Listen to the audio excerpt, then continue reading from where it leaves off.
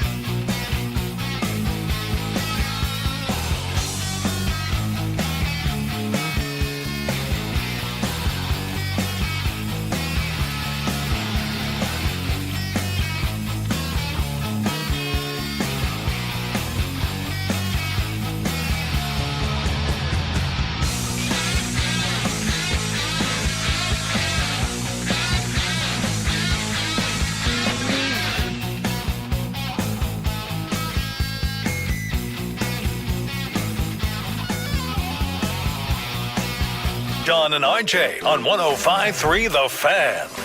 The magic carpet ride for the Pacers is not over. They'll play for an NBA title on Sunday night in Game 7. Oh, you went with ESPN, not the Indiana snoozer call. Yeah, because it was a snoozer. And the Pacers was forced bad. Game 7. If you want it, I'll pull it, but it's bad, dude. Yeah, go ahead and grab it. Right. Good morning, Metroplex. We are live with it's not a Monday. Kind of feels like a Monday. Bobby and I were talking during the commercial break. It's the Friday edition of Sean and RJ here on DFW Sports Station 105.3 The Fan. Got the entire morning squad with you. Sean, Sharif, RJ, Choppy. We got Roberto and Peyton running things, and you're sitting in a different chair. I don't like this. This is all like it's really setting in for me how much I don't like it right now. Because this is everybody. This is too close.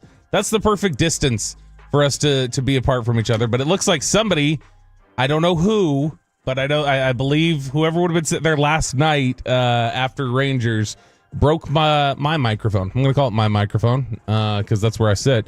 But broke the microphone, and it is literally just dangling off. Tried to switch it out with the other one over there, but Chop is like, nope, it's bolted in. We can't move it. It is bolted in, man. And my hands, my grip strength doesn't work at 6 a.m. You know, I need to get going through the day before loosen it up. Yeah, before my grip really starts to work. So I'm not able to undo that bolt. Maybe by 9 o'clock we'll get that thing taken care of. It wasn't Chris Arnold? No, Chris sat where you did. Touchdown. He sat right where you did, and yeah, he did not. But I'll tell you, Chris had the fan text. Liddy, very Liddy. They were very excited to hear from Chris Arnold yesterday. Was he in that black chair back there that looks super uncomfortable to sit by? up next to the Wheel of Misfortune? Yeah, I see it. I don't know. He I don't sits think in that so. chair. He will sit. He'll like lean back and sit in it because he's like, It's my like back. a stiff bar stool. Yeah, he's like, for my back, I got to kind of, he like lays at an incline and hosts like that most of the time. I would have recognized that. I didn't notice that one. I don't must have think got his he back was. fixed. That's good. Maybe he did. For the first time since 2016, we will have a Game 7 in the NBA Finals as Indiana rolled from beginning to end. They end up winning by 17, and it wasn't even that close. Pacers W. Yeah, that. I think we all agree that was pretty unexpected. Like when Indiana's going to win games in this series, it was like they're going to win the close, grinded out games. And when the Thunder are going to win, they're just going to be the better team, and they're going to show it throughout the entire 48 minutes. I think going into the series, that's how most of us would look at it. This was the most unexpected of results. I thought for sure that when it got back to Indy, it was over. They were going to mail it in, like just because they didn't want to get back on an airplane. They didn't want to get back on an airplane just to lose, because that's what's going to happen. But maybe not. I don't know. We forgot they had TJ McJordan. And that's the biggest thing that we didn't count for. They have TJ McJordan. They have Willis Reed walking out of the tunnel, just like, here comes Willis. And that's all they needed. They needed to see their captain and get the emotional boost from that. And then, of course, he played and ran and did all the things that you would expect him to do. Yeah, your boy Halliburton gutted it out. He did. See, this is. I'm not gonna allow this today. The slander on this guy. So we talked about this yesterday. I actually do remember this topic from yesterday. I don't usually remember the day before. Wow. He was in a no-win situation. If he plays and plays poorly, he'd have gotten killed. If he plays and he plays well, he'd have been called drama queen. And if he didn't play and he was hurt, he'd have been called soft. There was no successful night for him. Well, he over-exaggerated, or the whole thing was over-exaggerated from the previous game. All you had to do was watch him run around in the third quarter. That's it. That was my point.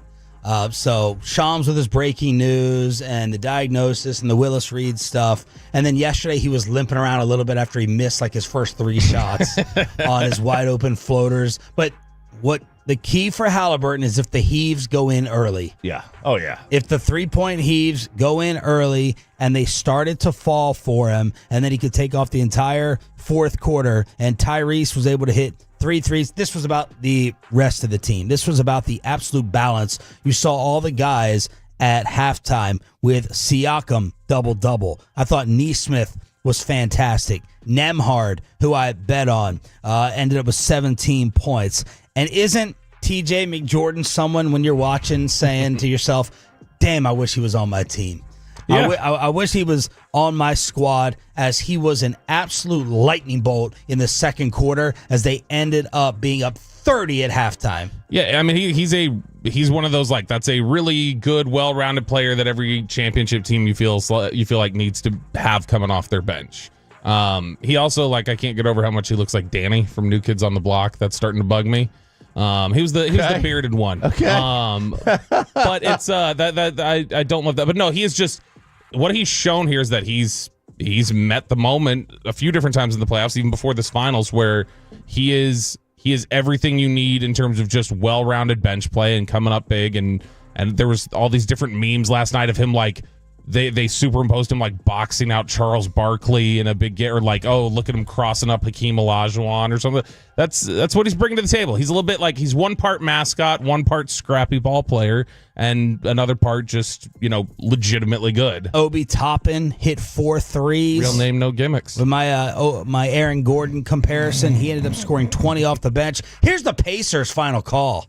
Well, you can hardly ask for a better performance, particularly given the fact that if you didn't play well, your season would have ended. JB, this team, just in case you didn't know, NBA Finals, Game 7, and they still have an opportunity to win a championship. How cool is that? Man.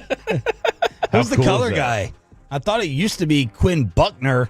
He's too busy probably shining Michael's shoes and cutting his cigar exactly the way Mike wants. I don't know who it is. I bet you, and I would guess they don't have it in the little archive that Peyton gets from, but I would bet you Pinto's call of the loss was like more intense. Like he was probably like, "Could the Thunder have a chance to win a title on Sunday night?" I'm going to change my mind for the 7th time and be wrong on this series. I'm going to pick the Pacers. Really? Yeah, I'm going to pick the Pacers in Game 7. All the pressure in the world is on Oklahoma City. And I just think Indiana has a few effort dudes. I think Nembhard and Nesmith, it's like whatever, cold blood. I love Nembhard, man. He is a dude that I want on my team as a defender.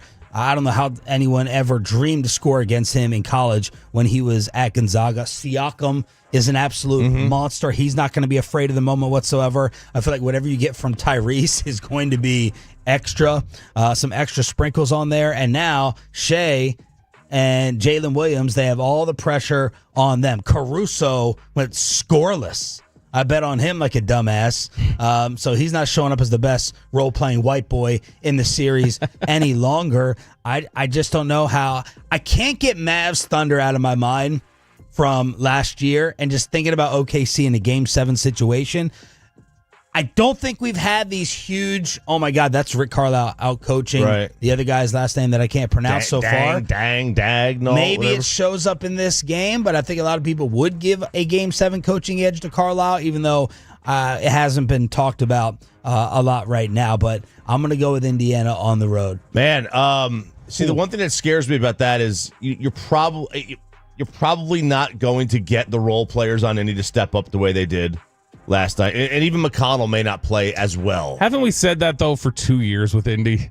Like, they go into the playoffs, they've gotten bench production the last couple years. And Carlisle, again, when we talk about Carlisle's advantage, I always felt like that was one of the biggest advantages he gave Dallas when he was here, was like knowing how to maintain and rotate the bench. Well, I'm not worried about Toppin on the road. I think he's going to have steel resolve. I'm not worried about TJ on the road. Is Nesmith going to do anything? Is Benedict going to do anything? I don't know. Miles Turner has to get it going a little bit better. And then just Game 7, Sunday night, and I'm really looking forward to it. But this was a demolishing. Yeah, this was. Yeah, oh yeah. Even though it was a 3-point game at the end of the first quarter, it still felt like OKC was up 10-2 to start this game. Yeah, it still felt like by the end of the first quarter, like, okay, OKC doesn't feel like themselves. And then we got in the second quarter and it was over really fast. But this is.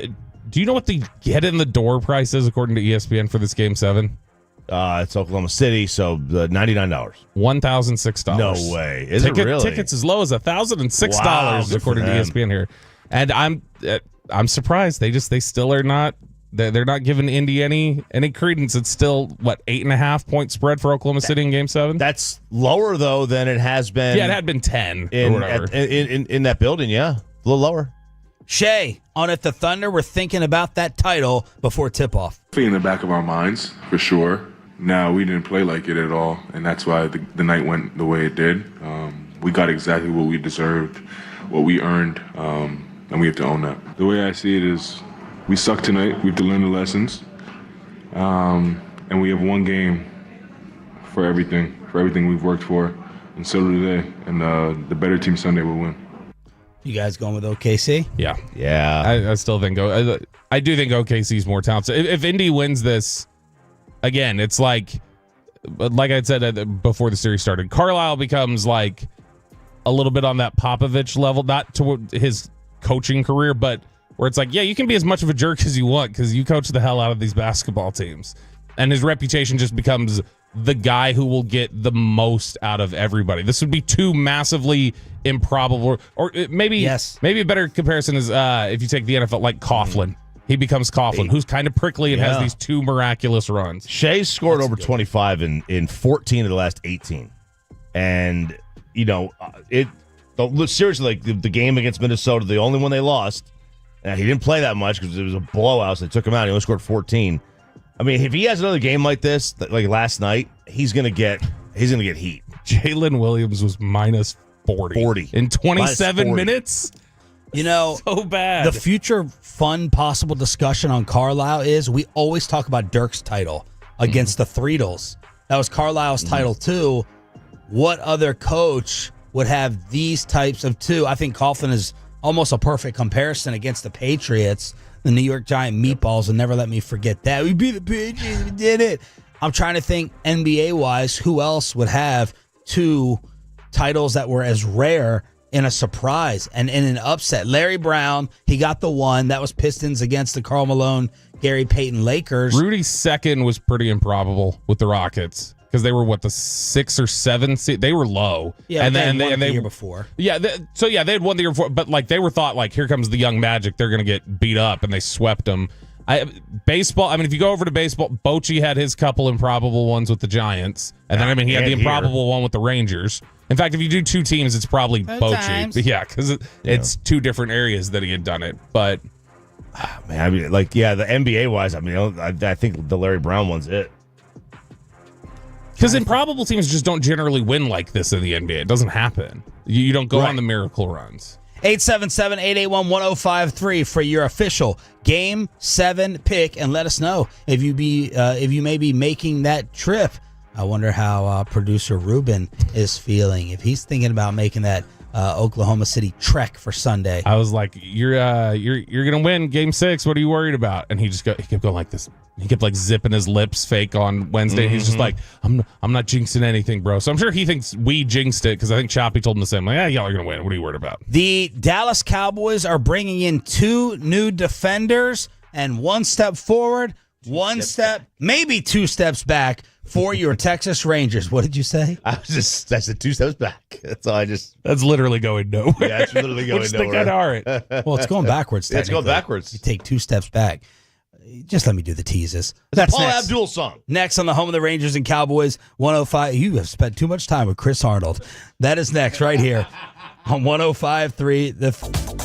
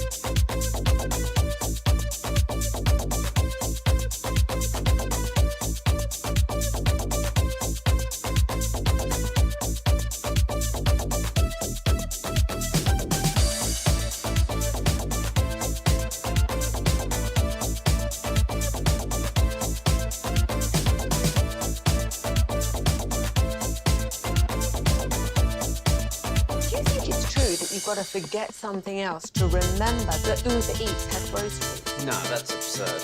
Hey, remember when you used to be Pepper Lady? Pepper Lady? Wasn't it Cinnamon Sisters? Razor Babes. Saffron Squad? Nutmeg Maidens? Paprika? No. Nutmeg Maidens. I just said that. Was it Spice Girls? Doesn't sound right. Was it Saffron Squad?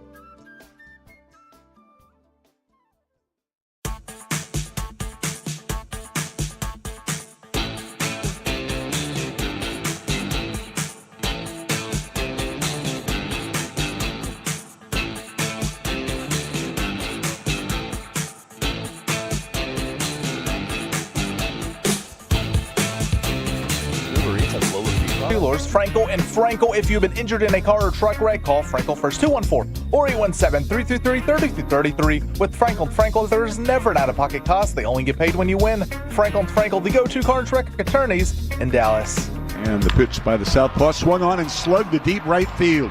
That is way back, and that one is way gone over the Ranger bullpen. A tape measure shot for Caglione, his first 2 career home runs, and the Royals lead 4-1. Well, this kid had a day, both up and down, as the number 6 pick in his draft hits his first 2 major league home runs. Also had a couple lazy plays in the field, an easy drop in the outfield. Maybe I can give him the break at the plate, not running to first base. But Caglione helps the Kansas City Royals sweep your Texas Rangers by a final score of 4-1. And the Rangers, RJ, scored 5 in the 3-run series. Yeah, just when we thought the offense may have been turning it around, they go out there and they kind of, they lay a dud over the 3 games, and that was that play in the outfield, that lazy just go get it play that Caglione had. That's a get your bench play. I mean, that really is. That's a get your bench play, and they didn't. I guess good for them that they didn't, but. Man, this was a lot to be desired for this Rangers offense this week. And the first home run came at eye level with that pitch to him. Yeah, he went up and got it. This is like every night it was somebody else's turn. It was like night 1 it was Perez, second game it was Garcia, then yesterday you had Caglione, but it's just and Saturday. I'm getting all mixed up on these days now. Yeah. Wednesday. See, I know. It's all messed me up now. Wednesday, Texas wasn't awful. Like, I mean, they had 12 hits. They were like 5 for 12 with runners in scoring position that day, and they put 3 runs on the board. It's just it was a classic throwback to everything we had come to expect from the Rangers offense, especially yesterday, which was just absolutely nothing, getting nothing out of the offense in that game. And they had come in here losing 6 straight. Like, you had the Royals where you wanted them. Mm-hmm. You had them on the ropes, and then yesterday they had you on the no-hitter ropes. Oh, gosh. Blanking you through 5. I really thought that was going to be... I thought we were going to get a no-hitter yesterday, because it just felt like one of those days from the Rangers offense, where it's just like, you don't have it together. This is a little concerning, though, now. I know it's the offense is the big part of this, but this is lighter, struggling ever since he got the Bassett curse when Mike said he's becoming a superstar. Then you had Corbin. That was the first time he had allowed more than 3 runs in a start all year, when he gave up 4 the other day. I think we all knew that was kind of coming, right? It is, but I mean, that does tell you, like, all right, Malley, before he went on the IL, he was starting to look a little rusty. Obviously, that may be because of the injury, but now it's a little concerning because, well, these offensive performances are now being met with some pitching coming back down to earth. Jacob deGrom is your most stable thing. Yes, he is. Yeah, and it's hanging by whatever doctor thread they put in there on that elbow. Yesterday with the pitching, like, that's a bullpen day, right? You're hoping for the best. And Latz was great. Latz has done a tremendous job in that role when he's come in, as either the opener or longest outing of his career, or right after. What do you? It's a bullpen game. You've got to get 5 to 6 guys to all be on. It's a very difficult thing. To me, the offense can be summed up in the 5th inning. They had 2 on. They had nobody out. They had walked both of them. And then they're basically on 4. They had first, second, nobody out. And in the next 4 pitches, they swung at 3 of them, and they're out of the inning. Mm-hmm. Like, that's in a vacuum. That's the offense right there for the year. I'm done with the hope. You all can keep talking to me, and I'm talking about insiders, whether it's Thad Levine, whether it's Chris Young, whether it's Jared Sandler. Y'all can keep talking to me about, even though Jared does say that he thinks they should buy this promotion from within, have at it. Go ahead. If a big move or 2 is not made, then I'm not getting excited in the second half of this season. That can come back to haunt me, but I'm tired. I'm tired of this. I still feel the same way, though. If they somehow, even if they don't make a move, and they somehow sneak in to the playoffs, I still feel good about their chances just because of the rotation, assuming they get healthy. If they don't get healthy, then forget it. And they're 4th in the West now, 7 games back.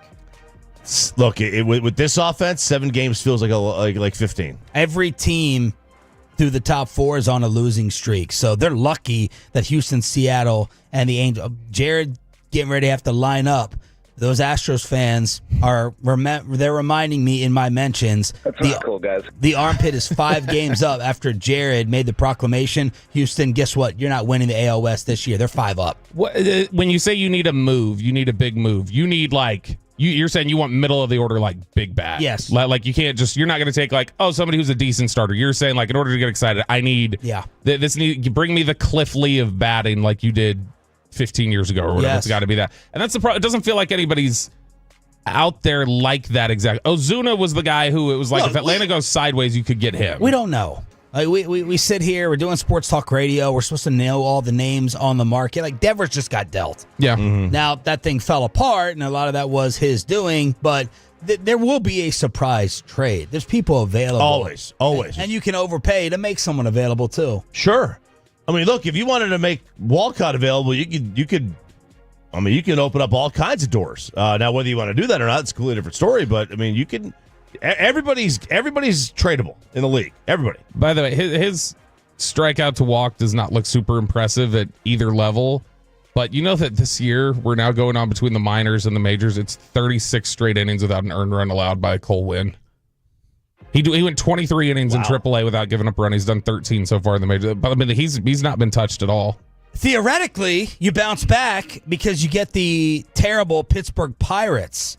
They're 16 games back, 4-6 in their last 10. They're 30-46 in the Central. But who knows? Because you are going up against some pitching. Yeah, you are. Are they getting Skeens? No, I think he pitched yesterday. Now the good news is, you might not be getting Denny Santana. He might be suspended. Dude, Heaney pitched yesterday. Well, they had a doubleheader, I think. It was either yesterday or the day before that doubleheader. But yeah, Santana's the fan that went with the. I'm sorry, he's the pitcher that went at it with the fan yesterday. Oh yeah, he swung on a fan. He swung on a fan, so he might not even be available. Is he's a starter? He was in the bullpen. I'm looking at the matchups. I am not seeing Skeens. Yeah, it's Burrows, Keller, Falter is what's listed on ESPN. You could. I know Keller. Mitch Keller, I know. Yeah. It's right off 377. Yeah. I know Keller too. Mitch Keller, 4 ERA, flat. Basically, he's 1-9. So the Rangers get swept by Kansas City on this radio station. The Dallas Cowboys making some moves. Yeah, they went ahead and made a couple UFL signings, which has become an annual tradition for them, and they've had success doing it. The Turpin Invitational. They got Kavonte Turpin, then they got Brandon Aubrey. Brandon Aubrey, by the way, I guess that shoulder's looking okay. He threw out a first pitch for the Rangers this week, and shoulder looked fine. But yeah, they made 2 signings. They got Robert Rochelle, the cornerback, who had been previously with the Rams and the Chiefs, I believe. And then they got Perion Winfrey, the defensive tackle, who was a 4th-round pick for the Browns, and after his rookie year was cut after he was being investigated for pulling a weapon on somebody. And so they went and got their 2 guys who are low-risk evaluations coming out of the UFL, 2 guys who played really well, Rochelle at corner, Perion Winfrey at defensive tackle. I get it in the sense that they fit the mold of what they typically look for, because Rochelle's a fantastic athlete. He fits the athletic profile they look for at corner. And Winfrey as a defensive tackle is a really impressive 3-technique type of athlete, the kind of guy who gets upfield that Marinelli or Eberflus would typically love. Problem is, didn't we spend all of these offseason practices talking about the problems at corner where you did not have a nickel guy, so Bland was having to kick inside even though he didn't want to play there. And then at defensive tackle, you're still missing the 1 technique.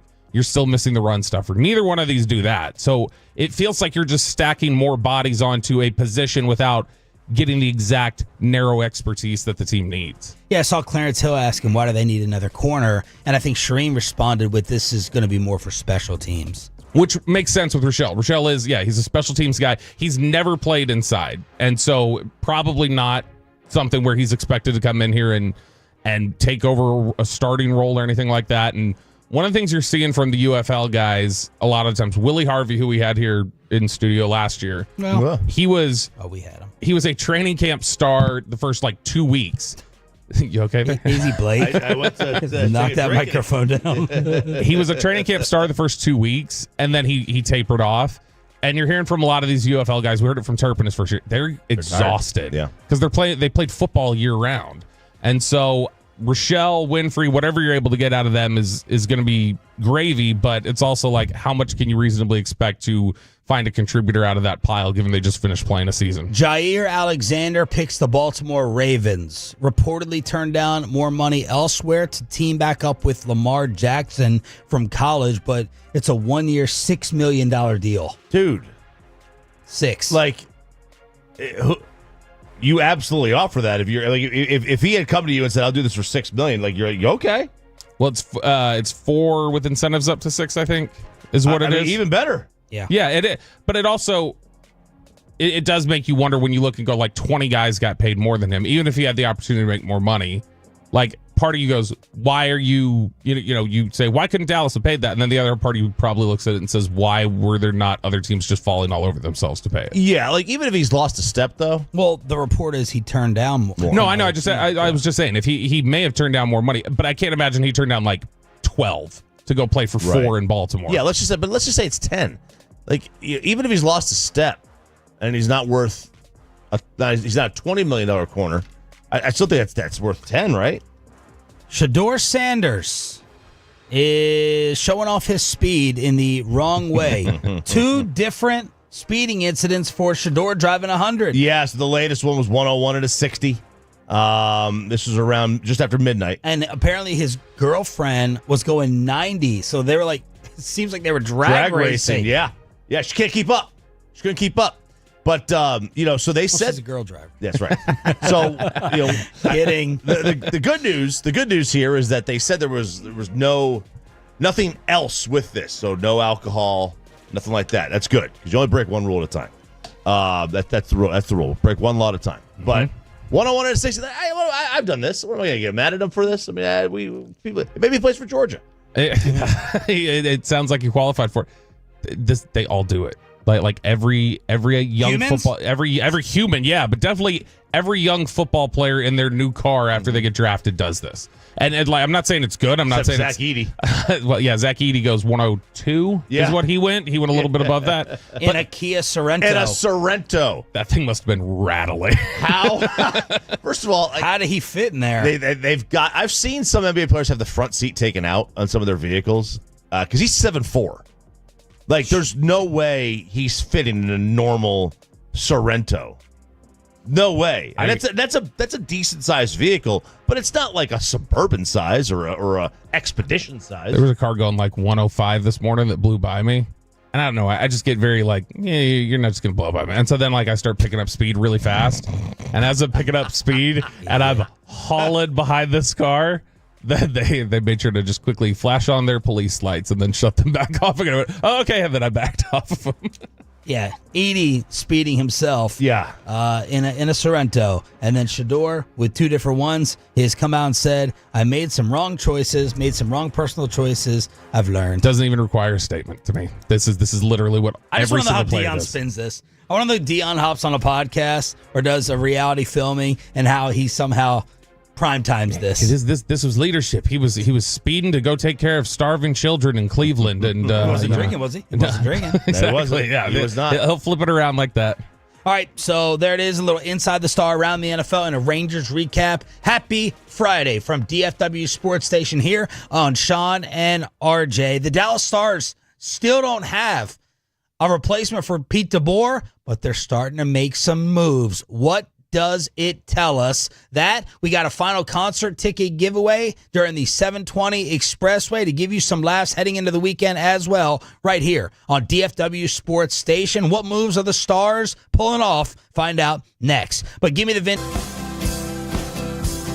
Remember something? You have to forget something else. Okay, now that is a very cute haircut. That's like a little shag. I've never seen it before. Well, I mean, of course you have. The Rachel. Oh, is that your name? No, I mean like your name. No, I'm Jen. My name's Jen. Right, but I just mean like this is your haircut. But that's hair on your head. I'm not saying this is your hair. Okay.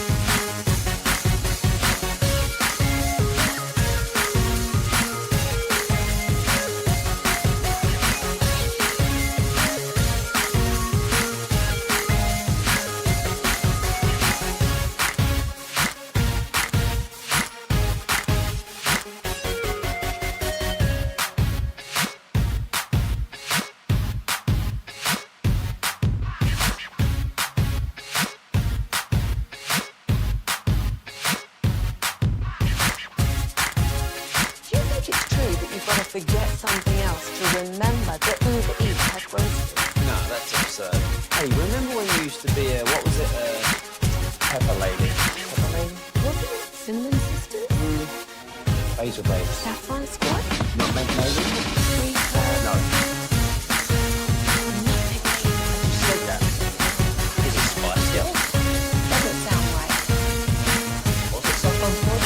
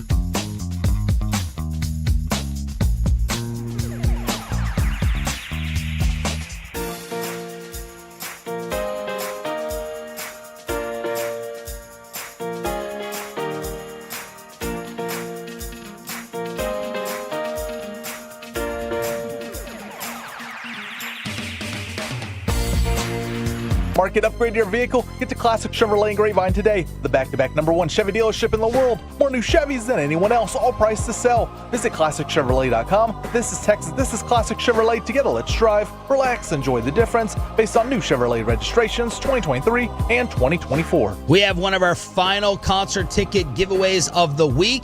7 o'clock hour. We want you to win it as part of the 6 a.m. club. Good morning, Metroplex. It's Sean, RJ, and Bobby on 105.3 The Fan. We'll also have our final concert ticket giveaway in the 9 o'clock, either during or after worst take of the week. But the Stars are making some moves. They don't have a Pete DeBoer replacement. They re-signed Matt Duchene, RJ Choppy, to a 4-year, $18 million contract, $4.5 million per year. That will keep him here through the 28-29 season. Yeah, look, it's a good value. You know, he might have been able to get a little bit more on the open market. He was comfortable here. That's good. I think he's a good player. He's a point a game guy. So you're getting value. That's the good. If you wanted to say there's a bad part, it's like, okay, are we just? I know they traded Marchment, and they got a third to fourth. How much of the same team are you bringing back? Are you just running it back with the same crew, the same kind of crew? Could you have used this money with the Ben money to go blow out a Sam Bennett offer or an offer for some other player that's a free agent? And I didn't get a lot of disappointment from the Tolos as Mason Marchment got dealt, and he seemed to be the whipping boy of the postseason with penalties, maybe even his mustache. He gets dealt to Seattle for a 3rd and 4th round pick. Right. So the value with him was, we were saying, if you could package him and somebody else, could you go and get a big time player? His value was like that. It's a 3rd to 4th. It's not going to be elite value. You're looking at just somebody to take on a contract to give you something back. So it's not a major deal. They could replace Mason Marchment. You could find him. You could find a lot of guys who are just going to take bad penalties. There's plenty of those out there. I was honestly surprised. I thought, I know he hit his hours for the week, but I just honestly expected Reetma was just going to be here because he was like, oh, there might be an opportunity. I might get pulled in to do some talk on Marchment, and this is my chance. He was sitting upstairs on his 95-degree balcony with the fiance. I believe I saw the pictures of. Meanwhile, a little fear, some terror from the Edmonton Oilers fan base after Connor McDavid sat in the season-ending presser. So this is Connor asked about his future with Edmonton, and this is a pretty solid non-committal answer. As you said, yeah, it's only been a couple of days since the season ended.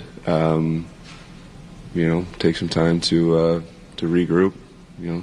Talk to my agent a little bit and family and all that, and make some decisions whenever that time comes. But there's no rush on anything like that.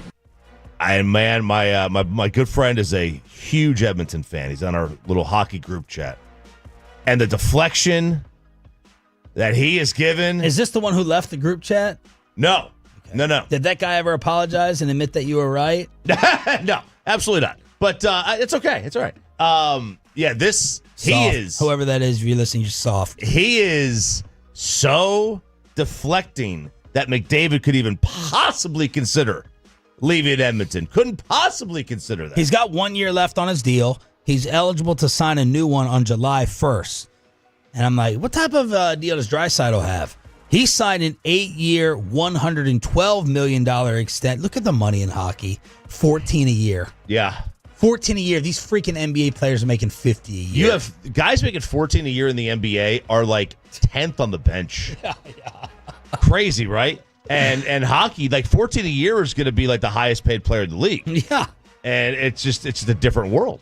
So is it just not normal for, like, I feel like in the NFL, if somebody signs a deal when they're 20 years old, like Connor McDavid did, and they're not playing out 8 years of that and getting to the end of the contract if they're as good as he is in the NFL. Yeah, is that right. Is that normal in hockey for you to just go? Yeah, well, you're just playing the whole thing out. I think you play. I think you're playing it out. I was wondering why Vegas sent me McDavid and Draisaitl odds. I was like, whoa, where did this come from? From old Jimmy. No, this wasn't from Jimmy. This is sportsbetting.ag. It goes, just in case, these are the teams that McDavid would go to if he left.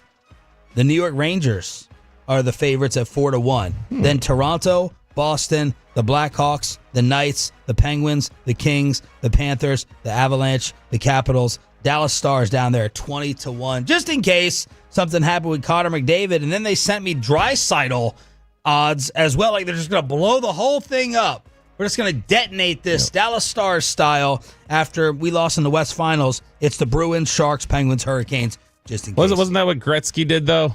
When they determined they wanted Gretzky out, he's like, all right, fine. I'll go willingly, but you're going to, like, send everybody with me that I want. Yeah, I think Connor's from the Toronto area, so that the Maple Leafs make sense. But I just, if you're Edmonton, you can't get rid of Gretzky and McDavid. Like, you just can't do that as an organization. You would have the two best hockey players of the last half century, and you're going to trade them both? It's almost like that country hasn't won a Stanley Cup in almost 40 years. What happened? You guys want to do Kelsey Plum or ice? Oh. Ice. Let's do ice. Wow, here it comes. All that right. tells me it should probably be Kelsey Plum. Wow. Dude, Peyton was all over this yesterday. It's like he had a police blotter at his house sending us all these updates. What happened with the Dodgers and ice yesterday? Okay, so there's been a lot of stuff around social media. This is a national story. This is on all the news networks. Yeah, there's been a lot of stuff circulating the last few days about. So the Dodgers, the parking lot. People have been showing photos of these kind of just these white vans in and around the parking lot during the day, like way before the game. And they're saying that they're using the parking lot as a staging area for, like, hey, we're just parking our vehicles here before we go on ice vehicles, before we go on whatever our assignment is for the day. And then people started saying, boycott the Dodgers, F the Dodgers, blanky, blank, blank. And the Dodgers yesterday appears denied them entry into the parking lot or into the stadium. Then there was some confusion as to whether they were going to go into the stadium to try to do a raid on somebody or not. And that's where, like, I think some of the confusion got. But over the last few days, they had been using their stadium parking lot as a place to stage their vehicles beforehand. Because my first reaction was, I didn't know you could just turn ice down and say. Well, apparently it wasn't ice. That's one of their little. That's one of their things they're being very technical about. They're like, well, that was not ice. That was U.S. Customs and Border Patrol. So it was not ice. That was CPB or CBP. But then they were saying, that, like, basically we weren't even there for enforcement. This is the Dodgers, like, acting like we were there to do something that we weren't. This had literally zero to do with enforcement when we showed up there. My brain is telling me not to believe the Dodgers in this situation, that maybe they're trying to win over a little fan base out there in Los Angeles. Yeah, look, I mean, it's a Like business. if Ice was here downstairs and wanted to come up to La Grande, can we just say no? You're not. Yeah, wrong? we'd have to say no because we'd be like, Cheek doesn't even get in here for like 3 hours. Jeez. But it's a business decision. You're in LA. Like let's not be. You're in a blue dot. You can't hack off the red hat wearers in Texas. Oh no, I mean that is like you can't hack off the recurring favor. Yeah, you can't hack off the purple hair in LA. But do they have the power to say no? If it was no, I would just think stop not. Ice, right? Yeah, I would think not. But without a warrant, maybe they do. I don't know. I mean, it could be. I guess without a warrant, they could say it's trespassing. Just be like, we're not allowing you in the stadium. We don't have to allow you in. But yeah, I mean, you're right that if you're going to talk about a fan base in sports that maybe has to win on this issue more than any other, it might be the Dodgers, because the Dodgers are it is such a heavy Hispanic fan base. I mean, that was the whole big thing with Fernando Valenzuela when he had come up. God, for sure. Was that Valenzuela was like, oh my gosh, we got representation, and it was huge for the Dodgers in the 80s of just like, all right, you felt like the Latin community was being represented. And so this is something that for sure I think is something they feel like they need to win. Oh, they needed police presence inside the stadium for Dodgers Padres as Shohei was on the mound again. They went at each other. Oh, I didn't see that. It's on TV right now. Yeah, no, but I didn't see his final stat line. I thought, wait, is he on the mound today? I thought you wrote about Shohei on the mound again. Yeah, he's going back on the mound. I didn't think it was last night. Okay, maybe it is Sunday. It's Sunday. Okay, it's Sunday. So there it is with my days. See, yes, I thought exactly. it was Sunday. Yeah, so they're not taking a ton of time between starts. They're treating this kind of like it appears a spring training schedule where like he pitches, he got an inning, and then the next time out, maybe he gets 2 innings, depending if his pitch count is like if he throws 30 pitches in the first inning again on Sunday, he's probably not going to get run out there for the second inning. But if he has a normal 15 to 20 pitch inning, he'll go out there, let him go in to the dugout, get his 12 minutes of rest between innings, and then see how he feels. It goes back out there. So they're taking a slow approach, which is probably smart. Yeah, because I mean, it just feels like they're going to treat his starts like bullpen days for now. Where it's just like, all right, go out there, give us 1 or 2 innings, and then we'll turn to the bullpen. But I mean, what was the first game he did against the Padres? He was like 30 pitches in the first inning. Then he went out there, he had to work. It was 28. And it was 28. Yeah, you're not going to send him down, right? You're not sending him down on the minors to get ready, because then you lose his bat. Yeah.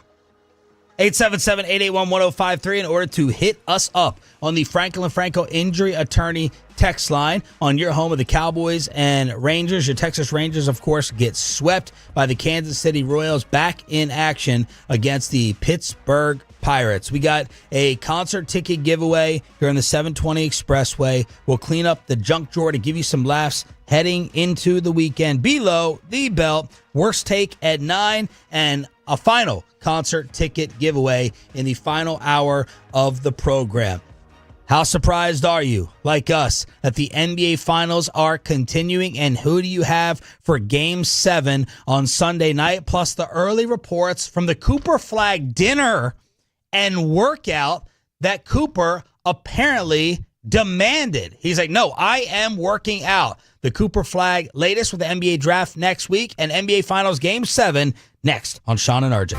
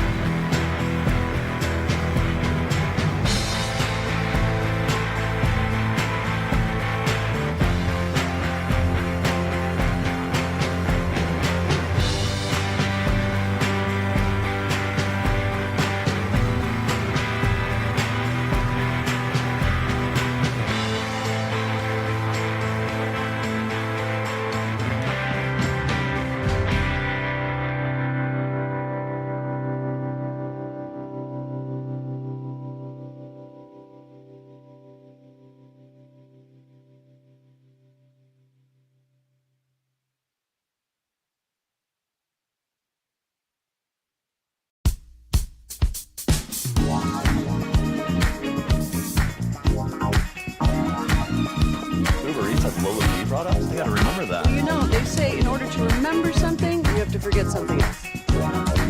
Okay, now that is a very cute cat. That's like a little shag. I've never seen it before. Well, I mean, of course you have. It's the Rachel. Oh, is that your name? No, I mean like your name. No, I'm Jen. My name's Jen. Right, but I just mean like this is your hair. But that's hair on your head. I'm not saying this is your hair.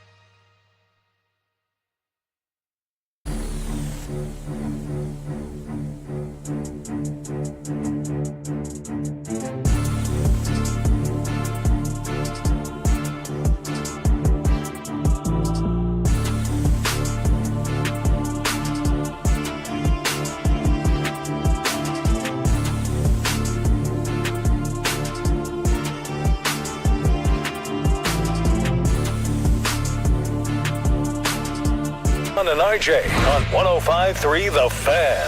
Rebound punched outside. Shepard fires from the top. He hit it, and that's going to count. He hit a three as time expired.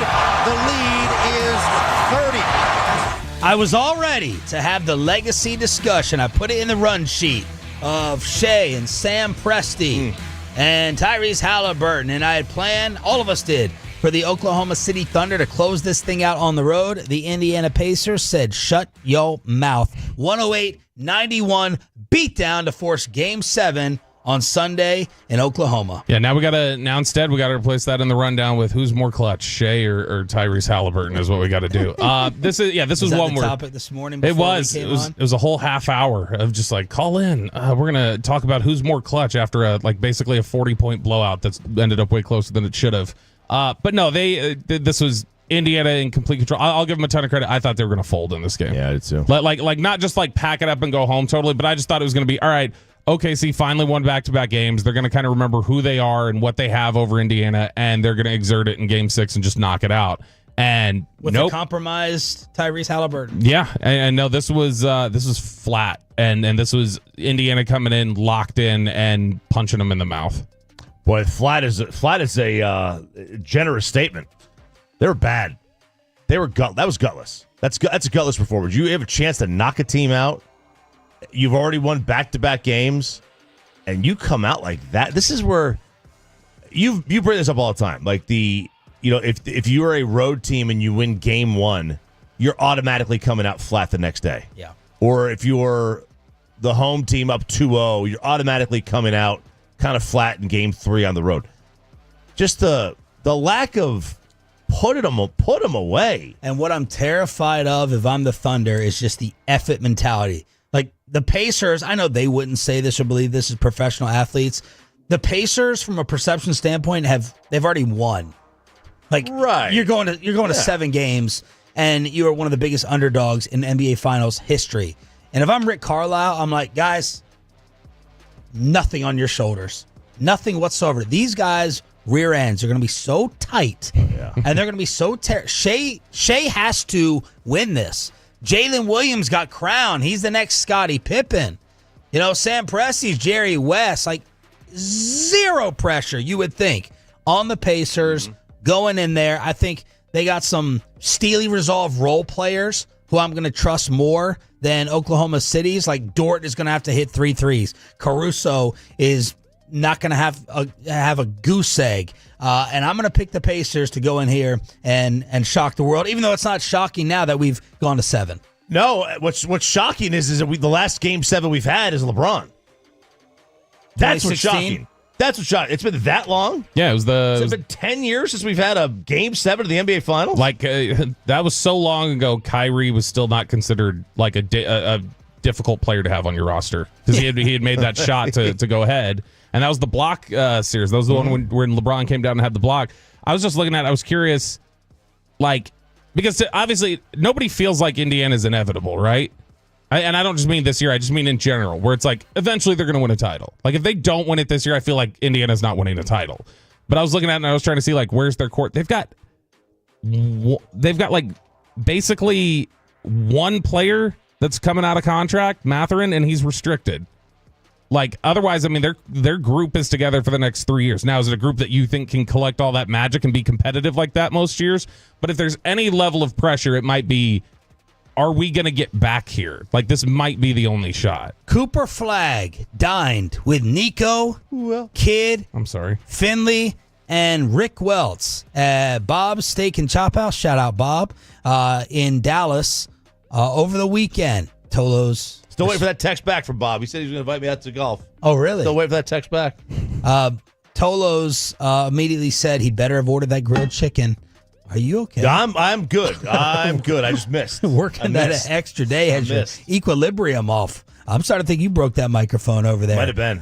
Did Flagg order the grilled chicken? Because earlier in the day, he had an impressive on-court workout that he insisted on doing. Here's Mark Stein with DLLS on what he heard.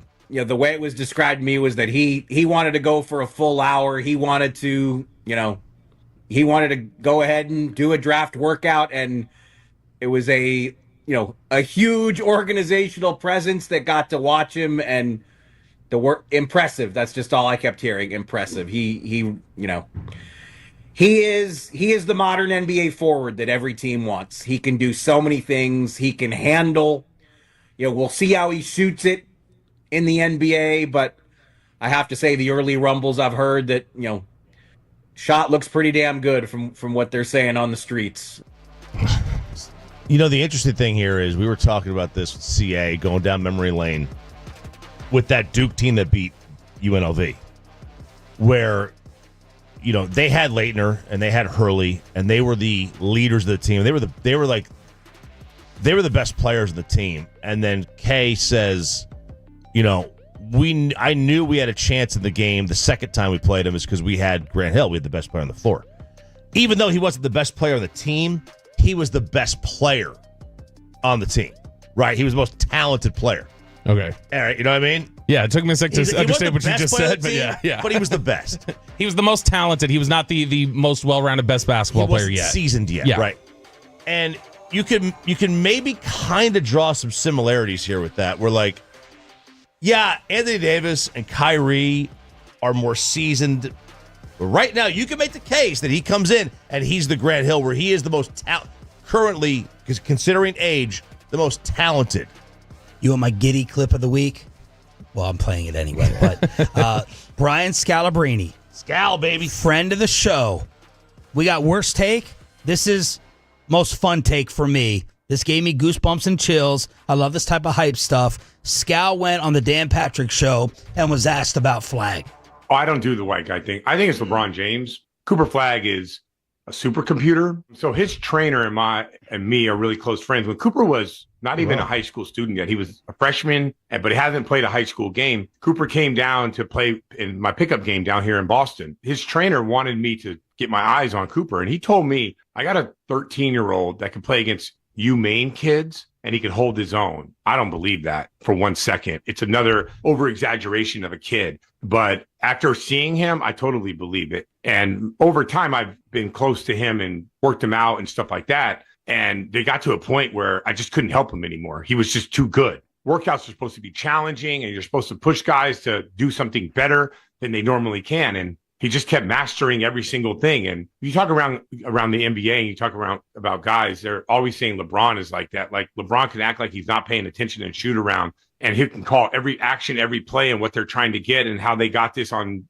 with 4:36 to go at this much in the fourth quarter. So watch out for it. And I've never met, and I've been around a lot of players. I've been around Hall of Fame players. I've never met someone that just can pick up things at such a high rate. And when people talk about NBA players, they wonder how this guy make it. And this guy's 6'11" and he's long and he's athletic, but he doesn't make it. A lot of it has to do with their computer, their processor. And he just processes on a rate that I've never seen before. Supercomputer. LeBron James. I heard LeBron James. LeBron James. You tell me you're going to compare him to LeBron? Okay. Yeah, is that helpful though? Yeah. If there's concern, compared to one of to arguably the greatest player of all time, yes. There's I'm happy about right, but if even the Duke people are trying to say like, don't talk about him like he's LeBron because he's not. Like, is there danger in the hype that then sets expectations that aren't there? Yes, it puts and this is, I'm not comparing it to, but like, you know, the Wyatt Langford hype. It's like he's Mike Trout, and all of a sudden he's not Mike Trout, right? You know, not yet. There's danger in the hype for sure, absolutely. Yesterday was the birthday of the Diggler. Very nice. So happy birthday to the great Dirk Nowitzki. And went down memory lane. I saved this clip from Big Don. Don Nelson at the NBA Finals getting his Lifetime Achievement Award. This is a long one, but I thought it was just a fantastic story. Want to give you the feels on a Friday. This was Don paying homage to number 41 back in the day with the birthday yesterday. Dirk was the most talented big man I'd ever seen. He was close to 7 feet tall, and he played like a small forward. Donnie found a way to isolate him from most of the NBA scouts, and they played in the World Games, our European against our American players down in San Antonio. But Donnie got him to train in Dallas, and they trained in the YMCA, and only 2 people were allowed in there. That was me and Donnie. So I got a chance to watch him for a week, and no other scout could come in. And I begged his friend Holger, who was with him for his lifetime, I begged him not to go down to San Antonio. I didn't want anybody to see him because I liked him that much. And he went down and ended up scoring like 35 and 15 rebounds or some number. And I said, oh, man, we're not going to get him now. Everybody's going to see him. But they only saw him the one time, and he started slipping in the draft. We kind of knew where he was. We actually went from 6 to 9 and got him and made enough money so we were in the black that year instead of the red. Ross Perot Jr. liked that. And so we took a gamble on him. And I have to say, in that draft, Paul Pierce was my favorite player. And we had Paul Pierce going top 3. So we didn't even consider that he would be there. Wouldn't you believe it, when number 9 came up, Paul Pierce was there and Dirk Nowitzki.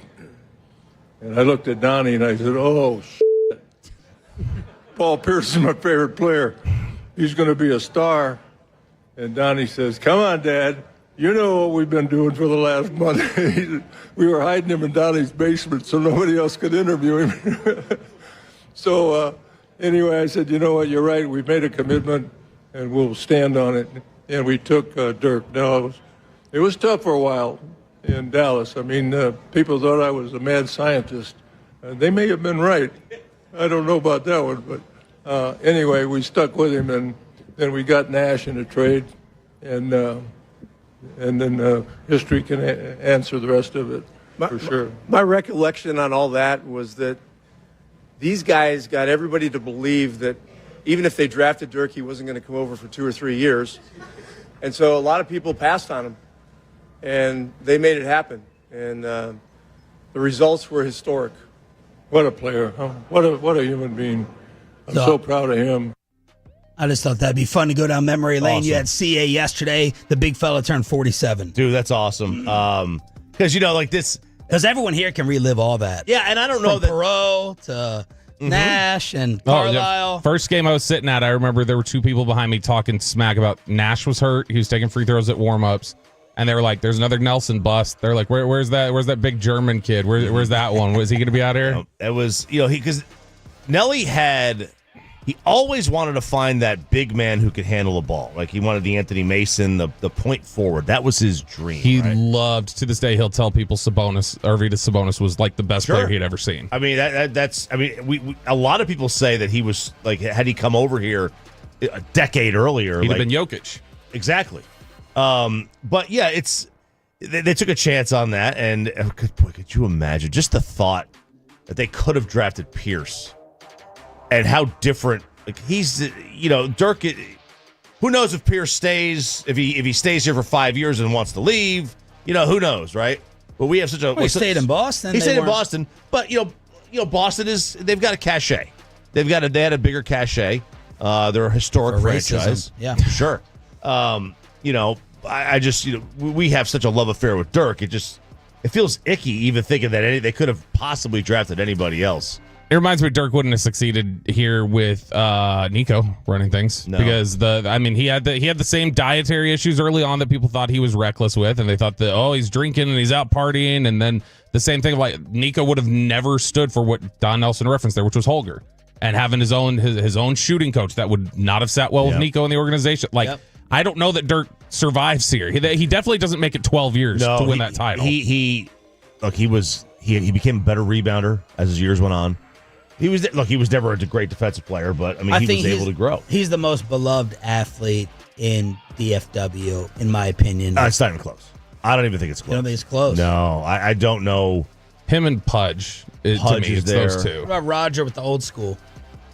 Yeah, probably. Yeah. It's just, obviously not grown up with him. When you were in Maryland growing up watching it, because basketball was like your top one growing up, wasn't it? Yeah. So, what was your perception of Dirk outside of being national? Soft. It was Duncan, KG, then maybe you could get Dirk into a conversation. We used to fight for years here within the station, Corey Majors, KG, Dirk, because the perception was Kevin Garnett was better than Dirk. I think Dirk passed him with the later part of their career. He had a late kick. The last half of his career was far better. Dirk definitely passed him. I saw him do it when they swept him in 3 games. He ran right by him every single time. He owned him. Let's hook you up with a final concert ticket giveaway for you turning it on, leaving it on, and why RJ says the huge LA Laker news is not great if you're a diehard Dallas Cowboy Tolo. Commercial free with the Expressway and the Junk Drawer is next.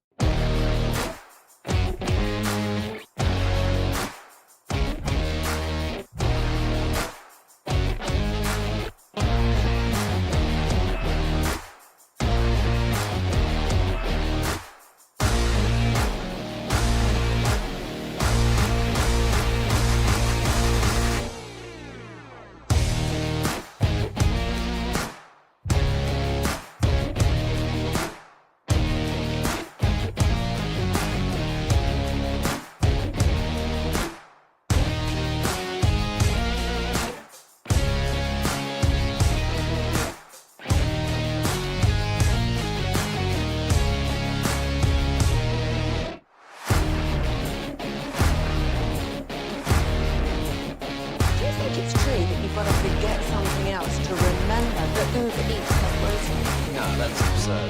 Hey, remember when you used to be what was it, pepper lady? Wasn't it Cinnamon Sisters? Those are babies. That first one? Nutmeg maybes? No. Nutmeg Maybes. I just said that. Is it Spice Girls? Doesn't sound right. What's it sometimes called?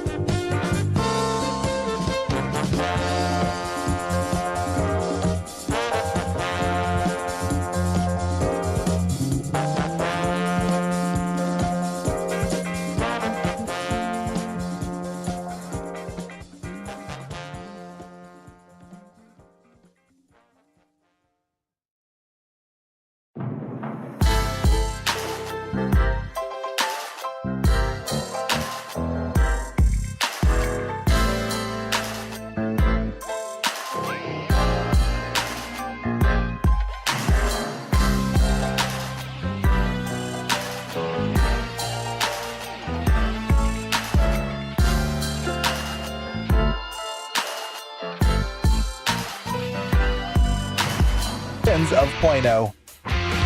We are commercial free with the Expressway. We have the junk drawer coming up at 7:40 and a concert ticket giveaway to hook you up for turning it on, leaving it on, as Bobby Belt is back home. This is so much better. It feels right. Over there did feel specifically too close. You're too close to be able to hit me if I say something wrong. I've tried to protect myself the first hour and 20 minutes here without any hot takes, and now I can fire him off. So back in his natural chair after DJ Pridemore came in and fixed the microphone that was somehow destroyed yesterday. Thanks, Blake. Trayvon Diggs with his breakout player for this year's Dallas Cowboys. You're hip and with it, Peyton Russell. Who was he talking with? Neon. This is Neon.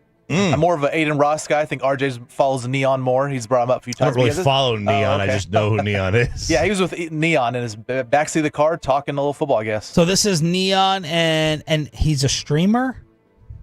Yeah, what is he? Like content guy, streamer, basically. He goes on, YouTube or Twitch and stuff, and just streams basically just whatever he does throughout the day. Okay, I don't know. So it's not his just a actual video time. game thing. No. He's just that cool streams. and he's that interesting. I guess so. Okay. Trayvon Diggs telling Neon who this year's Cowboy breakout will be. Let's see if y'all agree. These young guys we got, oh my God. Who's like your favorite underrated player on the Cowboys right now? My favorite underrated player? Yeah, that's gonna have a breakout season. You think? Sam Williams. Okay, what does he play? Defensive end. Defensive end? He's like another Micah. For real? Yeah. I Nice. think he might be faster than Micah. Okay, Sam Williams, the breakout. Maybe just as athletic, if not more, than Micah Parsons, Bobby. I don't think he's as fast as Micah. He's fast, though. I mean, he is genuinely, like really fast, and he's bigger than Micah. Because Sam is probably, I don't know, I would bet Sam's got 20 pounds on Micah, something like that. And so, I mean, for him to even be considered in the range is impressive. But yeah, let's see how you come back from an injury that took you out for the whole year. I would never feel comfortable calling a breakout player who just missed the year before because of injury. Is that quote from this interview? I don't know. But it was aggregated by an aggregator. Yeah. So it has to be true. Yeah. But I'm not touching that. I don't. Has to do with Trayvon and fatherhood. Take that where you will. But there he is, the prediction for Sam Williams. Give me your defensive line surprise. Is it Ezeraku? You feel safe with him over Sam or Nealand? Yeah, so Nealand could be really good this year. Nealand's not going to be good in a way that most fans necessarily want or will flash the way it needs to, because Nealand's never going to be a double-digit sack guy. Like, Nealand's whole thing is he plays the run really well. He's disciplined. It's really hard to do, too. He's just, it's not something that shows up in stats. We're going to go, look at this number right here. Tank never got that credit. Yeah, and Tank was a bigger pass rusher because Tank just had, like, a big toolbox. Nealand's still figuring out his toolbox and pass rush moves. Ezeraku will get, I said it earlier this year, Ezeraku's going to get minimum 6 sacks this year as a rookie. Like, he is going to get the opportunities to stand up there. If Ezeraku signs, Ezeraku's going to be the one that they have the most trouble with as a rookie, I think. Like, Booker will have his ups and downs probably relatively because just playing the offensive line. I think he's going to be a good starter. But Ezeraku just coming in and doing, like, situational pass rush, he's going to knock that out. Like, he's going to be difficult. Okay, we have the Dallas Cowboy cheerleaders celebrating because they're getting a big-time raise. A 400% raise. Wow. So this is like that whole the Netflix series. They talked about it during the second season of it. They're getting a 400% pay boost. I didn't know this was out. Amanda loved the first one. When we were in Oxnard, she already hates when I go and partied up on the beach, but I thought I was making her happy, but no, it made her even more upset when I saw the Dallas Cowboy cheerleading coaches. Yeah. Is it Kelly Finglass? Yeah, when you said that, because I remember you thinking, like, here's a way to score some points. I was like, nope, that didn't help at all. It did not. It did not help, as I was like, can I get my picture with you guys? Can you guys come on the show? Because Amanda and a lot of people loved that Netflix series, America's Sweethearts. And she watched the one that was on CMT as well. But I guess season 2 is out, and Shereen Williams was watching it. Yeah, and so in 2019, they doubled the per game pay to $400. It was from 2 to 4. Our girl, we know Bonnie Jill, she posted on social media the other day when she was a cheerleader here in like the early 90s, she got $15 a game. 15. Wow. And now they're going to be getting... It's an honor. Yeah, now they're getting $1,600 a game. Dang! So there you go. $1,600. Yep. That's good money. What's Brian Broaddus making for that 10 hour day? That he ain't making that. No, he's not. Trying to think. He No. ain't getting that here. No, he would. Now that's the okay. So if they're getting $1,600 a game, boy, they're really rooting for those 9 home game years, aren't they? That's what not time? bad. What time do they get there, Bob? So I mean, I'll see them out there doing warm ups and workouts and stuff like that 6 hours before the game. sometimes. 6 hours. Yep. So they got 9-10 hour day. It's not 3 hours. They're really locked in about 4 hours before. But I mean, I'll see them. I've seen them there as early as 6 hours before a game. Yikes. Good for them. Yeah, absolutely. That's a lot of money.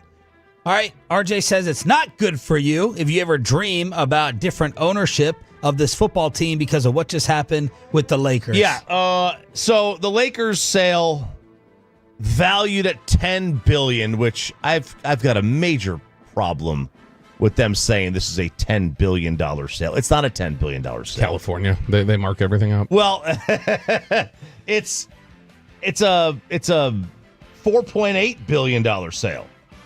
They paid $4.8 for 48% of it. Now, if you want to say you can extrapolate that out, 4.8 and 48% means you're paying $10 billion for the whole 100%. Okay, but that's not how it works. But it's a valuation of the team now. Yeah. Right, but you still have to prove that you could get $10 billion for the whole 100%. Like one guy would, to me, it's like I might be willing to pay $20 on something, but I'm not willing to pay $40 on getting double of it. What was the number you used, David? I mean, typically, I don't know. I mean, the fact that they were able to get 4.8 for less than half the franchise, when you consider what you're doing is you're becoming, because he already had 22% of it, so now you're going to have 75%. You're going to be a majority stakeholder. So I don't know. Semantics. Imagine being the dude that owns the Dodgers and the Lakers. What a dream. Oh, I know. The absolute dream. Same dude. It's crazy, right? But and people are putting Rob Pelinka on notice because old clips surfaced of Magic Johnson saying Rob Pelinka stabbed him in the back. Well, Magic is boys with Mark Walton. Absolutely. And, whether he's going to be part of this ownership group too or not. And the amount of crapping on Rob Pelinka I saw over the weekend, as if these people just forgot that he pulled off the heist of all time. The heist of heists. Yeah, and they're like, days are number, Rob, no more underachieving, no more wasting LeBron's years.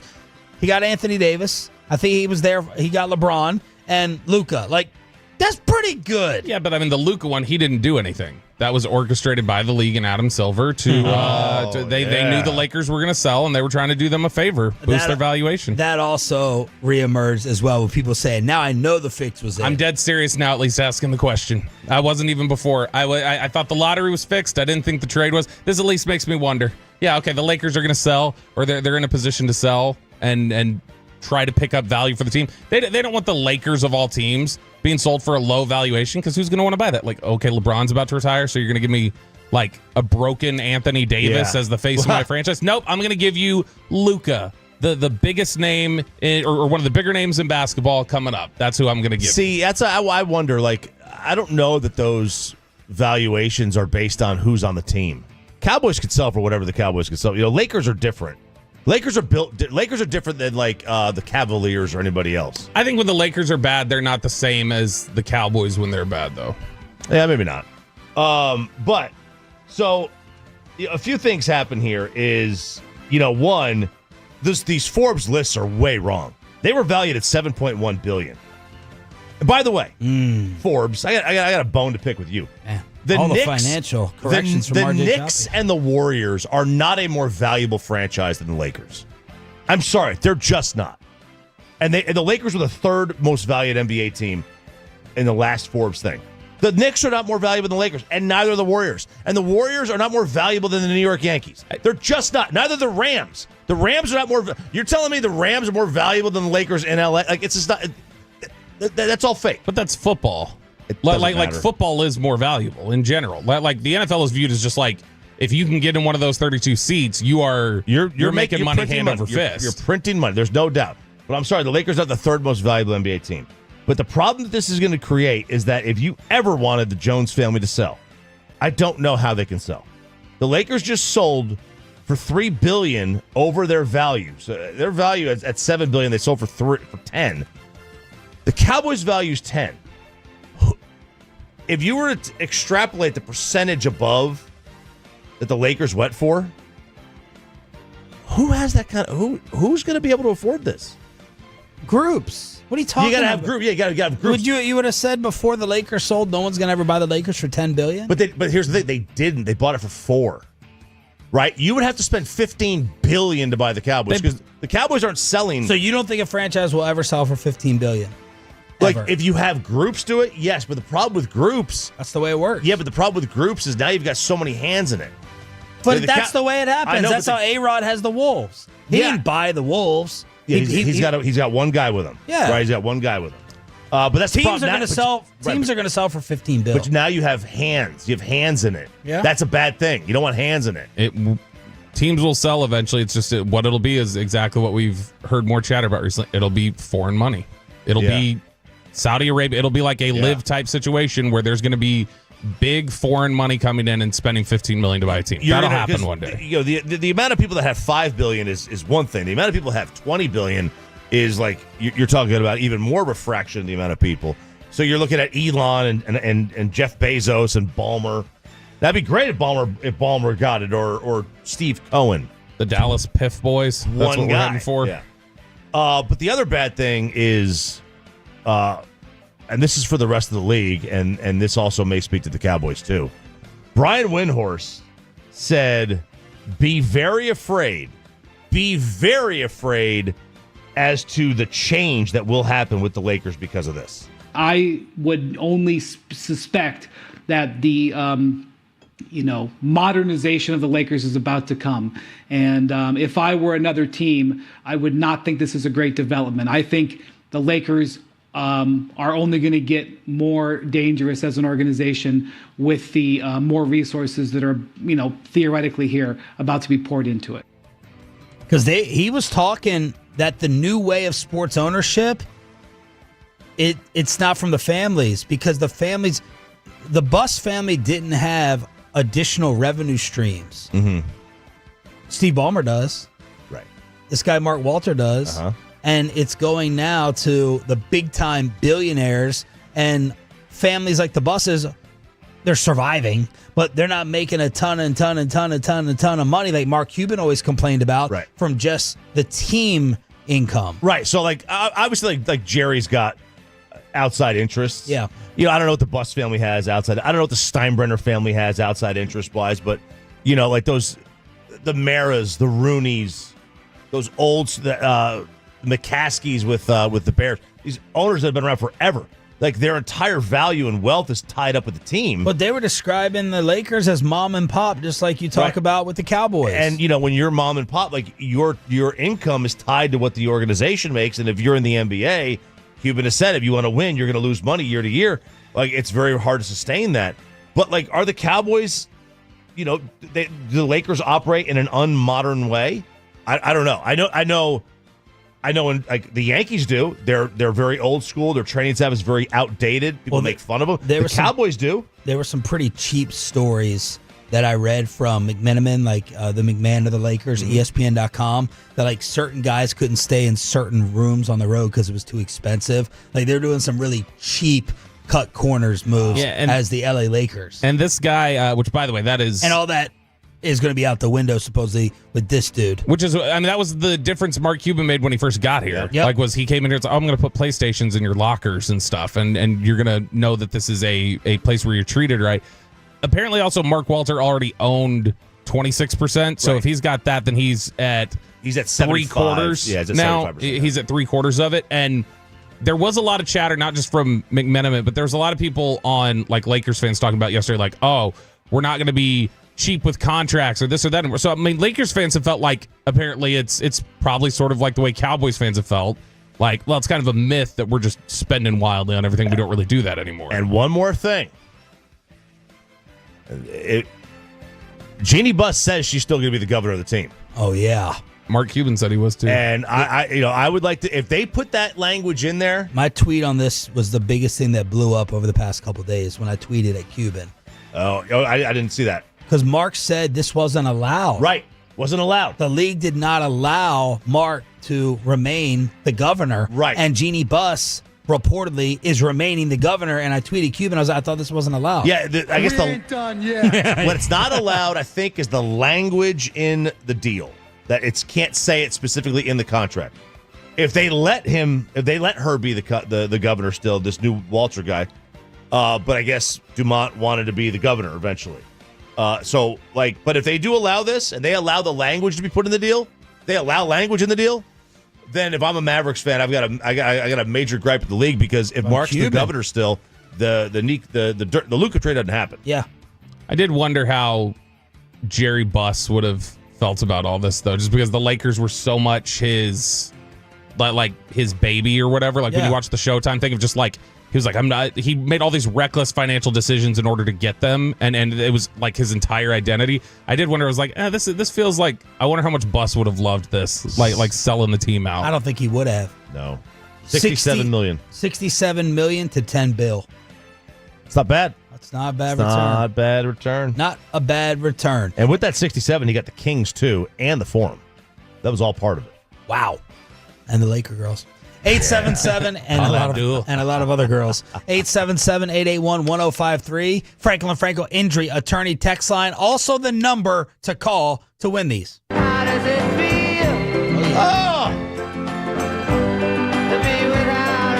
All right, Tolos, that's right now. Call number 10 at 877-881-1053 wins a pair of tickets to the Outlaw Music Festival on July 5th at the Dos Equis Pavilion in Dallas. That's call number 10 at 877-881-1053.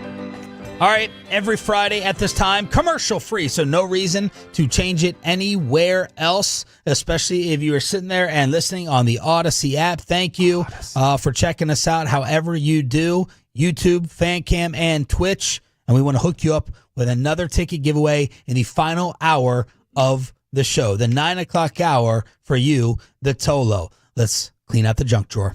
Did you know that Benjamin Franklin invented the junk drawer? Junkin! Bobby Bell, for days and days and days, has been dying to talk about politics. Oh, baby. I don't know that I've been dying to talk about it, but I mean, I probably did my me thing, and I screwed something up. So we had started talking about this during best and worst of the weekend. It was a nice, quiet Father's Day. There were no issues, unproblematic, no surprises. I didn't even pick dinner that night. It was exactly what I wanted it to be. But then I decided, I was like, you know what? Let's randomly just push some buttons. I don't know why. I got an idea in my head. A bug crawled in my brain and said, you should do this. And I was like, all right, let's do it. And I just was talking to Kristen, and I was like, we don't talk a ton about our political thoughts and beliefs. But I've always told her, I think we're probably more separate than she believes, because we've never drilled down on a bunch of different issues. So I was like, I'm going to have you take this political quiz. It's called I Side With. And I was like, all right, go fill this thing out. There's a bunch of questions on it on a bunch of different topics. It'll tell you really quickly how close we are. Mm-hmm. Well, she did a couple of the topics. Other ones, she's just like, I'm not answering anything about that because I don't know that subject well enough. I'm not going to give that one an answer. And so she went through, picked and chose, and then I filled mine out. And we were different. We had different results, not wildly different, and it wasn't different enough for me. So I was like, you know what? I need to really show you. In order for this to be really accurate, I'm going to answer only the ones you answered. So I went back and answered only the ones she answered, and I was like, see, look, we're more far apart now, and this did not sit well with her. Not that we were far apart, but that she was like, why are you making such a point of trying to show we don't think the same on things? Mm-hmm. I was like, it's like you're trying to separate yourself from her. Yeah, it's almost like she was just like, hey, here's the political, which I'm not generally political line guy like others are. Yeah. And she's not typically political line girl. I think that's why she thought we were kind of closer, which we're I would say we're probably 75-80% the same. But I think she thought we were more like 99. And so this was an unnecessary bitter fight that I guess I kind of picked. It wasn't even a fight. It was just, she got mad. She got irritated with it. And I was like, I don't even know why I did it. I needed to know. I was curious. Yeah, why doesn't she doesn't know by now that this is what you do? Your brain just wonders. And literally wonders. You just come up with these stupid, useless projects, and you're not maybe trying to pick a fight. You're just like, I thought of this. Let's do it. You like to do exercises or, mental exercises. Mm-hmm. I think it's easier for her to see that when she takes it seriously with someone else. Yeah. When it's with her, she's like, you should. I think for her, she thinks you should be able to break your habit, here. I'm not a bit. Yeah, her line always used to be whenever I would like start a bit on her or I'd be joking or say something. The thing she always used to say to me was, she's like, "I'm not Twitter. Don't talk to me like I'm Twitter." Oh, and I was like, okay. And so I got that a lot early on. But that's I just want to know. I need to know with Choppy. I had to send it to Choppy over the weekend. I was like, here, go fill this out. And of course, because I knew I didn't even bother asking you two, Sean and Peyton, because I knew y'all wouldn't fill out. I knew if I sent it to Choppy, he'd be like, all right, and he'd do it, and he did. And Peyton probably would have done it. Peyton just copies mine. Tracking. That's right. Yeah, I didn't need to get Peyton's results. Yeah, exactly. So I'm more different from Chop than I am from Kristen. Oh yeah. Okay. Is there one thing y'all fight about big time? Like subject? Yeah. There's stuff with education we completely disagree on. Okay. That she's. And what's the left versus right study that you found? Like the left who hates who more? Oh yeah. So this is something that if you've ever wondered, like, all right, Democrats and Republicans, they seem to hate each other, and it's like Kevin Hagelin is dying to be in here right now versus 940. It's like fighting cats and dogs. Is a lot of times like, they just go out and well, it turns out one of them doesn't like the other. Either cats don't like dogs more, or dogs don't like cats more. I don't know which one's which in the analogy. But new research has found that Democrats hate Republicans more than Republicans hate Democrats, which is what I kind of have always I called that thought. I've always thought the way, if I was going to boil it down, I've always thought Republicans think Democrats are stupid. Democrats think Republicans are evil. Is generally how I think that those two would summarize each other. And you don't generally hate stupid if you think somebody's stupid or soft. If you think somebody's evil, you generally have a very visceral, emotional anger and aggression towards it. Yeah, that does not surprise me whatsoever. I would have predicted that. Yeah, Democrats hate least surprising thing. That'd be the least surprising poll result I think we could have gotten out of that one. All right, junk drawer here on 105.3 The Fan. Did you see that ChatGPT is melting your brain? Oh. MIT completed a brain scan study of ChatGPT users. Bobby. Now, has ChatGPT become the Kleenex of all AI? Now translate that to people. Okay, so the like Kleenex of all AI. Kleenex is a brand. Oh, Kleenex. Kleenex is a brand, but everybody says, hand me a Kleenex. Yeah. Even if it's a Puffs. Okay. It's Coke. Hey, what do you want? I want a Coke. All right, you want and you go grab a Dr. Pepper. Right. But you're saying you're still saying I'm gonna go get a Coke, and you go in the fridge and grab a Sprite. Right? Whatever. Yep. So has ChatGPT become that? Everybody just says Yeah, ChatGPT is code for AI algorithm that will do that sort of thing. Yeah. So obviously AI is a useful tool for productivity. But this brain scan study is showing that it's actually making you cognitively bankrupt. A 4-month study of data shows that, basically, your brain waves are shrinking because you're using this form of technology and instead of using your own thought. Right. And it's making us dumber and making us our brains kind of, I don't say shrink, but you're not exercising. You're not exercising your brains. Makes sense. It's like the autonomous vehicles. Like if a car's driving you around and then you pick up the thing, you try to drive again in 6 months, you're probably not going to be sharp. Right. So I typically use it for organizing data, basically, is how I'll use it. So if I'm doing some research project, I'm like, I want to take this, group. I'll put it in there and go, hey, group this by this topic. So that then it'll spit everything out for me and I don't have to put it all like data entry into a spreadsheet or something. That's typically how I use it. But it does, I've wondered if even that is a little bit am I cutting corners on my brain a little bit? I'm not asking it to think for me. A lot of people do use it that way. And that's a danger, I think. But typically I'll use it to try and just sort data. But I've wondered if even that would mess me up. One of the studies found that there was a 47% reduction in brain connectivity by these 18 to 39-year-olds who have been using ChatGPT for the last 4 months. And they kind of equated it with if your computer lost about half of its power, you'd say it's broken. What about if your brain lost half of its power? What do you call that? And that's the problem that they're running into. I argue with it a lot. Your brain or with ChatGPT? Yeah, with ChatGPT, but then I argued it into some weird Matrix world where it admitted to me hey, sorry, I'm a reflection of you. I hope you know that. The other day, I haven't messed with it since. It's been very upsetting to me. My life can finally resume as my wife has gotten her beloved stuffed animals as an adult. Labubu. Oh, baby. Is in my home. The girls were so excited when they heard Kristen's phone and it was playing off her getting it. The girls ran over there to see. Yeah, Kristen on her trip texted us some pictures of Labubus, and I was like, watch this. She's going to do something sweet. She's going to bring you back one. She might even bring you back two. She did not. So Kristen, I was like, was it Lafufu? Those were the fake ones. Lafufu was or the was fake. it legit Labubu? She's got a history of sending. I don't know. She's got a history of sending. I thought you said Lafufu was fake. Lafufu was fake, but Kristen on her road trip with the girls sent us.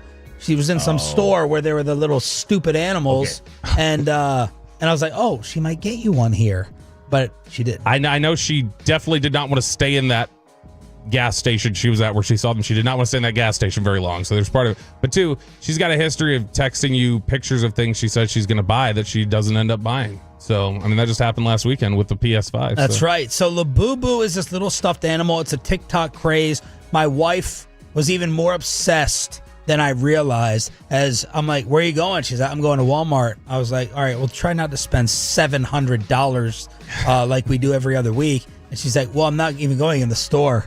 I'm meeting this girl in the parking lot. I found a girl. A dealer. A dealer. I said, what are you doing? Like, what are you going to do with this thing? You're almost 40. What do you want a stuffed animal for? But it's TikTok. The TikTok influence. She's like, I'm going to put it on my purse. I was like, I'm not buying you this level of purse for you to put a stuffed animal. It's going to look dumb. It's going to look stupid. She's just like, I'm going. I said, did you vet the girl? Like, what type of girl's walking around, driving around with a van full of 20 stuffed animals? Like, probably someone you don't want to be talking to. She comes back home with her 2 boxes, and she got to set up her unveiling. And I'm like, how do you know they're even real? How do you know it's not a Lafufu and it's a Labubu? This girl starts breaking down the separation between the ears, the toe details. I said, how much have you been watching? How much have you been scouting these things? And she said, yeah, I know they're legit. I know that they're real. So I think she ended up getting them for $40. I think it might have been 40 a piece. Oh my God. And they go retail for like 20 a piece. So she paid 40 over, and she's so happy. Although I haven't seen her hold it, I don't know where the things are, but we have the Labubus in our home. So check that off of TikTok. Screw you, whoever's making these. The fact that she could tell a fake one. Yeah. There are people who can't tell a fake purse. Right. So this is good evidence though for the argument that's been out there of just like, hey, we gotta regulate TikTok. Look at the power it has, because she was laughing at it at first. Well, two things that I've been dead wrong on in my life was bottled water. Because I grew up in the country with well water. Yeah. Literally well. We had well water too. And I'm like, why do you need bottled water? Like, water out of the faucet's amazing. It's fantastic. Then I moved to DC and I was like, okay, I get it. Like, this is Reetma water. And then the second thing was the social media influencer. When I had first heard Kim Kardashian's getting paid $1 million per post, I'm like, this is so dumb. This is so stupid. I was dead wrong about it, because whatever influencer got my wife's brain to infiltrate and cross the wires that a 40-year-old woman would want stuffed animals to put around her Coach purse, it's worth it. You got to get the next thing is like the TikTok shop and the drop shipping. The amount of high school kids making 60, 70, 80 grand a year on drop shipping and TikTok shop. Wow, man. The TikTok shop is not anywhere that I even go. Typically, in fact, if I see the little note at the bottom of the TikTok and it says creator earns commission on this, I will swipe past the video. I won't even listen to the rest of what they're doing, because I'm like, you're compromised. I don't need to see that. And I know how much money I blew following fat kid deals on Twitter for so long. Oh, yeah. Where I was just like, were the I'm deals gonna get that great? Yeah. Yes. There was, and you go like, I would use Woot.com. Woot was great. Woot was like that. And you would buy something and you'd be like, I definitely use it. And then it gets there, you're like, I'm never using this. Like, is ever. Woot a thing still? I don't think that Woot is a thing anymore. We talked about politics. Why we might as well just mix religion in there too. Man. What a Friday. Millennials are abandoning organized religion. A new study is trying to provide insight into why. So this is something that actually has been, we are all, except Choppy, we're all millennials here. Me, you, and then Aiden, I think, is Gen Z. But millennials are abandoning organized religion. And this is a trend that's been going on for about 15 years, where they've called them the rise of the nuns. N-O-N-E-S, not nuns like the ones Chop grew up with. This is the nuns who are just like, I affiliate with nothing. I believe in this, but I affiliate with nothing. So it says that spiritual is the new thing. So it's the old I'm religious or I'm spiritual, but I'm not religious. And it's proving that religion, specifically the organized nature of it, is more and more just not their cup of tea. And I've honestly never understood the spiritual but religious crowd. I feel like generally that's somebody who you believe in a being, like a higher power. Like the idea of you're going to be judged one day. Not just that, I think that most of the time when somebody is spiritual but not religious, what that generally means, I would bet 9 times out of 10 if we look in their background, they were raised in a certain religious structure. Mm-hmm. They came up out of it, didn't necessarily agree with it anymore, but there is still some upbringing guilt of I've got to be aligned with something that says I'm not going to just not acknowledge it because it was ingrained in me that this is what it is. But spiritual but religious is now the new preference, it seems like, for millennials. Look, I firmly believe the reason I haven't murdered somebody is Catholic guilt. That's honestly what what I'm talking about. The idea of just run somebody over. They're you're in my way, plow through them. I think Catholic guilt is half. They don't want to say they're agnostic. Is essentially what it is. But your kids actually really got into religion for social hour. I think it's social hour. That's my whole problem. I have you want to go to rabbit hole? Social hour. My whole problem with the youth church camp, not camp, but Wednesday night it's church night. I just think half these churches are using these kids peer pressure to get friends together to get them into the church. Now to force the parents to go to get us to start tithing. I think that's good. I think you're get everyone together. You're doing religion under false pretenses. Okay, no, you're 100% right. Churches do they will talk about church strategies a lot of times is to reach children that then pull the parents in. That's 100%. But this is very cynical to just think I need your 10%. I think a lot of it is because a lot of modern day individuals don't even tithe, even if they do go to church. They pass the bucket, right? Yeah. Do your kids quote and live by what they've been learning over the past couple years? No. I'll tell you the break. What Julian asked me, the latest sexual question he asked me. I'll tell you what that is in the break. Did they find another drawer? He did not find another drawer. Do they still get on you for taking God's name in vain like they were for a little bit? No, not really. Not really. They don't quote it back to me. But they're there. They go. What do they do in the social hour at church? Or what does the church set up? They play basketball. Oh. They have their little circle groups. Yeah. Right. But they'll do activities, songs, basketball, football, whatever. Yeah. It's social hour. And you're not thrilled with this. It's just to me, church should be boring. You should go for 1 hour on a Sunday. You should be miserable. Mom should not even give you a certs mint. All right, because you can't eat 1 hour before communion. Okay, that's what church should be to me. It's the Junk Drawer every Friday, commercial free with the Tolo ticket giveaway. We'll have our final one in the 9 o'clock here on Sean and RJ. Choppy did not love the Rangers series, but he does love where America's pastime is headed. Diamond Cavs is headed your way on the home of the Rangers next.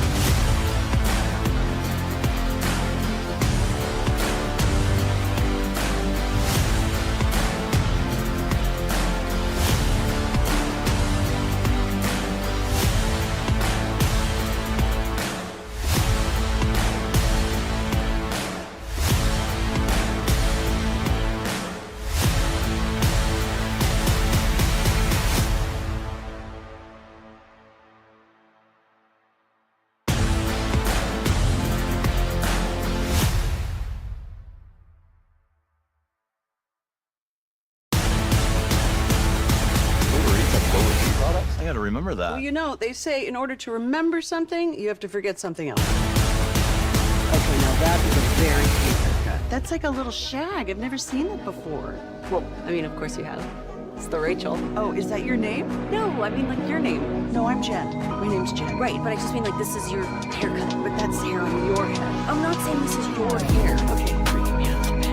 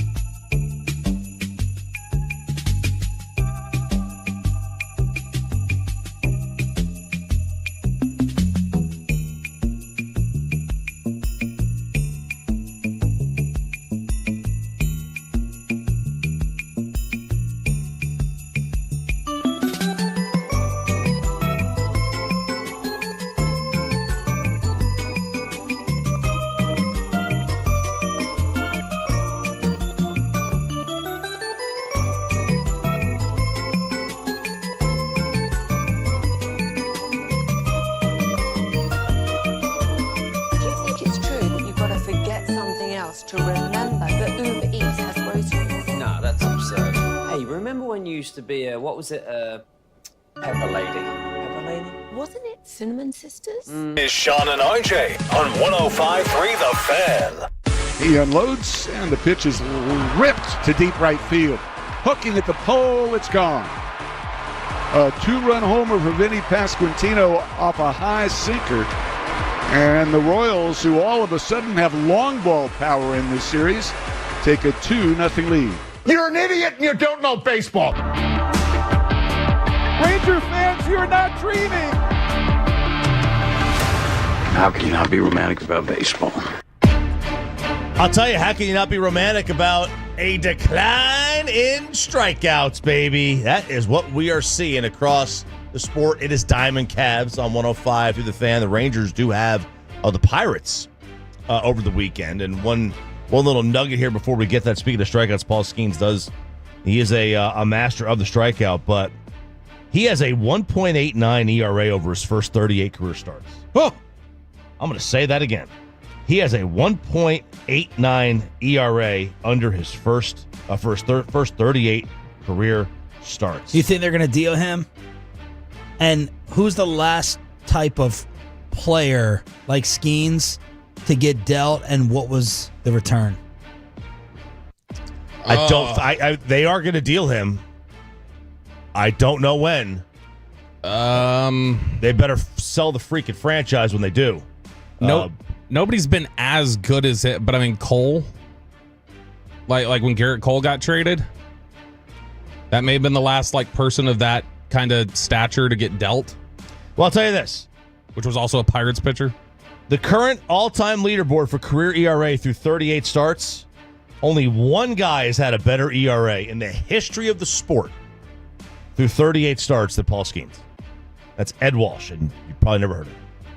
We are talking about an amazing start to a career. Yeah. And the guy can't buy a win right now because the team scores no runs for him.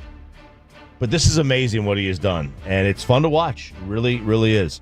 But speaking of strikeouts, and this is where the long ball era might be dead, or at least it's declining.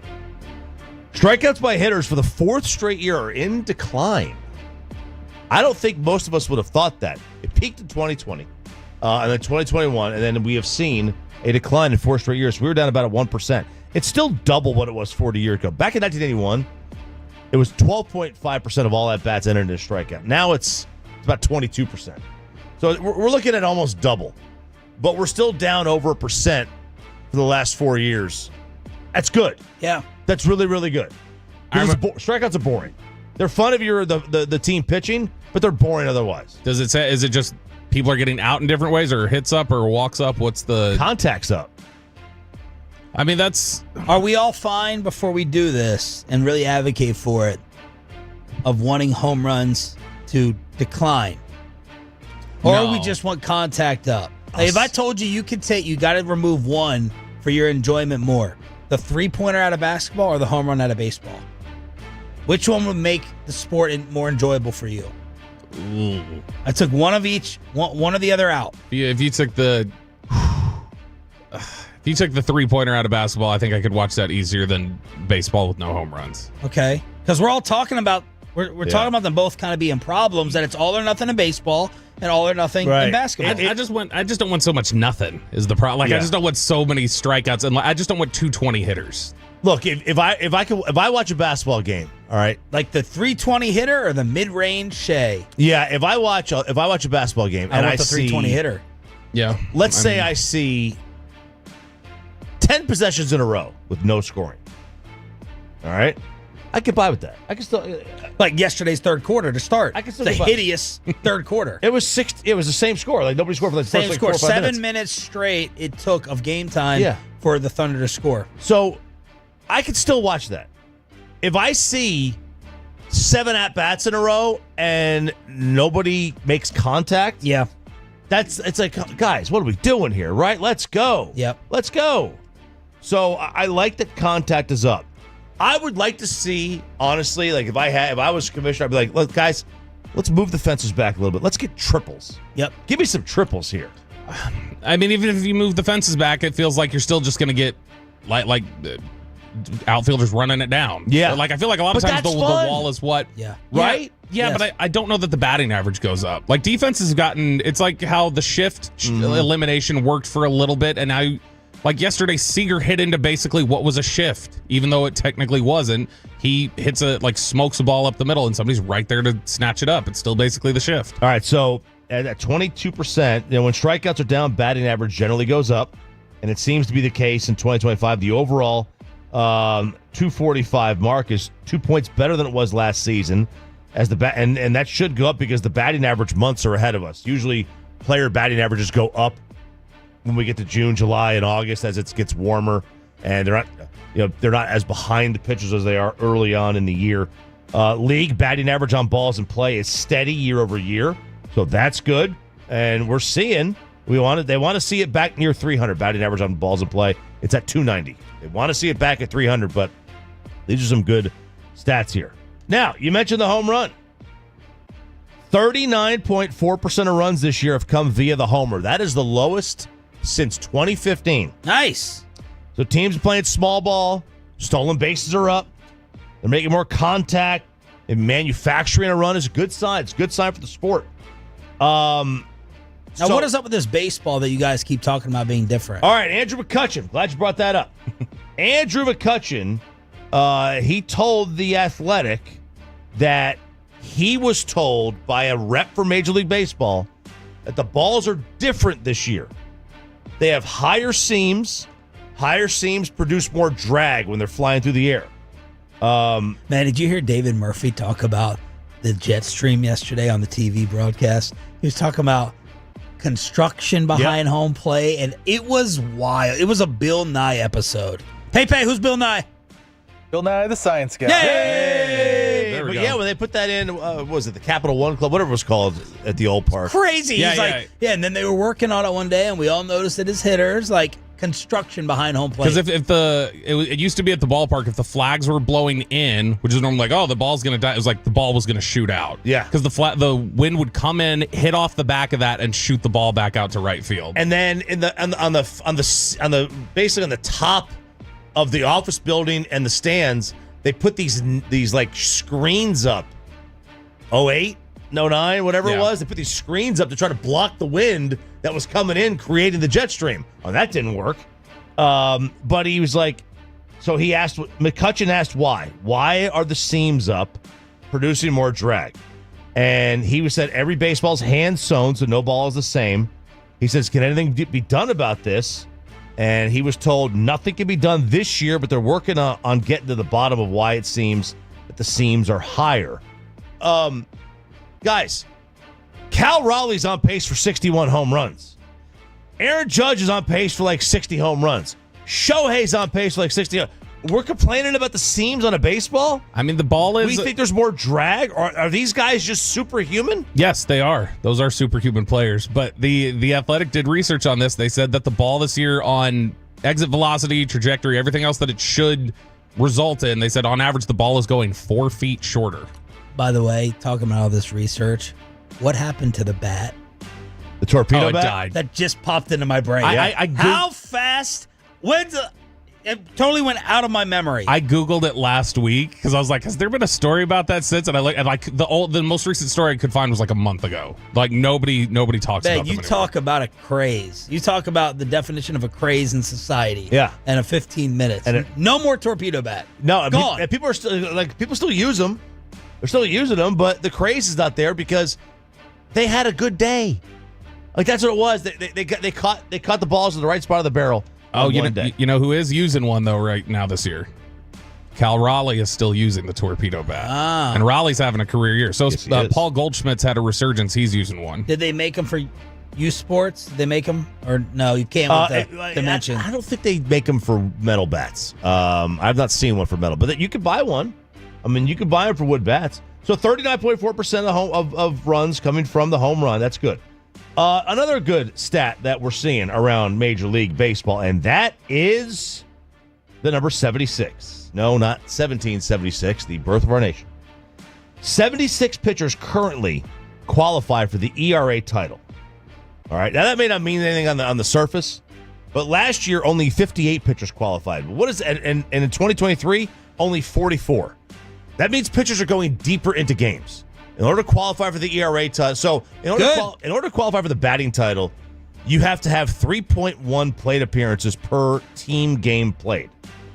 So if your team plays in 100 games, you've got to have 310 at-bats to qualify for the batting title. ERA title is different. You got to have X amount of innings to qualify for the ERA title. Now, the last time we were in the 70s was 2016.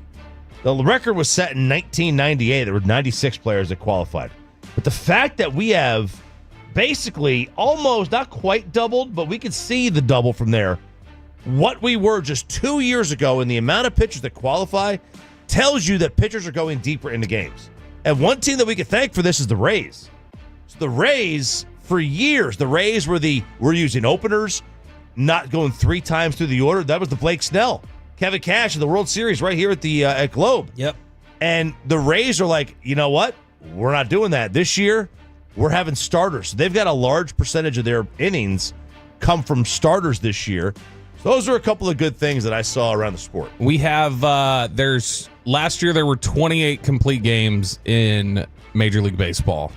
And so far this year, which we're not halfway through the year yet, but they are up to 16 complete games. So that's on pace for a few more this year. So yeah, I mean, we're getting more complete games so far. I mean, Framber Valdez already has 2 this year, which would have led all of Major League Baseball last year. Yeah, I mean, to go through a whole season and have one guy lead the league with 2 complete games, that was a month for pitchers 30 years ago. Oh yeah, I mean, 40 years ago. Gosh, Nolan Ryan had one year where he threw like 20 or something. Like, I mean, it was absurd. And so yeah, it doesn't come around anymore. They just don't do it that way anymore. Diamond Cavs on the home of the Rangers, where yesterday they were swept for the first time at home by the Kansas City Royals, who had come in losing 6 straight. Rangers were no hit through 5 before Wyatt and Simeon broke that up. Positive, Marcus has an 11-game hit streak. Jacob Latz did what he could, but the Rangers back under 500 before the Pirates. Yeah, and now hopefully you get right with the Pirates, but you still got to get the bats going. And I don't care. Again, I don't care if they get right against the Pirates. Yeah. If they sweep. I've sold on this current team being a playoff contender or making it there. And then the Royals were a team that, like, there was expectations. There was expectations on them coming in. And, I mean, they made the playoffs last year, and they were a chic pick to go and maybe upset the Yankees in the opening round. And they haven't had the kind of year they had hoped for. But here they come in, and this wasn't really even a close series. There's still, I was just looking through this, there's still nobody close to Texas on runs allowed this year, and they're under 500. The closest team to them, the Mets, are 11 runs more than When's Texas the last time we've had a group in DFW wasted this much? It'd be like if you had a number 1 shutdown Cowboy defense averaging 13, they don't get any offense, or an offense for the Mavericks with 0 defense, or with the Stars. Yeah. I'm wondering when's the last time, Fantex, that you can recall something like this being wasted. Probably one of those early 2000s Mavs teams that was like the best offense in basketball a lot of times, and they could not stop anybody. Diamond Cast with Ralph James Choppy on DFW Sports Station. Thanks for being a Tolo. That stands for Turn It On, Leave It On. Much to our surprise, the NBA Finals are still alive. Have you been watching? We have the numbers to show the truth. And a happy birthday to Dirk next on The Fan. But a happy birthday to... Nutmeg maybe? No. Just said that. Just a spice, yeah. Doesn't sound right. What's it sound for?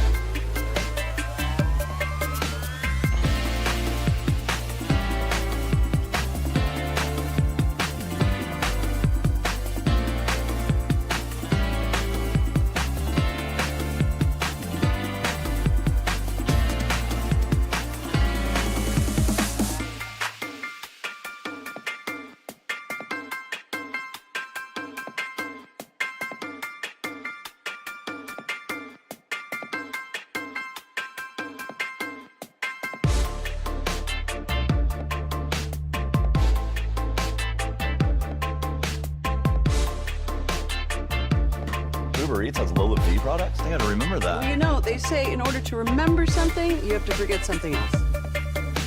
Okay, now that is a very cute haircut. That's like a little shag. I've never seen it before. Well, I mean, of course you have. It's the Rachel. Oh, is that your name? No, I mean like your name. No, I'm Jen. My name's Jen. Right, but I just mean like this is your haircut. But that's hair on your head. I'm not saying this is your hair. Okay.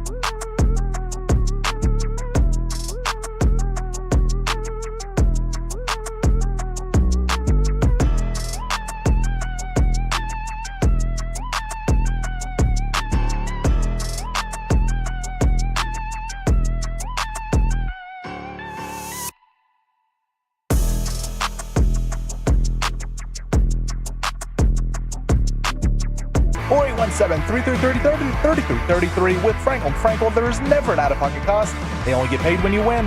Frankel & Frankel, the go-to contract attorneys in Dallas. The magic carpet ride for the Pacers is not over. They'll play for an NBA title on Sunday night in Game 7. An absolute beatdown last night. The Indiana Pacers forcing Game 7 on Sunday in Oklahoma. Good morning, Metroplex. Happy Friday to you here from Sean, RJ, and Bobby. This was a 30-point game. At one point, it ended up a 17-point win. And here we go with the Thunder favored by 8.5 at home. I'm the only one that is picking Indiana, but I've changed my mind 13 times about the series so far. I just want to see what happens with Shea and Jalen Williams in their moment because all the pressure on them. Yeah, this is, look, I mean, if Indiana would have won this series when it was 2-2, like a lot of people I think would have, it wouldn't have been this historic meltdown. Like we knew already, like they were competitive. They had shown what they'd done.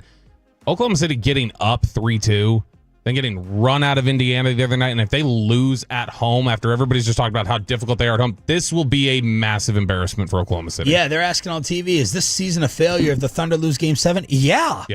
1,000% it's a failure. No Absolutely. doubt. Yeah, generally, you're up 3-2. You got two chances to win, and one of those is at home on Game 7. It's absolutely a failure. With Tyrese Halliburton compromise, which was total BS, which I told you 2 games ago. 2 games. Here's Tyrese talking about gutting it out. It's the finals. All of us got to give everything we have. I give everything I have for this group in this locker room. So just trying to come out here and play the best of my ability. My guys have had my back all year, and especially tonight, and that means the world to me. What do the ratings look like? Not good. Game 5 ratings are out. They finished with under 10 million average viewers. It was down 22% from Game 5 between the Celtics and the Mavs, which that was a closeout game that the Celtics had owned that series. This is a like 2-2. This is going to be pivotal game, and all they could draw in there was 9.5 million viewers. 9.5 million? Mm-hmm. All right, so go back to last year. The lowest was 9.6. Other than that, everything was above 10.9. Previous year, Nuggets Heat 5-game series, the lowest was 10.4 million. That's pretty low. If you go to baseball, the Rangers Diamondbacks World Series was the highest they had was 11.4. That was Game 5, but other than that was 9.1. Last year, the lowest was 13 million. 13 million. And the previous year, the lowest for baseball was 10.7. So we are talking about being off the pace. This is bad. This is bad. Well, people have been missing out, in my opinion. This is probably because I'm betting every which way possible through Underdog.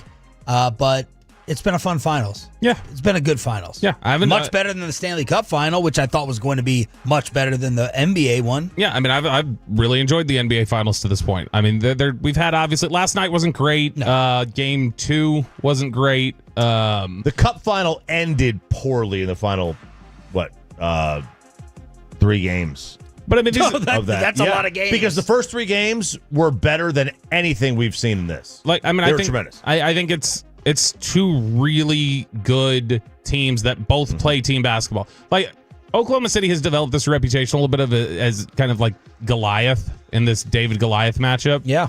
And I think a lot of people typically think of those teams as like, oh, super team, or you don't play the game the right way. Oklahoma City plays basketball the right way. Yeah. Like, they play really good team basketball. They're really fundamental. They're really sound. Defend. Yeah, they defend like crazy. And in fact, they were a better defensive team by far all year than Indiana was. And it's one of those things that when you're watching this, you're seeing 2 well-coached teams that play team basketball. It's just right now, Oklahoma City has come up short in some of these bigger moments than Indiana has. Is this just another example of the WNBA not getting it as star, and she is a star in the WNBA, Kelsey Plum. Plum or Plume? Plum, former girlfriend, I believe, of Darren Waller. She was not thrilled with some autograph seekers. Nope, she was not thrilled at all. Kelsey Plum, bad look. So she is heading to the bus. What's wrong? Nothing. I'm just enjoying Sean recognizing sometimes the door needs to be closed. So she is heading towards the team bus. She's walking. She's got her stuff in her hand. And she comes up on something that I guess she hasn't seen before. Even though she's been a professional athlete for quite a while. A fan? An autograph seeker. Oh, you're serious? The bus was right here. So you're going 2 hotels here. Right. Don't you find that kind of weird? Low-key? Like, low-key, come on. A little, but Okay. I'm really turned off right now. I'm just a fan, though. I know. I appreciate that. You signed one? You put my name on it. Awesome. I signed one. And she signed one. Yeah, she did sign one. After calling him weird. Don't you find that weird? Low-key weird. And I'm just like, look. You like that? Yes, it's weird. Yes, it's probably creepy for a grown man out there looking for autographs. It probably is. Okay, well, don't complain about all the other. Don't complain about everything else then. If you Right. don't want fans and you don't want the things that come with that. Nobody should be camped out as a 50-year-old man looking for an autograph. But you can't have it both ways. You can't say you want more money and you want more fame, you want more ratings, and not accept all that comes with it. Like, either live in obscurity with crap money and have to go play in Russia to make $30,000 a month in the off season, or embrace the fact that you have people that now want to get your autograph. I'm going to defend Kelsey here. I think this is a little bit of an unfair look. I don't know how hard it is to defend her. She can ball. Wow, she's good. She can play. And I feel bad talking bad about her because I love her. Okay. She's without question my favorite player in the league. So has the rest of the league screwed up the Caitlin Clark moment with their jealousy? Yeah. Is Angel Reese and others delusional about their product and quality of play and how much people care about everyone else not named Caitlin Clark? Yeah, they're delusional. Like, they're delusion running rampant. I don't know if that means every single time that Kelsey Plum or someone doesn't want to give an, because we're going to do this now. Anytime someone, she still did give the autograph.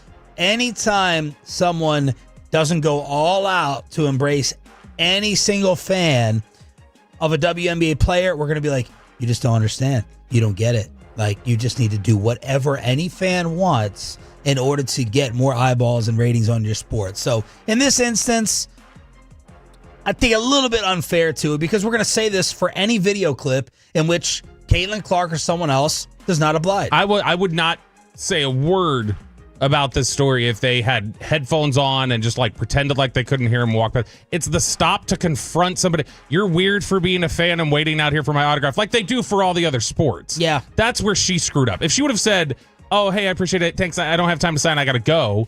I wouldn't have killed that. Like, she doesn't have to sign, but to like basically stop down and go like, I'm going to lecture this guy for being weird, for knowing that we're here at the hotel because the bus is here. It's like, this is what comes with it.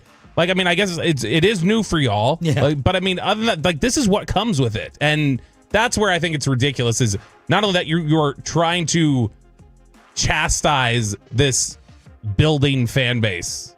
Yeah, look, I mean, if there's 1,000 people out there, you're obviously not going to be able to get to all of them. Even if there's 30, you're not going to be able to get to all of them. This looked like one guy.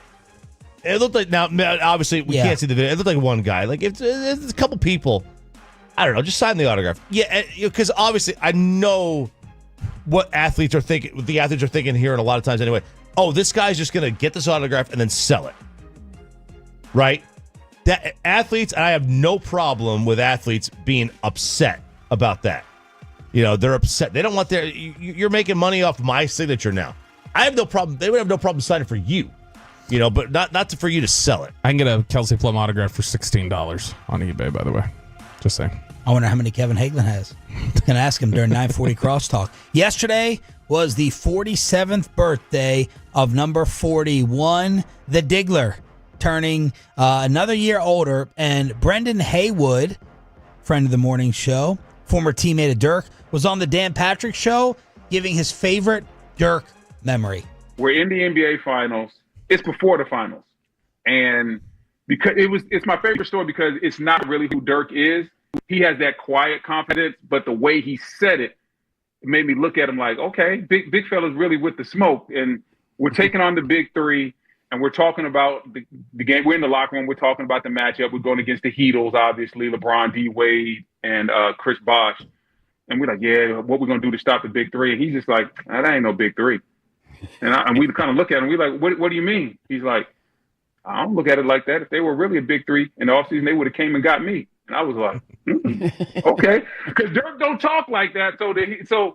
And he really meant it. And at that time, I didn't know he kind of had like a simmering beef with D Wade from 06. And the guys kind of caught me up on it. Like, yeah, he don't really have no love for D Wade. And so like to see Dirk in that space and then to go out there and do what he did in the finals, man, that's my favorite Dirk story because him talking like that is out of character for him. And I like him in that space. I had not heard that one. I bet you thought when you first heard it, finals, Heatles, the sick thing, the coughing, I had not heard that story. How about the Dirk swag? That ain't no big three. They did not come and get me. Was he available? Or was he a free agent, I should say? That all season or at that time? I can't remember. He was a free agent, I think, after the lockout. Right after that year. I think Dirk, when he won the title, was a free agent. He might have been. The thing with Dirk was like... he gave them a couple breaks. No one ever was like aware when he was a free agent because it's like, well, he's going back to Dallas. Yeah. But like no one ever felt like that was a thing. And so he was always there. But man, you always hear... There's chatter from people in the league. They'll talk about just how he's got some swag to him. Like he had the... Can't remember who it was in one of those athletic articles about NBA trash talk. And somebody had said Dirk's go-to line was always like, you better learn Mandarin because you're going to Beijing. Oh, he called people burgers, I think. Burgers was his other thing. Like he was low-key an S-talker. Low-key. Kelsey Plum. Low-key. Yeah. Look, there was no love lost between him and Dwayne long before the coughing incident. Long before. He said it was back to 06. It was. They had for years not been invited to each other's birthday parties. Game 7 of the NBA Finals Sunday night in Oklahoma. The Thunder favored by 8.5. I would take the Pacers and the points. What will we learn from the new Jerry Jones show? No, not the Netflix documentary, the cartoon. That's next in Below the Belt, right here on 105.3 The Fan.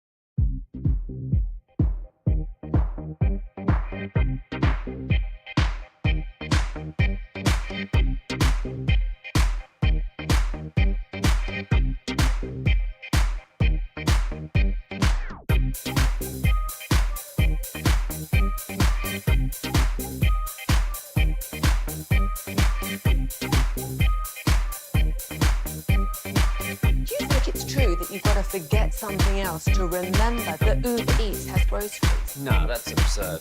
Hey, remember when you used to be What was it? Pepper Lady. Pepper Lady? Wasn't it Cinnamon Sisters? Asia Babes. Saffron Squad? Nutmeg Maidens? Paprika? No. Nutmeg Maidens? I just said that. Was it Spice Girls? Doesn't sound right. Was it Saffron Squad?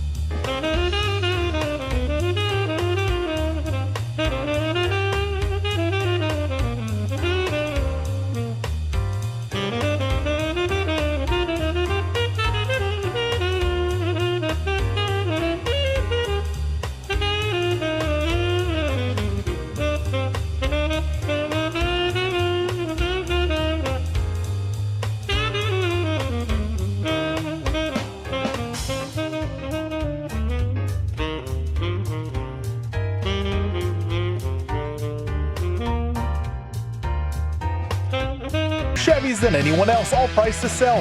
Visit ClassicChevrolet.com. This is Texas. This is Classic Chevrolet. Together, let's drive, relax, enjoy the difference based on new Chevrolet registrations 2023 and 2024. The great Bobby Belt. Bobby Belt is an idiot. Don't make me take off my belt. Don't make me No, take off no, my belt. we're not. Over to you, Bobby. Why haven't we heard more about this new Jerry Jones show? It's apparently been buried in the news cycle.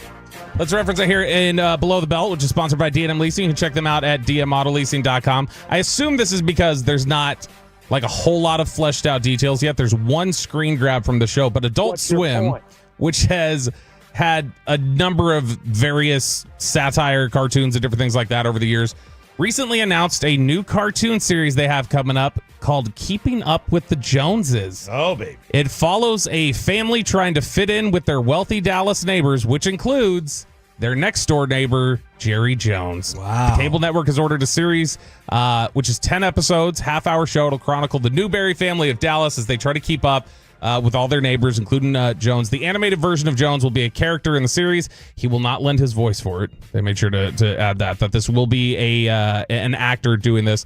But that's all the details that they have at the moment right now. But I'm kind of surprised. I like the play on words there that they're using, like to keep up the Joneses. Yeah, it's smart. It's a nice play on words here. But like we've seen him do the acting in Landman. We know the Netflix series is coming out. Not involved in this project. Not tied to that. Do they have to get permission? I don't think so. Sounds like a lawsuit waiting to happen. I don't know if you have to do that kind of, because I mean South Park has had Jerry on there before, like not Jerry obviously voicing it, but they've had like a version of him on there. But I do kind of wonder, even without the details out there, Jerry's always been Mr. Any publicity's good publicity.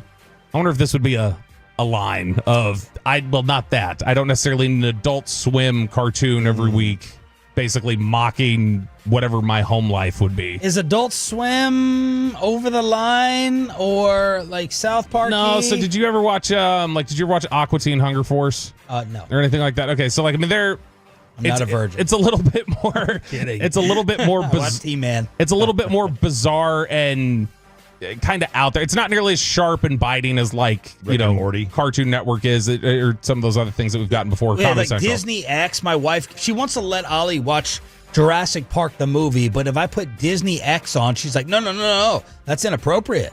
Like, Yeah. What are you doing? That's not for kids. Wait, is the X and Disney X like? I was wondering. Is that what that means? Like next level, like SpongeBob-y? Yeah, I think it's like for SpongeBob-y. Generation X, like that kind of thing.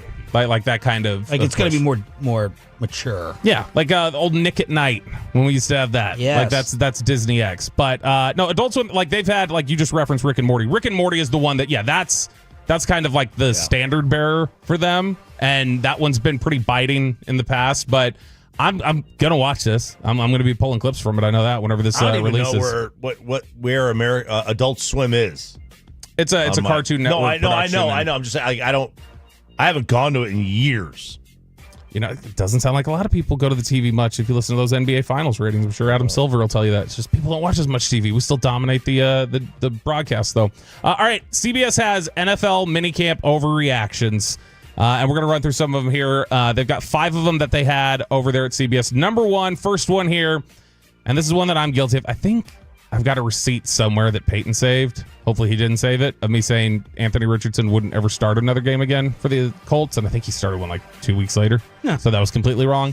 But Anthony Richardson will not be the Colts starter come week 1. Overreaction or not? Who's Daniel Jones? He's been taking first-team reps.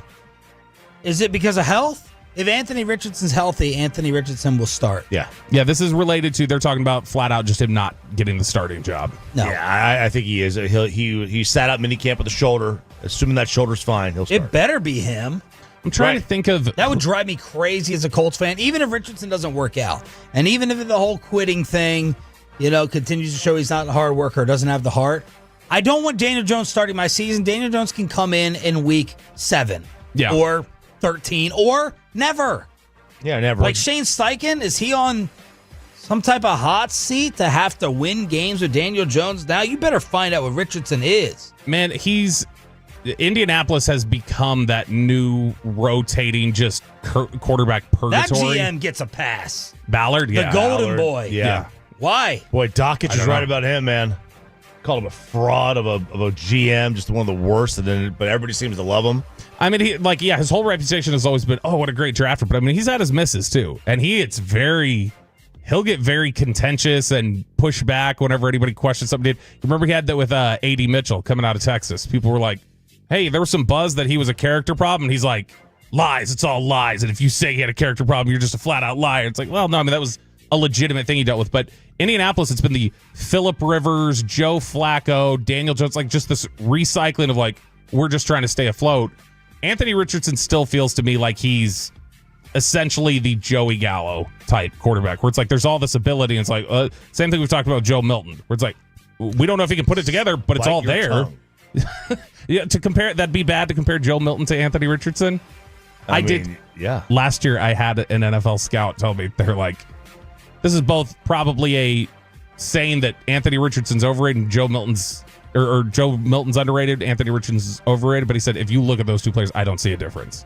He said they're the same player to me. I've discovered one of your sports kryptonites. Kryptonite? Yeah, kryptonite. Okay. You know what that is? Or Yeah. are you too busy watching Adult Swim? Yeah, No, Adult tell me, Swim. Virgin, go.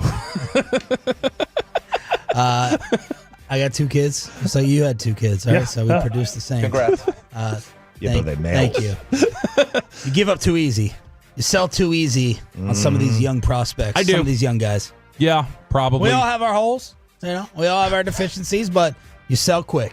I do. Yeah, like I probably more so. You already got Evan Carter in Frisco.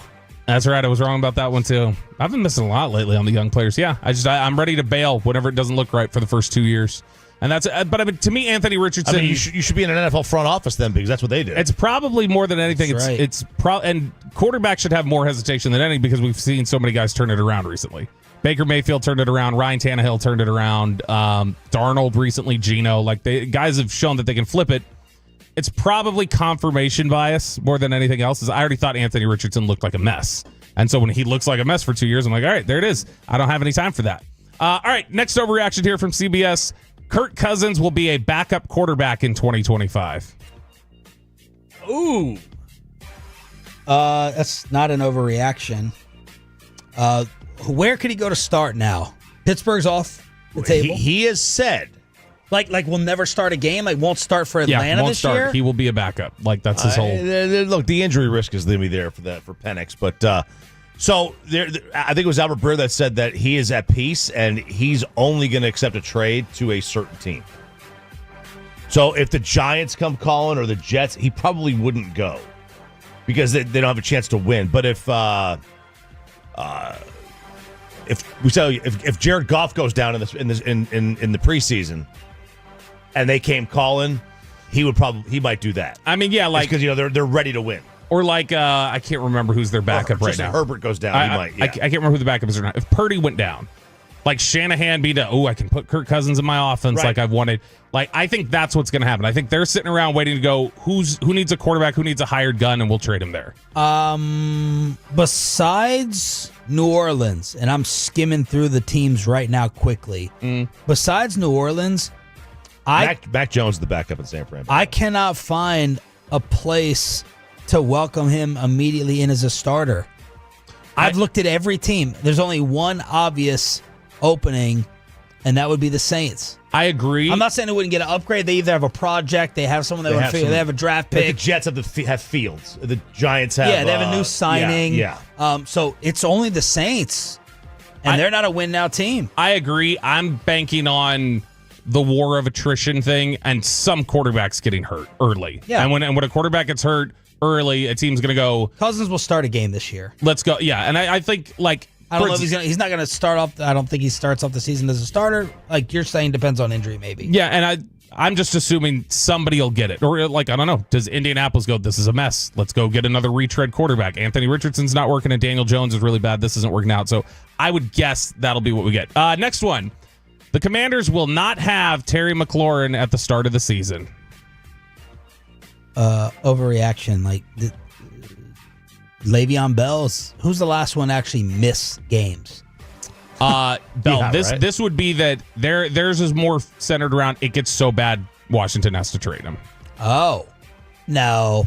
They'll figure it out. I would hope they would address this. You have a rookie quarterback. You can't be farting around with. He means too much to them, in my opinion, in terms of just being a good guy. You have a Redskin commander. Yeah, you're off. You're coming off your best season probably since you won a Super Bowl, right? Probably since the Rippin' team. You're coming off your best year since then, and you're gonna mess around. This is not the time for that. This is you finally. Well, it doesn't mean you give out dumb money. No, you brought up his age. I agree. It doesn't mean you give out dumb money, but you've finally curried favor with the fan base. Yeah. And when you have a quarterback on a rookie deal, you can make, I don't want to say dumb decisions, but aggressively financial. Yeah. Aggressively irresponsible decisions. That dude has put up numbers in a quarterback situation that nobody should. Yep. And so to me, and last year, what was it? His first year with Jaden, he had 13 touchdowns or something. Like he explodes as soon as he was getting competent quarterback play. So, to me, there's a handful of guys that you pay for what they're going to do, and then there's just like most of the guys you pay, this is what we think you're going to do for us. Then there's a very small number that you pay them for what they've done, like reward them for being a good soldier or for being. Dirk was paid at the end of his career for what he had done, and it wasn't for what he could do for them anymore. McLaurin's obviously got more time left, but there should be some of it as like, you've been stable in a really awful situation, and we owe this to you. I agree. Next one here, Travis Hunter should be a full-time player on both sides of the ball. No. Nope. Richard Sherman detailed this for me. That's all I needed to personally from me. That's what he did. Yeah, he called me up. I hope it wasn't him knocking on your door. He was not knocking.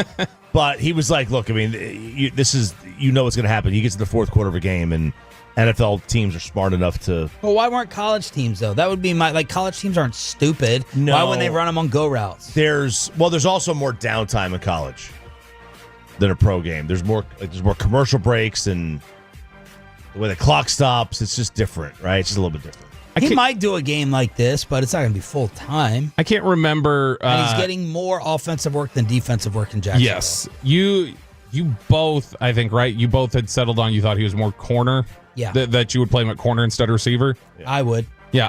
To me, I think that his athleticism can probably win easier early on at receiver than corner, where if he's not sharp. But to me, all the tools are there for him to be a really, really good corner. Last one here from CBS, NFL minicamp. That's a jersey you go buy. Yeah, absolutely. NFL minicamp overreactions from CBS. Last one here. The Steelers are a 10-win team with Aaron Rodgers. They're a 10-win team with everybody, so why not? It's not an overreaction because of what RJ just said. They win 9, no matter what anyway. Yeah, I think that they are, like you guys say, they're typically going to be a 8 or 9 or a 9-win team minimum anyway, and I think Rodgers is going to find a comfort there. And plus, he's saving the environment. He's giving pens back to trainers and stuff so that he doesn't waste a bunch. But yeah, I think 10-win team is pretty much a slam dunk for them with Aaron Rodgers there now. All right, there it is. Below on the home of the Dallas Cowboys. And what are the two new additions that they have, Bobby? Perrion Winfrey and Robert Rochelle, two guys who have been drafted in the fourth round of the last 3 or 4 years. High upside athletes, and we'll see if they can put them together. Who will be the biggest loser this week on Worst Take? Our brand new Friday 9 a.m. segment. RJ hates 90s rap. A Texas Ranger is getting love. And someone said Caitlin Clark is the most famous basketball player not named Durant, Steph, or LeBron. We need your Worst Take votes and our final concert ticket giveaway of the week next on 105.3 The Fan.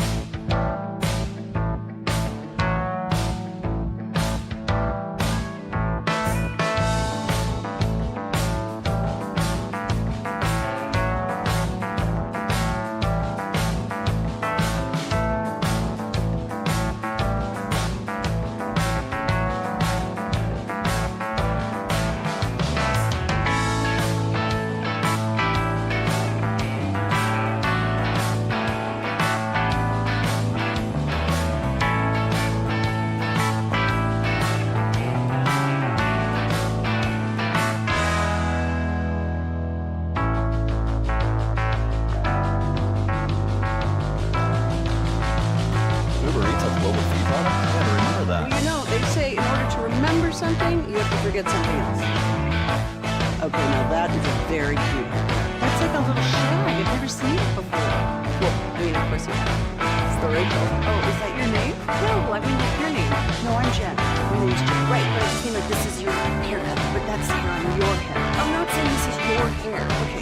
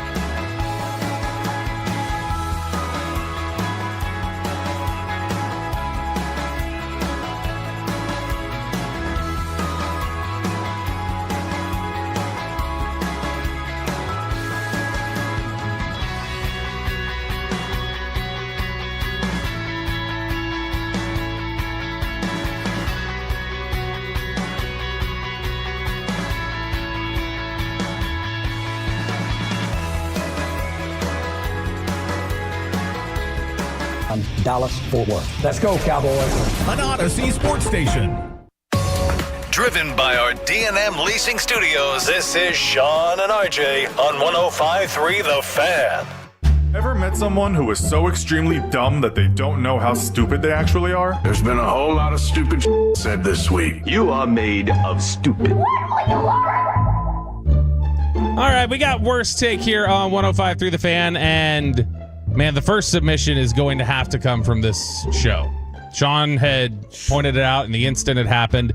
It's easily the leading contender today, I think. And you can let us know your thoughts on what was the worst take you heard this week on the Franklin Frankel Injury Attorneys fan text 877-881-1053, 877-881-1053.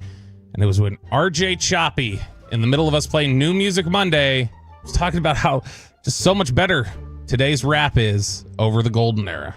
rap music is hip hop has just changed, kind of morphed. It's kind of like now it's just a relaxing sit by the pool, just listen to something very soft. It's way better than that crap you listened to from the 90s, Bobby. It was just too in your face. Wait, whoa. 90s modern hip hop so much better. Yeah, he hates the golden era.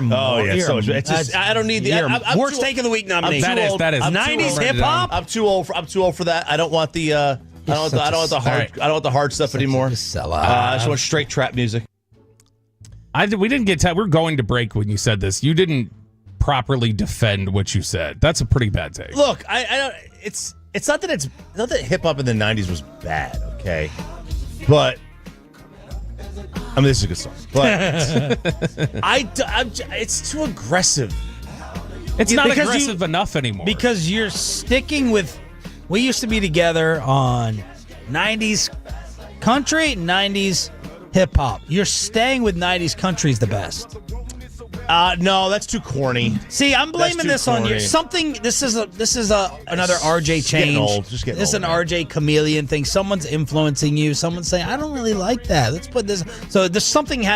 The investigation, musical investigation needs to happen here. I'm blaming Sarah. So I still think. So if you go 90s, you always love 90s country the most. I do. So you go. You like this teeny bopper stuff that I like. This little. Like a little generated fake stuff. So 90s country, 90s hip hop are like gold standard. Yes, there's no doubt. And then you get into that kind of forgotten era of the like 02 to like 2014 on both. 02, you mean like 2000 when Nas and Jay-Z were literally releasing like the biggest diss tracks of all time against each other? That was still gold there, right there. Okay, I think people when they think of like 02 to like 04 hip hop, they're not thinking that necessarily. I think if you start with like the golden era is early 90s, probably like 93, right around there, because that's when Biggie, Pac, Nas, everybody started coming out with their albums. And then you go all the way till about Eminem going into rehab and having a drug problem, like 04, 03, 04. That's probably golden era to me, I think. Okay, because then you get 04 and it's different. It's just a different kind of blend and era of it. And then you get to the more modern stuff. Your 2 Chainz, your 21s. That's the I could just sit there and listen to that and I don't get moved. Like I'm very chill listening to it and I like that. And then the modern country, the big and rich destroyed country music. And then it got kind of saved with your Luke Combs, Morgan Wallen at the end.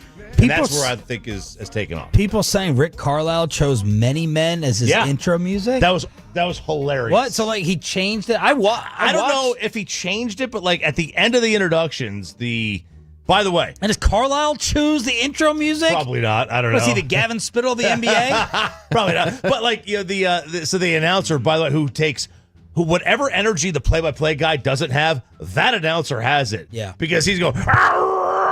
I mean, he's like Vince McMahon out there. That's his national moment too. Yeah, right. And then Pistons they start attention whore. That Pistons attention whore back in the day. Yeah. Mason. Gosh. That was you're getting killed on the fan text, by the way, Chop. That's fine. Nobody's very happy with you. All right, next take here in Worst Take. It was one that Choppy had brought up earlier this week, and that was old Jock Peterson. This is just a collective bad take from Dodgers fans who are filling out a ballot and then going, I guess we got to vote for somebody for ALDH. Man. And 130,000 of them made the highest ranking Texas Ranger on the All-Star ballot, Jock Peterson. I don't know what's going on that people think Jock Peterson's actively playing baseball either, because who was it a couple weeks ago that had him in the thing the Rangers David Schoenfield, I think it was. Or was Schoenfield or Doolittle? It was one of them. One of the two, yeah. And they had written about how, man, the Rangers, in order for them to really up things, Jock Peterson's got to start hitting, bro. It's like Jock Peterson hasn't played in 3 weeks. I don't know what you're watching. So it's the collective forgetting of Jock Peterson and what he's doing. 131 average. The WAR's a negative 0.8. What did he get? He went like 45 at bats in a row or something without a hit. It was Chris Davis like. It was absolutely brutal, and he's been hurt ever since then. Yeah, so that's pretty bad. The collective misremembering or misevaluation of Jock Peterson's pretty bad. And where did he end up? Like let's phrase it correctly. for the All-Star results? He was 9th in the DH voting for the AL, which is the highest ranking Ranger at any position. So 9th at DH. Yes. Okay. Corey Seager was 10th. Nobody else was in the top 10. But 150,000 people said, yeah. More than the 150 was higher than his batting average this year. That shouldn't be the case. All right, next one here. I had seen this from Awful Announcing yesterday, and this was pretty rough. And you guys know I'm not a big fan of Caitlin Clark. I'm not obsessed with the beef that exists there. Not a big Angel Reese fan. How's your Paige Beckers is gonna? She's been good. Tower over Caitlin Clark take working out. Good. She's played better early on than Caitlin Clark did last year. I'm not going to compare Caitlin Clark year 2 to Paige Beckers year 1, especially when Paige Beckers is having to come back from a concussion. I know Paige is 17, 5 and 4 with 2 steals a game. Pretty good. She's a good player, and she threw out the first pitch the other day for the Rangers. Probably went to Hurtado after. Threw a strike. It was beautiful. Athlon Sports got dragged by Awful Announcing for the headline they used after Caitlin Clark got pushed over on Tuesday night. We played that clip. That was brutal. Yeah, they went and attacked her. Here's how Athlon Sports. She got clawed and then mauled. Blitz. You know, we love to do headlines. Give me a headline you think fits for if you're trying to recap that Caitlin Clark had gotten hit. Hauled, then mauled, then hauled, then mauled, scratched, and then I don't know. Clawed. Yeah. You probably Sophie getting involved. You probably wouldn't have gone with Caitlin Clark goes viral after getting decked by Angel Reese's former teammate. Awful. And Athlon was Who, did fish crushed. That's Same awful. outlet. Athlon was crushed for this. For like, how bad is your clickbait engagement that you're pushing for? That you're going to throw Angel Reese's teammate is the one who pushed her over. They wrote this awful announcement. Athlon revised the headline, changed everything after that. But this is the era clickbait we live in. So that's the other one. Now we got one more submission here, and this is the one that I think we're going to fight the most about potentially. Nick Wright, your former teammate in Kansas City. I didn't find any articles about you guys when I was searching the newspapers the other day. But Nick Wright was on with Colin Cowherd, and as we talk about Caitlin Clark, he gave a pretty strong statement talking about just how famous Caitlin Clark is. I think she will be more famous than every baseball player she might already be. In this country, every hockey player, all of the U.S. men's national team, and every football player that isn't really Patrick Mahomes and maybe Lamar, Josh. There's only a few. And I think she's already more famous than every NBA player but KD, Steph, and LeBron. And I don't see any of those guys catching her. That's a ridiculous statement. Okay, famous. That's a relative term, but she's not more famous than Shohei Ohtani. She is not more famous than Luka Doncic. And is he talking about in this country? He said in this country. She's not more famous than. She's not more famous than Aaron Judge. She's not more famous than Luka Doncic. Nope. I don't believe. And she never will be. Yeah, she's just a social media followers. She's more important to her sport than any of those guys are. 100%. I will even give. I'll even give you that. She's the most important athlete in the world. The 7th grade. Did you hear that? In terms of relative to her sport, probably. The 7th grade middle school basketball team here at Crowley, the girls basketball team. More of them know Caitlin Clark or Luka? Luka. The girls basketball team? Oh, well, I shouldn't have said a Texas high school. Yeah, that's. I was thinking that was the okay, whole so city. now if you want to break it up in Maryland, if you want to break it up by 7th grade girls Maryland basketball team. So what I'm trying to do is factor in the level of females. Well, yeah, outside of Texas for Luka versus Caitlin. Well, we're talking sports here, Sean. So let's keep it to the men. RJ Bell taking over. Look, Bobby Joppy. No, so yes. So what I'm trying to say is and that's what I think a lot of the people are missing. When we talk about TV ratings, we cannot negate the discrepancy in sport fan based on are men watching or women watching. My mom, or does it matter? My mom knows Caitlin Clark. She doesn't know Tyrese Halliburton. She doesn't know Shea. Oh. My mom knows Caitlin Clark. She is more popular than anyone in the finals combined. If you were to combine every player in the NBA finals, she would beat their popularity. She's more, and I agree with them from an NBA perspective. She's more popular than everybody except LeBron, Steph, Katie. I would throw Dirk in there. I'm sorry, Luka in there, obviously, and Joker. My mom doesn't know who the Joker is. We always judge things off that, right? We say, your mom. Who would your mom know? Dave Portnoy, who, say what you want, a lot of different things, Barstool, is a marketing genius. Now, part of this, he's been doing his Caitlin Clark bit and all that for, in my opinion, some other reasons. But I do respect Dave when it comes to marketing. He said on Twitter, Caitlin Clark is the most marketable American athlete in the world. No one can convince me otherwise. If I could rep any athlete, it would be her. She has by far the most upside and revenue generating ability. Not particularly close either. How do you feel about that? She is the most marketable. Well, because her upside American athlete in the world. Yeah, because of her upside, right? Her career's just starting. She has a bigger slice of the market of her sport too. She's got that. Of the she is not like somebody just texted in 979. She's got 3.3 million Instagram followers. Yeah, and Luka's got 10. Like, I mean, it's not close. Yeah. I mean, but the number of years. I just asked Julian. He's sorry. What he's X-rated thing is he looking at now? No, have him call in and tell us. No, I just said, do you or any of your friends ever talk about Caitlin Clark? And he says, no. Why? I thought he bought her shoes. He bought the Sabrina on yes. Yeah, I mean, shoes. she's good. Well, no, he likes the shoes, right? He just liked the shoes. But he knows who she is. Yeah, he knows who she is. Yeah. Absolutely. Yeah. Well, either way, for the purposes of this exercise, I don't think that comes close to worst take at all. Nick saying that, Dave Portnoy, because that's an unverifiable fact. I can't kill him. Well, for that. they all are, but I'm still nominating you for worst take. RJ with 90s hip hop is no longer great or enjoyable. That is my worst take vote. 877-881-1053 for your vote.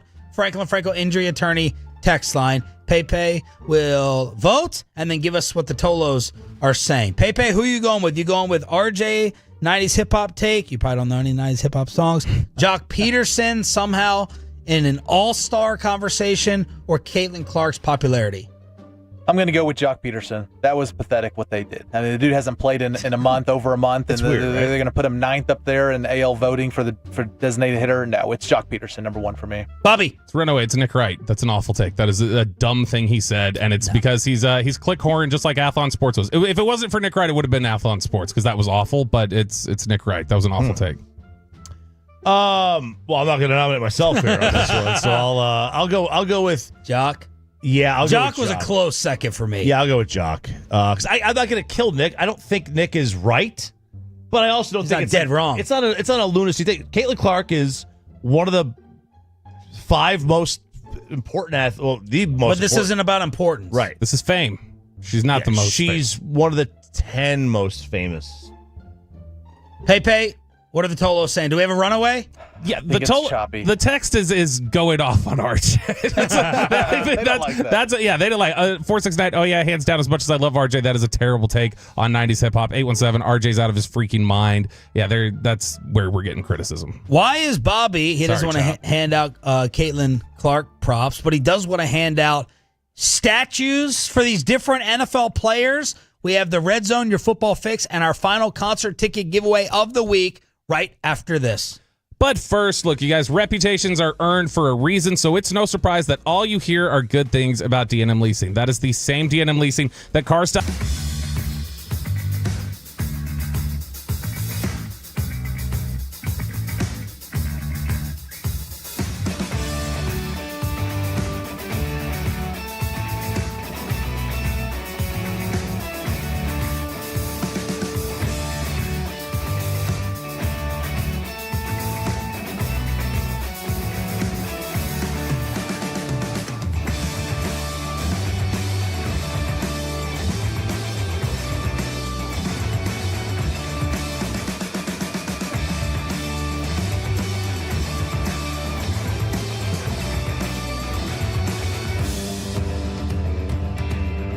Do you think it's true that you've got to forget something else to remember that Uber Eats has groceries? No, that's absurd. Hey, remember when you used to be Pepper Lady? Pepper Lady? Wasn't it Cinnamon Sisters? Razor Babes. Saffron Squad? Nutmeg Maidens? Tree Curve? No. Nutmeg Maidens? I just said that. Was it Spice Girls? Doesn't sound right. Was it Saffron Squad?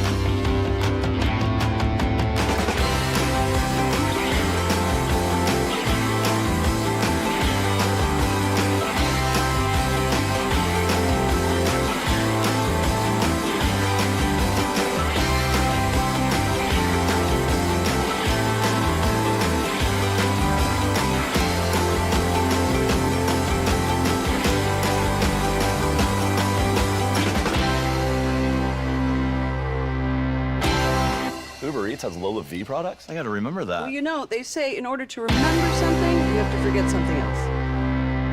Okay, now that is a very cute haircut. That's like a little shag. I've never seen Cost, they only get paid when you win. Frankel & Frankel, the go-to cars record attorneys in Dallas. How many people want to eat a W tonight? You know what I like about the media? They think you can just dial 1-800 and get a quarterback.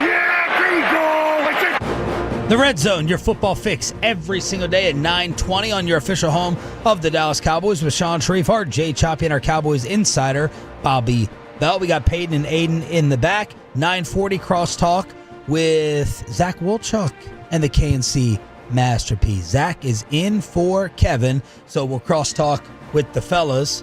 Bobby, you trying to hand out NFL statues to anyone and everyone? Look, I just think that you guys are the legacy gatekeepers. That's what y'all do. So you guys are probably good to answer some of these.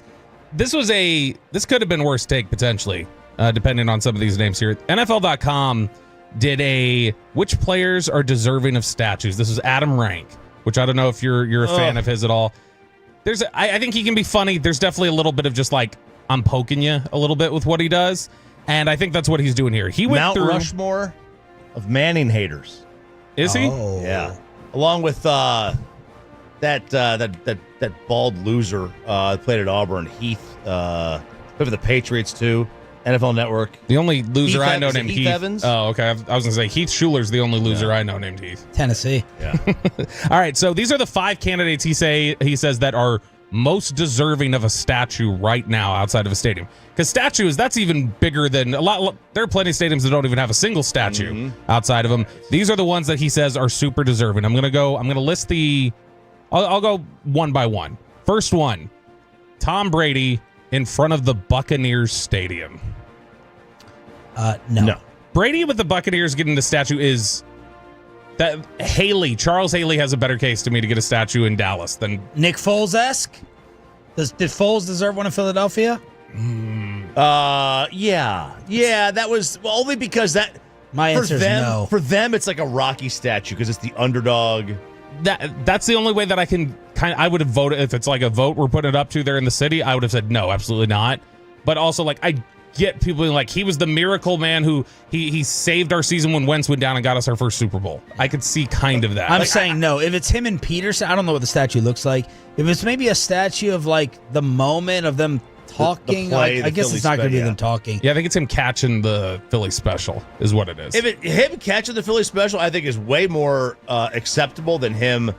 Just the statue of him. Oh, yeah, you can't have a statue of him. It has to be the play. Yeah, because that's kind of a statue memorializing like in a the Monument play. Park type setup. Right. Not like we're going to honor Nick Foles himself. Right. Yeah, and I think that's probably more to represent. And no for Brady. But Brady, in front of the Buccaneers, that's a team that had won a Super Bowl within the last 20 years. He won one in a COVID season, which was kind of weird to begin with, and he won it at home already. Like, to me, it's just like, I don't think there was nearly enough done. He was there for 3 years, too. That seems way too low. That sounds like more anti-Peyton. That Tom should get one for one season. Yeah, I bet you he doesn't have Manning in Denver. We'll see. Next one here. Because who's more deserving? Tom. In Tampa? Yeah. For the championship season, Peyton Manning had a dead arm. He did have a dead arm. The year before. Yeah, he couldn't throw. They didn't win it because of him. The year before was historic and record breaks. Shut up. It was Tom. And he was there longer. Tom was way better. For the championship year, I'm saying. Yeah. Next one here, Aaron Donald with the Rams. Now, here's the thing. I can get down with that. His skill says he deserves it. Like being just one of the greats, he absolutely deserves it. To me, though, like, should a statue be more than just like, hey, you were awesome? What else do you want it to be? He checks every category. Like there were players that, like, Dirk deserved a statue because of like his impact on the organization as a whole and like just what he means as a whole. Not just he was great. Like, to me, there are plenty of great players who don't necessarily deserve statues out in front of the stadium. It's got to mean something in terms of like the impact of the organization, which he was awesome. But like the Rams, it's not like you can't not give someone a statue because someone was not the sorry ass Dallas Mavericks in the 1980s. I can't punish you because you were the Timberwolves before Kevin Garnett. And what were the Rams before Aaron Donald's time there? By the way, they were a Super Bowl winner. Between Kurt Warner and Aaron Donald. They were in St. Louis. They were wasting away. For how long?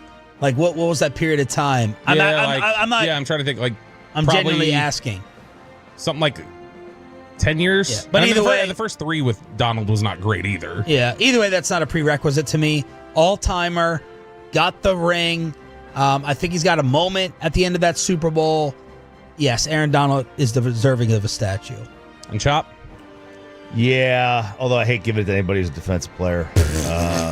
Such a hater. But, yeah. Actually, I mean, honestly, it depends on how the career ends. I wouldn't have a problem with Stafford getting one there. Oh, what? Really? He came in and immediately won a Super Bowl. They've won one there, though. I mean, not but in why LA, don't you want to give Tom one then? It's just, well, that's a much shorter time. Okay. Like, Stafford's going to be there for 2-3 more years. Man, that's a strong take. Next one here, Sean's going to start questioning your credentials as the legacy holder. Next one here, J.J. Watt, another defensive player, Chop. J.J. Watt out front of Houston. I mean, look, I would love to get a statue for one playoff win. Did he even have that? Again, though, but Did he even have that? Like, we're talking about impact. Like, you know what? There's no impact. If you don't win, you don't have an impact. Man, he was a defining superstar that, like, became known. Give Joe Thomas one. Go ahead. But when you give think Joe Thomas one. Mr. Never make the playoffs. Houston Texans, so good. When you My think position's so important. Pay me $20 million. Never make a playoff. When you think of like who made an impact to like bring prominence to the Texans, Watt brought more than Andre Johnson did. For instance. Prominence? Like, I mean, you're talking about he was the greatest defensive player in the NFL for like 5 years. Cool. I could get behind one for JJ. I think you're rescuing football coming back to Houston. You made it relevant and like people who wanted to be engaged in it. You're right. There's a big pigeon issue in Houston that don't have any place to poop. So this would be a perfect spot. What happened? What did the Watt brothers do? What is it? I don't like try-hard people. Yeah. At 6'5", 290 and everything that he did, that sounded like a try-hard guy. Yeah, he's a try-hard. Come on. All right, he was a little douchey. I'm going to skip over. Mr. Two-star. Two-star player. All these Johnny-come-latelys. If you're not great in high school, you're not great, period. I'm okay. I'm okay if JJ got one. He was more organizational, impactful than Aaron Donald in LA. Like the face of Houston sports. Yeah, I'm with you on that. And the rescue efforts. He was humanitarian. Oh, he all the millions he raised after Hurricane Harvey. I'm going to skip over the next one because that's got to be last, given the name that's on here. The last one, second to last one, is going to be Larry Fitzgerald with the Cardinals. Took him to a Super Bowl. Should have had a super. It's like the Josh Hamilton home run in the 10th inning. He should have had that catch and run, watching himself on the scoreboard. Should have been an iconic play. I'll lean no. Man, JJ more important to Houston than Larry to the Cardinals. Aaron Donald greater than Larry Fitzgerald as a player. So I'll go Aaron with the Rams.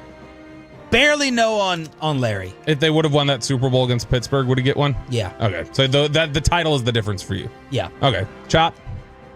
Because man, to me he broke like that was every time when I was a kid I thought Cardinals. I thought that's 2 wins every year, and like he broke that a little bit for them and made them look like a legit contender. Yeah, I'm okay with it. I'm cool with it. Last one. And you? Yeah, I would say he deserves. And what are you answering yes or no to so far? I would give Fitzgerald one, J.J. Watt one. And not Donald? Probably not. Why? Because again, like because the Rams didn't suck before him. No, it's just to me, it's like he's the best of all the players. Yeah, he's the best, but again, to me, it's almost like impact on that team's legacy. I don't know that Donald like impacted the team's legacy as much as those others did. And here's the last one. This is the one that we'll all agree on, I hope. The worst one on here is Marshawn Lynch with the Seattle Seahawks deserves a statue outside of Quest. No, it's stupid. You want to have a moment. You want to have a monument park. Falling into the end zone on the run. Or what did they call his run? The Beastquake. The Beastquake. Yeah. You want to have something like that in a setting of moments? Fine. Marshawn Lynch doesn't deserve a statue in Seattle. As I recall, you are against group statues, right? I think we had this discussion a couple months ago where you thought your Warriors thing? Yeah, that you thought it was dumb to have Draymond, Clay, and Steph as like a statue out front. No, I think I was more okay with. I don't remember what the initial argument was, but I think if the three of them are like right there together, I'm okay with it. I think I am okay with the three of them right next to each other. Yes. To me, I think Seahawks, and I think their dominant run. I think Legion of Boom. So to me, I'm saying you put the second. If you want to make a statue for the secondary, fine. I'll take that before you give Marshawn Lynch one. No to both. But I understand what you're saying. You can't have an individual like Draymond statue, but the three of them together for the dynasty, I get it. If I was, let's say you were on a committee and they're like, we got to put a statue up out here in Seattle. Yeah. We have to. And they said, here are your options. They said you can put one of Russ, Marshawn Lynch, Richard Sherman. Pete? I'm not answering Pete. No, that's not bad, but I mean. Giant bubble of gum. Yeah. If we just kept it to players then. Richard Sherman, let's say one of the safeties if you want. Bobby Wagner, Russell Wilson, or Marshawn Lynch. Oh. I think if I had to pick one player, it's probably Sherman. I would. With Aaron Andrews next to him with the don't you ever talk about me. Because Sherman to me represented that group. Chancellor really represented that group, but his career was over Russ so or quick. Wagner. Okay. Russ or Wagner. Lynch is last, though, right? To me, that's ridiculous Man, to he's the even most suggest. likable of the bunch, though. He is, but I mean, his reputation is also like, well, you should have been handed off the ball. Yeah, my answer is none of them. But if you're making me pick, how long was Bobby? How long was Marshawn even there? From like 09 to 16, I think. Okay, here we go. It was 2010 to 15. So 6 years. But no, none of them. Maybe Russ or Bobby. I don't know. To me, Russ has a ring, right? Yeah. I guess I'd lean towards Russ. I dislike him so much. Man, I don't even remember Marshawn in that Super Bowl game that they won. No, because it was the defense. The defense was smothering. It was the defense and Percy Harvin. And you know why you didn't remember him in the other one? Because they didn't give him the ball. They didn't give him the ball. Michael Lombardi to this day. God. I want to... Oh, it's my favorite. Watching Richard Sherman. Like, they shouldn't have done it. Are you kidding me?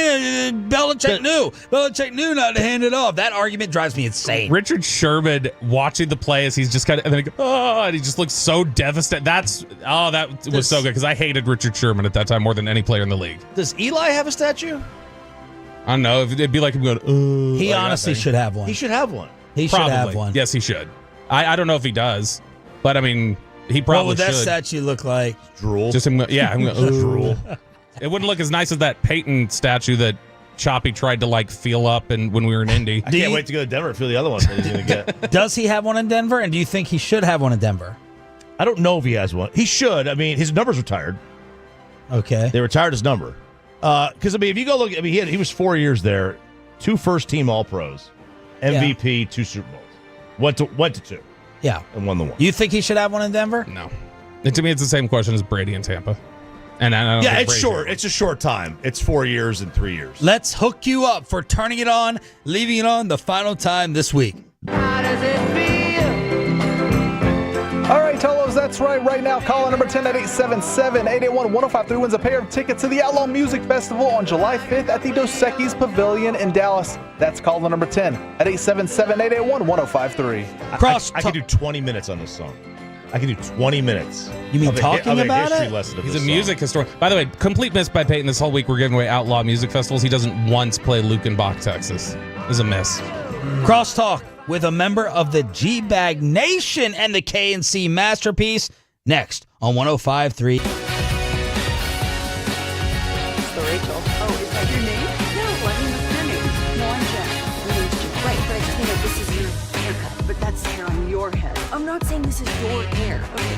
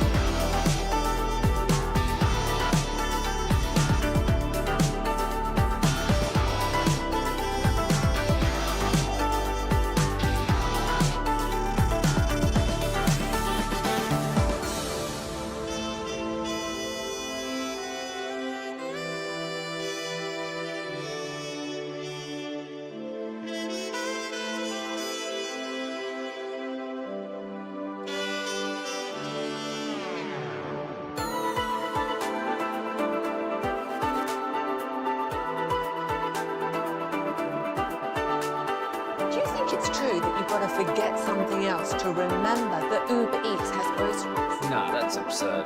Hey, remember when you used to be Pepper Lady? Pepper Lady? Wasn't it Cinnamon Sisters? Basil Babes. Sapphire Squad? Nutmeg Maidens? Sweet Club? No. Nutmeg Maidens? I just said that. Was it Spice Girls? Doesn't sound right. Was it Saffron Squad?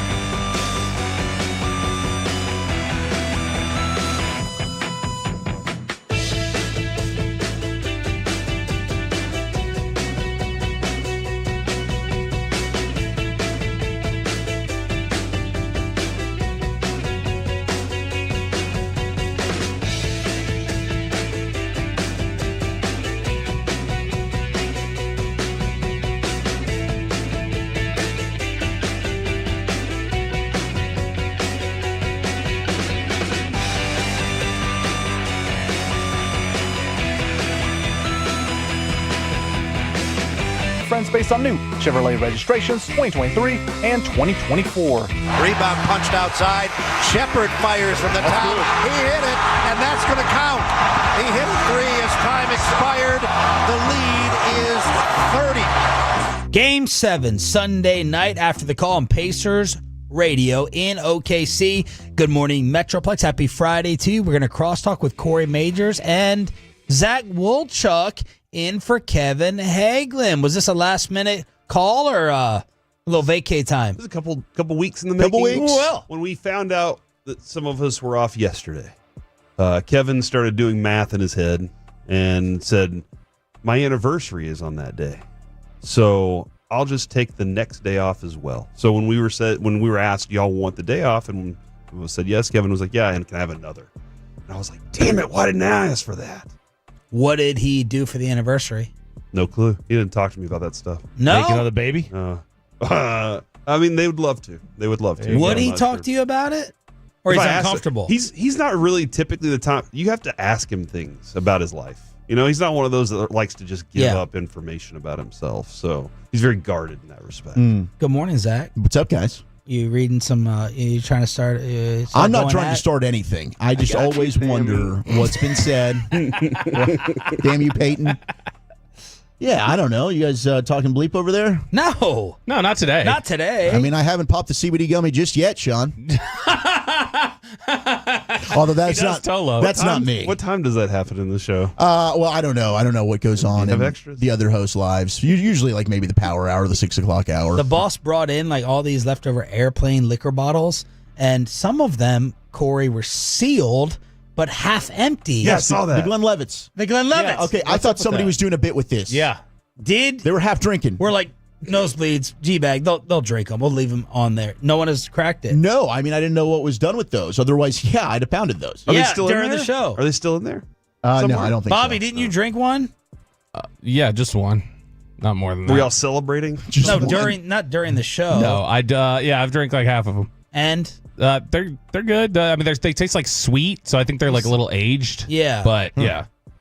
Yeah, he brought like 50 airplane bottles. Okay, that's where they came from. Yeah. It was nice. I mean, you go home with a little stash. Great little gift. Absolutely. But Bobby said, "What are you doing over there? What do you mean? You're not focused." I'm focused. No. What are you doing? What were you just doing? I was texting. It was a source. He was texting a source. Yeah, I saw it. It said source. He's probably planning some bid It said over here. The plug. Yeah. That's what it said. Yeah. What's coming up? Guys, we do have our boss Gavin Spittle will join us at 1:00 today to talk about potential Dallas Stars head coaches.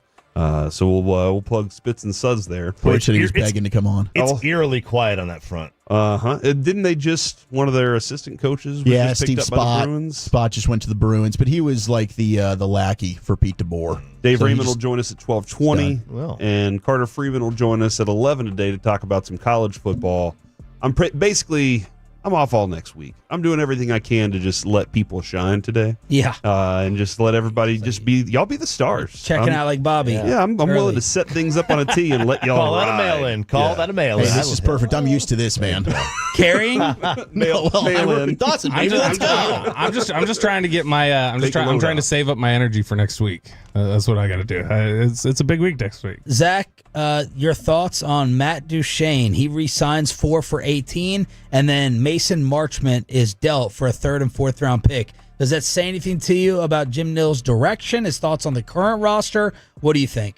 Yeah, I think that he's looking at Matt Duchene, and the disappearance in the postseason is just bad luck and unfortunate. You know, I mean, he was their leading goal scorer. The Marchment move you had to make. You had to free up that salary cap space. So it's basically you free up that $4.5 million that you paid to Duchene. You get the draft picks there. I'd anticipate maybe today there's some other moves, whether it's buyouts. We got to look at what's going on with Matt Dumba. That's another guy they got to shed some cap space for. But I like Matt Duchene. I think there were moments in the playoffs where he did, like you saw him hit the post. He had some good looks. The goals just didn't come. But I mean, he had the game winner 2 years ago, Game 6 in Colorado. He's had big moments in the postseason. He'll just be 38 at the end of the contract. Did you support firing DeBoer? Who is your replacement, and what's your big Stars move on the wish list for the offseason? I think Neil Graham is going to be the guy. He's the Texas Stars AHL coach. That just makes a lot of sense. That there was rumors that they'd have put him on the staff with Pete's last year. Maybe that's part of what the conversation was. And Pete's like, well, I don't want this guy on my staff if I can see the writing on the wall and he's going to take over for me, so let me just leave now. I'm just going to lean Neil Graham. Look, Pavelski as an assistant. Yeah, that'd be awesome. Why not? I mean, Duchene, I understand bringing him back. They've got to add some grease. They got to get harder as a team. So defensively, like Aaron Ekblad of Florida, I think is a guy that I would be looking to add. I know RJ's been talking about Sam Bennett. I'd love it. I just think he's going to be too expensive. Apparently, he said last night or whatever that he's staying. He's not going anywhere. Hey, when the liquor's flowing and the champagne bottles are popping, you're going to say a lot of things. So we'll see. Half once he hits the market. And I wonder how much more money he made with the con. Like, did he go from 9 to 12 or whatever? So we'll see. I mean, I'd love the Brady Tkachuk rumor. That's tantalizing to me, but that's not going to happen. Firing Pete, I was in for. Hey, if they had lost to Colorado in the first round, I think they would have fired him anyway. I was going to say he was talking about firing DeBoer like in the middle of the Colorado series before we even got out of the West Finals. All right, so Bobby is saving all his crosstalk energy for next week. I'm right here. I'm present. I'm using the line you just said. You just said it. Because I had to have some sort of comeback. I couldn't just sit on it. Because I'm going to Maryland today with the family. Yeah. And I'm terrified. You used to live there. I did. Why are you scared? I'm from there because I'm traveling with a 1-year-old. Oh, yeah. It is a 1-year-old who does not like to sit and just relax. Benadryl. Yeah. And other things, possibly. But, Zach, you just traveled with the little one for your cruise. How did it go? Any advice? She was pretty easy. I mean, definitely have a bottle ready or whatever soothes Ava, like whatever she likes. We tried to just have things to occupy Eliza. We had some toys ready to go that she could, a book or something. But I've bought her a new, this is how terrified I am, a plane car seat. Okay. A car seat for the plane. So you have a seat for her, designated for her. Because we did not. She's not gonna just stay. Well, Eric will tell you my dad has money, so he helped with that for her seat, and then got a new. I don't forget, John. I can't defend that. And then A new iPad has been purchased for the house. Okay. Because couldn't just take Ollie's. I got to put Elmo on and Baby Shark. You're set. You'll be fine. I hope. You'll be all right. But I still feel like her, when she sees everyone else around her in that seat, if we can get the seat, I have a lot of anxiety getting that seat because we always talk about people holding up the airplane aisles. Yes. I got anxiety right now, like plugging, because I can't do the car seat. I have to have my wife It is tough. It is tough. It's tough. And like the anxiety of people behind me and sit down and sir. Can Amanda handle it for you? I think so. Okay. I think so. Because I would be like Maya. Just take control here. I mean, because I'm going to lose my mind Maya if I does try it? and do it. Yeah, she will. Can't you pre-board? Like with that kind of thing? Like you should be able to get on before anybody else. Yeah, and then there's a way. I think there's on most of these car seats they have like a gap where you could slide the buckle seatbelt through. Yeah. And just wrench it as tight as you can. My father-in-law's coming. He's the real man in the family, so I'm hoping he can handle it. What, Corey? It's a good admission. I mean, he's the real You've man. got help. You've got That's the support. stuff You'll be all right. That's the stuff I'm thinking about. But I get it because I was anxious and nervous the entire time. She's had ear infection, so now I'm worried about the pressure. Oh, that'll hurt. The fluid, the pressure. Yeah. My ears pop still whenever we get up to like 12,000 feet. Like it's weird. It's like I'll get this bubble in my ear that like rolls down the side of my like jaw. It's weird. Will she still take a bottle? Yeah. Yeah, like a mini bottle of Woodford or something. Try feeder. Corey, there you go. I'm trying to get CPS. Meet me at the airport here, like ICE. They'll be my ICE. Meet me right there outside the terminal. And Chris Arnold made me even more worried because I thought I had a 3.5 hour flight. So we were talking yesterday. We were talking about this story about this woman who was on a plane from Seattle to Dallas, and she had a bag under the seat, and somebody urinated on the bag, and that drove us off into a Brad Sham-like time of travel from Seattle to Dallas. Do you have any airplane horror stories? Because this passenger on a Seattle to Dallas Frontier Airlines flight certainly had this. This happened. That's a long flight. That's 8 hours. That's an 8-hour flight. 8-hour flight from Seattle to Dallas? Yes, that's a long flight. It's longer than going to New York. I don't know that it's 8 hours. It's long though. But I still don't. I still don't know that it's 8 hours long. I think you get to Hawaii in 8 hours, right? Seattle? Yeah. I let me look it up. But I think it might be like 3 because I've done that. 8 hours. I've done Hawaii. I've done Seattle. That's a long flight. That's a long. It's a long flight. It's longer than New York City. Let me look it up real quick. So you can get to like Pennsylvania in like 3.5, 4. I don't know. It's 8 hours. He's using his phone. He's asking Siri. Oh shit! How long? It is.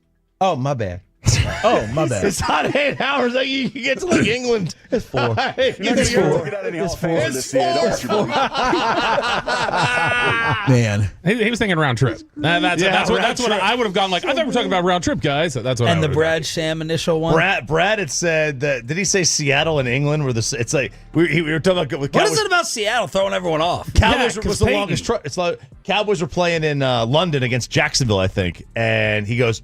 We were talking about the flight. He goes, it's the same distance as Seattle. Yeah. And what did Peyton do? Peyton was like, when he was in Vancouver, he's like, well, we can see Seattle just like it's right there. It's like, no, you can see it. I swear you can see it. The tallest building, you can see it. Seattle is throwing everybody off. It's up there. Like, it's a ways. It's out of the way. No doubt. Yours should be easy, though, especially going out there, isn't it? Because it's quicker going out that way, isn't it? Because you're flying with the stream or whatever. And Chris has traveled so much. So much. He's literally been in everything. he's a treasure. Yes. He really is. He is. I mean, when Eric told him the story about giving birth and he goes, no epidermal? Epidermal. That's an all-time classic. No epidermal? What did yours? Shocked. What was yours when you were on night? You called Mexico overseas. Yeah, we had the. I'm going abroad down to Mexico. It was when, and the Mavs are playing Detroit again, and that's the first thing I thought of in Mexico City because it was the first time they played there. Luka came out and was speaking Spanish to the crowd, but we also were talking NFL, and we had the London games going on. Okay. So in my mind, I'm like, Mavs are playing overseas, and then that's haunted me ever since. But it was a stupid ass comment. Yeah, it was. See, we didn't have to take shots. They just G-Bag will explain themselves how they don't know. Who gets worked up the most when whoever hears us talking replays it on y'all's show? Is it Dawson? Is it you? Is it Broadus? Broadus, it'll get under Broadus' skin. Really? Yeah. Well, we need to do Brian more. will defend his teammates, man. Like he's all about that. Yeah. So I should relay what he says about you on the phone. I believe it. I believe it. Oh, dude, don't do that right before we got to start this show. Sean. You better damn well tell me, Sean. Oh, I'll tell you. No, All right. yeah, Gavin and probably Broadus. The KNC Masterpiece featuring the Willy Bully Zach Wolchuk is next. Everyone have a fantastic weekend. KNC right here on the Fan.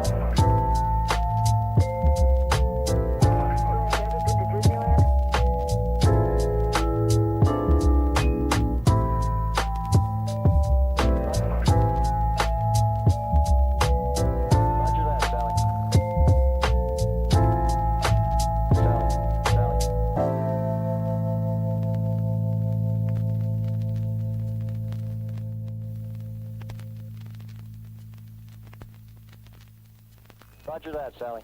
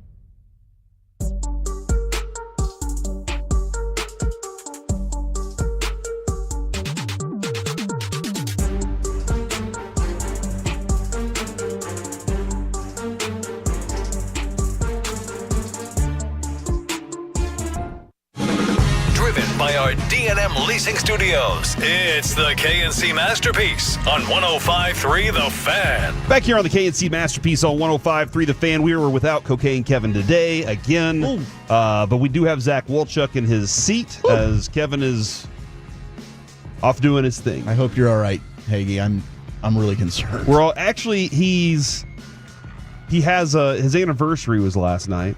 Him and his wife have been married. No, they've been married for a while. I appreciate you looking out for him. Yeah.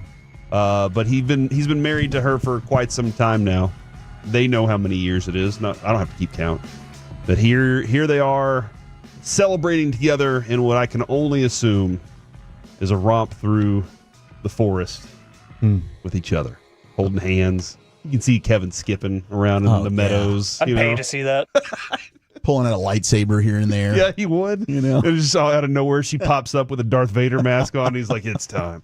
So that's what we're assuming is happening today with Kevin. So you do have Wolchuk. Alec is with us as well. And Carter Freeman will join the show at 11 o'clock today to talk some college football.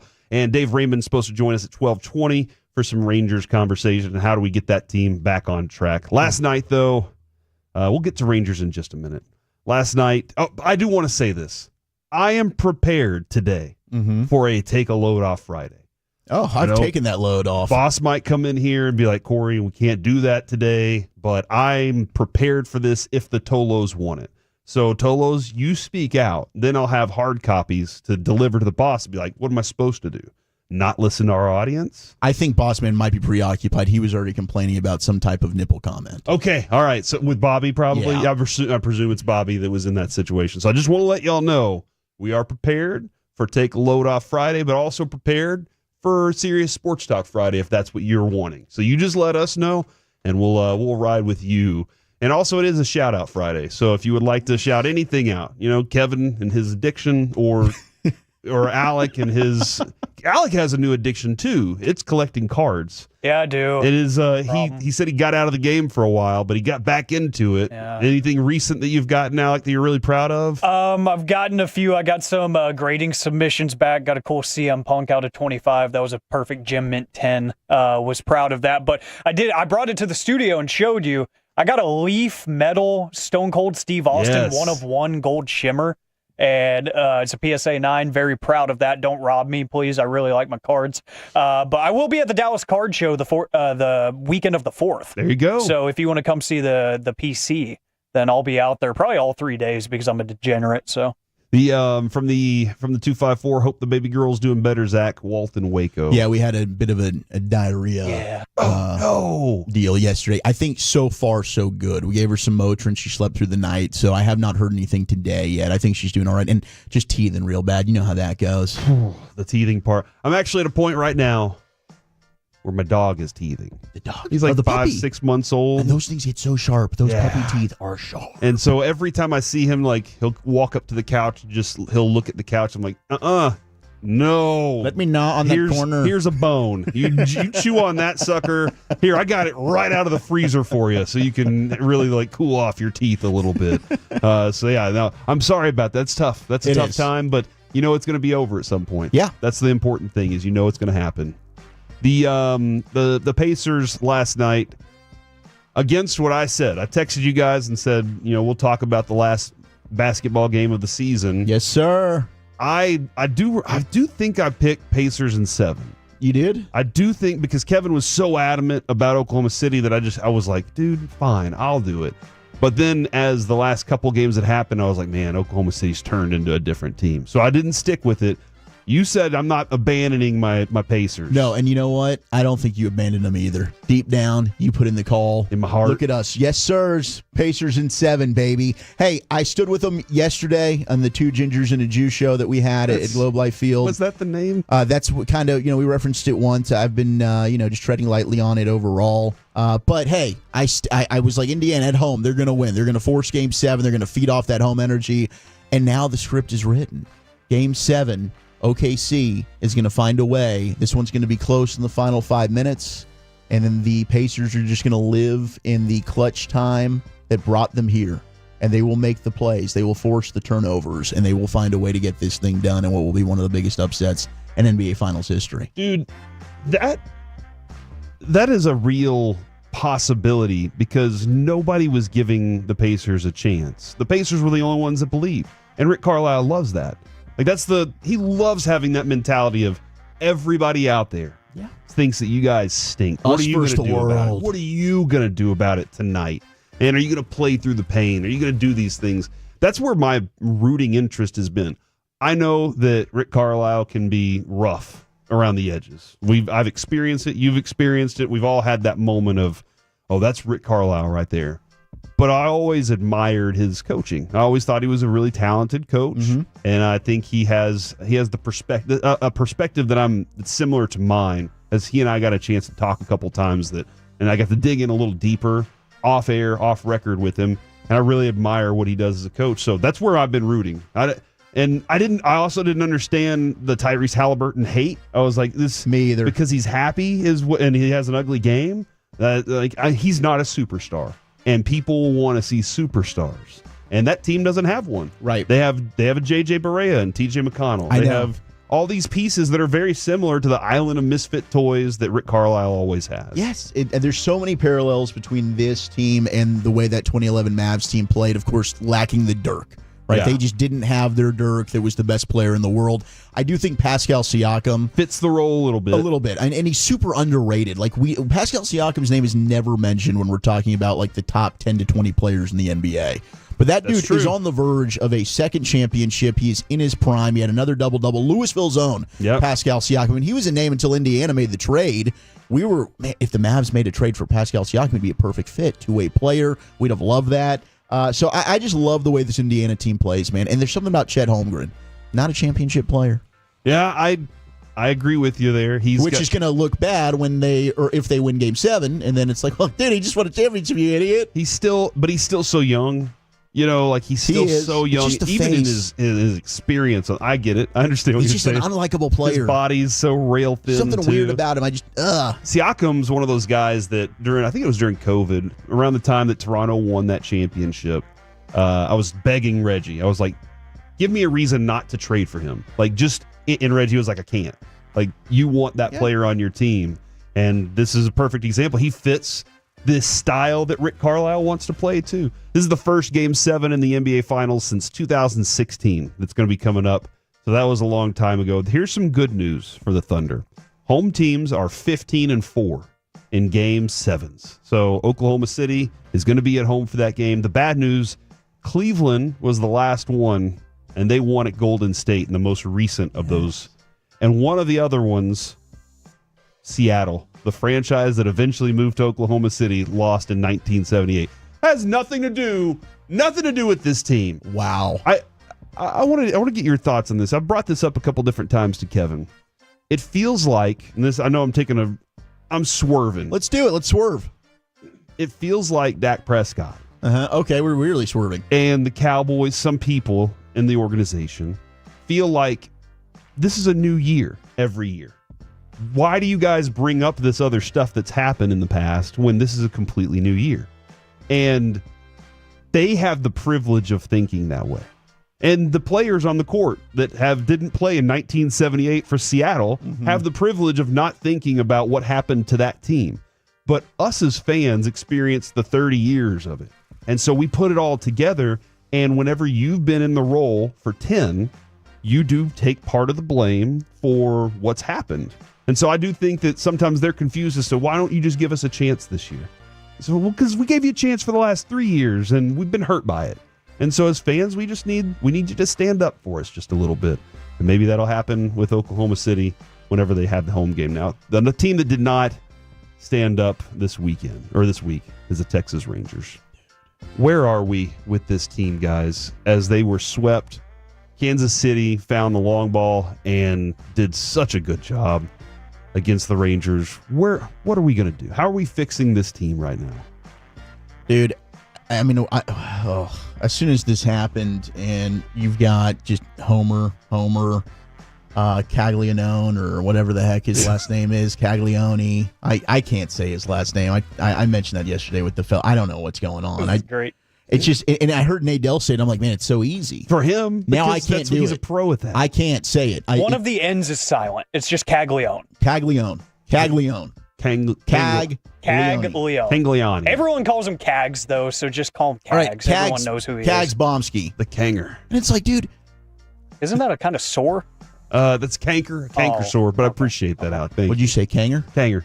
Yeah. I don't even know if that, like, I actually feel like I probably shouldn't have said that word. I don't know why. It could be, I have know. No clue what it could mean in slang. Sounds like a British swear word. Does that? Bosh. But yes, it's just a roller coaster of emotions being a Major League Baseball fan, because the whole thing, it's unlike any sport where you're still looking at it and there's still so much baseball to be played. Yes. Oh, you're still in this. You're only 2 games out of the wild card. Oh, here you still have a shot to win the division. But in reality, I do think in my heart of heart, it's like, I thought this team would finally turn the corner after what happened with Minnesota, and then you get the sweep of the White Sox. I know the White Sox stink, but they beat 2 of 3 from you earlier in the season. And then you have this sweep against the Royals. And maybe the Royals were a little bit due. They had lost 6 straight. Right. So, but it's just the fashion in which it happens. Again, your inability to score runs. And they had production the night before, 5 for 13 with runners in scoring position, but then you're leaving so many runners stranded. And then it looked like this game was going to just completely fall on its head. Here comes Jacob Latz, and he saves your ass. The pitching again was there, and it was good enough. But at some point, and Chris Young has said this, the pitching is going to have a period where they struggle. And then can your offense step up to the plate? Well, so far, that's been absolutely non-existent. So is this team just what they are? And that is a 500 baseball team. If which it is, there's no point of being massive buyers. And maybe CY kind of hinted at that with us on Monday, where he said he doesn't necessarily see on the market right now a bat that would be a better option than the players they currently have on the roster, and them actually performing up to the level that they expected before the season. And that's where it is that promising that Chris Young feels this way, or is it a progress stopper? Because Jock Peterson is the name that he's specifically bringing up in that conversation, Zach. Jock Peterson, he's like, I know what he can be. Yes. He was finally starting to hit better right before he got hurt, but I know that if he can hit there, then I'm good, because we spent a lot of money on him in the offseason, and we don't have any other money to spend. I can't trade him, and that money is going to be on our books, so I need him to perform to that level. That's where Chris Young is right now. You guys talk to him every week. Y'all get this opportunity to really dive in. One of the things that I think frustrates Cowboys fans when we have Jerry or Steven on is they're like, he doesn't sound connected to it. He doesn't sound like he really knows what his team is. And I think the sign of a great general manager is they know when you are and when you aren't. And Chris Young is still deciding, which I think is also good because it gives him time. But he didn't wait too late to fire the hitting coach. He didn't wait too late to get Aroldis Chapman. He's always made these moves like, I'm tired of it. I'm making a move now. I got to have it before anybody else screws up and gets in the way of this. But I don't know right now if he knows if this team is actually a contender or if this is just what it is. And I think that's the most important thing about a GM is either you know or you know how to spark it. And that's what I'm waiting for, is him to find that one move, the Cliff Lee move. You remember when that happened, it was kind of like, okay, this is a nice move. That was John Daniels going, we're this away. When I put this into the clubhouse, they're all going to believe they can win. Yep. We thought Cole Hamels when he was traded here, was a move for the next year. Everybody was like, move for next year. Great job, though. Add a pitcher like that. You have him for a few years. This is great. And then what happened? That clubhouse was like, they woke up. They said, we actually have an ace that gives us a chance to actually do it. And so if you know what it is that's going to spark that team, but right now with such even keel guys, you only have Adolis and Josh Young that have that energy, that everybody else is so even keel. I don't know if it's easy for them to read them. And so that's where I'm even struggling, because I'm not sure what this team is. It's Jekyll and Hyde. And I also wonder, if you look around Major League Baseball, like, what's the value of your own players right now? Yes. I mean, with Marcus Semion's contract, I saw perfect fit for him. Bleacher Report, the Mets. Mets are a team that can eat a lot of money. But I don't think the Rangers would move a Marcus Semien. No, because he's more valuable to the Rangers than he is to anybody else. You're not going to get for him what you want if you're trying to rebuild this team. And if you're making any moves, shipping out a Semien and a Seager or any of those types of guys, which I believe Seager has his no trade clause. Yeah, there's no way that they would trade him. But if you're going to be in a moment like that, then you're rebuilding. I don't think you're just saying, well, I'm making a trade for a player that I think is going to be better. And teams know. Their scouting department knows. Broadus talks about that. We know what all these players are. And we know what the value of that guy is right there because we know if he can or can't play. We see it. So that is the awkward place that he's in right now. And I don't envy it. I hate it for Bochy too, because what else can he do? And now people are trying to call for his job. And people are trying to say, well, he's going to retire at the end of this year. What does it matter? Dude, if that's the case, I hope all those players on that team stand up even bigger. Hey, this is our manager. We love this guy. And we're going to go out there and fight our asses off for him if this is going to be the last run that he ever has. Right now, they just kind of look like they are all deer in headlights as well. So it's concerning, but I hope it can turn around. Coming up here next on the KNC Masterpiece, when culture isn't cliche, and what do you do with the cup? Next on The Fan.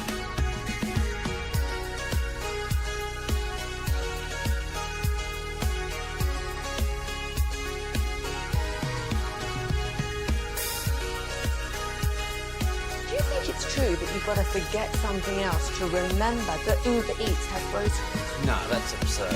Hey, remember when you used to be what was it, Pepper Lady? Pepper Lady? Wasn't it Cinnamon Sisters? Basil Babes. Saffron Squad? Nutmeg Maidens? Pre-curb? No. Nutmeg Maidens. I just said that. Was it Spice Girls? Doesn't sound right. Was it Saffron Squad?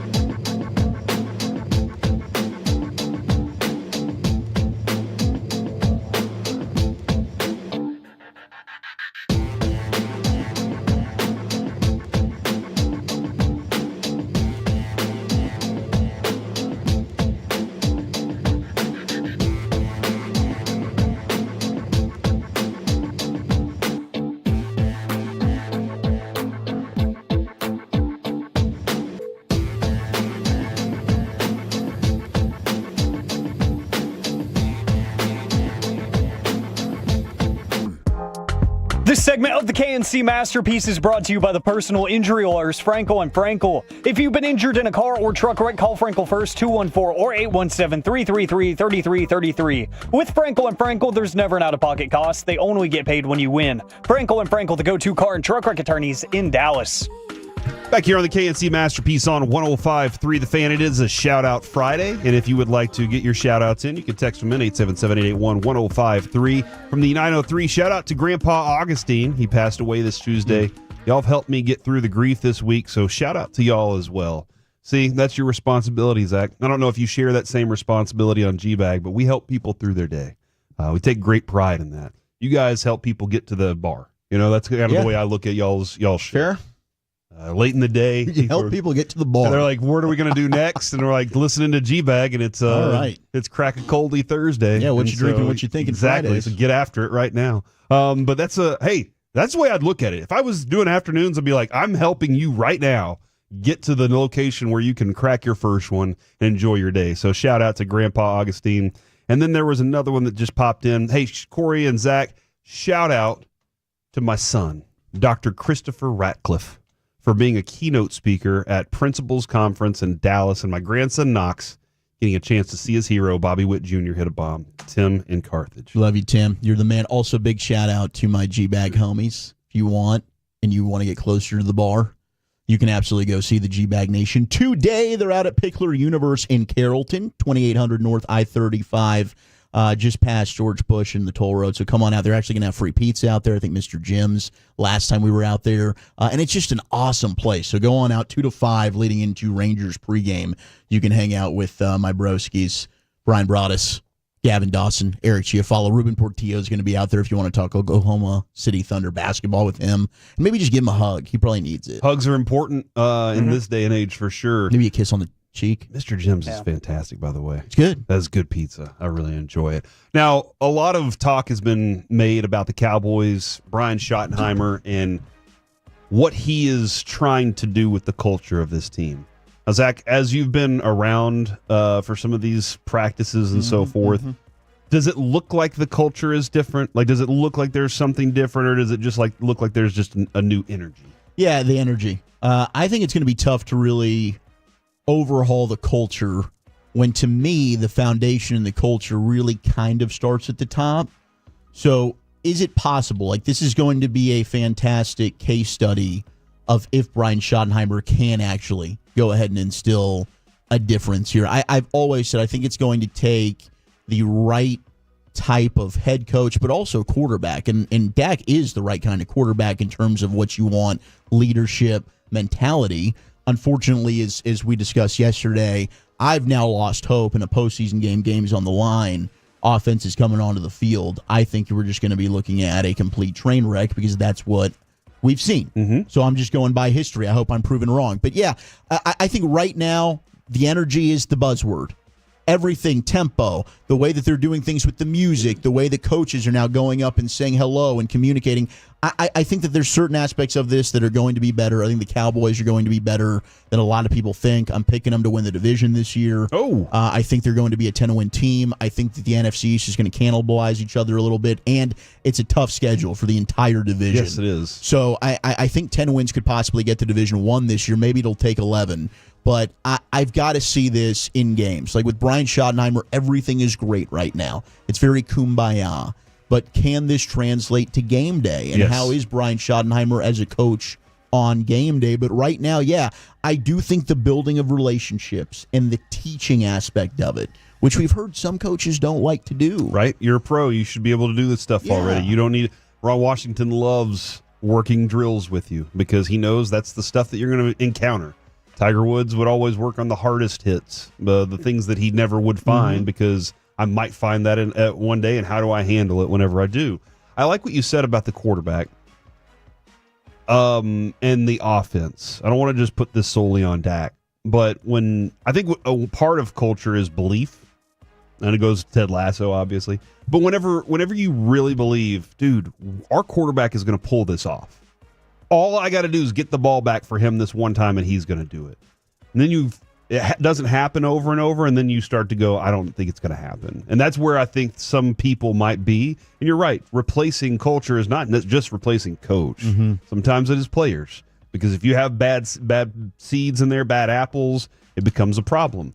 The Florida Panthers, obviously winning the Cup, you can pretty much say anything and you look good. But winning 2 in a row, pretty significant deal. Sam Bennett said that their culture, he said, it starts with our culture here. There's a way we do things here, and it's not easy. We don't play an easy style of hockey, and it demands a lot out of you. And what was our biggest complaint about the Stars throughout this postseason? They weren't physical enough. The Florida Panthers culture is we will forecheck, we will back check, we will take care of every little trash that's out in front of our goalie. We're going to do all these things, and it's not the easy stuff. It's not the one-timer next to the net that puts it away that we all get to celebrate. It's the dirty work, and that's what Florida does so well. And Paul Maurice, he talked about being in Winnipeg for a while and how he just got burnt out, and he said, but right now, if you look at this team, look at the way they interact with each other, and look at the way that they interacted whenever the cup got passed around. And he said, Thomas Nosek, Vanacek, Greer, Jesper, Boquist were all new cup celebration experience for them. They were all pushed in front of the line. Yeah. All the teams said, hey, we've touched this one before. Y'all go do this. He said those are the small insights for people in this group. It doesn't go captain to captain to captain to Reinhardt. He goes, all the guys who had never been there before got their chance first. They were motivated by it.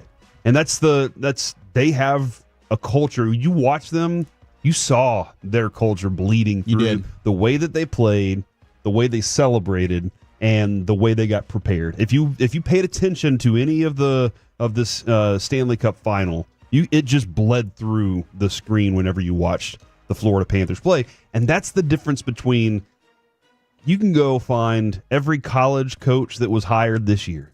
I'm sure you can find 40 minutes of all of them talking about culture. And first thing I got to do is change the culture. First thing, we got to change the culture. New culture in here. That's all you're going to hear. What I've always felt is the Steelers and the Ravens have the best culture. You walk into the Ravens facility, you know what work is expected of you. And you know that if you don't live up to it, every dude in that room is going to hold you accountable. Now, they haven't won the championship, but they're always in the mix. They're always for competitive it because of the work that they put in on a daily basis.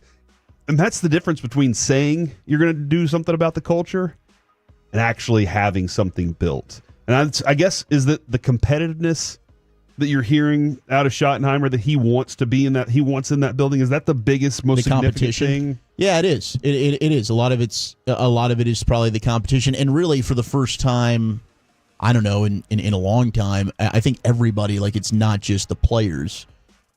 Everybody that works in that building there at the Star seems happy right now.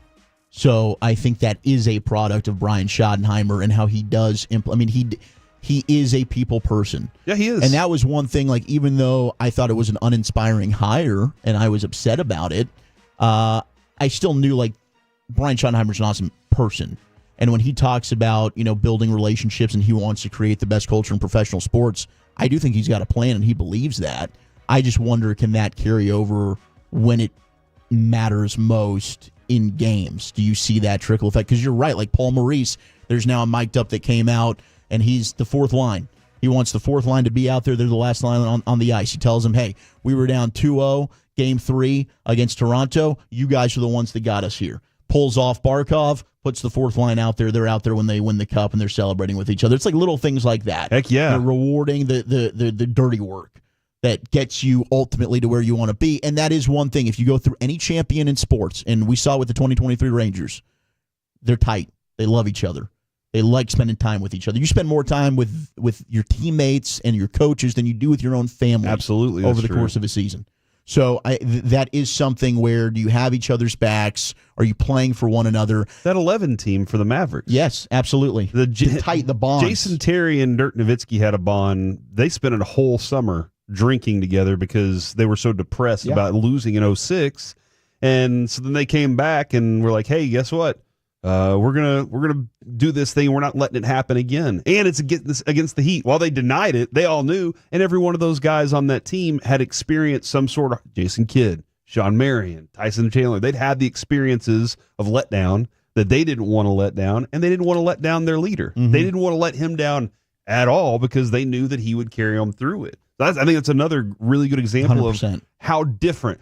People can say it's corny, people can say it's cheesy, but whenever you're winning like that, you know what the room has. You know what those guys all are comprised of and why they are what they are. It's so much more fun that way too, Amen. because you feel like you're doing something with your brothers, and it's a really good feeling. And I love this. Wins make culture, not headlines.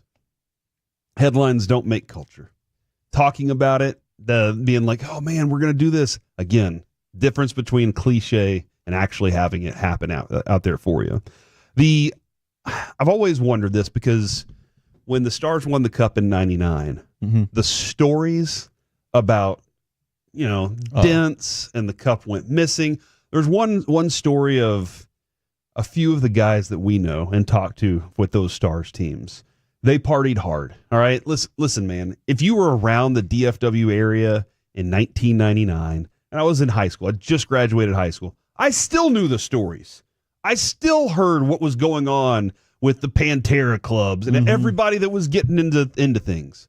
So they're partying hard one night, and they wake up the next morning, and the Stanley Cup is missing. The guy in charge of keeping an eye on the Stanley Cup was passed out on the couch or something, and they woke up, and the Stanley Cup is gone. Just where is it? They spent the whole day walking around the house looking for this thing, calling people, asking them where it was. And then they all sat down in the kitchen and looked outside, and the Stanley Cup's at the bottom of the pool.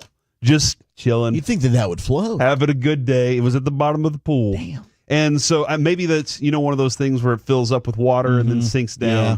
But so the stories of how people use one of my favorite things when I watched Ovechkin after he won it, he's standing in Nat center field just holding it above his head.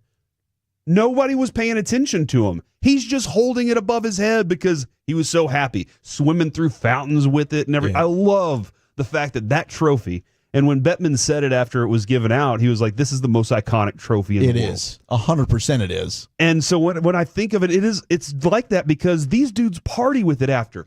I don't know if anybody out there watches Shoresy, all right? But the last season of Shoresy, they had won the Cup, and so the whole summer was it. You win the Cup, you win the championship, you party for the offseason. That's just how you do. And so I love hearing these stories.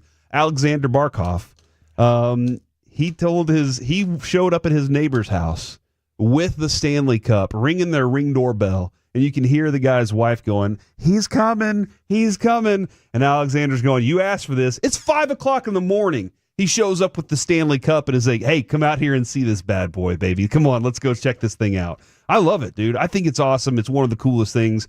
Where would you rock with if you had the Stanley Cup in your pocket? Dude, that would be, man, you got to drink out of it first and foremost. Like I think that's like the legendary thing to do, is to just drink out of the Stanley Cup. After that, it's like, man, I don't know. I think I would want to just be showing it around to all my friends and family. Yeah, I'd take it back to Chick-fil-A there, Spring Creek and Coit. Maybe we just fill it up with nuggets, see how many nugs we can fit in the Stanley Cup. Oh my gosh. How much Chick-fil-A sauce do you think is going to fit in that sucker? You have the nuggets around it and just fill it up with sauce. And then just everybody's dipping into the sauce. I don't even know. Like, I'd have to put a plan in place for exactly what you'd want to do with that Stanley Cup. I mean, some of the stories, though, because Bleacher Report actually had some of the wild things that people have done with the Cup. Oh, it's awesome. Some of them were like, they let their kids use it as a toilet. Well, hey, sometimes. What the hell? Red Kelly's son peed in it after the Maple Leafs won in '64, and then Chris Draper admitted that his newborn daughter actually pooped in it. And you got to clean that thing, though, before you let somebody drink out of it. You can't just pass it over to the next person. Baptizing children have been baptized in the Stanley Cup. And was it really stupid to say, hey, would it float? I thought maybe cups float. Well, is it made of aluminum? I don't know. I don't know what it's made of. Go look. Alec, I know cups can float. What kind of metal is that? A metal? Yeah. Metal doesn't float. Yeah, it's metal. I don't know. I'm going to crawl underneath the table and hide. Also, Mason Marchment was traded yesterday. Yeah, I know I'm pretty sure y'all got the Duchesne stuff yesterday during the show. But Marchment, I feel like, came out right after y'all were done. Yeah. Traded for a third and a fifth. I was I was very down on Marchment this season. I was very down on him during the playoffs. I just did not get anything out of him offensively, defensively. He looked like a giraffe on skates most of the time. He was clumsy all over the place. Very much so. And I felt like, man, why do you keep pushing him out there? And then I say, hey, let's scratch him. And he has the only good game of the series when I said, let's scratch him. And then he goes back to being the pumpkin that he is. But I know there were times I really liked Mason Marchment. I expected another level from him. They didn't get there. And it sounds like on the way they're doing things, they wanted to clear some money so they got some work to do. They have 9 forwards. They need 13. Yep. So they have some work to do in order to get some other guys signed. And Mason Marchment, thank you for your time. We're going to use these picks for something else down the road. Coming up next here on the KNC Masterpiece, the best trades and the next biggest star up in baseball nuggets on the Fan. Coming up in the...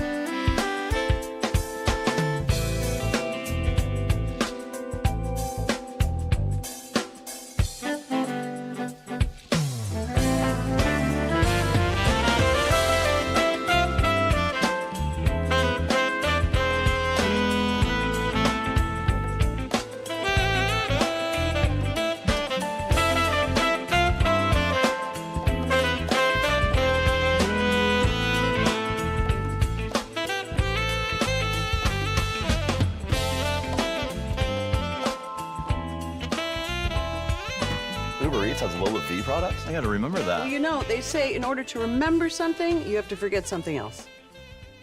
Okay, now that is a very cute haircut. That's like a little shag. I've never seen that before. Well, of course you have. It's the Rachel. Oh, is that your name? No, your name. No, I'm Jen. My name's Jen. Right, but I just mean this is your haircut. But that's the hair on your head. I'm not saying this is your hair. Okay, forget it.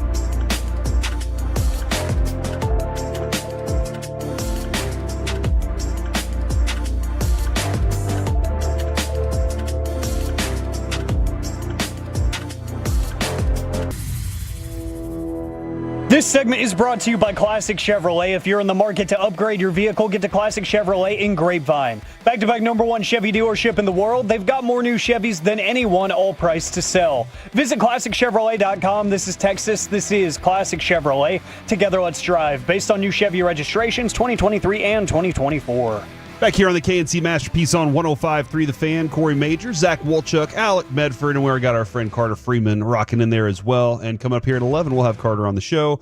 12:20, Dave Raymond and Gavin Spittle will talk some Stars' new coaching options for us. Zach, I know you kind of getting excited during the break there as we were discussing that a little bit. And according to our chief meteorologist here at Odyssey, Dan Brunoff, the summer will officially begin at 9:42 tonight. 9:42, 9:45, somewhere in that range. So in 9:42 according to CA, according to Dan Brunoff. So that is that's the excitement. Here's my question though, and I think this is going to be the rest of the day question. Perfect. Thanks to CA for this one.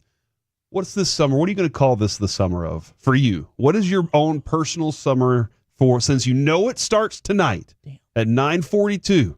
Now everything from here on is the summer of what? You can say the summer of Zach if you want to. That's fine. But if you have something else specific in mind, I don't know, summer of grapefruits, summer, I don't know, whatever it is that you like, the summer of peach cobbler. It could be food. It could be anything. What is your plan for this summer? Because I remember years back, it was like 2007. I was like, big things in 2000. That was my saying, was big things 2007. Not sure anything happened that year, but it was still fun to have that saying. So what's your summer saying for the summer of 2025? I'll let you think about it, Zach. I'm going to ponder. Right now, the first thing that came into my mind was the summer of watermelon. Oh, man, watermelon. Because watermelon's been a big topic of conversation in my household. The baby loves it. Wife loves it. In fact, I got in there, found the bowl of watermelon, apparently ate too much of the watermelon. Wifey said, now you've got to go buy a new one. So that might be exactly where I'm headed after the show. Okay. Going to purchase a watermelon. And I don't even know how to find out which one's the best one. There's like all kinds of different techniques. People like, I've seen people put it on their head. They're pushing it. They're shoving it. I have a chart. They're rubbing it. I have a chart for you that I'll send to you. Please do. To get the sweetest one is what we're looking for. Yes, the sweetness. 877-881-1053 so that he can have a little sweetness around. All right, but right now it is time for Baseball Nuggets. Brought to you by Reliant Air Conditioning, gimmick-free AC repair and replacement. Opa buckets. Thank you. Thank you very much. That's an old school one right there. Is. After 21 years...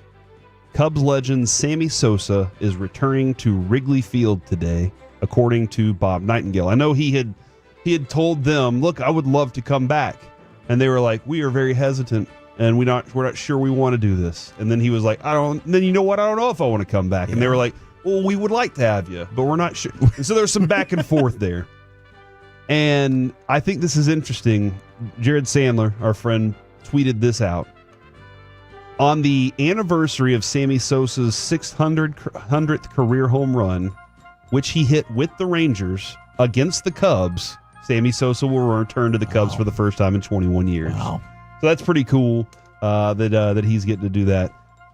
Did you get to watch much Sammy Sosa growing up? I did, man. I remember the live look-ins. Like, what was that summer of '97? Yes. Like the Sosa McGuire back and forth. It captivated us. It was incredible. I mean, I was a kid I mean, that was probably like my sports recollection where like I was actually able to remember watching games. Like I can go back and pull from probably that 97 on.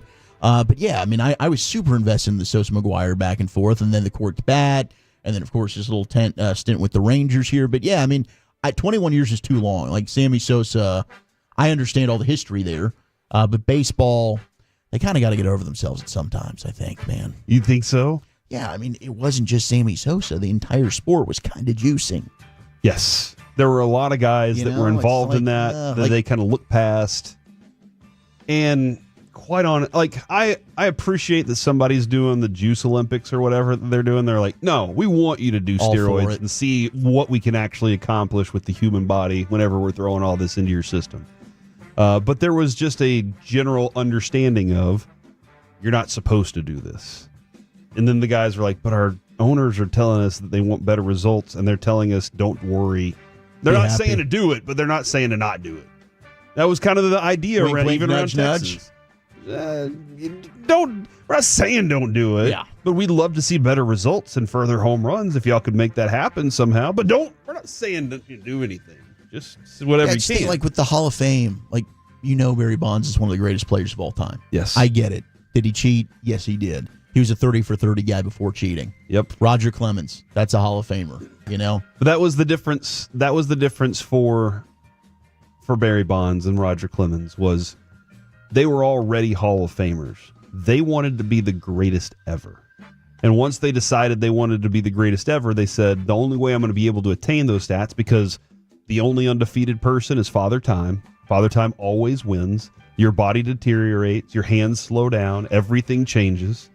And they said the only way to keep Father Time from winning this one right now is to do something that's going to keep me up there just a little bit longer. And that was the only difference. Like, the Hall of Famers are Hall of Famers. Yep. They wanted to be greatest of all time. And that definitely changed that for them for sure. From the 903, Summer of Rangers Disappointment. I don't know if I can read this one from the 321. From the 972, the summer of Dan Patrick tried to ruin my career and livelihood. Oh. I do believe this is about the THC being banned here in the Texas area, and all the Delta products and everything, and how they'll kill you. From what I saw videos, I disagreed with Dan Patrick on a lot of it. I will say that Shout I'm one out to of those LA people, Live, man. hoping that kind of turns things around. From Russell from Trenton, 1 week to a summer of sobriety. Good all for right, you. hey, if that's what you're rocking this summer, congratulations. Get after it. You and Hagee, man. That is yeah. I mean, I'm sure there's other people. Look, man, I'm with you. Take off some of those brewskis. That'll help out during the summertime. Come on, I can't read that one, guys. The big booty white women. Yeah, what? You're not supposed to read big booty white women on there. Like, you're just not supposed to say that. But just say pog. Okay. From the 214, Summer of Sin. From the 210, Summer of Bluebell Ice Cream. The new offerings of Cinnamon Twist and Southern Blackberry Cobbler are amazing. Okay, that's good to know. I'm trying to stay away. I don't think they've missed in a while. Bluebell doesn't miss. When they brought the oatmeal cream pies out, I was like, okay, got to try it. I saw Chiafalo was the first one in line. He was. I was like, man, and they just been one hit after another in the Blackberry Cobbler. So when we go on the vacation, every year for my birthday, I ask Adrienne, she goes, what kind of cake do you want? I said, I don't like cake. I want a peach cobbler. And she makes the best peach cobbler I've ever had. Perfected it. Perfect. It's not one of those got a real thin layer of pastry on the top of it. It's like nice, thick, homemade crust, and the peach, and probably about 12 sticks of butter and sugar, and you just know that's the worst for you, but the best taste. Summer of Restoration, Summer of Me, Not You. All right, so I appreciate those. Let's keep that coming around throughout the entire show. We'll keep that locked in. Nolan Arenado is the 7th player in history with 350 home runs, 10 gold gloves, as the Cards sweep yesterday. But yeah, man, Nolan Arenado is one of those guys that a lot of Rangers fans were on 6 years ago. Yep. And then the last few years, he started to fall off, and people this offseason were like, hey, you just traded Nathaniel Lowe. Nolan Arenado is a perfect candidate to replace him. And I kept looking at his numbers going, I'm not quite sure, man. They've kind of dipped, and continued to do so. He has 8 home runs this year. Bless you. Bless me. And the one that he hit for his 350th went 358 feet. But Wow. Congratulations to that's good company. That's good a good place to be, to have 350 home runs, also having 10 Gold Gloves, because you're also really good in the field. The only other people to do it, Johnny Bench. Seemed like he had a pretty decent career over his time. Pretty good. Mike Schmidt, otherwise known as the vacuum cleaner, because he was the Hoover over there, sucked up everything. Yeah, he sure did. Willie Mays, who I think we all know. Willie Mays was amazing. He was good. I didn't get to see Willie, but I heard good things about him. I read his biography every year. Every single year I would go get it out of the library and read it. And when Boach told me the story of being a child at spring training in Florida, where Willie Mays' team was playing, they didn't have fences.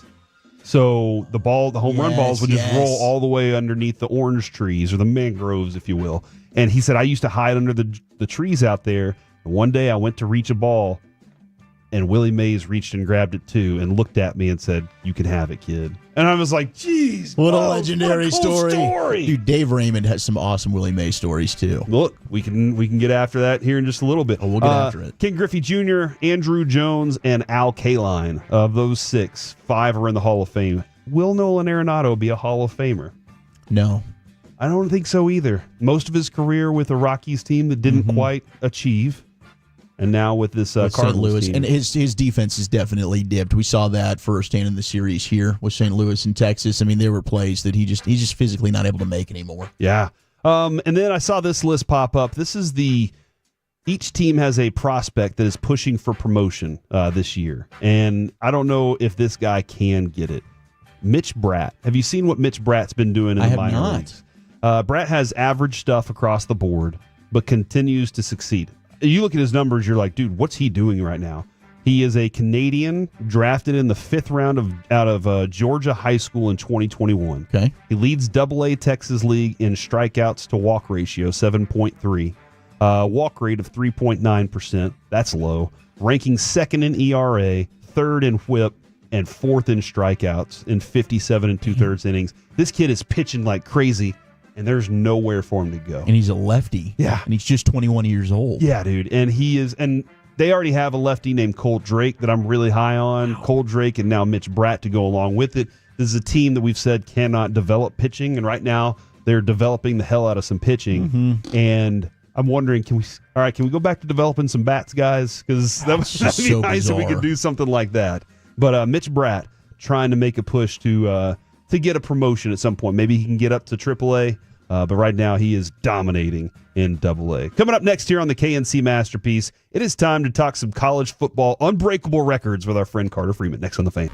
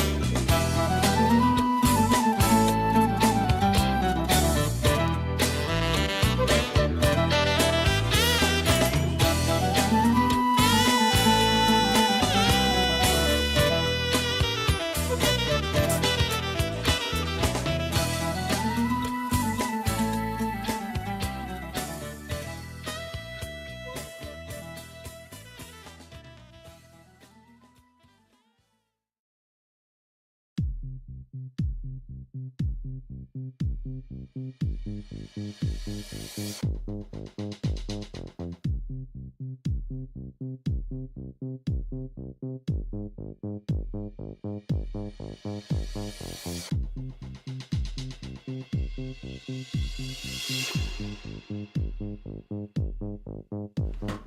Eats has Lola V products? I gotta remember that. Well, you know, they say in order to remember something, you have to forget something else. Okay, now that is a very cute haircut. That's like a little shag. I've never seen it before.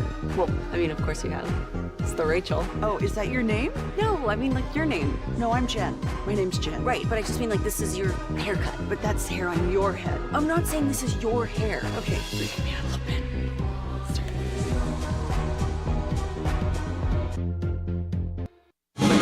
Driven by our D&M Leasing Studios, it's the KNC Masterpiece on 105.3 The Fan.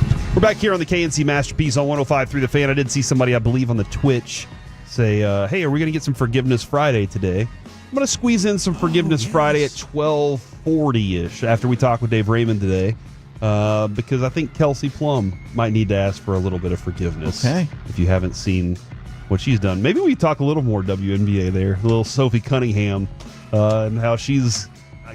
Did y'all talk about that at all yesterday?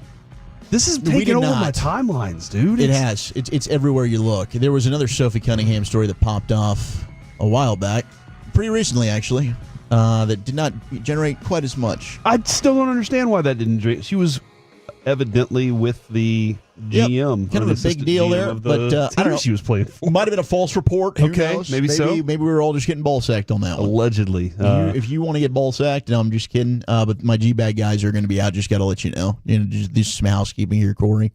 Pickler Universe in Carrollton, 2800 I-35, just past the George Bush Toll Road. Get on out there. See him, okay? Brian's going to be really upset if you don't go up to him personally and say hello, introduce yourself, and ask him all the football questions. Okay, so last time y'all were out there, one of my very close friends went out there and sent me a picture from there. Did he happen to say hi to y'all while he was there? No, I don't So he just recall. sent me a selfie in front of y'all and was like, oh, yeah, I'm not going to talk to your friends, is what he was saying. There are so many people that I do know, and I've seen, because I got the picture. I'll show you. We're here in out a at the little bit. Ranger games, and I see people like taking a picture.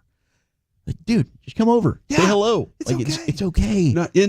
And this guy also is a pickleballer.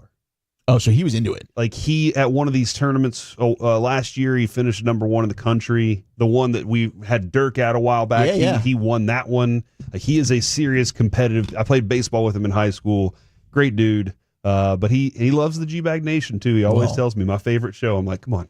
I've known you since I was a freshman in high school. That's how you know he's a good friend. Yeah, that he'll tell me the truth. Honesty. And that's all we're really asking. We do have Carter Freeman joining us today. What's up, guys? Sounds like he has a little post-nasal drip happening right here. Got that drip. What's going on, dude? You got a little allergy action? Yeah. You got COVID? The sleep, I don't think it's COVID. Okay. Can you get COVID anymore? I don't Is know still a how that thing? works. Not I think sure. you'd still get it. I got it a couple years ago, Okay. post vaccine and everything. And I was like, I think, what are we doing Stuck here? with you this long, huh? Yep. Because I got it OG back in like May of 2020. Uh-huh. And that was not fun. I was like, once was enough. And the second time wasn't as bad, but still, it's like, let's get away with this. But just some nasal drip. That's Dude, it. we just lost an orca at SeaWorld. Oh, no. Yeah, I'm Shamu? sorry. I don't want to just break in here Hold with... on.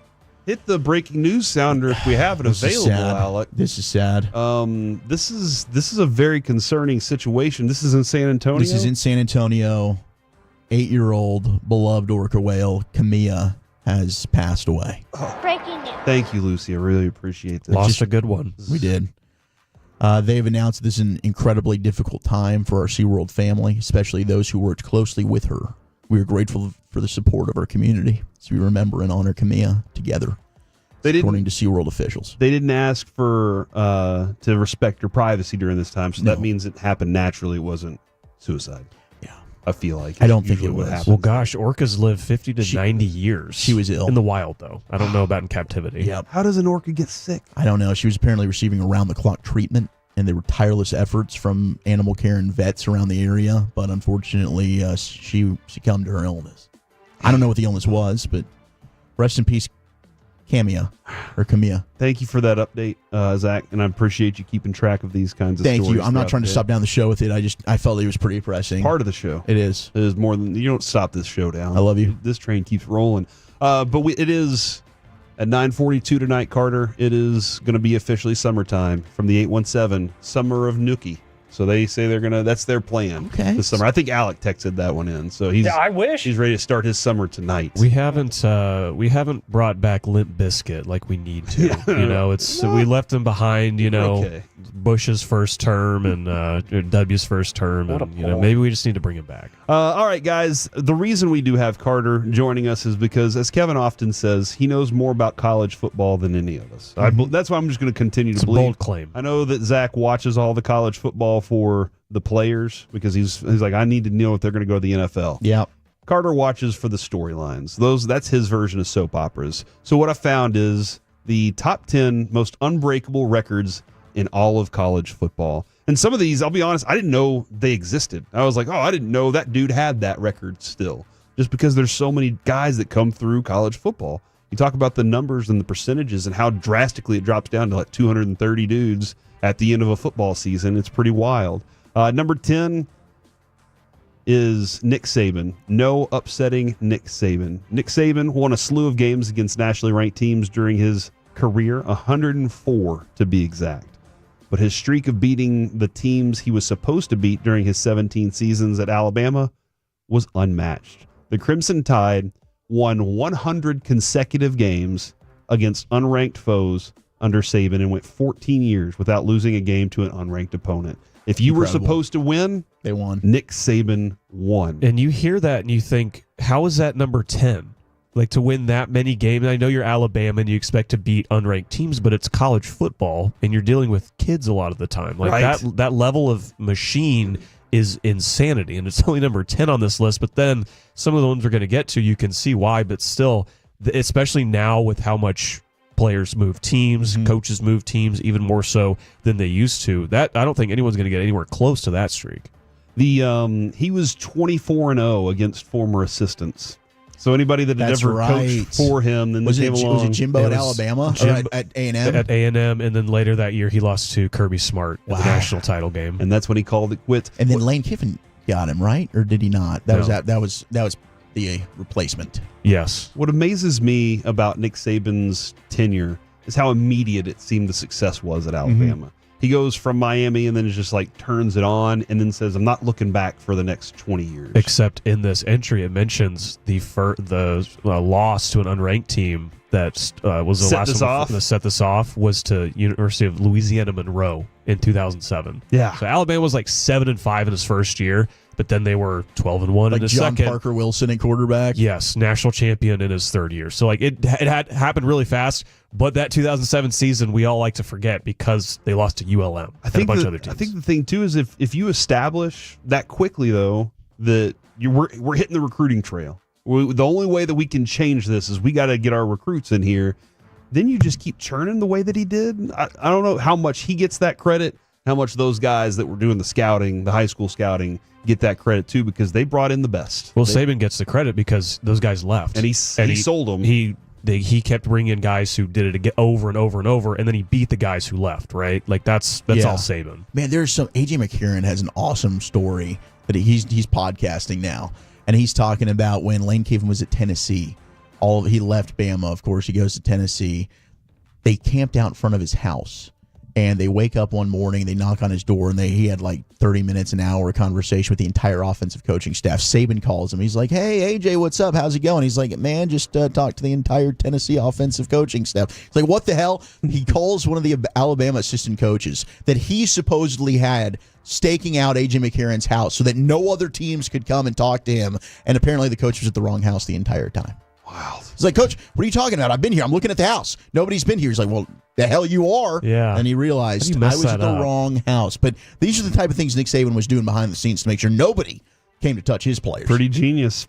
Number 9, the wizardry of Patrick Mahomes. Mahomes and Baker Mayfield Oklahoma versus Texas Tech had a massive shootout game, 66-59. Never forget watching this. As an OU fan, I never felt worried they were going to lose because no one could stop either of these offenses. Oh no, it was amazing to watch. And to be quite honest, there were times when the Texas Tech defense got through that I was like, how did that even happen? And they were just like, it's because we're putting the ball downfield. Mahomes was playing through a separated shoulder and a fractured wrist, which should have told every scout back then this is going to be a dude. He set an FBS record with 819 yards of total offense, 52 of 88, 734 yards and 5 touchdowns, also rushed for 85 yards and 2 touchdowns. Baker Mayfield only threw for 545 yards and 7 touchdowns. What a scrub. And I believe Mahomes tied the all-time single-game passing record. He didn't set it, he tied it. It was Luke Falk at Washington State under Mike Leach set it against, I want to say, UCLA in maybe 2012, 2013. And the fact that of all the crazy stats from that particular game, Mahomes tied. He got the same passing yards as the record instead of, right next to it or right above it. That's the one that sticks with me. Marcus Allen in 1981, his senior year, did things that Barry Sanders never accomplished. He rushed for more than 200 yards in 8 of 11 games, finished with 2,342 yards on his way to getting the Heisman. But the thing that really stood out this season with 5 straight 200-yard games, a streak that is now 44 years old. 5 straight games of 200-plus rushing yards, which is wild to me, considering Adrian Peterson and some of these other guys that have gone on to break last records. year, my gosh. Yeah, Derrick Henry a decade ago, right? Like there have been players that have had amazing rushing seasons, but I guess just the 200 to start a season, no one's gotten close to it. I watched this happen. Number 7, Antonio Perkins. I remember seeing this live. Why do they keep kicking to him? He did the unfathomable in 2003 when he became the first player in NCAA history to score on 3 returns in a game. 84, 74, and 65-yard touchdowns. 59-24 over UCLA. And it was. You're right. Why did they keep... At some point, they should have gone, no, we'll just throw it in completion instead of giving this guy the ball. Man. It doesn't make any sense at all. But I remember watching it, and I was like, this dude right now is absolutely on fire. And I thought, he's going to go to the NFL. He's going to be the next Dante Hall. And the human joystick. That didn't quite happen, but even still, it was nice to see. Derek Thomas's sack parade, finishing with 27 sacks in 1988, 39 tackles for loss. So he's double dipping with the NFL single game sack record and the most in a single season in college football. Terrell Suggs has the quote official NCAA sack record at 24, but that is obviously 3 less than Derek Thomas's 27. Crazy. Throwing it to the wrong team. Not all records are enshrined in trophy cases. Florida quarterback John Reeves threw an NCAA record 9 interceptions in a loss to Auburn in 1969. On 66 passing attempts, too. I'm amazed in 1969 they let a quarterback throw that. Not only, after so many interceptions, keep letting him throw, but 66 passes. That is insane. And they only scored 38 points. That's crazy. How bad was Auburn that you get 9 interceptions? Picks? You get the ball 9 extra times. Only 38 and you only get 38 points to win that game. Bunch That's of field ridiculous. goals. 69. Yes, it is. That is, was it? I think it was 88. 71. 69. No, it was 69.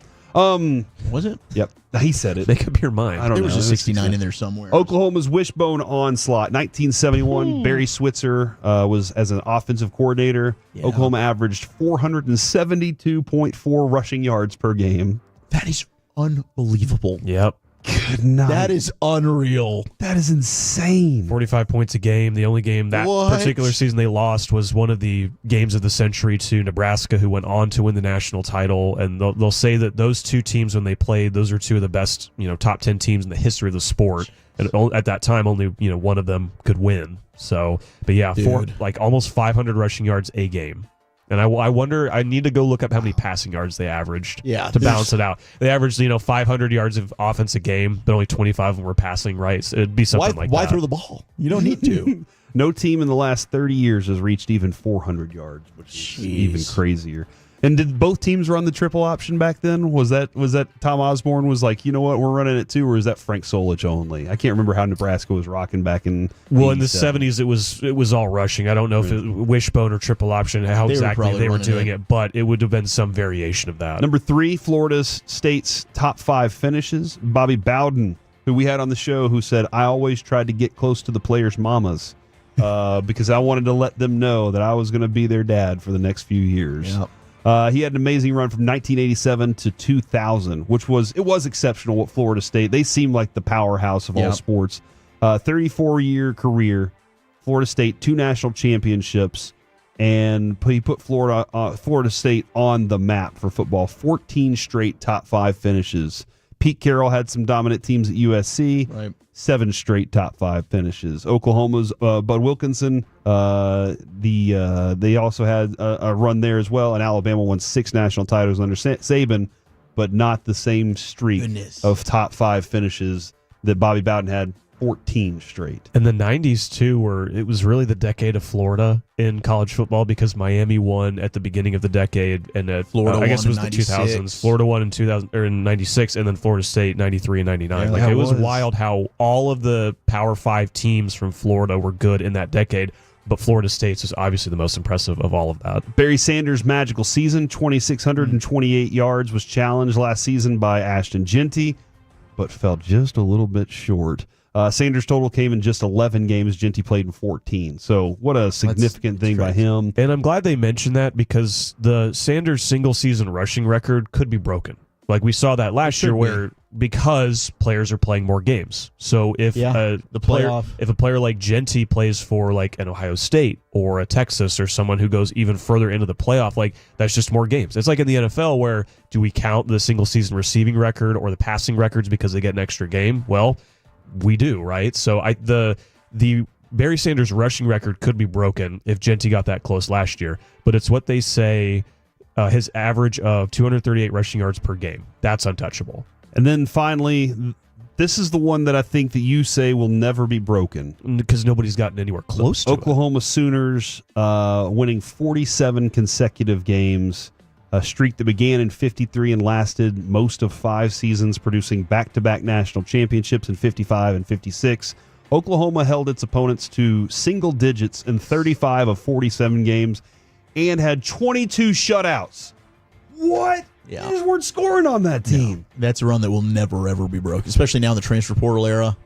An NIL, it's not happening. You've seen USC get, up to around 30 wins in a row in the early 2000s, same with Miami. And then here it says Toledo won 35 straight from 1969 to 1971, but that's still 12 less than the OU record. And OU under Bud Wilkinson won 30 in a row in the late 1940s as well. So the run that Wilkinson had will never even become close to being replicated. Great stuff there, Carter Freeman. Thank you for jumping in, even though you're not feeling well today. Thanks, guys. We're fighting through it. All right, we'll see you next time. Coming up next, though, it's time for AM on the FM. Where are we heading? We got the question of the day, plus how do you get traded on your own day? Next on The Fan.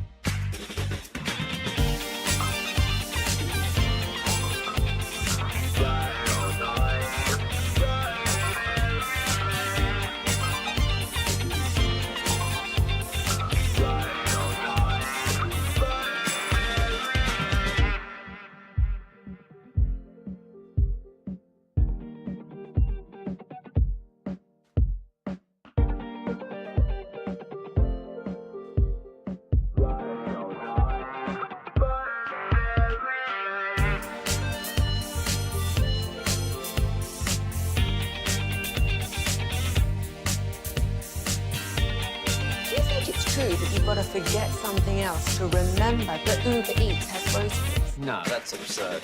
Hey, remember when you used to be a, what was it, Pepper Lady? Pepper Lady? Cinnamon sisters? Those are very... Saffron squad? Nutmeg maidens? Sweet No. I just said that. Was it Spice Girls? Doesn't sound right. Was it Saffron Squad?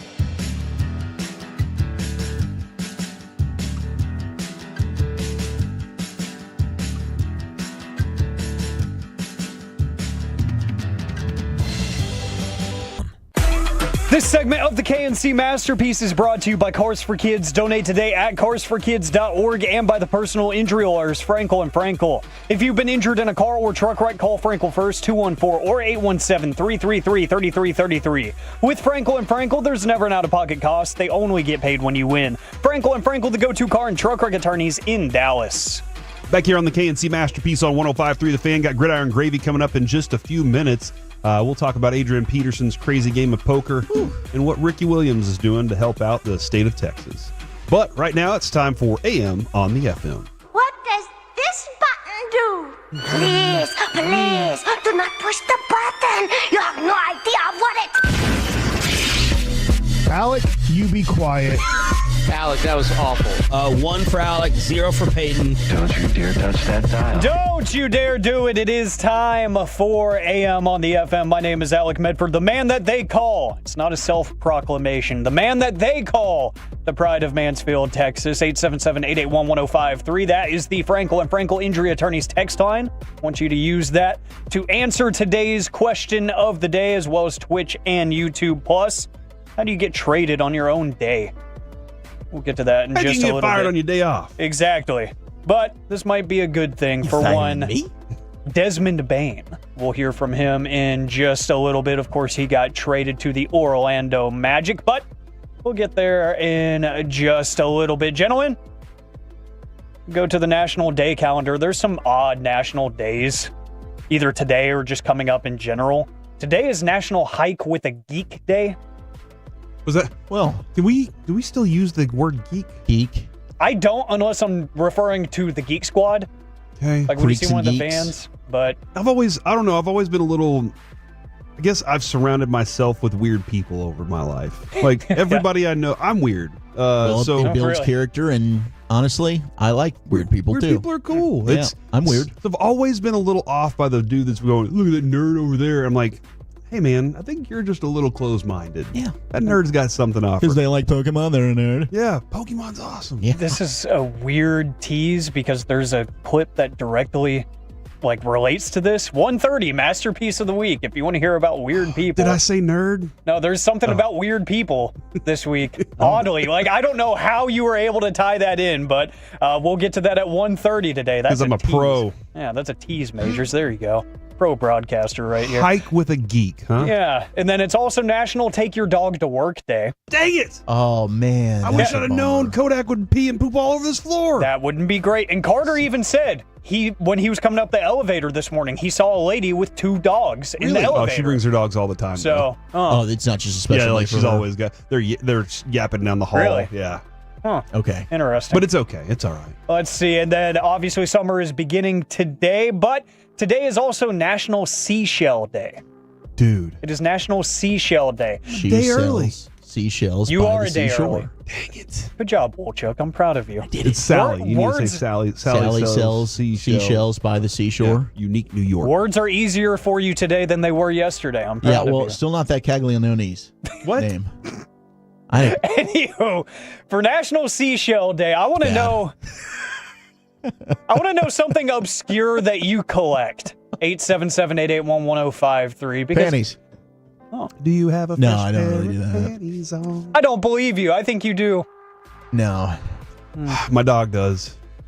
Oh, in socks. He'll bring them out to the living room. He'll go digging through everybody's stuff and just bring random stuff out. This I'm is one of those Adrian, take moments. this back to your room. Dude, being like a dad, for the first time and going through all these different stages. So now, Eliza's crawling. She's on the verge of walking, but she got herself into one of the dirty laundry baskets. She can pull herself up and pull stuff out. Oh wow! And so she comes out and she is just proud as hell, and she's got some undies that she's just waving around and, hey, look what I found. And I'm like, this is adorable, but also what the hell? Mm-hmm. That's disgusting. Those are dirty. That's why they're in the dirty clothes.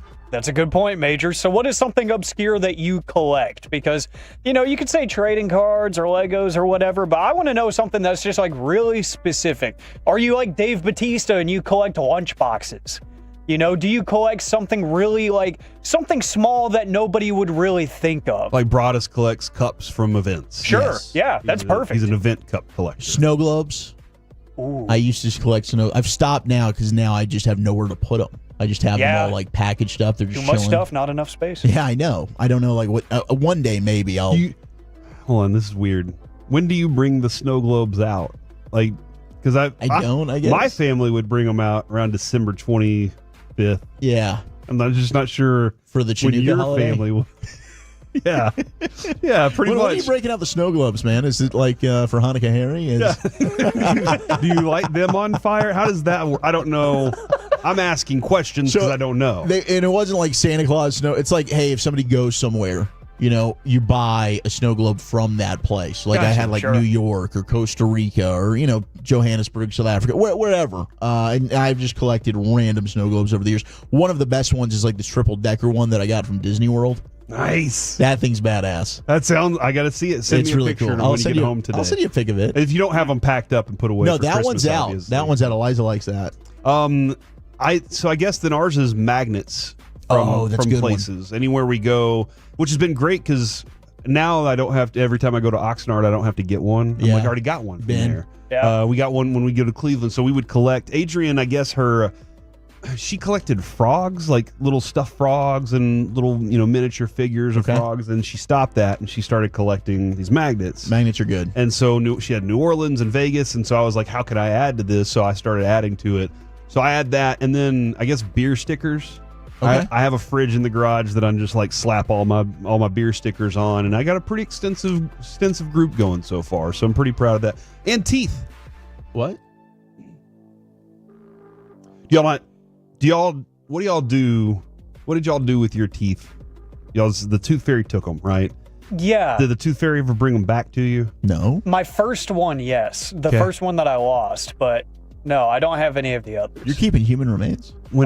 At one point, I guess the Tooth Fairy had told my mom, here, you can have this box of your kid's teeth that I kept around for you. Because I guess my mom paid one of those extra fees or whatever to get the bonus package. And so the Tooth Fairy gave me a box with all of my baby teeth in it. You still have it? It's in a box somewhere. But then I started collecting all the kids' teeth too. And they're all in a little box too. Separated or is just a hodgepodge? Because I also signed up for the bonus package from the Tooth Fairy. Right. So she was like, here, you can have these teeth back. How much per month? Microtransactions. It is $19.99 per tooth. So it is kind of crazy. Yeah, she's not cheap. So I have all the kids' teeth too. That's wild. And every once in a while, what? Every once in a while, you just kind of dump them out on the table. No. And just kind of look at, that little red spot and what was that? And you're like the shape of the tooth. Oh, the memories. Do you have like an exact memory? Totally ball sacking us. This is not real. Do you have like an exact memory for each tooth or what? I do remember like my bottom teeth and my top teeth. When I look at them, I'm like, oh yeah, I remember we actually tied a string to this one, or we actually tried to. Yeah, no. Hey, did y'all ever do that? Did y'all ever do the thing where you tried to tie a string to get it out, or you saw a cartoon, wiggle until it fell out? Wiggle. Lucy came in one day and she was like, I even bit into this apple and this stupid tooth hasn't fallen out yet. And I was like, oh my gosh, she's got her mom's attitude.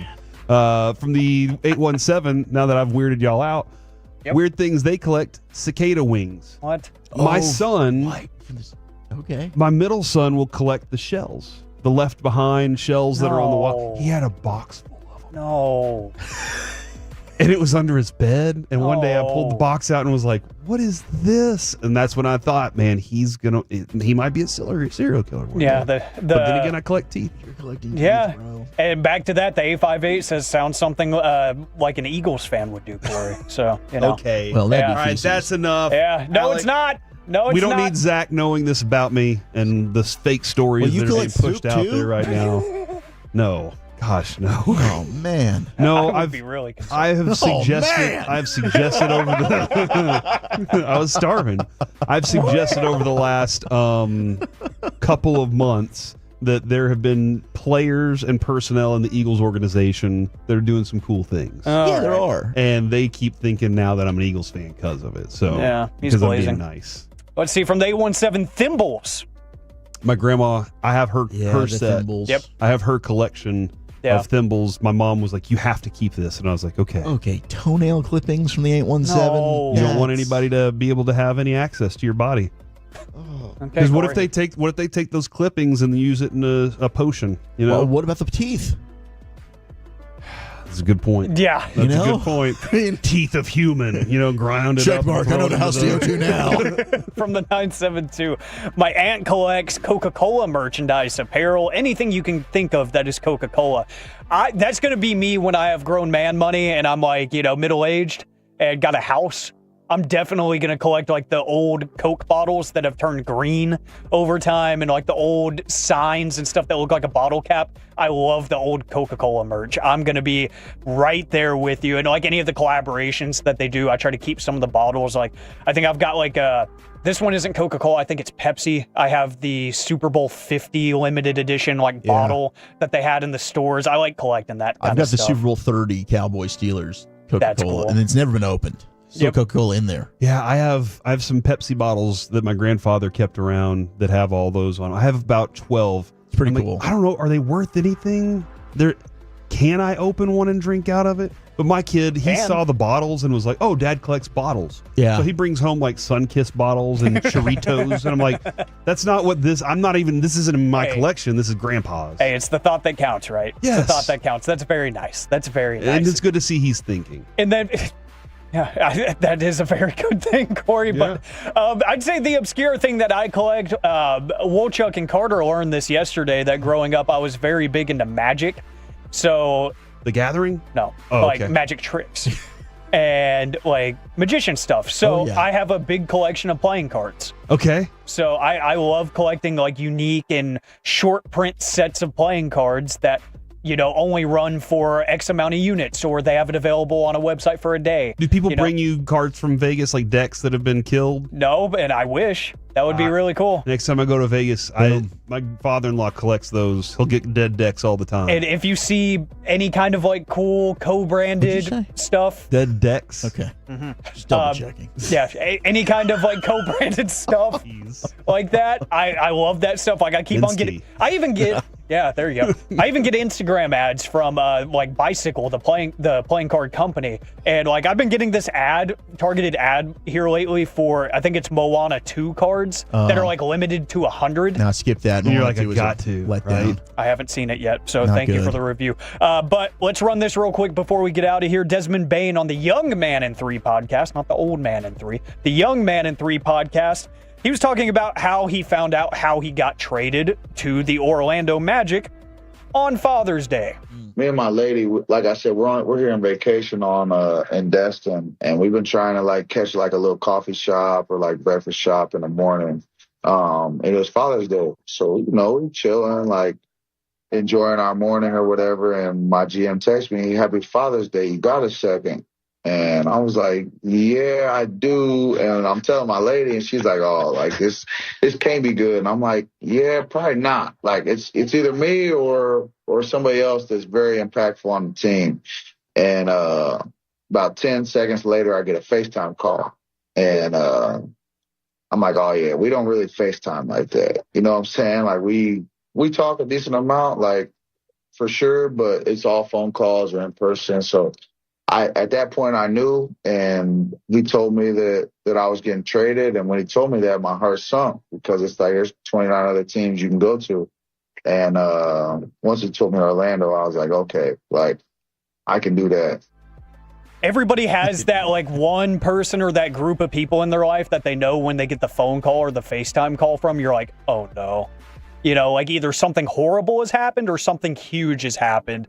And you're like, why are they calling me? Yeah, as soon as the boss rings, if it's, I see Gavin Spittle pop up, I'm like, crap, I'm fired. Yeah. It happened. It finally happened. It's a hell of a run. For me, it's my dad, because we just text and I see him every day. So we both hate phone calls. Like I hate talking on the phone. So he'll just text me everything. If he calls me, I'm like, okay, what's wrong? Something is bad. So, yep, relatable from Desmond Bain. On his own holiday, he gets traded. I've actually asked Spittle, I said, hey, when you call me, first thing you say is you're not fired if I'm not fired. All right, let's start this If I'm conversation not, off just right. if, Yeah. but yeah, that's just to put me at ease during the conversation. It's a good way to start. Coming up next here on the KNC Masterpiece, it's time for some gridiron gravy. Violence is coming next on The Fan.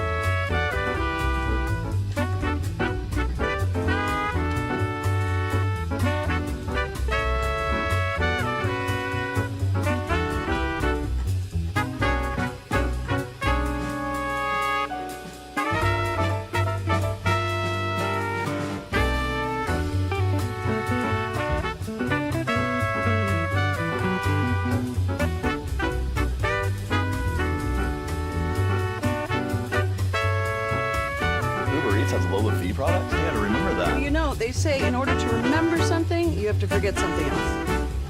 Okay, now that is a very cute haircut. That's like a little shag. I've never seen it before. Well, I mean, of course you have. It's the Rachel. Oh, is that your name? No, I mean like your name. No, I'm Jen. My name's Jen. Right, but I just mean like this is your haircut. But that's hair on your head. I'm not saying this is your hair. Okay, you're freaking me out a little bit.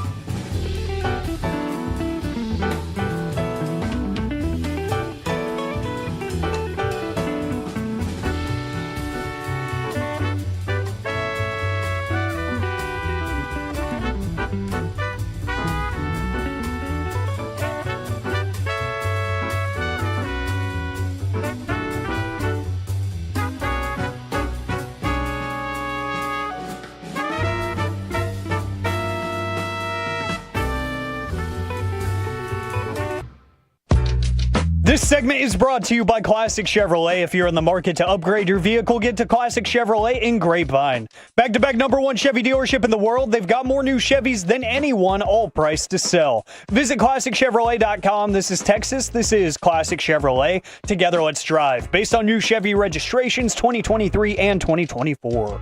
Back here on the KNC Masterpiece on 105.3 The Fan, it is time for some gridiron gravy. We go around the entire NFL and dip into some gridiron gravy. And you can dip it and rip it. Ricky Williams is bringing a little Texas fight to the effort to ban THC. As explained by WFAA.com, the Texas House and Senate have passed a bill that would ban all consumable hemp-derived products containing THC. Governor Greg Abbott has the measure on his desk awaiting signature. Now, I know there's been a lot of back and forth with this, and we have friends in this business. We have friends in this industry that this is going to destroy their business. Big time. And it's also very interesting at some of the other potential interests of the people that are making these policies and what their interests are there, but that's neither here nor there, evidently. But Ricky Williams said, this plant helped me stay balanced and healthy through the grind of professional football. Now it's helping manage PTSD and families manage pain. These changes in the law don't protect Texans. It punishes them. The people of Texas deserve freedom of choice and don't need the government to tell them what they can and can't put in their body. If we learned anything from the past decade, it has been that. So Ricky Williams is out there having his conversations right now, trying to do that. Now, I know a lot of times back in the day, Ricky Williams was looked at as, oh my God, he's a weed head. Yeah, quit football to go smoke weed? Yeah, what are you doing? And now it's like, well, I mean, we've learned a lot more about this over this time. So we'll see how that goes and if it does benefit. But he said, I'm calling on my friend Greg Abbott to please veto this bill and stand with the veterans, farmers, and families who know there is a better way forward. So good luck to Ricky Williams. Amen. George Kittle on Robert Saleh's return. What are your thoughts on Robert Saleh, the defensive coordinator, versus Robert Saleh, the head coach? He's a very good defensive coordinator. I mean, we saw the Jets defense. They took a hit and they were just not the same after they fired him last year. So the dude knows defense, man. He's a tremendous. That's a great acquisition to just go right back to San Francisco. Oh, for sure. On the Rich Eisen show this week, George Kittle said, "Violence is coming," is what I would say. He said he's really good at his job, and I'm really excited that somehow we convinced him to be a defensive coordinator again. He knows what he's talking about. He's inspiring, gets the boys fired up. So I'm pumped to have him back in the building. You can just tell he's ready to roll this year. The boys are fired up.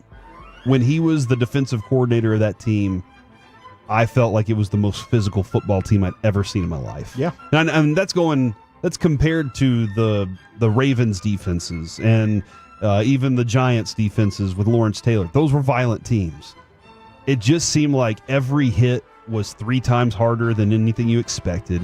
They didn't tackle you. They destroyed you, and then they gang tackled you on top of it.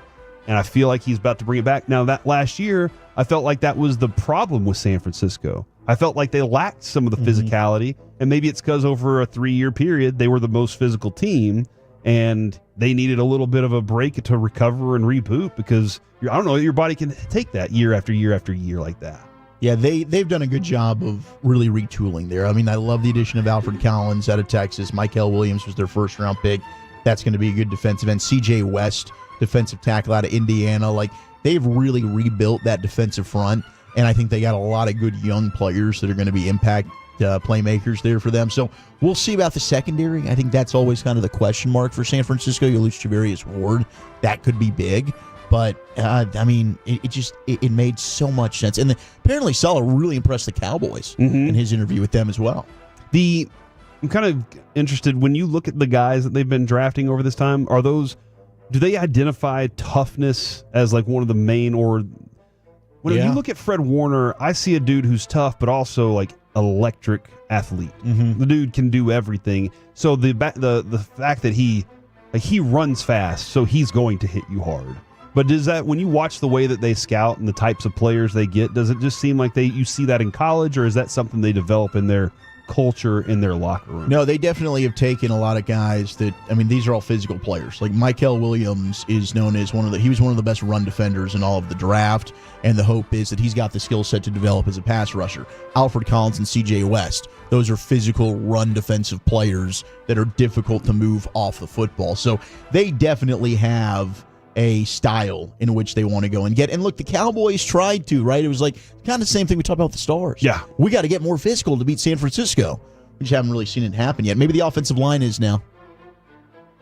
I hope so, man. I think Booker, that middle, is that kind of person. Smith, I think BB's nasty. Yeah. Tyler, we know, is nasty. He's a very nice guy. Very nice. Very well spoken guy. Both but then Tylers are. Just like Travis Frederick, you put the helmet on, now he's got a mean streak. Different person. And that's what I like. That's just Ken Guyton. Yeah, well, Ken Guyton's the key to this thing for me. Did you say repoop? I said recoup. Yeah. Did I say repoop? It sounded a little poop. I didn't want to call you out at the time, but a texter did also have that question. I knew you were trying to say recoup. All right. It might have sounded a little poopy. How would one repoop? Is the question. I guess you go again? That's just going again. So I don't think it's possible. And then from the 972, did Majors just said repoop instead of coop? I didn't know if you were trying to do it on purpose. Please tell me you marked that. Okay, I guess I repooped it all. So there you go, guys. There you go. Rams edge rusher Jared Verse said recently that he thinks he has a lot of room to improve. Terran Armstead retired this offseason after spending 12 years with the Saints and Dolphins, and he was asked players he won't miss, and he said, that young boy Jared Verse, I'm cool. I'm good. I never got to see that man again. I'm okay with never seeing that young man again in my life. Bull rush different. Dog, it's different. You know it's coming. You brace yourself. He's different. Jared Verse is different. He will be defensive player of the year. That dude right there jumped in and just took over. He did. And was that expected? Was it like for him to have this much of an impact this early? I mean, maybe not to be as good as he is. Yes, he was. I mean, I thought Latu in that class out of UCLA, who's now at Colt, was the best pure pass rusher. But the best all-around end was definitely Jared Verse. And then they got his running mate, Braden Fisk, who's also a beast. Like that defensive line with the Rams, that's the reason why I think they're going to win the NFC this year. You think so? I do. And I love the addition of Devontae Adams to what Matthew Stafford is. And hopefully, because the injuries happen on the Rams receiving group. Yeah, they do. You have to have the talent there just in case. Your dream is we got all three of these guys on the field at the same time. But then, all right, maybe we only have two, but that two's good enough. And those weapons, as long as they're thinking the same way as Matt Stafford, they're pretty good. Former NFL running back Adrian Peterson got into a fight while playing poker and was seen on video exchanging blows with another player. The two were seen yelling and swinging their fists at each other. I do believe, I watched this video, Adrian Peterson punched through a wall at one point, and it didn't look like Peterson, former pro player, had the leg up in this battle. It appeared that it was kind of won by the other guy a little bit. I was really impressed with the rando that he was fighting over this poker hand. He held his own, like up until eventually they get up near the wall, and that's when the size, for Adrian Peterson. But he was not backing down. I had a lot of respect for that dude. You ever been in a crazy game of poker fight? No, like OAR once said. No. I mean. No, not a fisticuffs brawl like that. I've seen knives pulled when we worked it on the border in Garland. Yeah, when we worked it on the border in Garland, we would get done with our shift. You make $100-$120, and then you go waste it playing poker against your friends. Yeah, and there were not times when I'd see people lose $300-$400, go back to the ATM, lose $400 again. Then now they got a knife pulled out. They're leaving with somebody's money. And it was wild, but I never saw a fight like this where I thought that Adrian Peterson would destroy this guy, and it didn't happen as quickly as I thought it would. Maybe one day we'll be able to relive those moments in the suburbs of Plano, playing some poker. I'd love to. Let's get a game going with the station. I mean, Dawson scares me. I think Dawson might just kick all of our asses. Got a little story here. Okay. Now, obviously, if we were playing with dimes and quarters. Oh, just in Oxnard? But when we were in Oxnard, I took all of Dawson's money twice. Now, I don't know, was he setting me up? Was he slow playing me, trying to be nice, trying to figure me out a little bit? Because I don't go in unless I know I got something. And I think he was just trying to call my bluff, and he was like, no, he was trying to figure me out. But now he knows, that if he does, I need to fold. Yeah. So, but I'm not claiming to be a great poker player.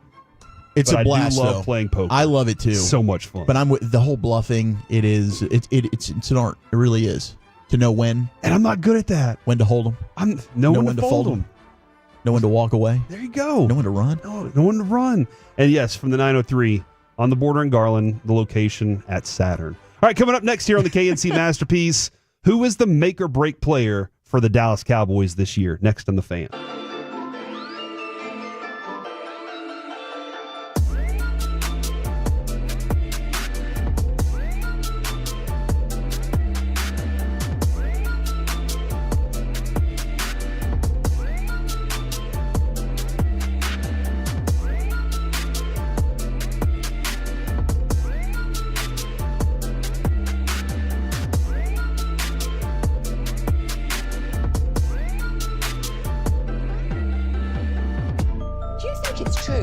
Forget something else to remember that Uber Eats has groceries. No, that's absurd. Hey, remember when you used to be Pepper Lady? Pepper Lady? Wasn't it Cinnamon Sisters? Basil Babes. Saffron Squad? Nutmeg Maidens? Paprika? No. Nutmeg Maidens. I just said that. Was it Spice Girls? Doesn't sound right. Was it Saffron Squad?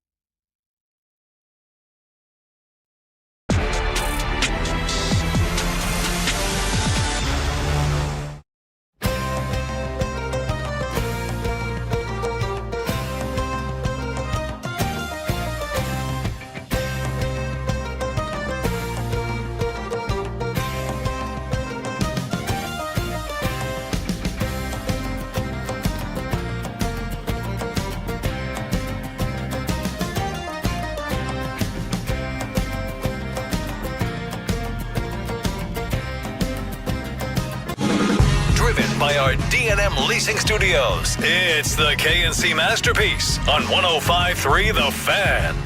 Back here on the KNC Masterpiece on 105.3 The Fan, hoping for the next 2 hours to be flawless radio for me, as it does turn out that Twitch has said they have clipped it, and I did say repoop. So, guys, I'm hoping for everybody that's just now joining us for their lunchtime break that I can deliver better, more consistent radio for you. I'm praying. Because this has been an absolute train wreck for 2 hours, Corey. But no promises. What the hell is going on with you over there? That's kind of the way I've always liked it. You put up with this crap every day? This dude's saying poop on the air. It's unbelievable. This is an embarrassment. Are you embarrassed? Are you embarrassed? I mean, Ritz? Show's doing pretty good, so I'm just going to say Number one midday show in DFW right here, baby. Thank you, Zach. I really appreciate that. So I kind of like the train wrecks. I love it too. I feel like the train wrecks are what we are, and we've never claimed to be perfect. But you look at ESPN sometimes, and you're just like, man, they nailed that segment perfectly.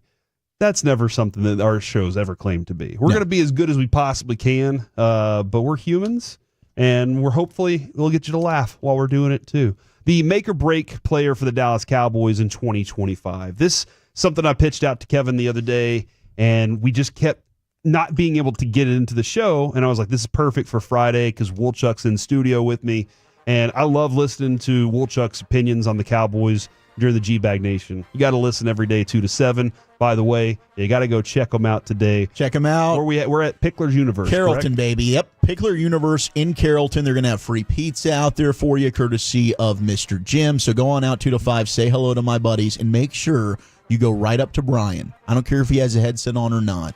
As long as they're in a break, you ask him all the football questions. As long they have to be in a break, though? Yeah, I mean, otherwise... Can't talk to him on air? That'd be a little bit. He's not going to allow it? He won't. Okay. He might not even allow it off a break, but I want you to try. You know, I have been told that he won't talk to women off the breaks. Yeah, if women try to talk to him, really, he will not talk to them. That's what I've been told. I have not noticed this. I saw him be accused of it once, right there in front of me. I saw that spectacular. too. Yeah, that was a pretty wild moment. She knows. All right, the Cowboys make or break player for this season. Zach, like I said, I love your Cowboys opinions here on the G-Bag Nation. So this could be one of two things. I asked Kevin this, and since he's not here today, he said, hey, can I make my submission, though? Mm-hmm. I said, absolutely. And he said, Trayvon Diggs. Okay. And I said, is that for himself or for the team? And he said, I think it's both. And so for him, if Trayvon Diggs isn't what they want or expect or back to what normal is for him, could the Cowboys say, all right, see you later and get out of that contract? The other thing is, if he's not that guy, Cowboys team, are they going to struggle in the secondary? Ravel, I know we love Ravel. We all do. But he has to get healthy and then get up to speed at this level. And we don't know. I mean, it's a projection. Right. Well, I mean, we're hoping that he's a good player in the NFL. You saw the traits that you liked about him. No question about it. I think that Diggs is a good one, right? If they end up having a healthy Trayvon Diggs, how much differently do we feel about the secondary? I think a ton, right? Because now all of a sudden you do feel good about, you got Bland, you got Diggs on the outside, and then what happens at nickel? Does somebody emerge? Does Kalen Carson end up being a guy that can play the slot? Does it end up being Israel Mukwamu? Or do they just say, all right, here's Kyer Elam, and we're going to kick Bland inside on nickel passing downs? I don't know that there is a player I am more out on where we stand on June 20th than Trayvon Diggs. Really? Wow. I've heard so many things that if he did not get hurt, he's a player in a contract they would have looked to move and trade this offseason. There's question marks when it comes to, and Jerry said it, the rehab, the approach, the want to, the buy-in. It's just, there's things after the contract has been signed that's just been around that it hasn't been positive, man. And a lot of that is just Trayvon Diggs needs to lock in. Is this a job? Do you love football? I think those things have been questioned. When you have that, and then you get the big money because you're talented. Yeah, exactly. Sometimes a lot of people will question that too because the love part of it, and sometimes you question it yourself. You're just like, I'm paid. I can buy all these other interests that I have. I've made it.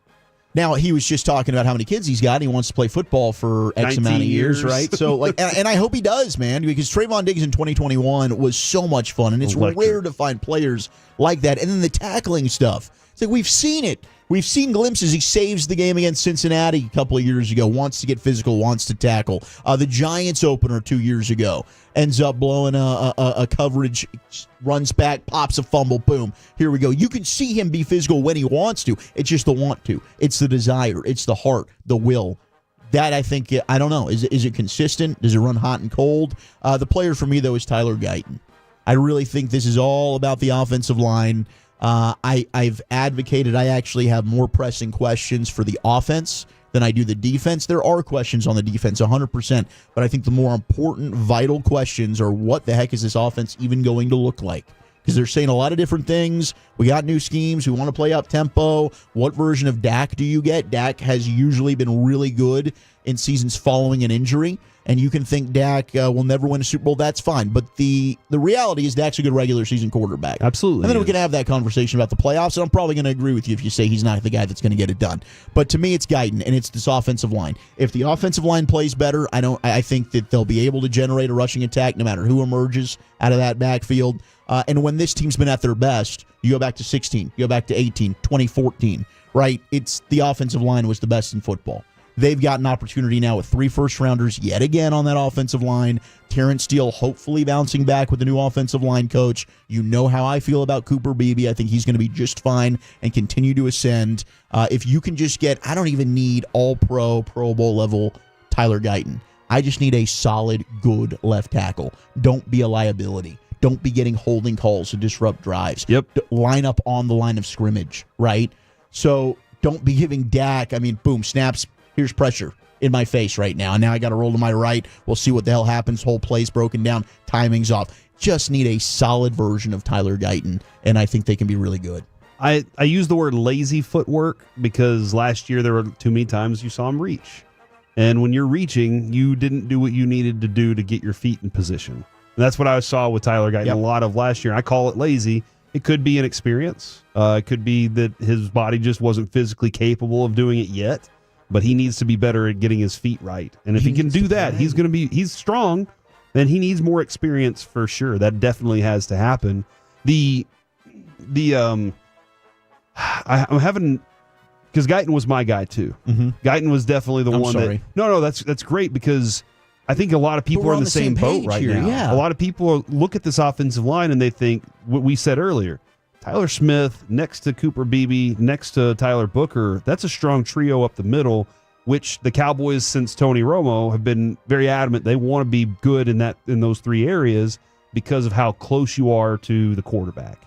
And if you can keep the space around that quarterback a little clean, Dak can step up in the pocket and do a little bit more. The edges are a little less of a concern. I guess then the person that I'll go with is Jake Ferguson. I think it's a make or break for him. And I also think it's a make or break for this team because his physicality sets tones for the guys around him. Nobody was going to touch Dak if Jake Ferguson was on the field because Jake Ferguson would not let them. He would, if it happened, he's going to get in your face to show you why it shouldn't happen again. And so him last year, after the injury, I know the injury happened, but even before that, he had a couple of penalties that were kind of off, and he just didn't look focused last year. And you can't have that. You just can't have one of your best players, guys that all the people look at and go, he sets the tone for us. He can't be the one false starting, like Guyton. He can't be the one out there committing holding penalties downfield and causing problems that bring the ball back because the team's not good enough. They weren't good enough last year to withstand those penalties. And when you talk about the running the ball and who emerges out of that room, I have no clue. I have zero clue who's going to emerge out of that room. But that offensive line and that tight end group is going to help it. Yeah. So I want Javonte Williams to emerge as a more than 2 yards per rush guy because I had him in fantasy and I watched him. I know what I saw. And I was like, okay, the problem I couldn't decide on, and I don't know if you went back and watched Denver a lot last year, was it his offensive line didn't have a second level block for him, or was that all he could do?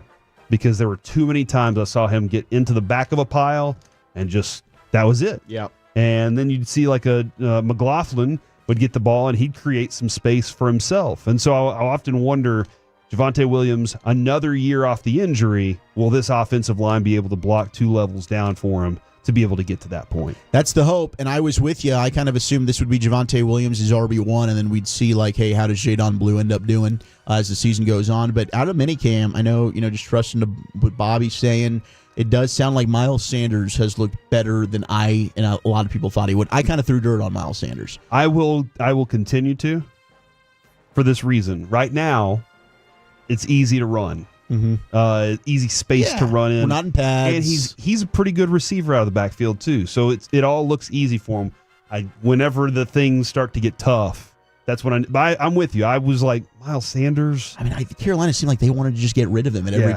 turn. Like Chuba Hubbard, here you go. Here's a bunch of money. We're going to draft Jonathan Brooks in the second round. Okay, now we're going to go ahead and bring in Rico Dowdle in the offseason because we definitely don't want Miles Sanders. I thought that was really interesting, and I love what you're saying about Fergie, because I do think with the George Pickens edition, he is the player that I think should benefit the most. I'm right there. I think, well, you know what? I'm glad you brought this up, because I still have a hard time on the defensive side of the ball, aside from Diggs saying make or break, because everything's going to be new to them this year with this defensive coordinator. With Flus coming back in and doing his thing, how is he going to use them, and is he going to get different things out of these guys and actually be able to, stuff the run and tackle physically? Is he going to be able to do that? But I'm glad you brought up Pickens, and I wanted to bring up CeeDee Lamb in this as well. Pickens was named the NFL's, for each of the 32 teams, the most important newcomer for each one of these teams. And Pickens was USA Today's selection for the most important. I started thinking, I was like, okay, was Kenneth Murray as important? Yeah. Who are any of these other guys? I started going through the rookies too, and I was like, I think Siobhan Ravel's an important piece on this. But I know Pickens this is the perfect year for him to prove that he's a number one for a big-time contract with somebody else. All the things line up perfectly for him to have a really big season. The other one, though, is David Cheetah on NFL.com said, way too early bold predictions. Or is it Cheetah? I think that you nailed it. Cheetah. He says I don't know that CeeDee Lamb is going to break the NFL record for receptions this season. And so he thinks the arrival of George Pickens is one of the reasons that's going to help. Okay. Now, when you start to think about how you would use them, this probably happens a little too often. I start thinking to myself, how would I use them? And the coaches don't necessarily do the same thing I do. Of course. But whenever I look at this, play action is going to be a big factor for Dak Prescott, because Dak Prescott does well with play action. Yes. That's just a simple fact. Hey, the one thing we know about Shoddy's track record, he likes play action as well. And we've also learned over time that you don't even have to have, a lot of times, you don't even have to have a good running game for play action to work, but it does help your running game too, because play action is what it is. So it creates an imbalance in defenders knowing what they're supposed to do. So when then I look at, okay, what can Pickens do? He is going to create one-on-ones. Well, now you also have, once you've decided to say I'm double teaming CeeDee Lamb, you're not just creating space for Pickens. You're creating space for Ferguson, just like you said. Yeah. The thing about these two receivers on either side is that when Dak's at his best, when he sees single high coverage, once he sees it, he knows where to attack. That guy rolls left, that guy rolls right, I'm going where he wasn't, because that's where the most space is for me to throw to. When he's at his best, that happens, and that's going to happen more often than not if you have good play action and if you have receivers that are competent and doing their jobs and winning their one-on-one battles, because at some point you do have to start rolling to somebody. Yes. And when that happens, that's when Dak should recognize the next one's open. I think Pickens is going to be a great factor for this team as long as they can keep him wrangled in, and as long as he does it for himself, stays disciplined in what he wants to do. But CeeDee Lamb setting the NFL record for receptions in a season, do you think that is possible? He produced 135 catches in 2023 when Dak was healthy. It's possible. I wonder with the addition of Pickens, that's just not going to make it likely, right? Because how many catches is George Pickens going to end up getting? Got to feed everybody. And then Ferguson as well, as you just mentioned. That's a contract year for Fergie. Contract year for Jalen Tolbert. They just paid Kevontae Turpin. How much is Kevontae Turpin getting into the mix here? So I just think there's other mouths to feed that might limit that. But the way that they peppered him with targets in 2023, CD is that type of player that deserves that kind of consistency. Like, you need to find a way to have him involved and have him involved on a regular basis. It's possible. The record's 149 for Michael Thomas. Yep. So he was pretty close 2 years ago. Yeah, so it's possible. I would just say not likely, because I just think Pickens eats into some of that production. Yeah. If they go to short passing game and he becomes running back feature for passing game, where he's a receiver, right? But we use our best receiver as a running back out of the slot. Yeah. Then that could definitely line up well for him to get plenty of touches. All right, coming up next here on the KNC Masterpiece, it's time to chat with our friend Dave Raymond from the Texas Rangers broadcast next on The Fan. Hey there, folks. Want to tell you about...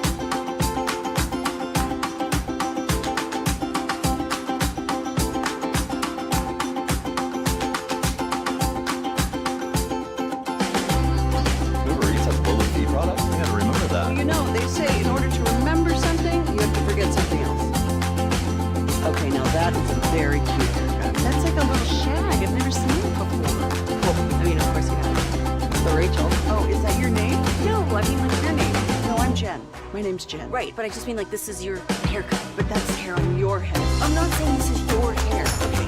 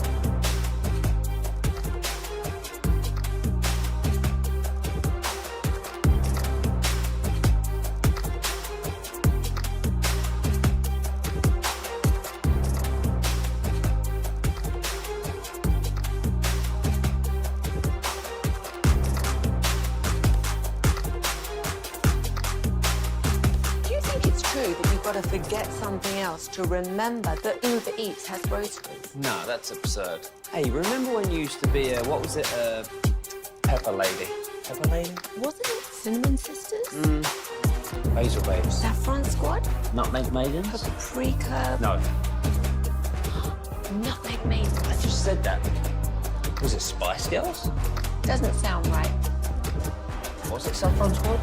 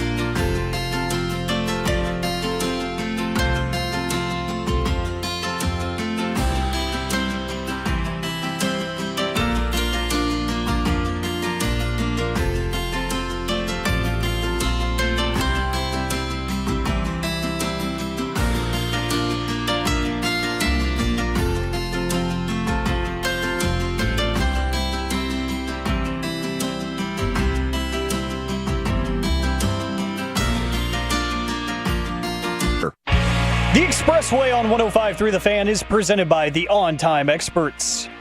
Back here on the KNC Masterpiece on 105.3 The Fan, Corey Majors alongside Zach Wolchuk with me today, as well as Alec Medford.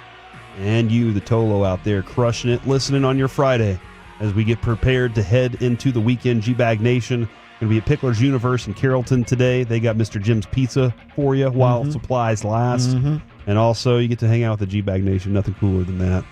I'm enjoying my time right now hanging out with one of the members. And right now, we bring on Texas Rangers play-by-play man for Ranger Sports Network, Dave Raymond. Dave, how we doing today, man? I am great. How you boys doing? I'm doing very well. I am trying to figure out why you hate green beans, though. I just saw this pop up on the Seeger interview, and I was kind of curious on why green beans is the worst vegetable to you. They're the worst. The texture is terrible. It tastes a little bit like dirt. They're stringy sometimes, sinewy, if you will. The flavor is no good. Okay. It's no good at all. I just like them. I like broccoli. I like Brussels sprouts. Okay. I love cauliflower and carrots. What about peas? I like peas. Okay. Peas are good. I like beans. I do not like the green bean, though. I dislike it immensely. I get it. Everybody has the ones that they can deal with and the ones that they can't. And that's Dave. I do know that we were told for a long time, Dave, that Al Michaels never had a vegetable in his life. And then one year, you believe that? Well, we did until we had Michelle Tafoya on during Peace-a-thon one year, and she said she tricked him into eating a Brussels sprout. And he just was like, "This is so good. What is this?" No. They called his wife and were like, "He's eating Brussels sprouts right now." And he's like, "I still claim that I don't." So there you go. That's the Al Michaels story there. So if you ever see him, let him know. Yeah, okay. Because I find that story a little hard to believe that he's never had a vegetable. Like in your entire life. I refuse, Mom. Come on. I never would. I saw the story on the morning news from Evan Grant this morning, and I was going to ask Boach about it the other day. We just kind of ran out of time. But Corey Seager has not looked right at the plate lately. And it just his swings right over the top of pitches that go under the bat. It's just a little bit off. And I'm just kind of curious what you've noticed over time, and do you feel the same way that he's the offense? If he gets rolling, then the rest of the offense can go too. Well, I think he's critical to their success. Yeah, no question about it. I mean, the whole thing is built around Corey and Corey being great, but we don't really know a whole lot more than Corey being great, right? I mean, when he's healthy and in the lineup, usually he is elite. Right. And so that's what's made this recent stretch, I think, so confounding, because I can't think of anything. We've never seen it while he's been in a Rangers uniform, a stretch of this length of time where he has struggled like this. It's unheard of. So in terms of what it is, you're right. I mean, he's just flat missing the ball. And when he does make contact, oftentimes it's, off a part of the bat that's just not the label, not the barrel part. So he had a double the other day. Yep. And it was a bad bounce double. Like it should have been a 3 unassisted put out over at first base, but it bounced up, took a weird hop over third base and into short right field, and he got a double out of it. That's sort of the other thing for me is that even some of the small successes that we've seen lately, there's almost a side explanation that goes with them. So yeah, this is amazing. And look at it this way: I want to say this weekend will be the 12th weekend of the season. He has 14 RBIs. Yeah, I'm not used to that at all. That's not gonna work for this team. The fact that they are as close as they are to 500 right now is kind of mind-blowing, given some of that stuff. Okay, with that being said, Dave, what's your perspective on just what you're seeing and where this team is right now? Because it's so tough, I think, the ebbs and flows of emotions over 162. Like, I'm thinking this team's turned the corner after Minnesota. Then you sweep Chicago back to 500. I'm like, let's go. This thing's going to be clicking. Here come the Royals. Maybe the Royals were due. I don't know. They were in a slump. They sweep the Rangers. You're 3 games back under 500. So are you looking at this team right now as, I want them to be sellers. They should be good enough to go and still compete. Or are they what they are, and maybe this is just a 500 club? Wooly bully. Sound like you're getting a little fired up there. I need you to push away from the desk. I'm sorry. I'm emotional. Take a breath. I care. Inhale deeply and exhale. Yeah, look, that is, I would say it this way, right? It's the magic of baseball and of a baseball season, right? Is that you are going to get absolutely tortured as a fan.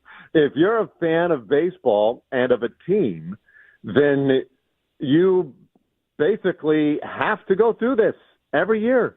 I was thinking about this the other day, actually before we talked to Seager on our podcast, America's fastest growing podcast, Still Talking Rangers. You've probably heard of it. To this day.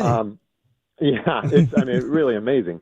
But I was thinking back to, I think it was 2017 or 2018 with them.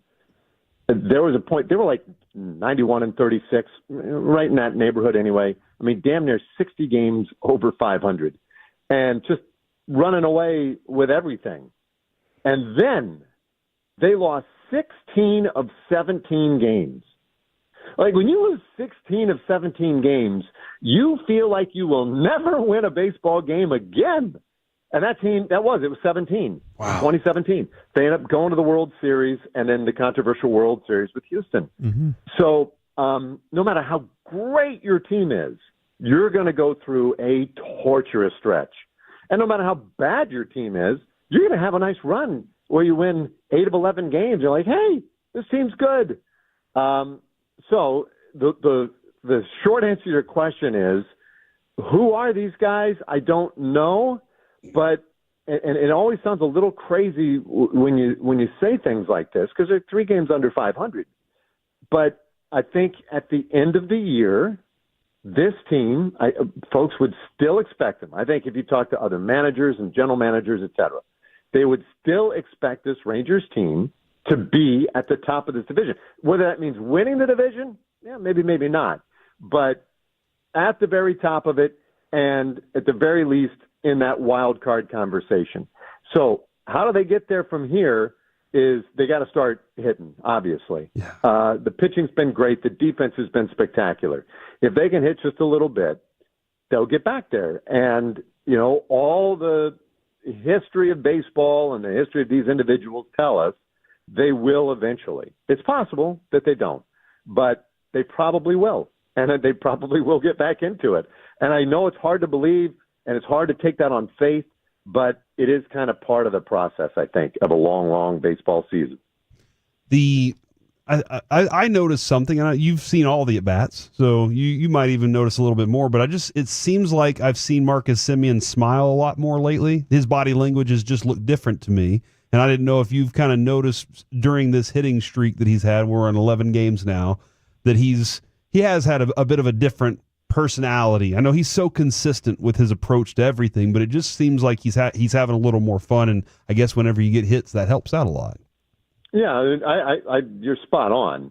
He is absolutely in a much better mood, and he is. You do see the smiles, and when things were really getting rough a couple of weeks ago, before they had that nice road trip, it was a comment that I would make occasionally. Sometimes on the air, sometimes just in our off-air conversations with coaches, managers, general managers, that sort of stuff. Is that when we pan into that dugout with our cameras, I don't see smiles. Right. I don't see a lot of fun happening in there. I see some faces that look shocked, faces that look upset, faces that are just kind of got that, 10,000-mile stare going, like, what is happening? And to me, that's not great, right? You got to have a little fun. It's baseball. You got to keep it loose a little bit. And I wasn't seeing that. So I was tickled pink when Marcus got going a little bit. He was smiling. And then on that road trip, a handful of other guys then started to click. And we were seeing some fun. We were seeing some smiles. So I think that's a big part of it, man. I really do. And I we talk about chemistry, all these different things. Like, at its core, have some fun. Like, just have fun. Enjoy what you're doing. I think if you can start enjoying what you're doing a little bit, hopefully you can relax and just let that natural athlete come out. These guys are all talented. They have it in there. They just need to relax and let it happen. The pride of Stanford, Dave Raymond, with us here in the KNC Masterpiece. I don't want to ask you anything that you can't say because I don't know if there's a pending move to be made, but is there any updates or how's Smitty doing right now? Well, at last check, we were told that he'd probably play today. That was yesterday. Bruce Bochy said that he wanted to stay away from him in yesterday's game. He did say yesterday, though, that there was a possibility he could use him as a pinch hitter. So I took all of that on its face and to say that he's close, right, and that there would be no need for a roster move or for an injured list stint for him. So we'll see if he's in the lineup today or if he gets used today. But, yeah, that my takeaway has been that it's annoying and they're hoping that he feels better, but that they're not concerned that it's the type of thing that's going to sideline him for any length of time. Dave Raymond joining us here on the KNC Masterpiece on 105.3 The Fan. One of the things, and Dave, I can't remember if I told you this or if I told Mike, but I really appreciated when y'all went up to Cincinnati and you were kind of showing us around the field from your seat. You were kind of telling us some things, some history about the place, and I was like, man, I really appreciate that because I don't get to go to all these stadiums. So it's really nice to see that. What's at Pittsburgh? What are you going to be detailing for us as the historian of Pittsburgh Stadium? Well, Pittsburgh's PNC Park is, and it is fun, right? Because it's interleague. Fans haven't seen a lot of it over the years, but it is one of the most beautiful settings for baseball. It is just gorgeous, and we're getting beautiful weather today. Nice. It's such a unique area. It's very hilly. We're right on the Allegheny River, and there's these beautiful bridges that they have that connect downtown to the side of the river where the ballpark is, which is just adjacent to the Andy Warhol Museum, which is also kind of a trip if you ever have time here. Go check that out. But these bridges are very distinct, and they're painted yellow, and they're the 10th Street Bridge, which we cross to go over to the ballpark every day, is shut down as a pedestrian bridge during during game days, and it's just a really neat feel. So there's a high wall in right field that's 21 feet high, the 21 feet in honor for the all-time great right fielder Roberto Clemente, who played in Pittsburgh. So there are little features to the ballpark. It's a big ballpark. It's a pitcher-friendly ballpark. At least always has been. So we'll show you around a little bit. There's some interesting. To me, I think it's almost like this gunmetal gray or slate gray that is how I would describe a lot of the ironwork on the inside. Yeah. So it's somewhat evocative of the coal mining history and that industrial history that's a part of Pittsburgh. I think it's a lovely park, and I think it's a great setting for baseball. And I've always felt like the Pirates are one of those iconic franchises. They've been down for so long. Yeah. But I think baseball's better when teams like the Pirates are good.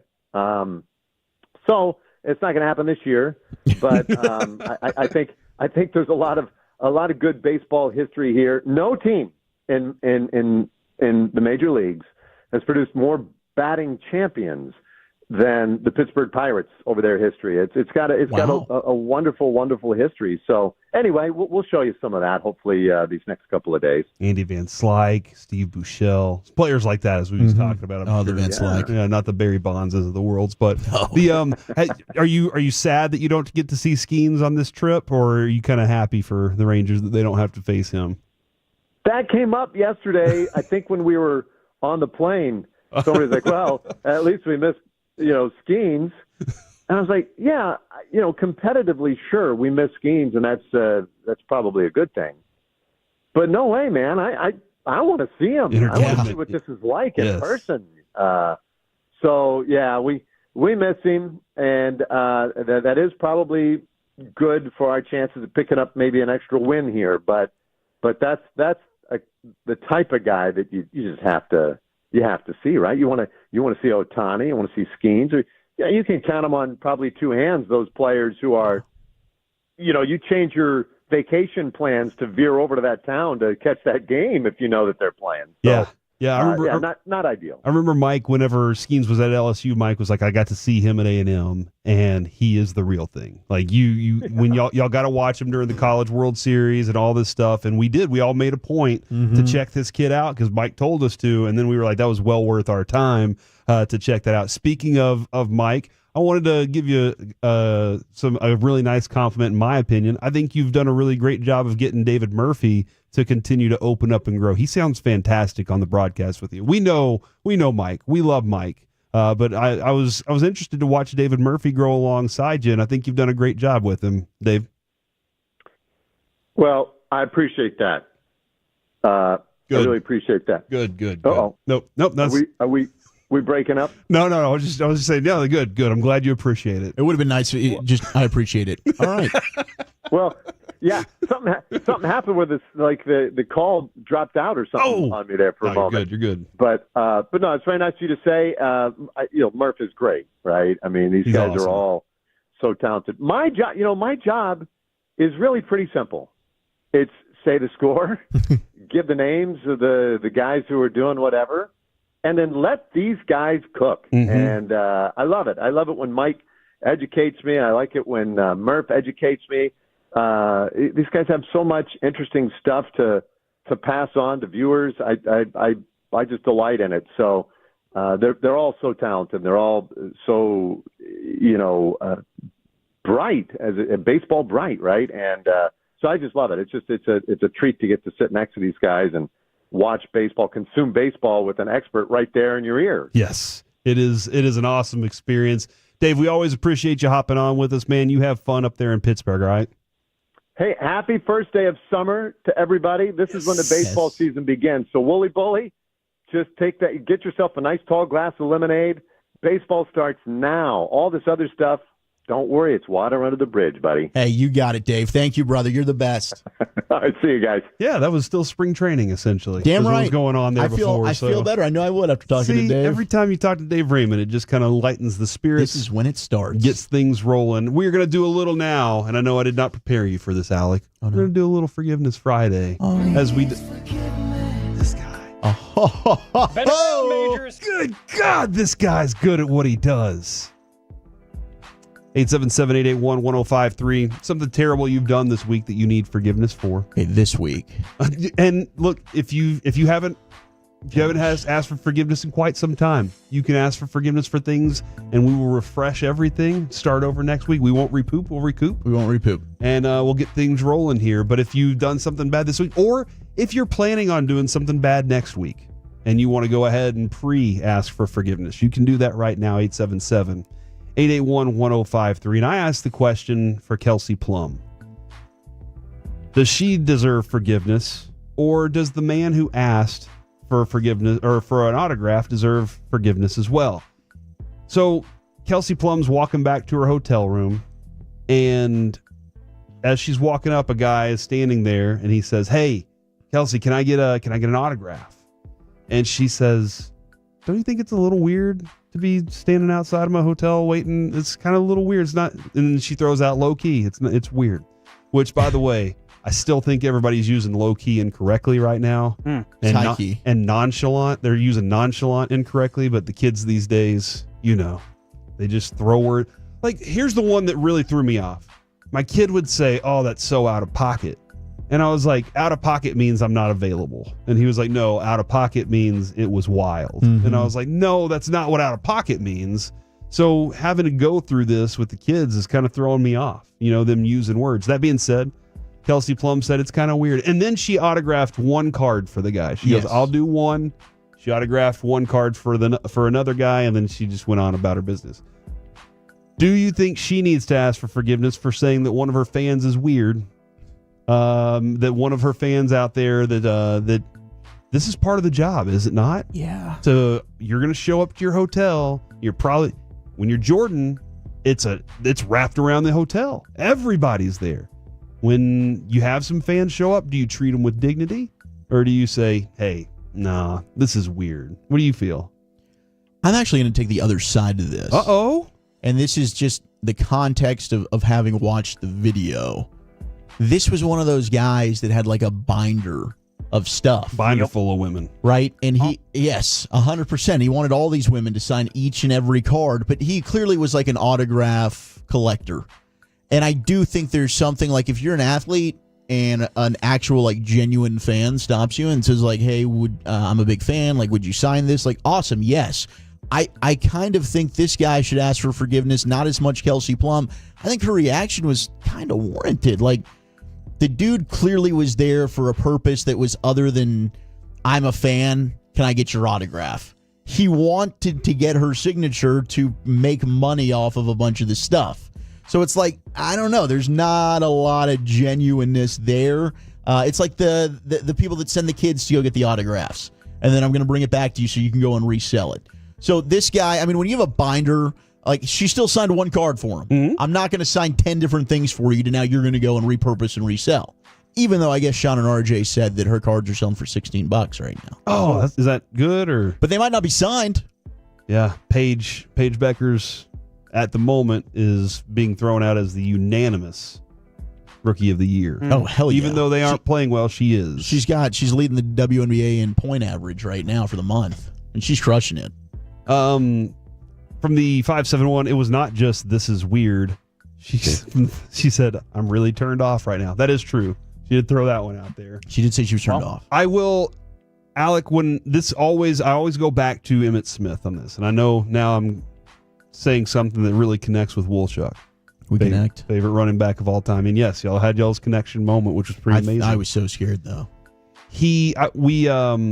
Nate Wood, who was the teacher for Alec and Peyton, we have found, and maybe some other students that we have coming through here, filled in for Kevin one week whenever we had to fill in as another show was let go and it was time for us to fill in. And we had that week at the Omni Hotel, we did the radio for Emmitt Smith's charity function at the Omni. Okay. So I got invited to the dinner that night too, and I got to stick around. My wife was pregnant. She was there. It was awesome. Awesome event. Really cool. And throughout the day, we had Marshall Faulk, David Justice. The Trent Richardson. The list just went on and on of guests that came on because they were all connected to Emmitt Smith's charity. So our producer at the time, Armin, he goes to find Emmitt Smith because he's supposed to come on with us. And he's bringing him from where he found him. And off air, he tells us, and I saw it happen. I just didn't know the words that were said. A guy walked up to him with a helmet and said, "Emmitt, will you sign this?" And Emmitt said, "This is neither the time nor the place. Mm-hmm. This is my charity event. I'm not signing it." And then a lady said, "Can I get a picture with you?" And he said, "Absolutely." And he told Armin on the escalator ride up, he said, "Look, I know that there are people here, like you just said, trying to get autographs so they can go turn those things around and sell them. I'm not doing that at my charity event. I'm doing that for my charity event. But anybody that wants a picture, that's personal to them. That's a personal thing for them." Now, Some people, the autograph is a personal story. It's a connection. And a lot of times I feel like athletes feel like, well, you can come stand in line for that connection with me.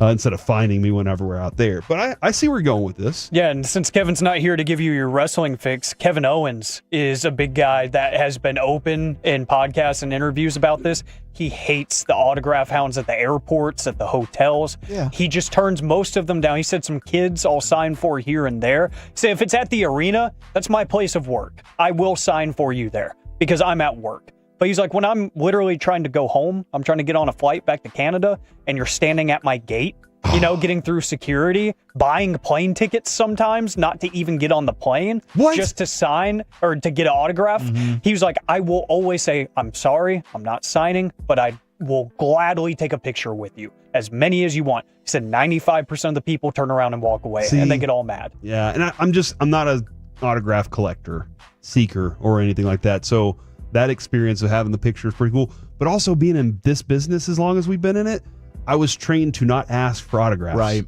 Don't ask for anything. Well, I don't think we're allowed. Oh, yes, exactly. So a lot of times I forget, or people will ask me, "Do you want an autograph?" And I'm like, "No." Yeah. Like Pat Monahan was like, "Do you want an autograph?" And I met him in Vegas one year. That's the lead singer from Train. And I was like, "Oh my God, you're Pat Monahan." And he was like, "Do you want an autograph?" And I was like, "No, you're Pat Monahan. My kids he's gonna love this because he loves Pat Monahan." I get it. Like, there's a lot of pushback coming in the text. Women Logic from the 972, WNBA wants more attention and fans to grow the sport. So they finally get some fans who wait outside for autographs. And then one of the more famous ones proceeds to insult the fan. I think she was just kind of calling it like it was, and then still proceeded to sign. Mm-hmm. And we got some others, like NBA players deal with this. Like, I get it. How do you handle the fame? I don't. Zach, whenever people come up to you and they're like, "Hey, Zach Wolf." I am not the famous Corey Majors or the famous Alec Medford. Thank goodness gracious. Famous? There have been a couple of times people hear the voice, and then it's all like it never. And that it's always weird. It always makes me uncomfortable. I love it. It's like I'm like you. We're normal people. That's exactly. But I would always say hello. Let's take a picture. I love you, and I thank you so much for being a fan of the station and of the show. Because it weren't for you, we wouldn't be able to do what we do. Yeah. No. Absolutely. And I consider Tolo's family. From the 940, I think you deserve forgiveness, Corey. Your stinking rule about shout-outs on Friday only means I have to ask for a birthday shout-out today for my 30th instead of Monday, the actual day. Well, J-Met, I hope you have a fantastic birthday on Monday. Happy birthday, J-Met. Hit me up on the Twitch or whatever. Yeah. Whenever, or you can text. You know how to get in touch with me. I'll see you soon. Oh, yeah, you will. Me and J-Met are tight. He's awesome. You'll see each other soon. From the, I can't read that one. I need forgiveness. Read that one. What was it? For thumping my wife's mosquito bite. Okay. So That's just mean. Like her bite, she got. Does it hurt that much when it's a mosquito bite? And what are we thumping? Like, what's the thump? Is it like a flick? Boom! It's like a Yeah, just like a little flick. Flicky flick. Yeah. My dad would always do that when I would get like flu shots growing up. As soon as he got home from work, he would find the Band-Aid and just bunk. Yep. Or whenever you were younger in high school and you're doing, you did chest day for the first time for football season. Yep. And the coaches would walk around and grab everybody by their chest, and you'd just be like, ah! From the 214, I need forgiveness. I've been to 11 Rangers games this year, and we've only won twice. Please forgive me. I think if you've won 2, you're fine. It's not you, it's them. Is that fair to say? Yep. You've won 2. If you were all defeated, then we might have a problem. But being semi-defeated, fine. Now, do the Rangers need to ask me and Kevin to come out, hang out in the suite more often? Probably. Kevin and I have been in the suite multiple times, never lost. So maybe that's a thing. Never lost. Never lost. You need to be at every game then, dude. Like Reggie and his weight, never lost because he didn't have to. From the 214, I need forgiveness for calling my wife a stupid bee. Call her stupid beautiful every day. Ooh. You are so stupidly beautiful. It's amazing. 214, I need forgiveness. I had to take a poo at work, but since the men's restroom was occupied, had to go into the women's and didn't flush it. Oh. What? You have to flush. You've got to flush. It's the women's. I mean, is it you or do you follow that goes to the women's up here all the time? I will only go specifically like end of the day when I know for sure we do not have any other ladies that are up here. And it is the cleanest and best one to go to. And it smells much better in there. Huh? From the 956, something needs to ask for forgiveness. He'll only use the urinal in the men's room and not flush. And to make it worse, he will use it before he leaves for the day and just sits there all night. Oh, if it's mellow, let it. If it's yellow, let it mellow. Right? That's the rule. If it's the other color, flush it down. Yes. If it's yellow, let it mellow. If it's yeah. Oh, we are getting maybe some clearance here on the mosquito bite. Okay. That could just be the itty bitty. Oh, okay, gotcha. Committee. Gotcha. All right. Yeah, that's. We're talking about boobs. That's true. That is true. I knew from the innuendo. Just in case somebody wasn't sure out there, I wanted to put the clarification in there on a just take a load off Friday. From the 214, Gary Carter would sign autographs for kids for nothing. But if an adult wanted an autograph, he would ask $25 check for which his sister for MS, which his sister suffered from. So he would say, That's "Hey, give me a $25 check to the MS Foundation, and I'll do that." And I think that's a pretty great approach to something like that too. Look, kids, I love the kids out there. If y'all want an autograph, I'll take care of that. But if you want something else, if your parents want one, they're going to have to make a donation, and I think I'm okay with that. Look at you, Kelsey Plum. You know what? I'm not. She and I are very different. But maybe at one day we can be very the same. And then from the 940 forgiveness, I got called out of work just after coming back from vacation. Oh, you hate when that happens. You've been on vacation for a while. Yes. This happened to me a couple of years ago. I went on vacation and got COVID as I came back. And that was when the company was like, nope, you're not doing anything. And when I got back, I was down, dude. Like I was down, and I felt terrible because that was 2 straight weeks, and I'm not used to anything like that. But I was down so bad, I was like, I can barely even move, man. Oh, it knocked me down for a minute. Yeah, I was down for about 10 days. It was awful. From the 903, we really appreciate this. I've been at Tolo since 2022. 3 years. Welcome. Every 105.3 The Fan employee has always been super nice. The Kenny is Quinlan Grown would agree with me. Thank you. Oh, yeah, Kenny. R.I.P., Quinlan, buddy. We love you. And I think that's Tim and Carthage. Yeah. That's Pappy. We love you, buddy. I always tell people, I'm like, I think it's a fantastic group of dudes. Yeah. I've always felt that the guys that work up here, we understand what the Tolos are for us. We understand that we're also, like you just said, we're dudes. And we appreciate anybody that's interested in what we're doing because we have some fun doing it. Coming up next year on the KNC Masterpiece, let's figure out who the new next Stars coach is going to be with the Hockey Hawk next on The Fan.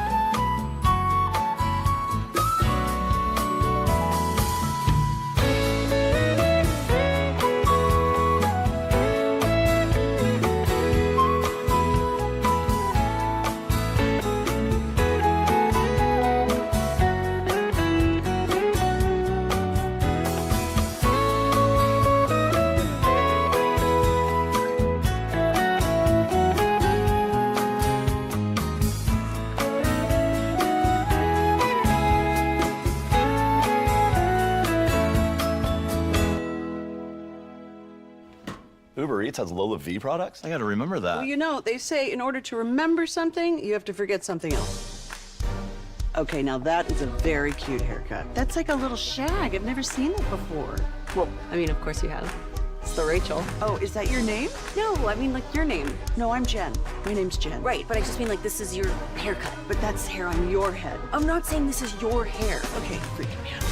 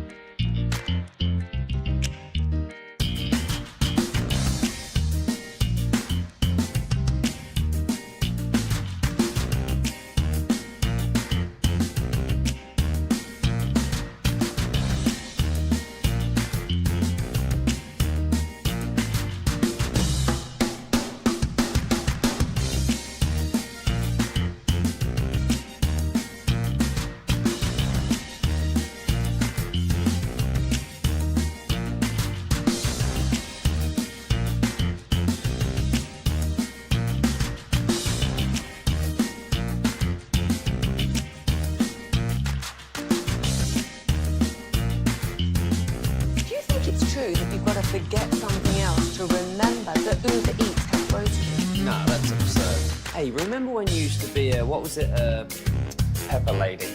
Pepper Lady? Wasn't it Cinnamon Sisters? Basil Babes. Saffron Squad? Nutmeg Maidens? Paprika? No. Nutmeg Maidens. I just said that. Was it Spice Girls? Doesn't sound right. Was it Saffron Squad?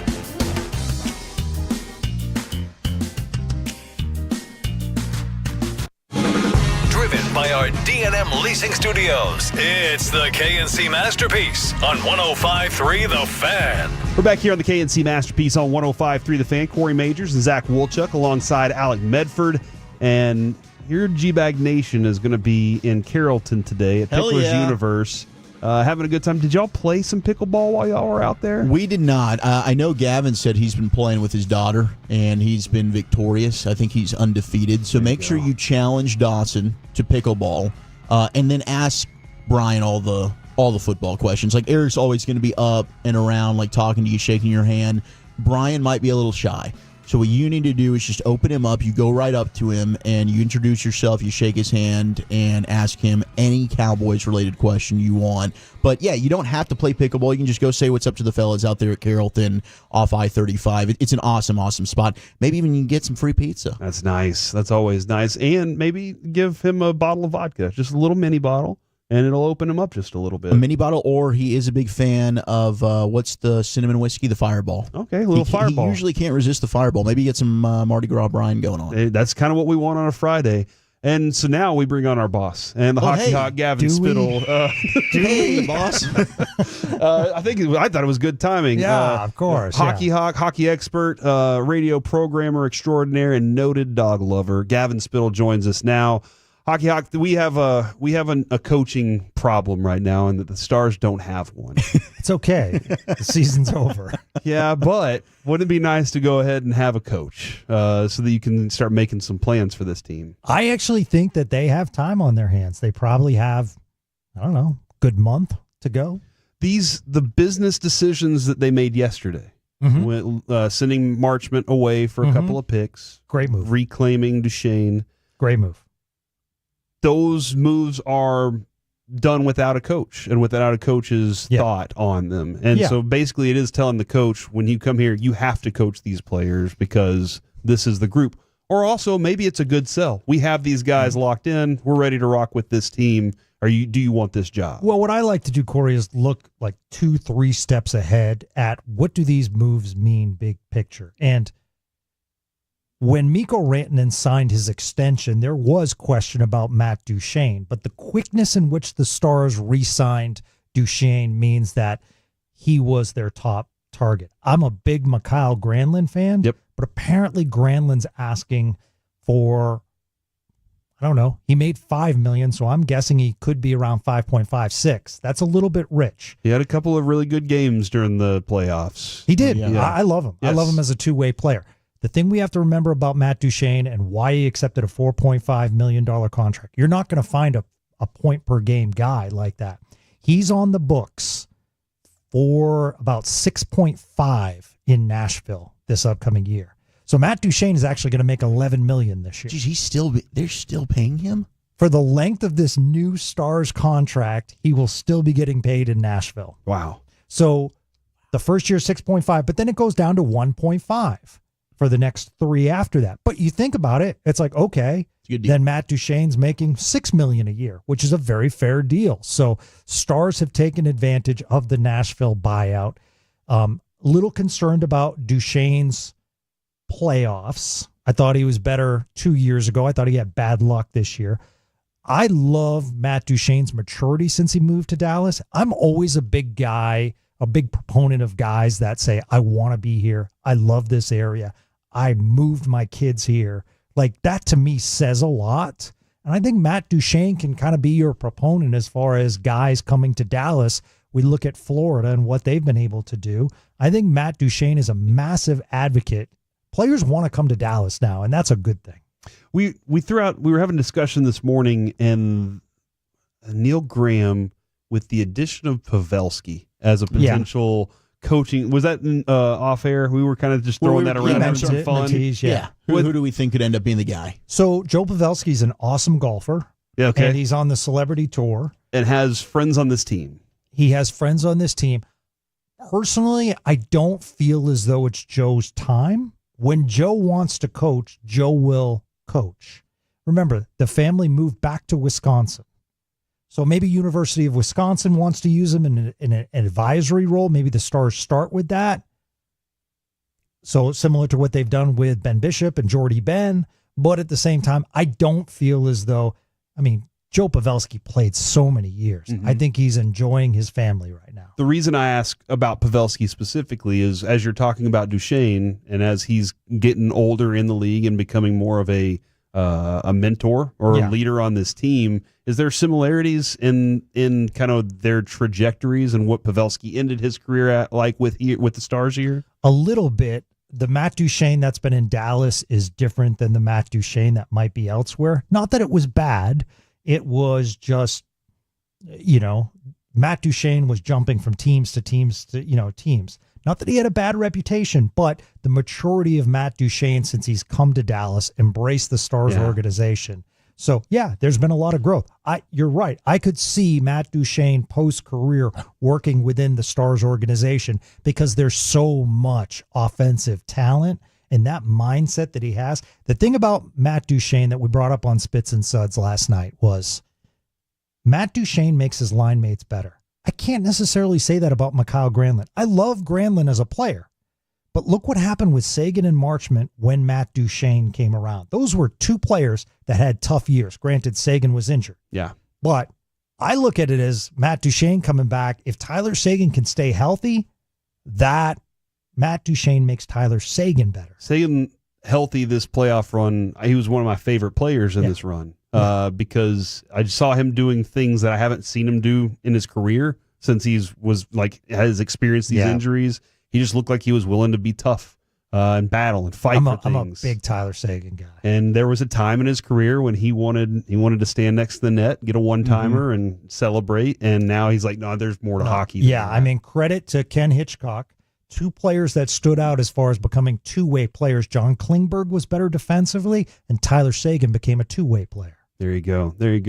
The coaching names, I know on the Spits and Suds podcast, where you can find your podcast all over the world is where you can check it out. Spits and Suds. You guys have talked a little bit about, you did a deep dive. Yeah, we've been doing deep dives on the individual coaches and really wanted to let Stars fans know, okay, who is this person? What is their career trajectory? What have they done well? What are the negatives going in? All right, let's give me about three. If we can run through about three of these that you think are like real contenders for this job that you think can not necessarily change the organization, because I don't think they need to change much, but there are a couple of things need to be renewed or refreshed with them. Who are the three that you think are the best candidates for getting this team over that next area? Okay. Over the hump, if you will. All right. Zach's talked about a coach from University of Denver.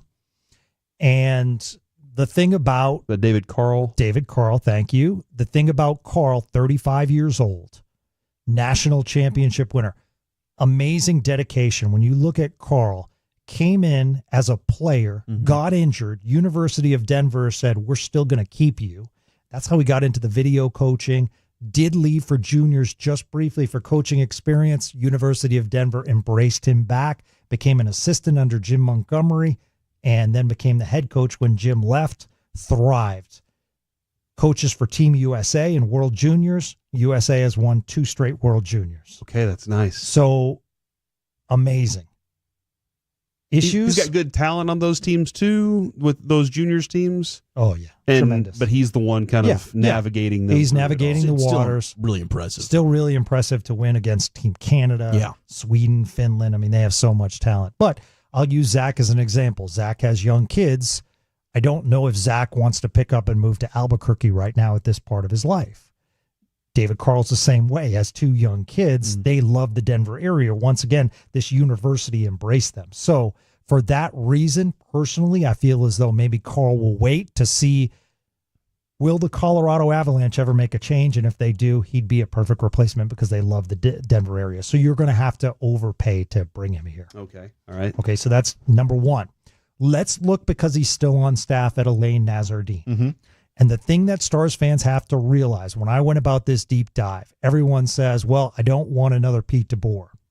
He is not a Pete DeBoer guy, okay? Pete DeBoer is really the first coaching staff he joined. So it's a big ascension that we really don't talk about. Nazardine was a defenseman, played for Scranton Wilkes-Barre, and performed well, was a captain. He actually, due to his captaincy and being an assistant coach, he's now in the Scranton Wilkes-Barre Penguins Hall of Fame. Really? Yeah. So he made that big of an impact. Got elevated to New Jersey, became the temporary coach for a while. Under him, they did have a winning record. They brought in Lindy Ruff. It says a lot about a coach when you keep the assistant coach. Yep. And then when those changes happened, he landed on Pete DeBoer's staff. Very good defensive-minded coach. Doing that deep dive and talking with people. When he took over the coaching reins in New Jersey, he separated the players, spoke to each of them individually, and then spoke to them in groups. A lot of the vets that I found were quoted as saying, we really like this guy. We feel as though he's listening to us. So that's important. That was very important. So what you could do is you could promote Nazardine and then promote Neil Graham, the next person we'll talk about, to the assistant role running the power play. So Nazardine can take care of the defense with his hire, and Neil Graham gets elevated because after 5.5 years in Texas and with all the success, I think that needs to happen. one way or another, he needs to be on the Stars bench. That might be the perfect way to do it because you lost Steve Spott. He just went to Boston. He was the DeBoer guy. Yep. With the Marchment trade, they needed to free up salary cap space. I think the buyouts are today is the deadline, if I was looking at that correctly. Are you expecting something to happen with Matt Dumba? And realistically, some targets maybe that the Stars could pursue. I don't know. Trade-wise, it sounds like the Robertson stuff has slowed. Yes. Aaron Ekblad was a guy that I've been preaching for, the defenseman from Florida. It's a great one. I think he's going to be too expensive, but it's a great one. Yeah. Yeah, I mean, I think they need to figure out, okay, defensively, how do we improve? Because that second line, Esa Lindell had a terrific year. Yeah, he did. But Lindell and Ceci really struggled in that Edmonton series. So they have to figure out, let's shore up the defensive side of things, because that's going to make Jake Ottinger even better. I mean, Connor Hellebuck's really, really good, but that Winnipeg defense makes him really good as well. Mm-hmm. So they need to shore up defensively. As far as the Dumba buyout, I could see that happening. The thing people have to understand about a buyout is you're buying the player out, but that's extending years. Remember what I said about Duchesne? Right. And 4 years from now, Nashville's still paying. So Dumba will be off the books, and they do get cap relief, so I could see that happening. But then you add another year to not next year, but the year after. So you basically split his salary. Now, Lyubushkin buyout doesn't necessarily make sense because you're not getting enough buyout money to really make an impact. So I would say Lyubushkin probably could get traded with a prospect or something like that to free up some space. That is fantastic Stars content right there from the Hockey Hawk himself. Do you have anything to say to the Tolos out there that are listening right now or might go see the G-Bag Nation later today? Man, stay sober, but have a good time. There you go. No, it's great. I love it when you guys party, Zach. It's a lot of fun, and our only wish, we wish we could have Lucius out for those things. Yeah. You know, we need to get Lucius out more. We need to get Alec out more because I think people get excited when they get to meet people in the Pimp Cup. All right. If you can just reach out to our boss and let him know that, really appreciate it. Yeah, definitely. And, hit me up anytime. Okay. There it is. Gavin Spittle, the Hockey Hawk himself. Thank you very much for joining us. Always appreciate it. And like we said, go see the G-Bag Nation today because it's always a good time for you. Make sure you get on out there, Pickler Universe out there in Carrollton. Coming up next here on the KNC Masterpiece, the Cowboys all-quarter century team, and you've been waiting for it, Masterpiece of the Week, next on The Fan.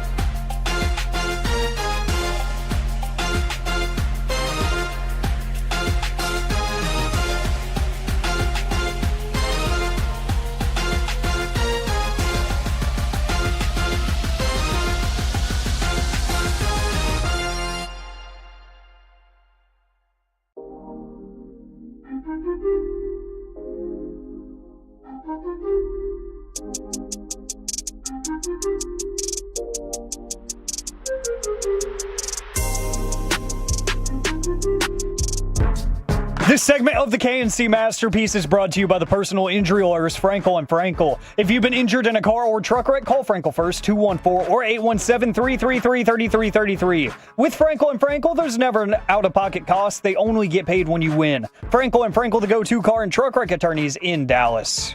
We're back here on the KNC Masterpiece on 105.3 The Fan, and coming up here in about 8 minutes, it is what you've been waiting for all week, and that is Masterpiece of the Week. And yes, you have been waiting for it.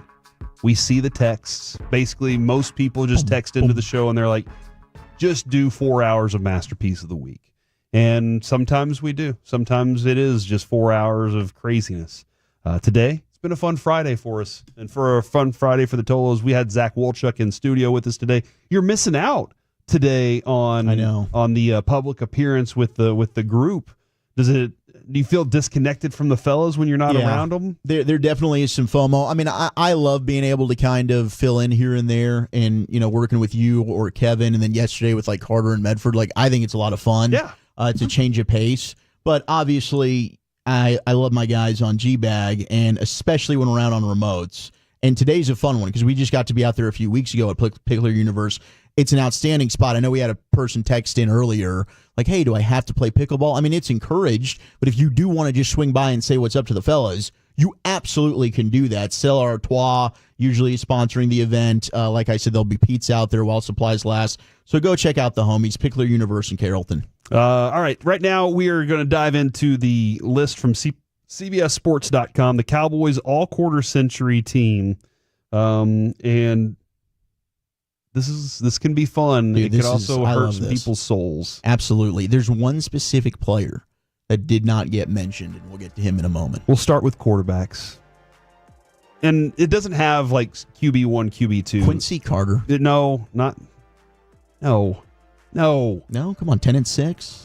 They have Dak Prescott and Tony Romo on the list for the Cowboys in the last 25 years. That makes a lot of sense. Those are your two franchise quarterbacks. Yeah, they've been around for a bit, and they've stuck with it. And they're, I said this a long time ago when Dak took over for Tony Romo. I said Dak Prescott will be number one in all the Cowboys passing records in the future. And somebody's going to text in. I know it's very easy. Somebody's going to text in right now and go, he won't have Roger Staubach and Troy Aikman's Super Bowl records. You're right. But because the way the game is, I predicted that. And at the moment, it does look like if Dak Prescott continues on this trajectory, he will. So Dak Prescott and Tony Romo are your quarterbacks. Your running back group, Ezekiel Elliott, DeMarco Murray, Marion Barber, and Tony Pollard. Does Tony Pollard belong on this list? You don't really need him with the other three. Look, Tony Pollard had an outstanding season with the Cowboys, otherwise really flashed. And some of that is, hey, they just didn't give him the reins because there was favoritism towards Ezekiel Elliott. When you have Zeke, DeMarco, and Marion Barber, I think you're totally fine right there. That's a nice little group right there. That's nice. And Zeke would be the starter out of that group. Yeah. A lot of people will only remember the end of Zeke's time here. The beginning of Zeke's time here was something we'd never seen. I mean, the first 2 years, like if he didn't get suspended his second season, he would have led the league in rushing the first 2 seasons easily. He was a receiver out of the backfield. He could do it all. At wide receiver, not sure you need all these guys. Michael Gallup, Amari Cooper, T.O., Miles Austin, CeeDee Lamb, and Dez Bryant. Okay, here is the position group where I think they left somebody out. Uh-oh. And he is super underrated. And his time with the Cowboys, this dude was freaking incredible. Terry Glenn. It's Terry Glenn. 100%. He was great while he was here. I would take Terry Glenn over Michael Gallup in a heartbeat. I would probably take Terry Glenn, to be honest with you, over Miles Austin. I would too. And Miles had a tremendous season. That was phenomenal. But like your starting three, it's gonna be Dez and then T.O. on the outside. Then you'd have CeeDee in the slot. But my fourth receiver would be Terry Glenn. Terry Glenn's numbers while he was a Cowboy in 54 games, 3,300 yards, 20 touchdowns. So in half the games he had touchdowns, and he was the second, third option a lot of times. And there were moments I was like, is T.O. the best receiver on this team, or is it Terry? Like, Terry Glenn is an RIP. He is often overlooked and forgotten about. He should have been mentioned here. He just came in and did his job. He did. Tight end, Jason Witten, Dalton Schultz, and Jake Ferguson. I feel like you could just go with one there. No Martellus Bennett in this group. Marty B never here. Anthony Fasano never turned. I wanted Anthony Fasano to be so good. I got a chance to talk to him one-on-one whenever he got here. He was such a fun dude to talk with. And he and I connected pretty quickly, and I was like, oh man, I'm excited about this guy. Drafted him in fantasy. Also had Bubba Franks. And it just didn't turn out the way that I wanted. A lot of text for Cole Beasley. I agree. I'd go Beasley over Gallup as well. Interesting. Beasley had some really good. Would you go Beasley over Terry Glenn? I would take Terry Glenn over Beasley. Beasley over Miles Austin? I think I'd go Beasley over Miles Austin, yeah. Miles Austin was kind of a flash in the pan. Okay. Yeah, and I mean it was there. Those hamstrings. Oh, it was fantastic. Those hamstrings just wouldn't let him him. It was like one fight awesome year for Miles Austin, and then it was a whole lot of like, offensive line. This is a stout group. Zach Martin, Tyron Smith, Larry Allen. Can you imagine having that group right there? Travis Frederick and Flozell Adams. That right there as a starting offensive line. It's lethal. Would be murderer's row. Andre Gerard and Doug Free, Leonard Davis, Tyler Smith, and Terrence Steele. Not sure I needed all 10 of those, but you know what? I'll take them. We got depth, but you're right. I think if you were trying to make like the best five there, you would kick Tyron over to right tackle. You'd play Flozell at left, and then you've got Zach Martin at right guard. Of course, you're going to have Larry Allen at left guard, and then Frederick at center. Leonard Davis here wasn't what I expected when he got here. He was good. Well, he really resurrected his career. I thought he was going to be better, though. Really? And I really did. He was kind of a bust. He was like the second overall pick with Arizona. You were like, this is a massive beast man coming from Arizona. And he still was a beast. Defensive line, DeMarcus Ware, DeMarcus Lawrence, good old Greg Ellis, Jay Ratliff, Micah Parsons, a man who saved my life once, Leroy Glover. From Larry Allen. Leroy Glover was so good. He saved me from being, I think, destroyed by Larry Allen. Tyron Crawford, Marcus Spears, and Anthony Spencer. Dang, with Marcus Spears, I thought he was a really talented player. I really did. Anthony Spencer, Kevin kept calling him almost there Anthony because he was right there for sacks but never would finish them. Greg Ellis had a better career than a lot of people want to give him credit for, and I think there are some comparisons you might be able to see Greg Ellis to some of the guys they have on the Cowboys team right now. One of the defensive ends they just got in the maybe not Zaraku? Yeah, Zaraku. When I was watching him, I was like, ooh, do I see a little bit of Greg Ellis in him in some of the ways that he was coming off the ball. So maybe a little bit there, but Greg Ellis was a lot better than people want to give him credit for. Absolutely. Linebacker Sean Lee, Dexter Coakley, loved him. Brady James, Leighton Vander Esch, Jalen Smith. No, come on. Jalen Smith doesn't need to be on there. 1 year. No, thank you. Jalen Smith was a fantastic player. I'd put Anthony Hitchens over Jalen Smith. I would too. I loved Anthony Hitchens, and then he went on to be a champion. And Dat Win, Kevin's own Dat Win. Dat Win. Cornerback, Terrence Newman, Trayvon Diggs, Deron Bland, Jordan Lewis, Anthony Henry, and Orlando Scandrick. That's actually a really good group of cornerbacks. It's really good. We did have Terrence at first. For a second, I was like, what, is Terrence Newman not on there? Byron Jones? Ooh, I'll knock Anthony Henry off for Byron Jones. Would you? Yeah. Anthony Henry was good. He's the one that I wondered. Byron Jones was like you couldn't complete passes his direction. Screwed around with trying to do safety. He should have just been a boundary corner from the get-go. He just had so much speed and athleticism. They wanted to try to find something. And then you got Royal Williams, Darren Woodson, and Gerald Sensabaugh. I forget sometimes that Darren Woodson was still here with the team whenever Bill Parcells got here, and they had the conversation. He was like, I'm going scorched earth. Do you want to come on with me? And he was like, I guess. And this is quarter century. Yes. So this is since 2000, the last 25 years for those of you that are just tuning in. So if you're texting in like, well, what about Jay Novacek? What about Charles Haley? No. It's just from 2000 on. Special teams, Dan Bailey, Matt McBriar, LP Ladasur, Cavante Turpin, and Brandon Aubrey. I think we can all agree those were fantastic groups there. How about Woody Dantzler? As a returner. Oh, Woodrow Dantzler, dude, just tiptoeing down the sideline. Still the best return I've ever seen in person. Yes. Was that San you Francisco? Were there for that one? Yeah, I was. That San Francisco game. That was incredible. I remember watching that at home. So badass. And just specifically going, I wish I could rewind and watch this even more. And then the head coach of your all-quarter century team would be Mike McCarthy. Do you agree with this group? Should be Bill Parcells. Bill Parcells, yeah, absolutely. He turned around a team that stunk. And, I mean, I'll never forget him getting emotional after that Carolina Panthers victory. And he said you can't call them losers anymore. That team that went 10-6 with Quincy Carter at quarterback and made the playoffs, go back and look at that team. That was an epic coaching job by Bill Parcells. And quite frankly, if they're able to get that snap down, that's a team that could have made a run. They beat the Indianapolis Colts, who won the Super Bowl that year at home, ruined their perfect season. That 06 team had a shot. I was at that game. I've never felt a stadium turnover before. But that was the one where I was like, I can't believe this is happening right now. A couple names, Jeff Heath. People wanted to throw Jeff Heath out there. I think we all forget how he was the GOAT. And Lucky Whitehead were a couple names. Those are well-remembered, well-revered, loved Cowboys, not beloved Cowboys, if you will. All right now it is time to take our attention to the segment you've been waiting for, Masterpiece of the Week. She said, list this. Gentlemen, how we doing today? Alec. Corey. Got a segment and a half left before I go visit with the family and have a little vacation. I'm going to do the same. Vacation vibes. I'm excited. I'm very excited because I haven't done this before. My sister's going to be there. Like, I'm really excited. Her family. Lucy loves my nieces, so they get along really well. And the boys are looking to run around the beach and meet some new friends.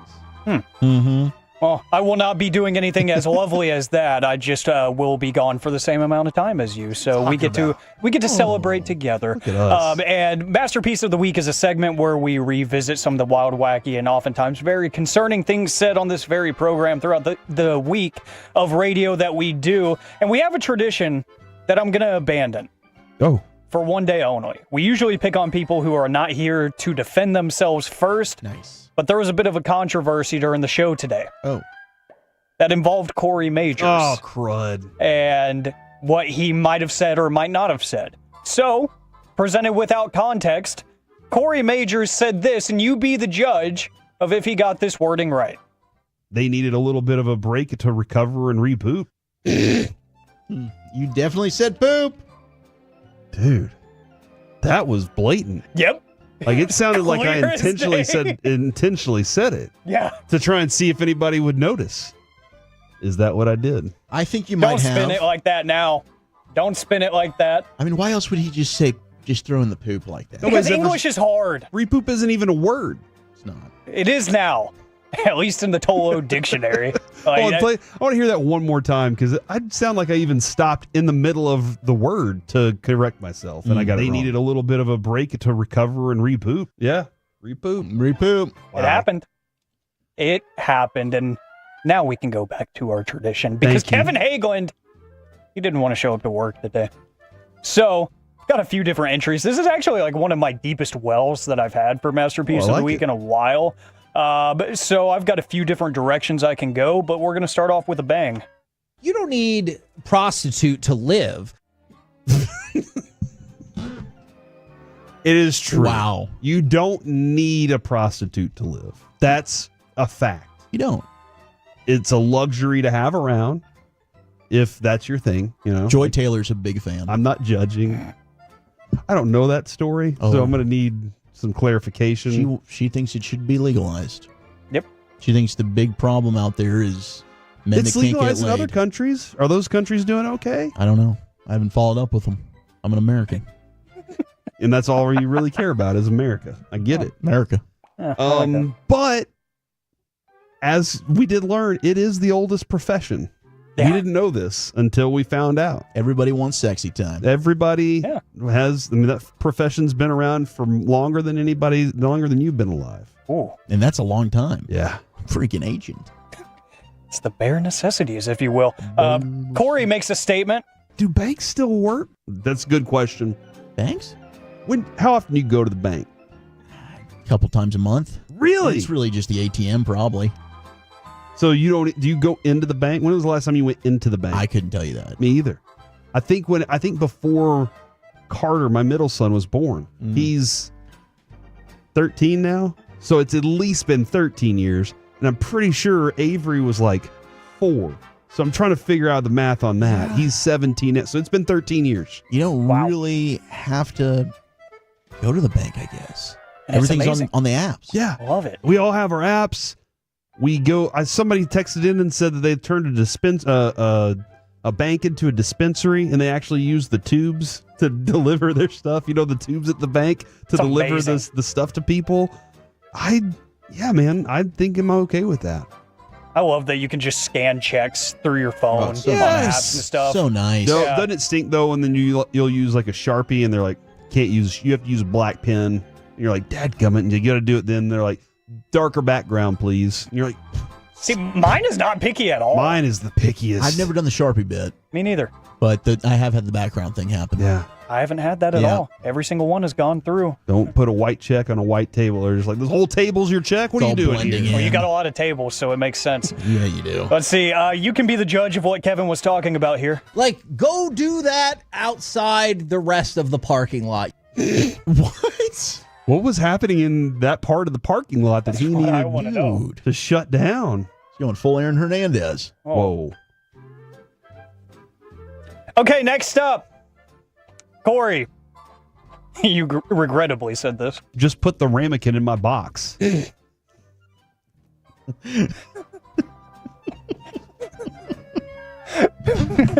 I've been on many dates where I've seen. Wow. Oh. I've been on so many dates. Wow. And on these dates, so has your box. I think Zach's been on. You had more dates than I think I ever had. Maybe. I think just based on things I've heard.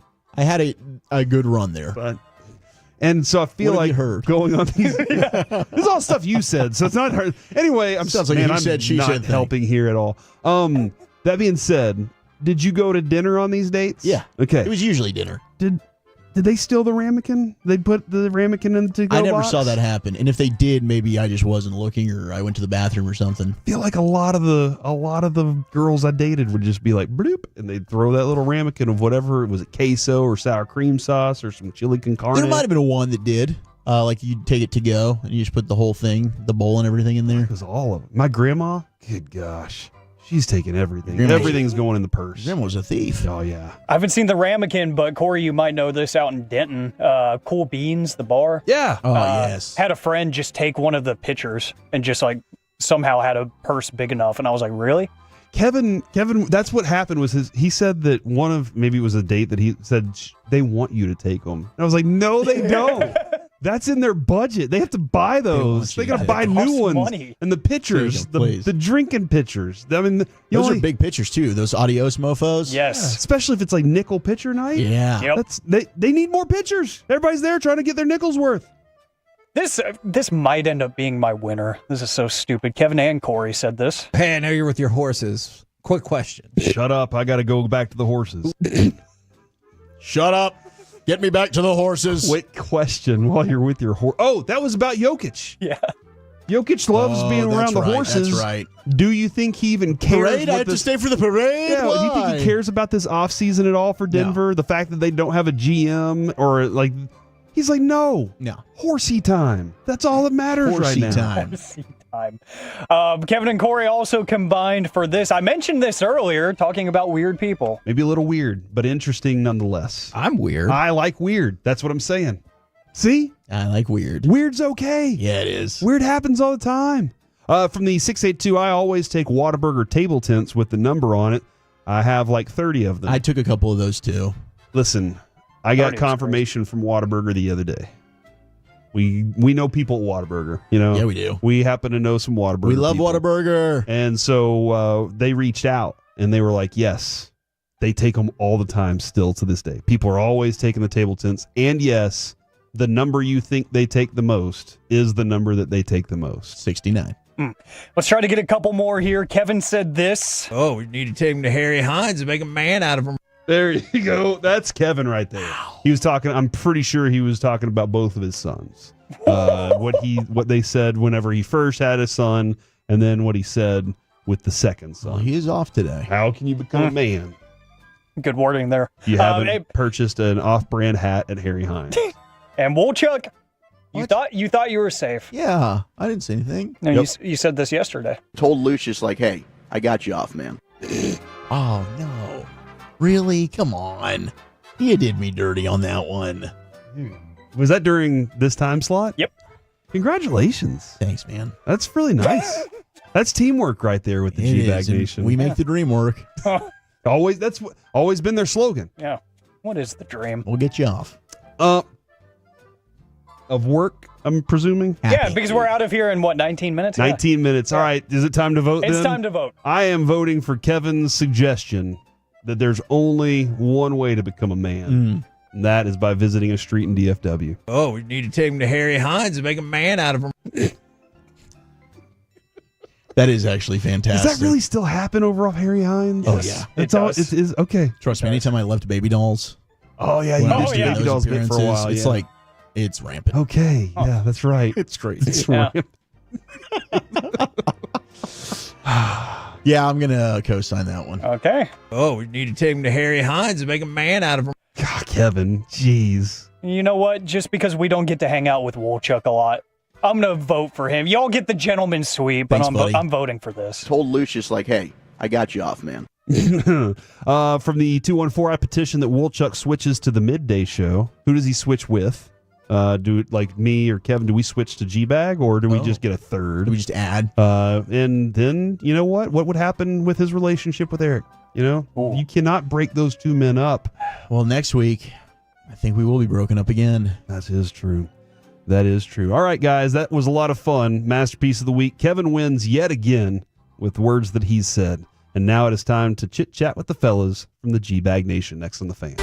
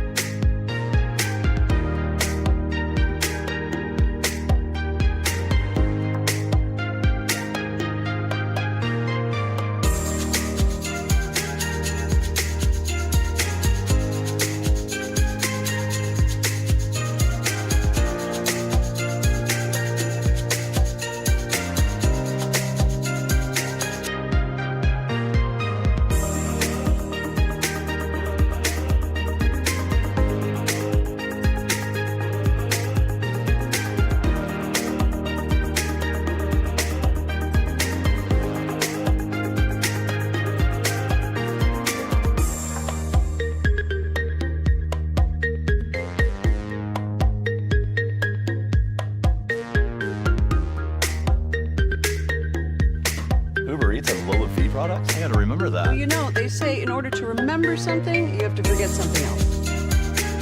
Okay, now that is a very cute haircut. That's like a little shag. I've never seen it before. Well, I mean, of course you have. It's the Rachel. Oh, is that your name? No, I mean, like your name. No, I'm Jen.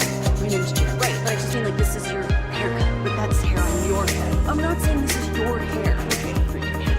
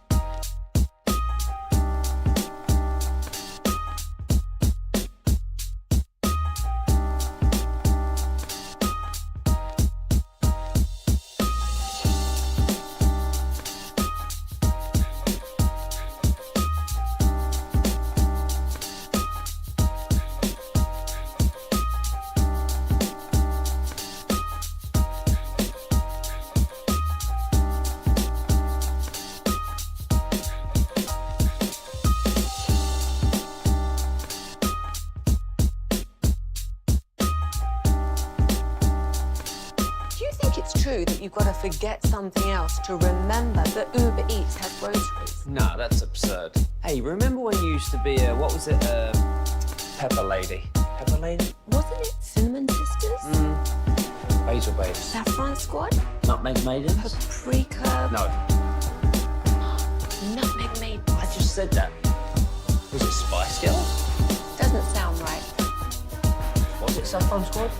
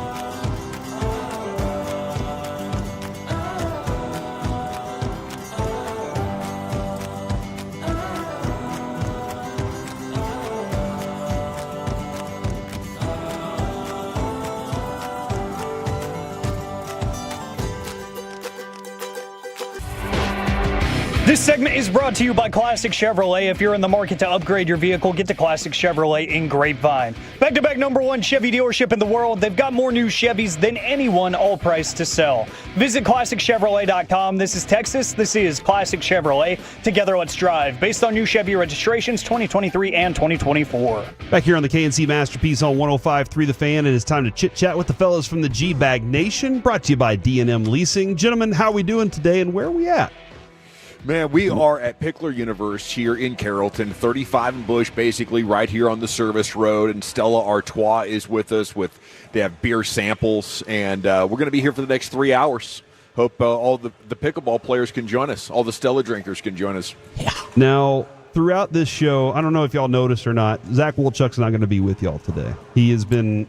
he's not doing double? No, he decided he didn't want to roll the double shift today. Disappointing. Yeah, I know. I told him I was going to be disappointed too, but he said, I don't care. You're not my dad. And I was like, whoa. Need a men's tea visit. That being said, he has said multiple times today that he wants everybody out there to talk to Broadus sometimes while he's on radio, but do as much as you can during breaks to get You're Broadus not pulling to that converse. number on me.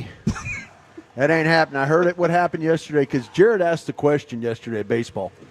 Like, hey, do people just randomly come up to you and talk to you while you're on the air? Mm-hmm. and it happens, and you kind of try and be polite about it. You know, you kind of like you put your hand up like. You just point to your ears like I'm talking, and then they kind of give you the I'm sorry wave, and then they keep talking, and then they keep going, and then they just keep going. You know, like what do you think about the fourth tight end? You know, that kind of thing. So you're just but no, it's cool. Hey, we got beer. We got beer here. Yeah, we do.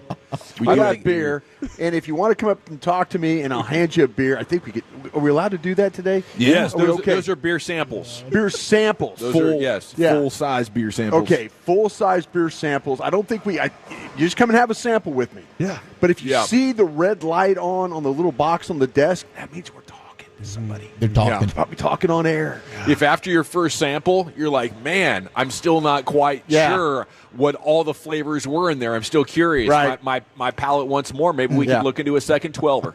And by the way, Dawson has done some serious negotiating already for some World Cup stuff going on. Yes. Really? Oh, heck yeah. Well, hey, not you. You're on the other show right now. I heard people say, hey, we want the Wooly on our show now. And I'm sorry, bro. We're about to trade you for one of these Stella cans here.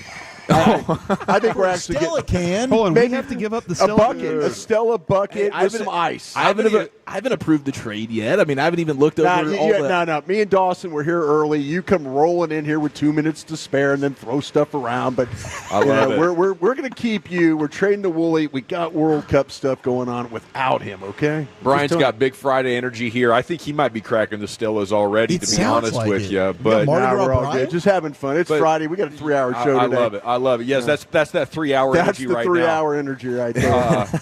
Man, but Stella's making big moves, in tennis and pickleball and World Cup soccer. So, we're trying to get in the building.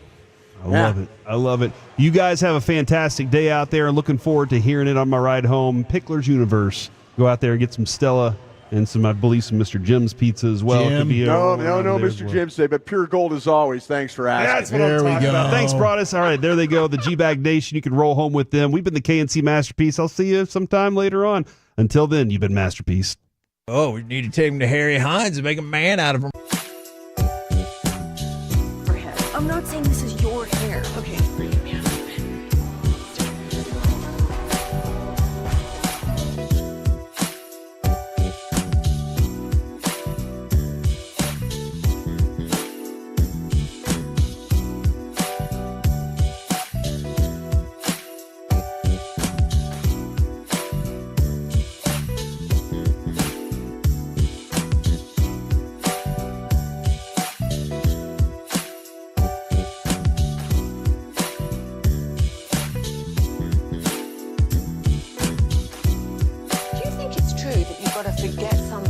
To remember that Uber Eats has groceries. No, that's absurd. Hey, remember when you used to be Pepper Lady? Pepper Lady? Wasn't it Cinnamon Sisters? Basil Babes. Saffron Squad? Nutmeg Maidens? Paprika? No. Nutmeg Maidens. I just said that. Was it Spice Girls? Doesn't sound right. Was it Saffron Squad?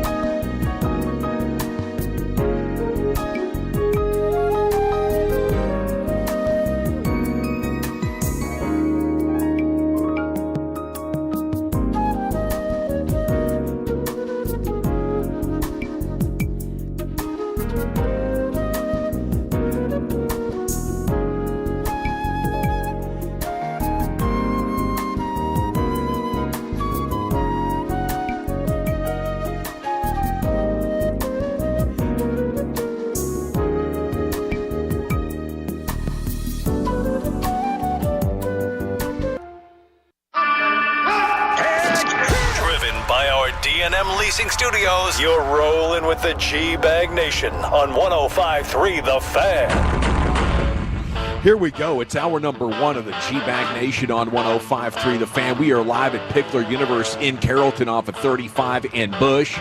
Thanks to Stella Artois. Join us. You want to play some pickleball? This is the place to do it. You want to sample some Stella Artois? We got that here for you, as well as 3 hours of sports content. Rangers baseball is coming up at 5 o'clock. Let's get some runs, boys. General at your service at ease. There's Broadus with the sheesh. You know, I think we all feel that right now when it comes to these Texas Rangers. You got Lucius Alexander in the pip cup back home. Master Control 75 fits you. Fixing to go 3 hours flawless here with you on your home of the Cowboys, home of the Rangers. Chiefs in the house. Salute to you, sir. Salute to Wooly Bully, who held it down there with Majors there for 4 hours of KMC Masterpiece. So effectively, you do get 7 hours of Nation today. That's how you could look at it. Yeah. You know, that's what Wolchuk working with KMC Masterpiece did for you today, and it was great listening to Wolchuk. He was in his bag all 4 hours. He was, dude. He had that type of energy of a guy who was going to be off at 2 o'clock on a Friday. Yes. You know, just soaring into the weekend, feeling fantastic. I was happy for him. I really was. You could sense it. Yes. We have Ruben Portillo, remote engineering here at Pickler Universe in Carrollton. Yeah, a little nervous. That's a Thunder. Ruby Tuesday. What happened? Thunderdomer over there. Little pucker situation. Yeah, Big time pucker. Not too pleased with what's going on right now. Well, that's what he gets for turning his back on the Mavs all those years ago and choosing the Thunder. Boy, I think you got what did that it right. for you? Was it the KD team? Yeah, the KD team. Yeah, there was a lot of gravity to that squad, and he's not the only DFW resident who chose to pull for those Thunder. And I imagine you're quite nervous today, you know, considering Halliburton showed I can play, and you know the Pacers had a pretty good game plan. I just feel like though that's desperate team theory, hard to eliminate them on their court, and they got the emotional surge. I still do feel like the Thunder are going to easily handle them in Game 7. Well, we'll see. I sent Rick a text message. I did let him know that Wolchuk has been riding with him the whole time, though. Nice. I hadn't heard back from him, but I said, "Hey, Wolchuk's been riding with you. You know, we're fanboys for you." But Wolchuk was the one that believed. Pacers in 7. Yeah, he believed. He surely believed. I mean, do you think Rick Carlisle is actually going to cook up the answers for slowing down the Thunder and getting buckets into Game 7? I can't rule it out. I just think, holy cow, is Rodeo Ron struts into Pickler Universe here on a Friday afternoon. The legend himself, Rodeo Ron, gracing us with his presence. Good afternoon, sir. That dude. I don't think there's any what you drink and what you thinking going on, but we'll definitely be having a good time with Ron and all the other Tolos who come out here to play some pickleball. Yep. So we're looking forward to that. But what do you guys think about the Rick Carlisle situation? You know, he's one of the best coaches of his generation. Do you see him putting together a game plan, going there and getting a win, or are you with me where it feels like this is inevitable? Me, man. I'm always going to think Rick's the best coach out there. But in reality, Oklahoma City at home is going to be tough. Yeah, that's not going to be. That's going to be one of those things where all of a sudden, now you go down there and all of a sudden Indiana gets some momentum. Now Indiana will play. I mean, they will play like their coach. They will play hard and they will continue to fight. But man, if you're Oklahoma City, don't let them back in this game. Do not let them back in this game if it comes to that. I mean, there's similarities to 2011 in here, where that's the why Thunder and the Heat are clearly the best defensive team in the league. It's like, how do you even execute against these guys? In times early in the series, it appeared that the Mavs couldn't get jump shots off in that series because the Heat were closing so hard. The same thing is happening against the Thunder, but Rick's figured out a way to, have the upper hand and multiple times in the series. I just think, like, for the balance of it, the Thunder have led for a lot more minutes. They've been in control of games and let it slip through their fingers. Right. So there's no way I could bet on the Pacers to do this, but I can't rule it out, and it would be so exciting to watch Rick do it again. Yeah, he's very, very capable. They are very, very capable. They have really shocked the world, minus the select individuals like Wolchuk floating around, and this is going to be a pressure cooker. All the pressure in the world on Oklahoma City. Yeah. And we're talking about the aftermath of this. You lose this, especially Game 7 at home, after the way this series has played out. You went up 3-2. and you surrendered some games in a really, really embarrassing fashion, and then you go up there last night and you're just lifeless. Like, we don't even care. Yeah. That was shocking to me. And so I do think you're right with the desperate team theory, but why did teams with a chance to close somebody out go play lifeless? You see it. Why you does see it happen? Credit to the teams that have that mental fortitude to understand the moment. But it's human nature. I do not want to chance another game. I would be so pissed off right now if I was Oklahoma City. You know, I mean, I know the game is coming back to the home court and all that, but man, you have a chance to close them out. Why do you play the way you do? Got a bunch of young guys, never been there before. Overconfidence, I think, plays a role. But it's real. It happens more times than not, though. And only the greats, only Jordan, only Kobe, the guys with that absolute laser focus can go on the road and eliminate a team. Yes. Because it does take a freakish level of determination in those events to withstand the energy coming from those 20,000 people that desperately want it, and the other team that feels like their backs are against the wall and they better have the performance of their lives. Like, you're going to get their absolute best punch plus 10% extra energy from that crowd. I just would go in there with the mindset of, like, guys, we can end this thing right now. Yeah. Let's not. I mean, everything is against us. The crowd's against us. Their energy's against us. Everything's against us. Us against the world. Let's go. Yeah, I mean, let's put these fools away right now. We always laugh about the circle the wagons thing. Man, you really do circle the wagons there and just end this thing now. Yeah. I mean, I just don't get teams that don't go and when you have a chance to just put somebody away and don't do it. It's a trap. Yeah. It's like 2-0 is the most dangerous lead in soccer because you relax just a little bit like, okay, cool, we got them. They're going to win 2-0, 3-0, or 2-1, something like that. And next thing you know, they score and you pucker up. So now, where are the Thunder today? Do they have the hearts and the focus of a champion, or is doubt starting to creep in? Hard to tell, but can't wait to find out this weekend.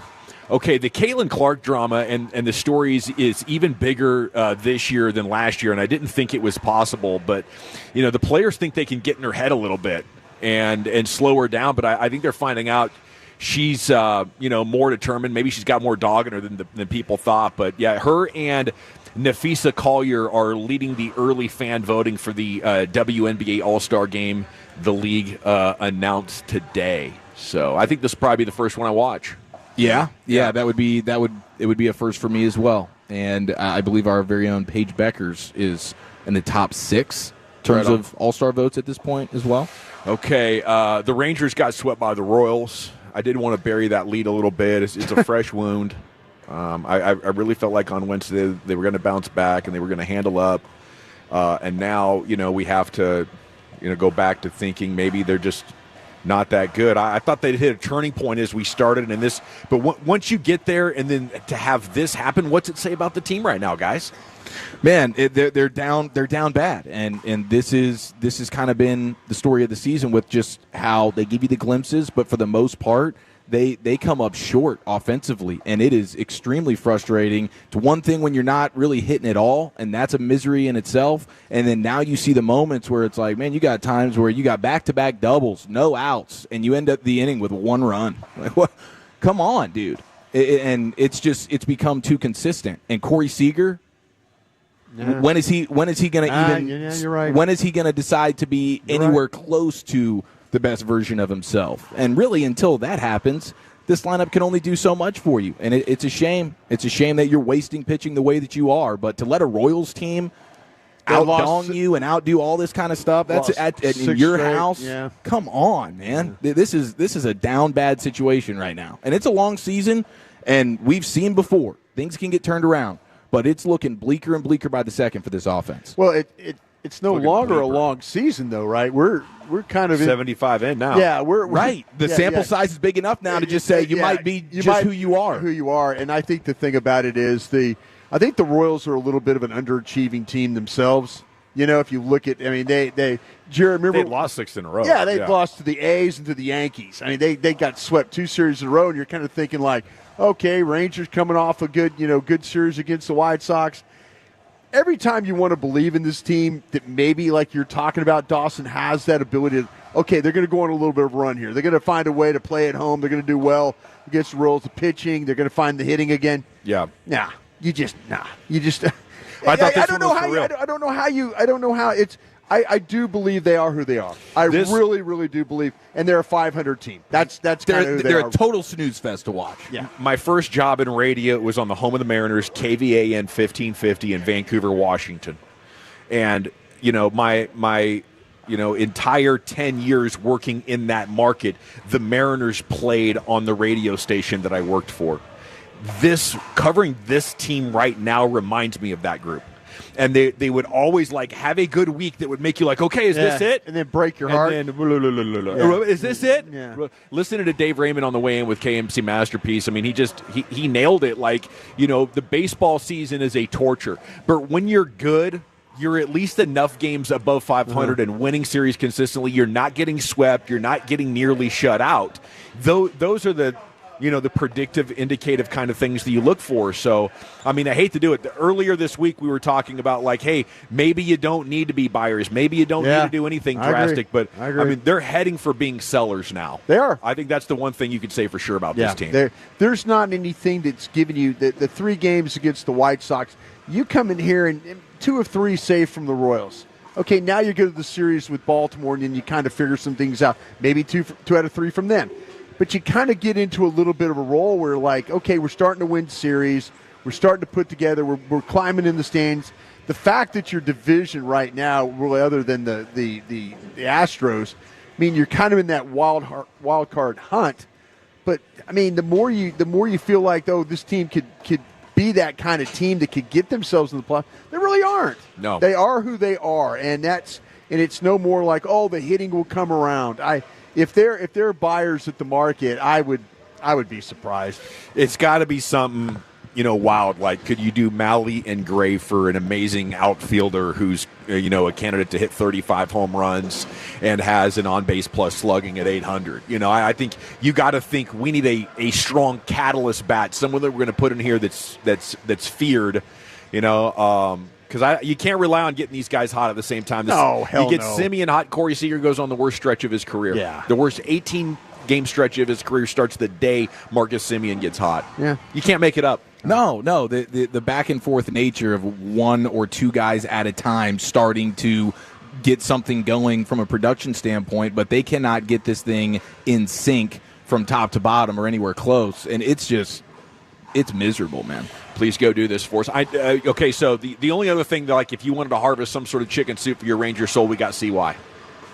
CY is pissed right now. Oh, my gosh. He is psycho peed off. Agreed. Yeah. And I think I think the fan base, I think they need to start feeling that because there's a little bit too much pat on the back. We're going to figure it out. We're going to figure it out. They need a boot in their ass. They do. And, I think if there's anything else they can do, it will be done. And these are going to be a really exciting 5 weeks watching the trade market. And I know that, I mean, there's a part of me that's like, you say they're definitely heading for selling at the deadline, and you just never know with CY because he just never feels like he's out. Last year was a prime example of that was not a buying team necessarily. They still went out and bought. Yeah. But you talk about sending a message. We talk about the Cowboys sending negotiation messages. Oh, yeah. You send a message to say, hey, we're not just going to be out here thinking everything's fine and dandy. If we got years like this, if this is how you want to play, then we're shipping dudes off left and right. Yeah. Go somewhere else. And Ray wouldn't mind that because it would save him real cash. Absolutely. If we trade players now, we get to get under the luxury tax threshold and start, hopefully building a war chest for signing your next big players. But I think Adolis, Berger, Malley, Gray, those are the guys that don't have contracts, and you could save their salary. That'd be unfortunate to see because that'd be a white flag waving. Yeah. You need Berger and Doley to get hot. No question. Yeah, it's definitely a punting on this season, and that hurts. But from a big picture standpoint, CY sending the ultimate message. We're not just going to be buying and living in delusional land every year because you guys won a championship one time, and every other time you play, you miss the playoffs. Yeah, he said earlier in the week, he said earlier in the week, we're not going to be traders if we're 500, or we're not going to be buyers if we're 500. Now they're 3 games under, and they got a lot of work to do. Okay. What else do we have? Team USA got a goal from defender Chris Richards. They beat Saudi Arabia 1-0, clinched a spot in the knockout round of the tournament. U.S. has won its group in 16 of 17 Gold Cups. It'll close play Sunday in Group D against Haiti in Arlington. But Saudi Arabia definitely humbled Team USA after their 5-0 win over Trinidad and Tobago. The Yanks only had one shot in the entire first half. But they did get the win. They're playing with like 8 of their best players. There's a lot of drama behind the scenes, though. I don't know if they can get it all figured out for next summer, or if there's now a big wound between your top players and the manager. Okay, we'll replay the G-Bag of the Day champion for you, then get to Wolchuk's top 10. Done by the Chief today, buddy. What do you got in store for us? Yeah, I'm leaking a little bit of confidence here. It's National American Eagle Day. This list is going to be controversial. I might have to punt on it. I don't know. It's going to get a little uncomfortable, but I think it's going to be hilarious at the same time. That's next in the nation.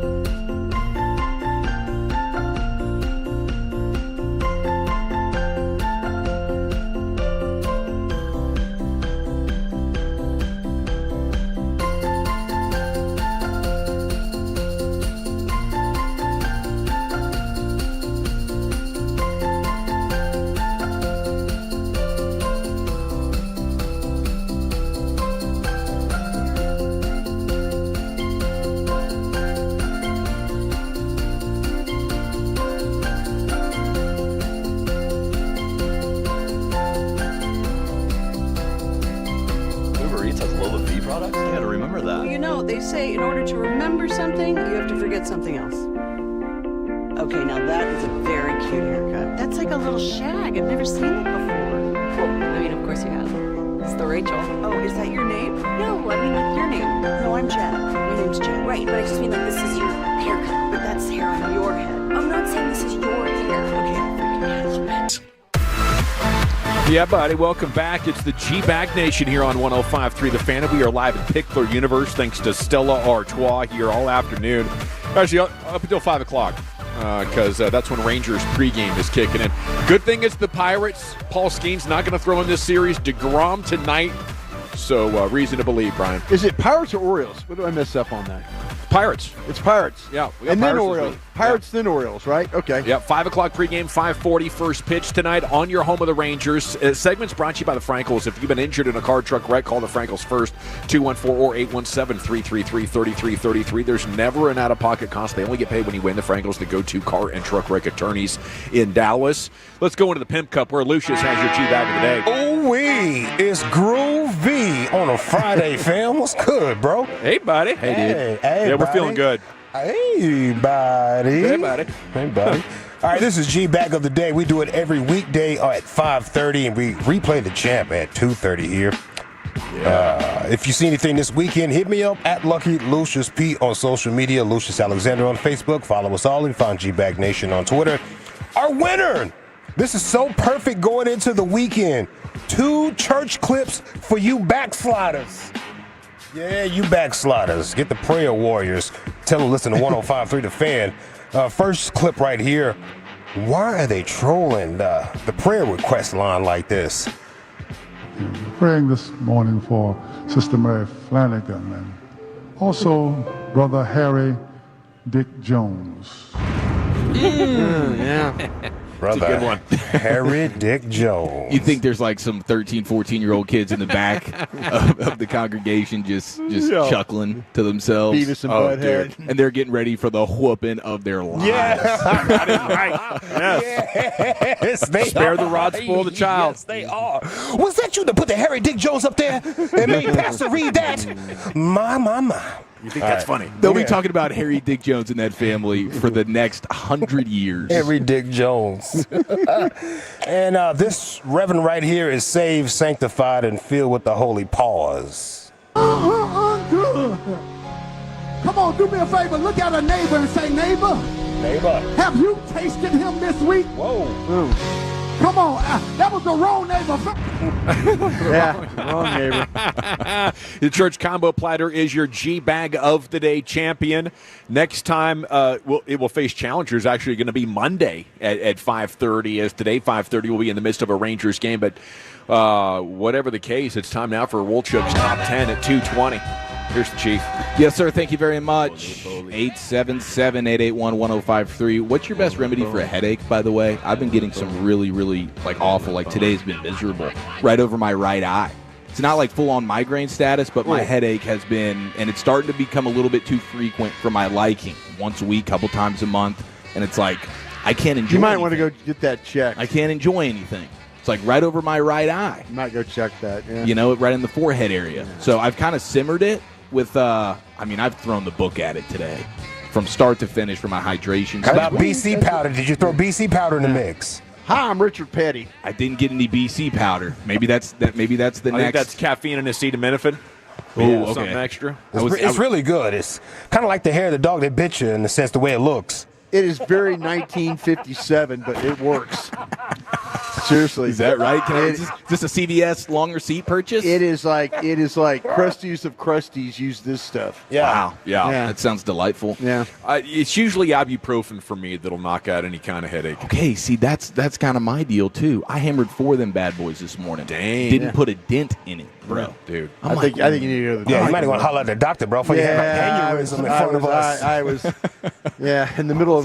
Dude. So then I took thank God my wife let me just pass out for a little while. I took an hour nap before prepping for the show. Woke up, still there. Like, you need to get that checked. So man. now it's simmered. I've been hitting like a bunch of, coconut water, and she hit me with some Let's say zinc. cocaine. As And, BC powder again. Yeah, The hair yeah, of the dog that bit you. That's the one that I need.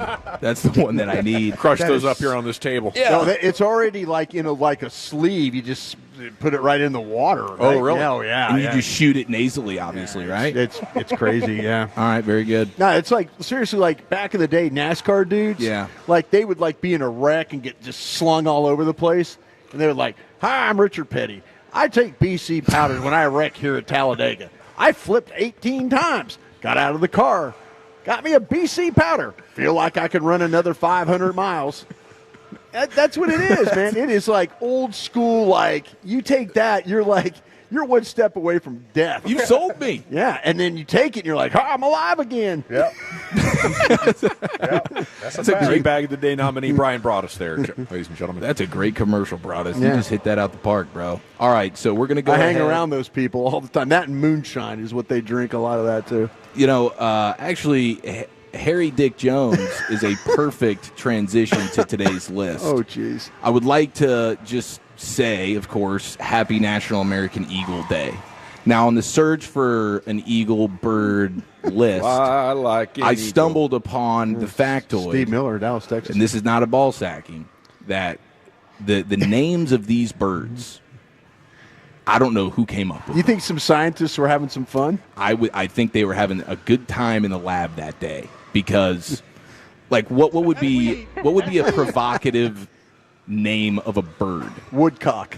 Okay. Your fastball is working. You are Paul Skeens today, bro. I nice took a work. BC powder before I came in. Feel great. That is okay. Okay, so think about it. That is like. Yes. I think that is what would be number 9 on this list of most really? provocative birds. I think in a the world. woodpecker is crazy. Okay, thank you, Lucius. There we go. Woodpecker is nuts, fam. Are they all phallic? A bald eagle? Okay, we actually go around the bodies here a little bit with these birds. So I have the top 10 most ridiculous birds in the world. And We've you already want me said. and you want me to look them up, right? Yeah, well, just to confirm, because I know you like to think that sometimes I'm out here just fountain misinformation. Today, welcome to science class, my friend. I'm about to club you over the head with the chalkboard. Take them okay? to school, Chief. This is very serious. All now, right. I'm trying to be serious here. You guys actually hit the first 2. Oh. Okay, so you got woodpecker at 10. Nice call, Lucius. Yeah. And you got the woodcock at 9. Now, stop me if we just need to, okay? Lucius will be the judge of that. Yeah, Lucius. Coming in at number 8, the most provocative bird. Question if I can spell these. In world history. The swallow. Yeah. Yeah, bro. That was just on the outside looking in. Honorable mention. Honorable mention. Came in at number 11. A swallow is crazy. It's really not on the list? It's not on the list. Dang. Honorable mention. Dang, Dawson, that was awesome. You guys have hit out 9, 10, and 11. Okay. Here we go. At number 8, we have the tufted titmouse. Wow. Titmouse. That's a bird? That is a bird of many feathers. The tufted titmouse. You can confirm that with your AI stuff over there, Broaddus, when you get a chance. It's searching. I would honestly love if Broaddus could read a description about these particular birds. So when you get the tufted titmouse popping up, just give us the 411. I think I spelled it wrong. Oh, did you really? Yeah. Tufted. Oh, wait, okay. Just give me it one more time. Tufted. Yeah, it definitely deserves a Google with a name like that. Yeah. Titmouse. Okay. That's a cute little bird. Turn on the safe search over there, Broaddus. I know you have it off right now. It's making me log in. And All stuff. right. It's all right.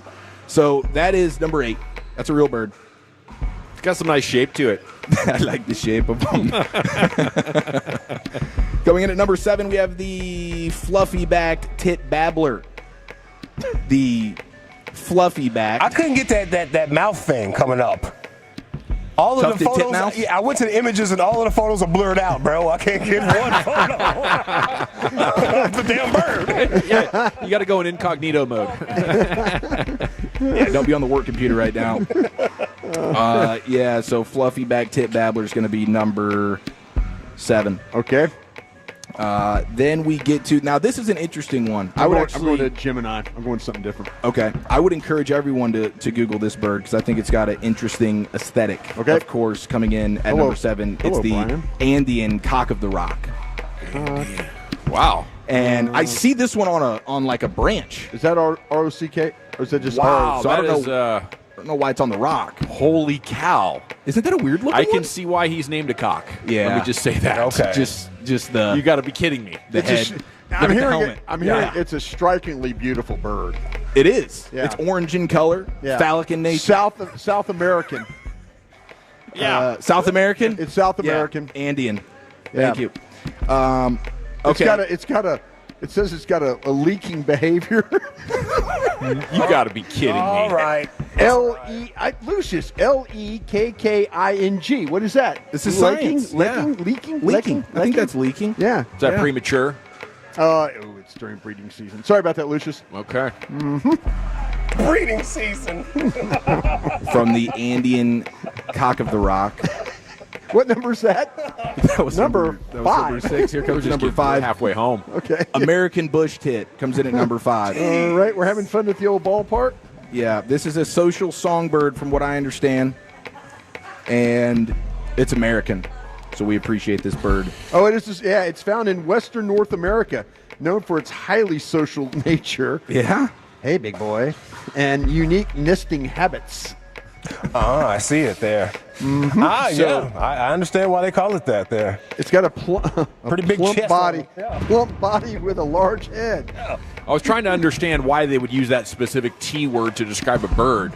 Yeah, what is that? It comes from an old English word which means something small.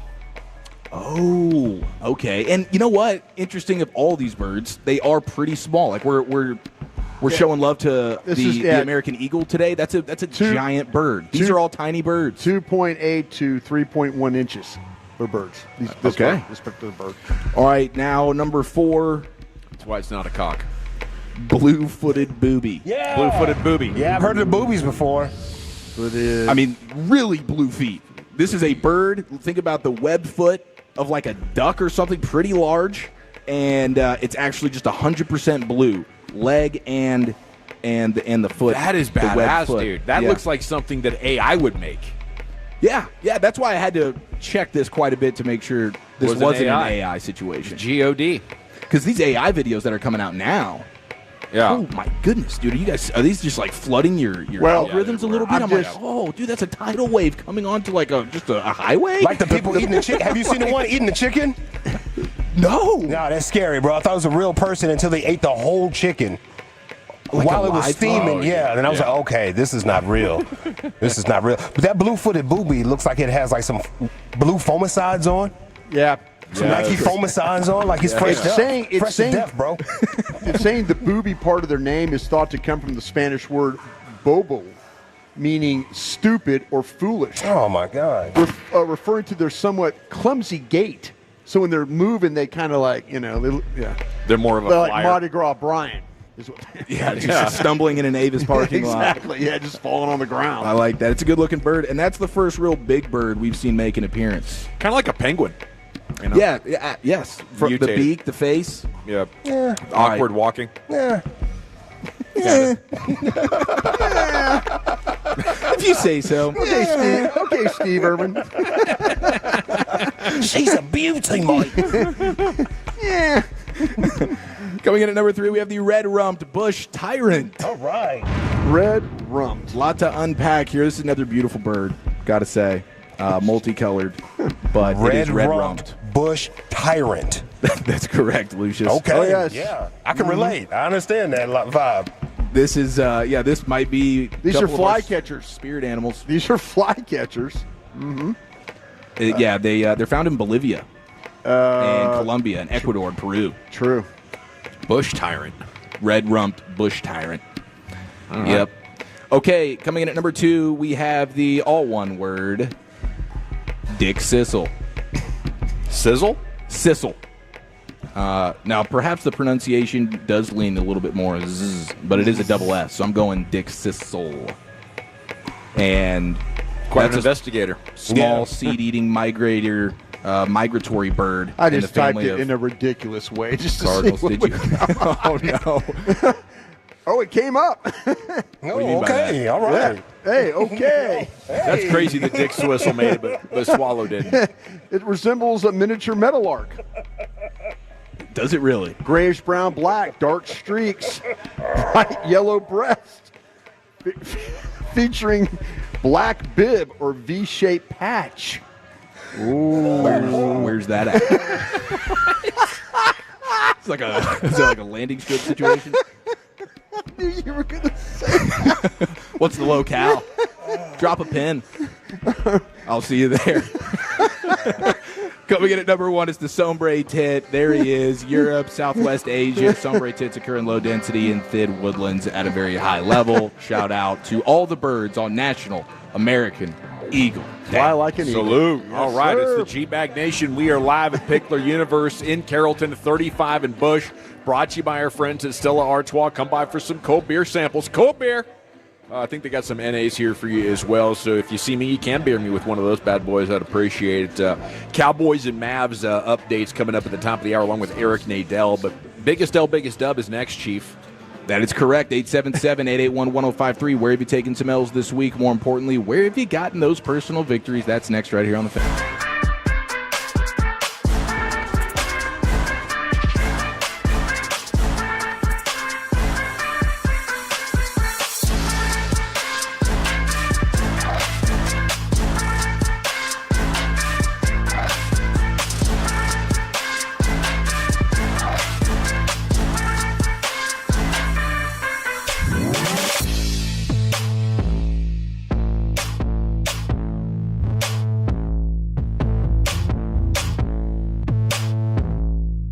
Do you think it's true that you've got to forget something else to remember that Uber Eats has roasted? No, that's absurd.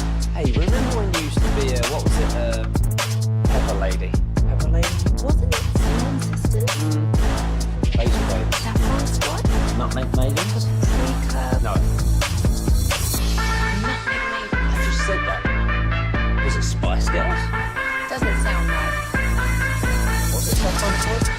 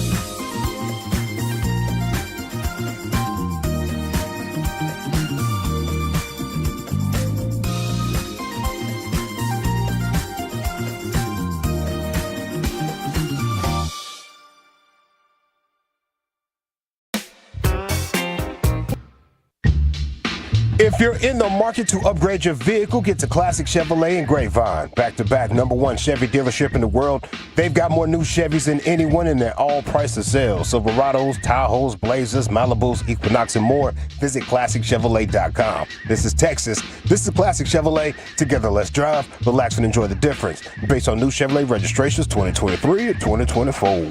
Yes, sir. Thank you, Lucius. G-Bag Nation 105.3 The Fan today on a Friday, along with Stella Artois. We are live at Pickler Universe in Carrollton, 35 and Bush, right here on the service road, just north of Bush. So we'd love to have you come by, do some pickleball, and maybe have a sample of Stella Artois. Here's the Chief with our Friday staple. Yes, sir. Thank you very much. 877-881-1053. Where have you taken some L's this week? More importantly, where have you gotten those personal victories? Here's British Ian. Oh, yeah. Now listen here. It's time to toss things over to that silly twit, Eric Chiafalo, to give us this week's L takers and dub makers. On and off the field, no one is safe from this imbecile's tongue. It's biggest L, biggest dub. Gotta say, catching a big dub right now, just hanging out with you boys on a 3-hour Friday. Soaring into the weekend, courtesy of Stella Artois. I mean, this is good stuff right here, man. Just what an honor. What an honor to be in your presence. Broadus is in the zone. He really is. Got his fastball working. I think 2 or 3 of his best moments of the year have all happened in the last 45 minutes. I'll tell you what, that list was incredible, though. Hey, that really was. That was a lot of fun. That was a good time, man. Shout out to the Eagle. Yeah, I appreciate that. All right, so let's go ahead and show some love here. 817. Actually, I think the biggest dub was seeing our guy Ruben, who caught a fat nasty L last night, as he's a Thunders fan.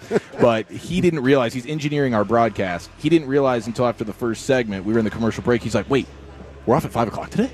I watched him experience that in real time, and it was a childlike excitement. The giddiness was pouring out of him, a guy who is still hungover from his Thunder absolutely embarrassing the sport of basketball last night. That's a big L. Yeah. Okay, 817, that's our guy Rodeo Ron, biggest dub, 3-day weekend. He just popped up in here. He says biggest L. He's actually, it looks like he's calling me out. He says biggest L seeing Eric in mismatched socks at Pickler Universe.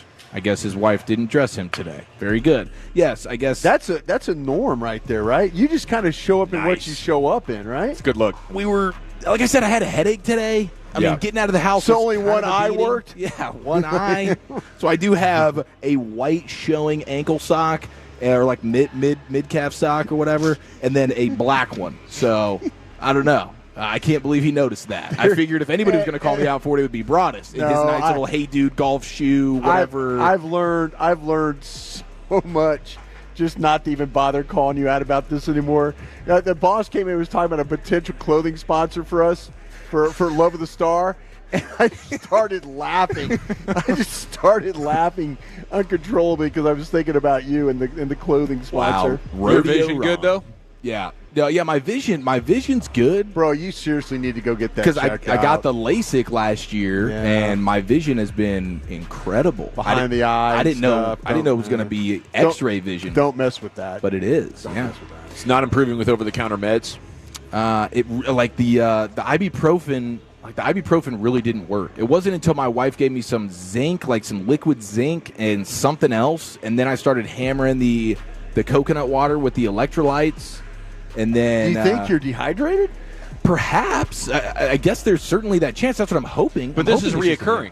But yeah, this is something that now bro, for the last couple of months. Lucius is right, man. Don't mess with this thing. Don't mess. Might have to pay a visit to the might just old be doctor. tension. Yeah. Maybe if you're a doctor out there listening, go see Eric. Maybe please. I'm just stressing my balls off. I mean, having 3 little kids. He said tension. How about hypertension? Yeah.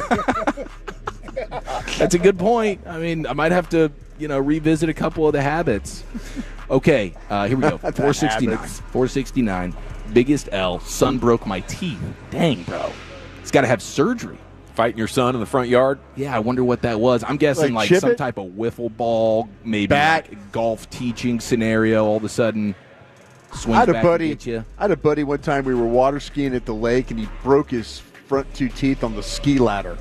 Ooh. Pulled it down, and it went right in his mouth. He's spitting out teeth, and like, bro, you got to suck it up. We're not going in to get this fixed. Suck it so up. he basically, he skied, but he was missing. How about you suck it? That's what I would have responded with. That's like a but he blood pulled the teeth ski pouring ladder on my face. down, and it hit him right in the mouth. Wow. And he just started spitting teeth. My worst aquatic injury was jumping off that cliff into 1 foot water, broke my leg. That sucked. But in 2010, I was down in Corpus Christi with my buddy Brett, and it was in the middle of the night. They were fishing in the boat down on the dock, and I went down there to get in and join the fishing, and I slipped.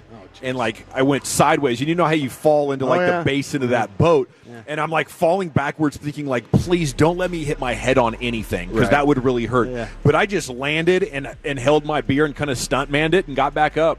One of the most impressive falls I've ever had. Did you spill a drop? Probably not. Maybe one, maybe a little. That is impressive. It was still a usable beer though. Hey, good on you, man. Especially in the middle of the night like that when you don't even have your wits about you entirely. I could barely walk. Yeah. That was. What's going on, guys? Woo! Don't mind me.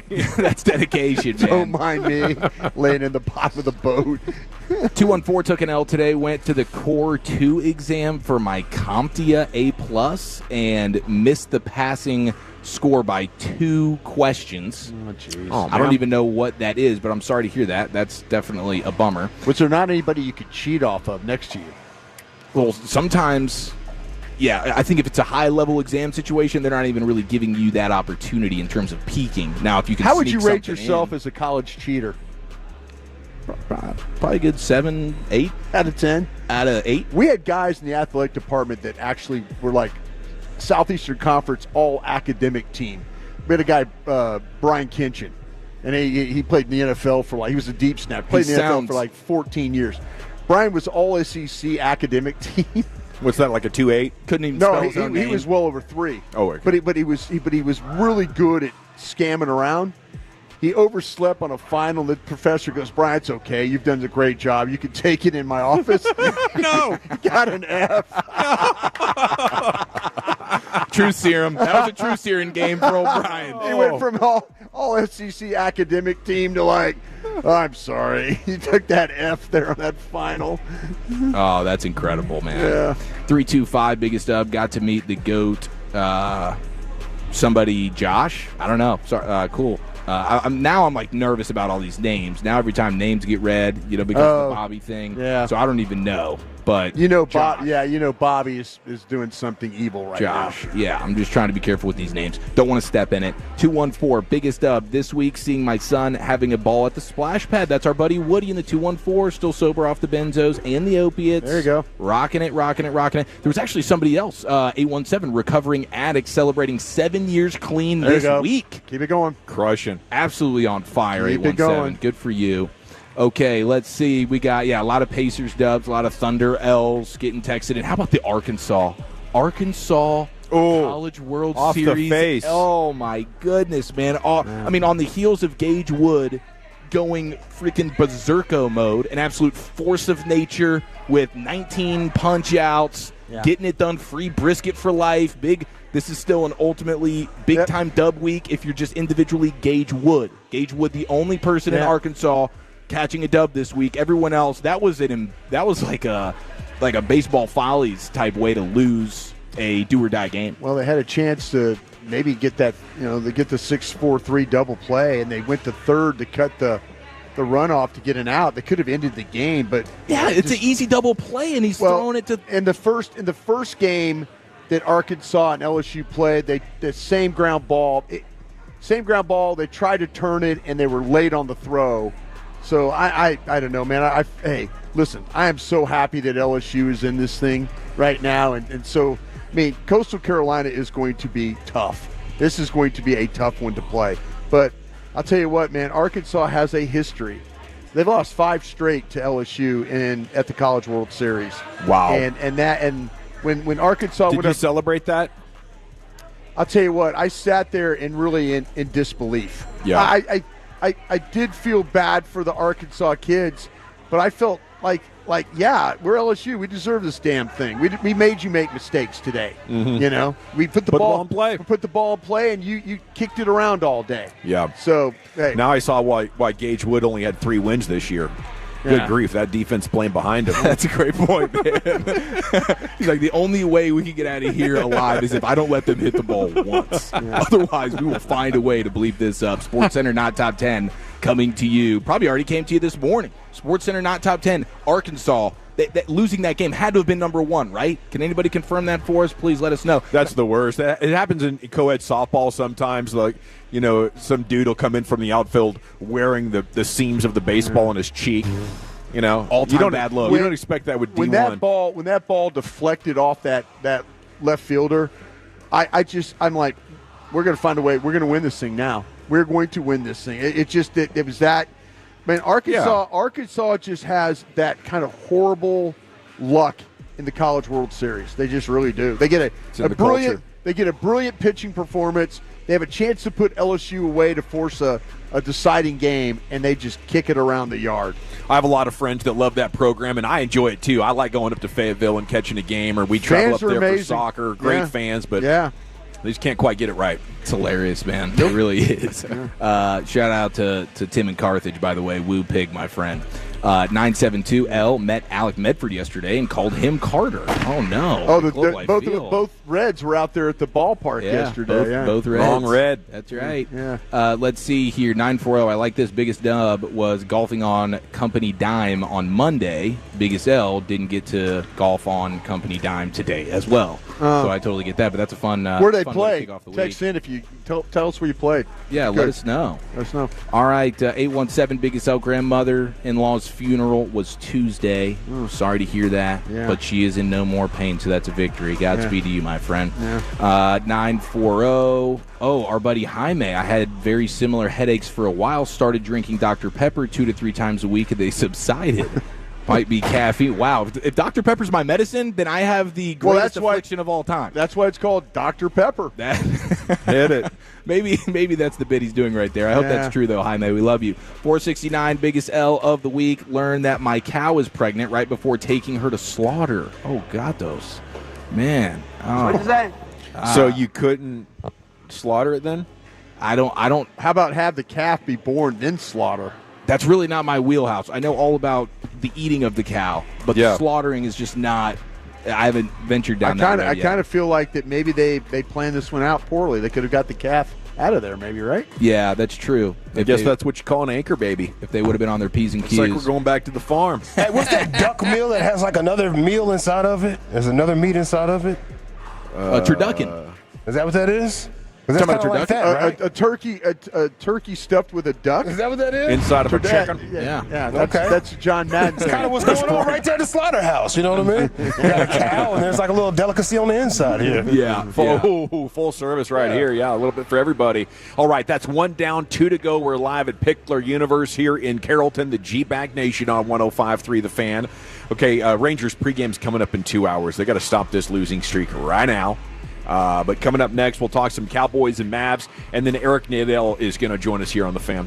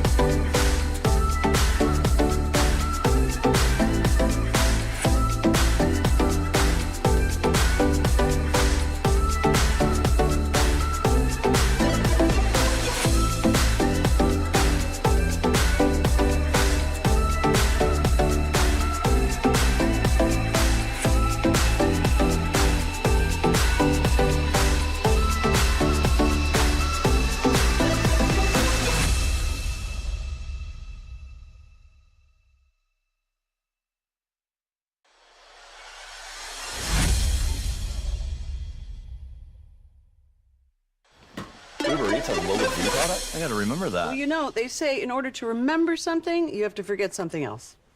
Okay, now that is a very cute. That's like a little shag. I've never seen it before. Well, I mean, of course I have.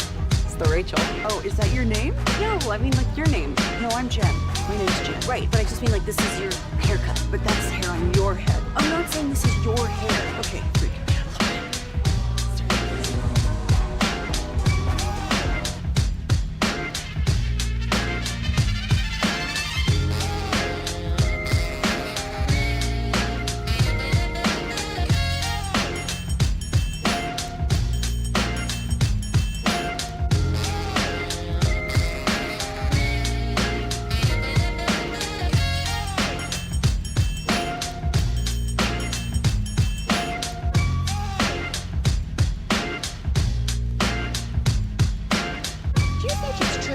gotta forget something else to remember that Uber Eats has groceries. No, that's absurd. Hey, remember when you used to be a, what was it, Pepper Lady? Wasn't it Cinnamon Sisters? Basil Babies. Saffron Squad? Nutmeg Maidens? Paprika? No. Nutmeg Maidens. I just said that. Was it Spice Girls? Doesn't sound right. What was it, Saffron Squad?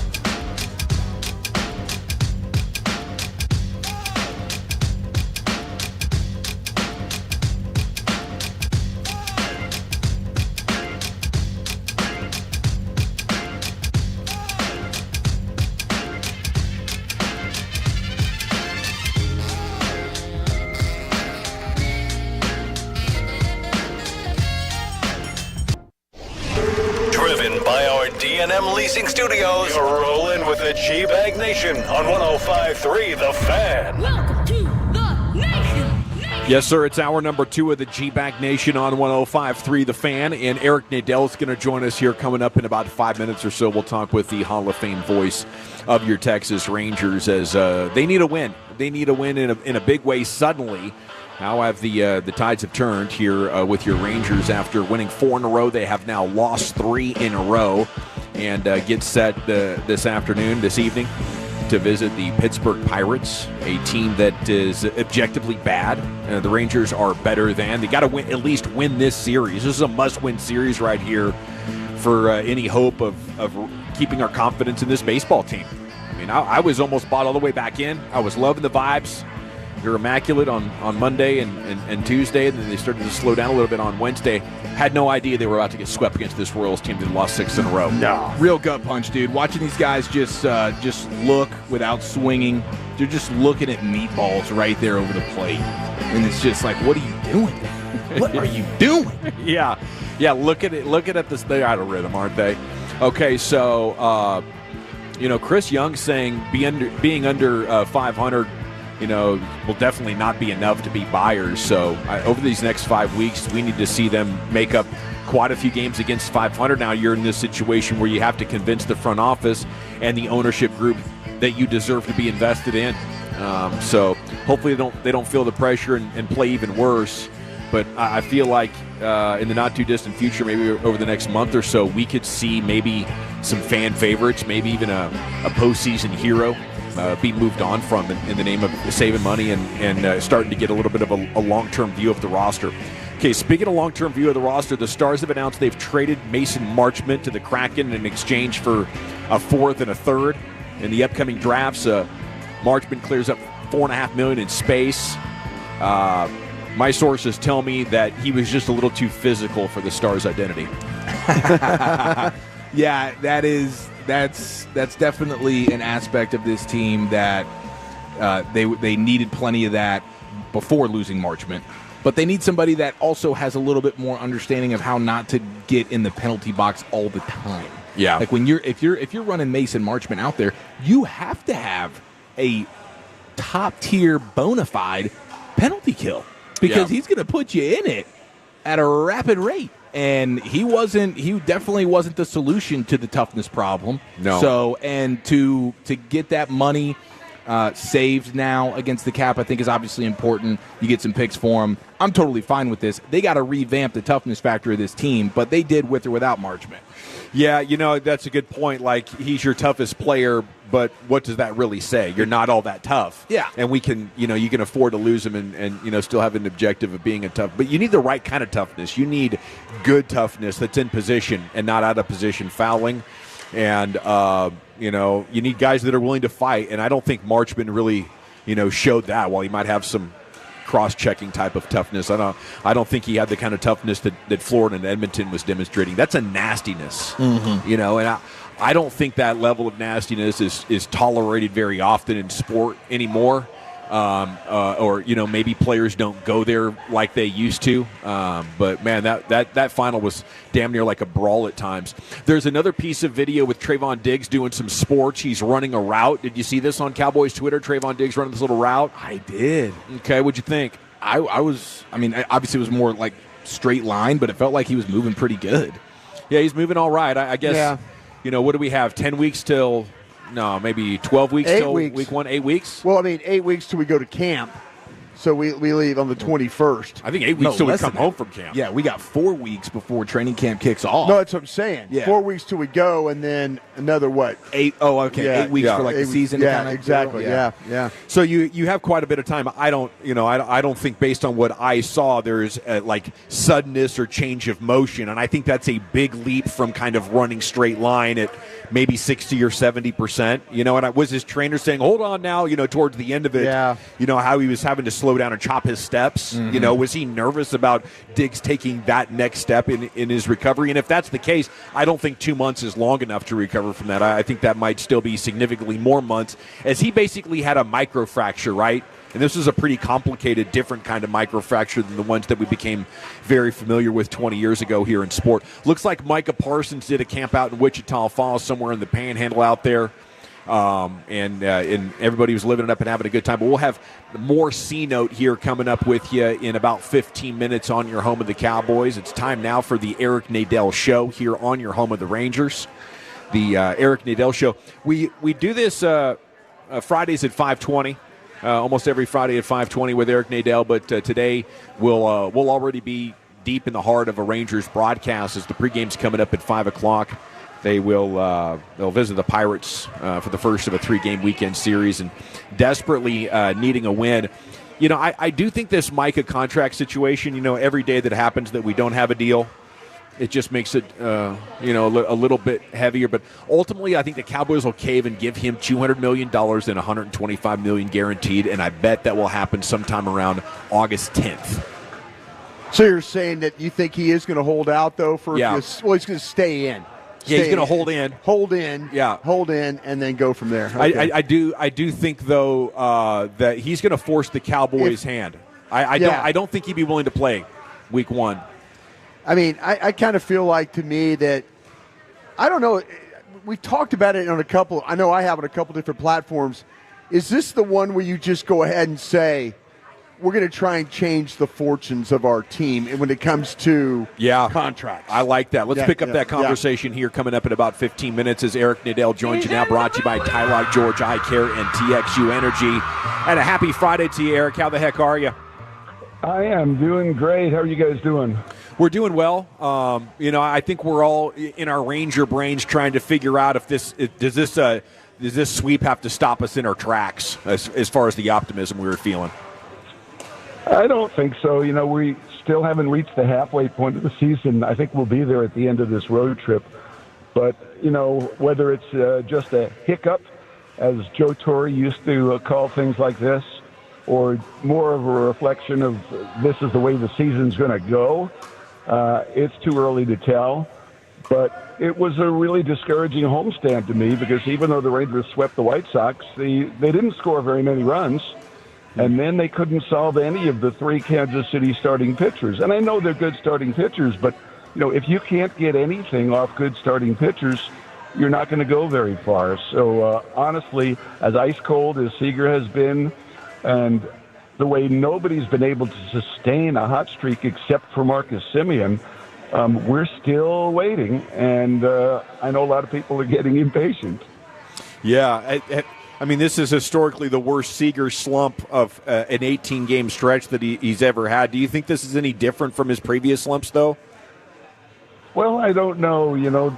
This one's coming off an injury, and normally when he comes back off the injured list, he's ready to hit. He seems to be one of these guys who could fall out of bed on Christmas morning, and walk up there and get a hit off a 100-mile-an-hour fastball. But he just doesn't seem to have his timing yet, even after 18 games. So, honestly, I don't even know if the previous slumps were with the Rangers or with the Dodgers. But the fact that he's coming back from injury on this one and hasn't gotten it back together might make it a little bit different. I don't know. It's Eric Nadel with us. I guess the good news, Jacob deGrom on the hill tonight. How are you looking at the rest of his season and how great this half has been already for him? Well, it's been sensational, as much as anything, the fact that he's been able to stay healthy, without missing a start. The Rangers have been very careful to make sure that he doesn't have to pitch on 4 days rest. with bullpen games and with inserting other people into the rotation. They're protecting him. They're taking care of him. You still wonder, is he going to be able to give you 180 innings, which is kind of the pace that he's on right now. I don't know that we necessarily have to rule that out.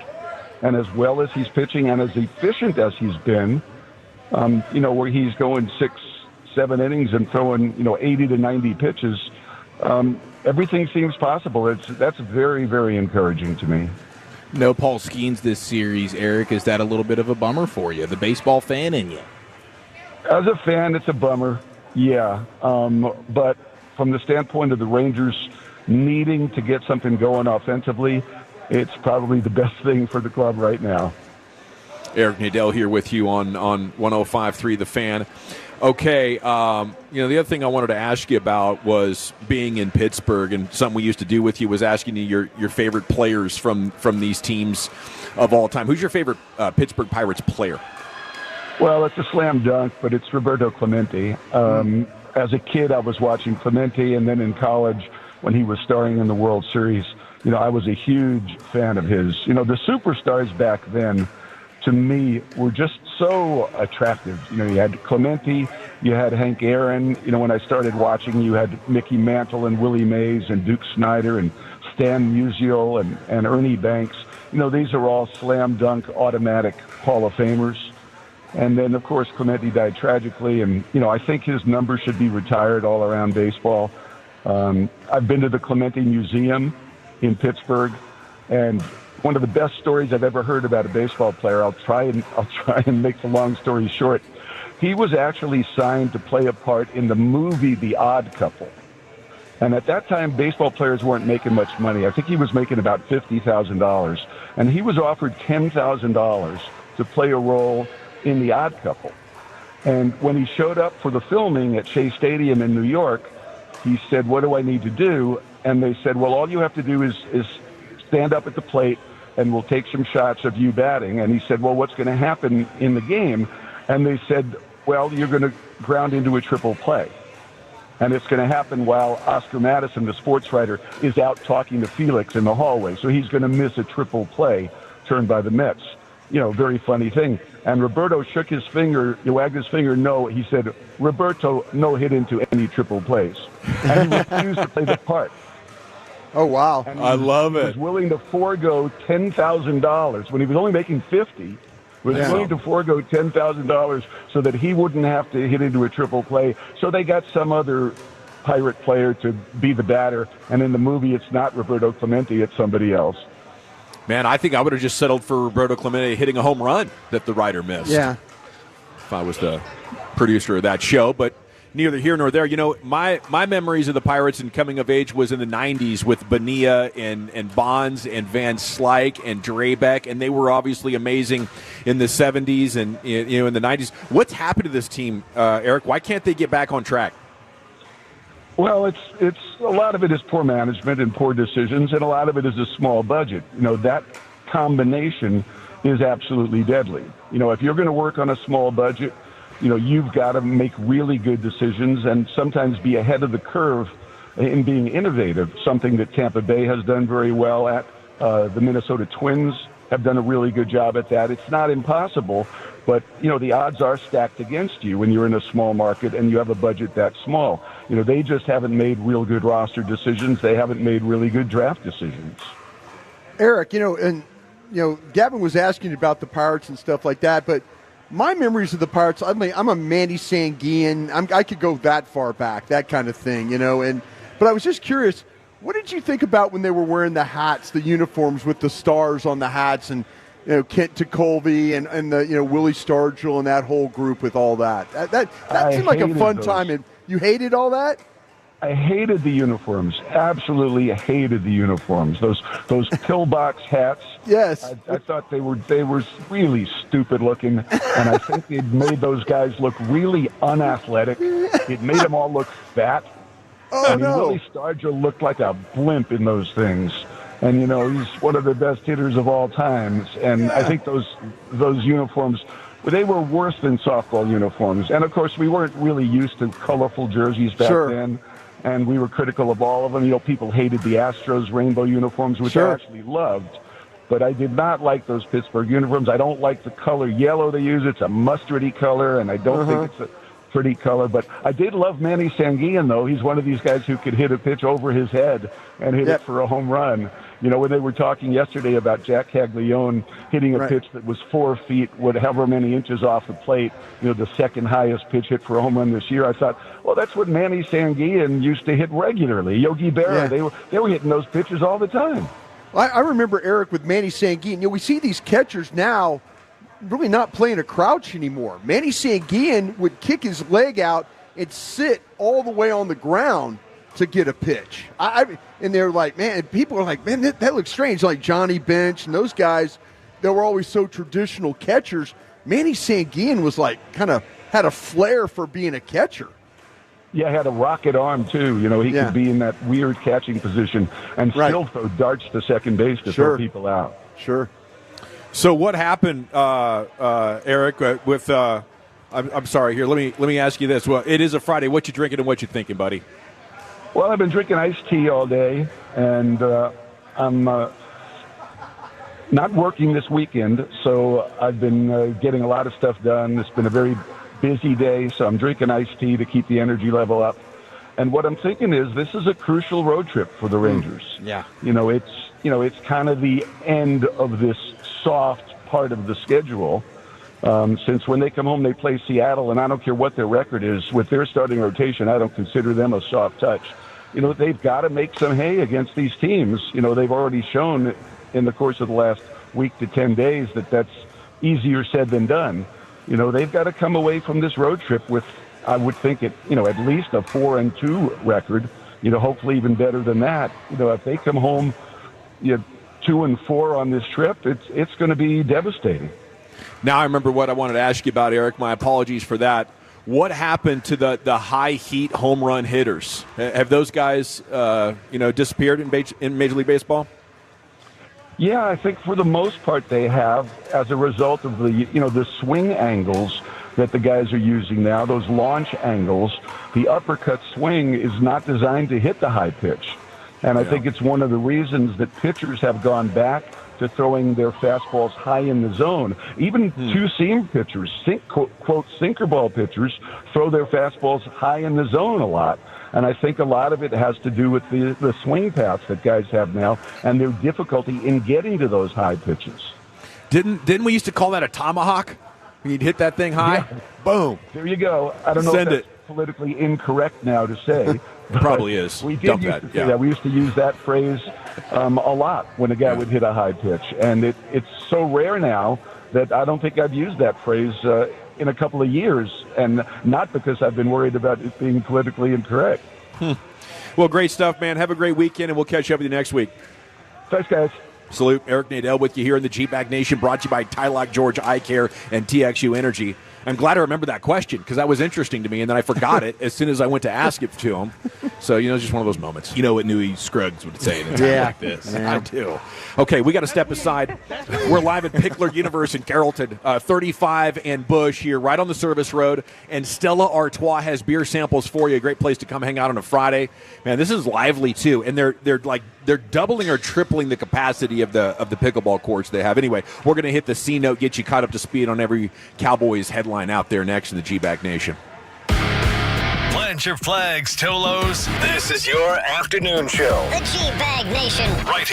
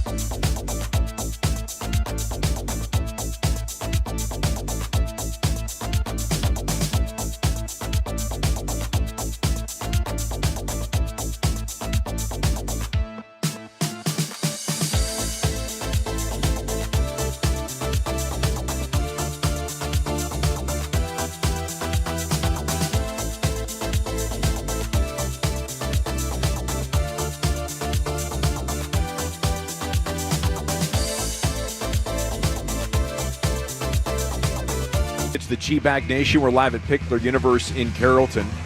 And it's time now for the C-Note, the Cowboys news of the evening every day at this time. Segment's brought to you by the Frankels. If you've been injured in a car or truck wreck, call the Frankels first, 214 or 817-333-3333. There's never an out-of-pocket cost. They only get paid when you win. The Frankels, the go-to car and truck wreck attorneys in Dallas. And it's brought to you by Cars for Kids. Donate your vehicle today at carsforkids.org. Let me see, what kind of Cowboys stories do I got here for you? It's hard to tell right now, to be honest, because the Cowboys news cycle has been hijacked. Chief, you know what I'm talking about? I don't know if I'm catching your drift. Well, if you Google Dallas Cowboys right now, when you hit that news tab, you're going to find a lot of Cowboys cheerleading stories going on. That's tough. As their show is blowing up. They got all kinds of drama, and people are buying in. It's a proper reality TV show. And, well, first of all, congrats to them. They got a 400% pay raise. Oh. Okay, so they are up to $1,600 a week now, which makes it actually a pretty legit job. Ooh, yeah, okay. They go from like $15 an hour to something a heck of a lot better than that. Yeah, they went from $1,600 a month to $1,600 a week. Yeah. So that's pretty cool. But because of that happening and the show blowing up so much right now, and obviously we're in a downtime. It's perfect timing for Charlotte or whoever made the call on this to plug this in right in between minicamp and training camp, because it's gonna bridge that gap well for them with their impressions and their engagement and all that. Wow, so it became a full-time job. Yeah, I guess it is. I mean, it always has been without, I guess, the pay. I don't know if it's been full-time. Yeah. I don't know. A lot of those girls do. A lot of them work. Yeah, they have to work other jobs to make ends meet. Exactly. But now you could support yourself. Yeah, absolutely. Yeah.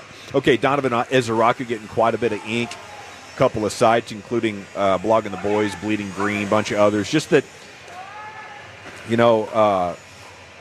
he's one of those guys that's predicted to possibly have a great year for the Cowboys. I do think he's going to blow up because there's so much other pressure points coming on this defense, and he's got like what should be immediately transferable to the NFL.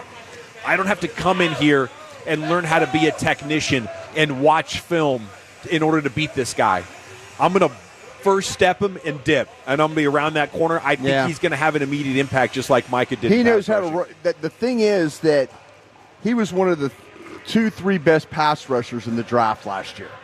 So you do not have to worry about him coming in and trying to figure it out. I mean, you mentioned the ability to run, to get off the ball, to dip, to stay low, to keep linemen's hands off him. He already knows how to do that. From being Boston College guy? Yeah. He was, he had a bunch of sacks. I think he had 16 sacks his last year there at Boston College. But that's crazy. So a lot of times these pass rushers, they come into the game and they have no clue. They have no clue how to. So why did he slip? It seems like when you talk about him, it should have been a top 15 pick. He was top 23 for sure. There were mock drafts that had him just outside of that. Okay, there's 15 names, first round names.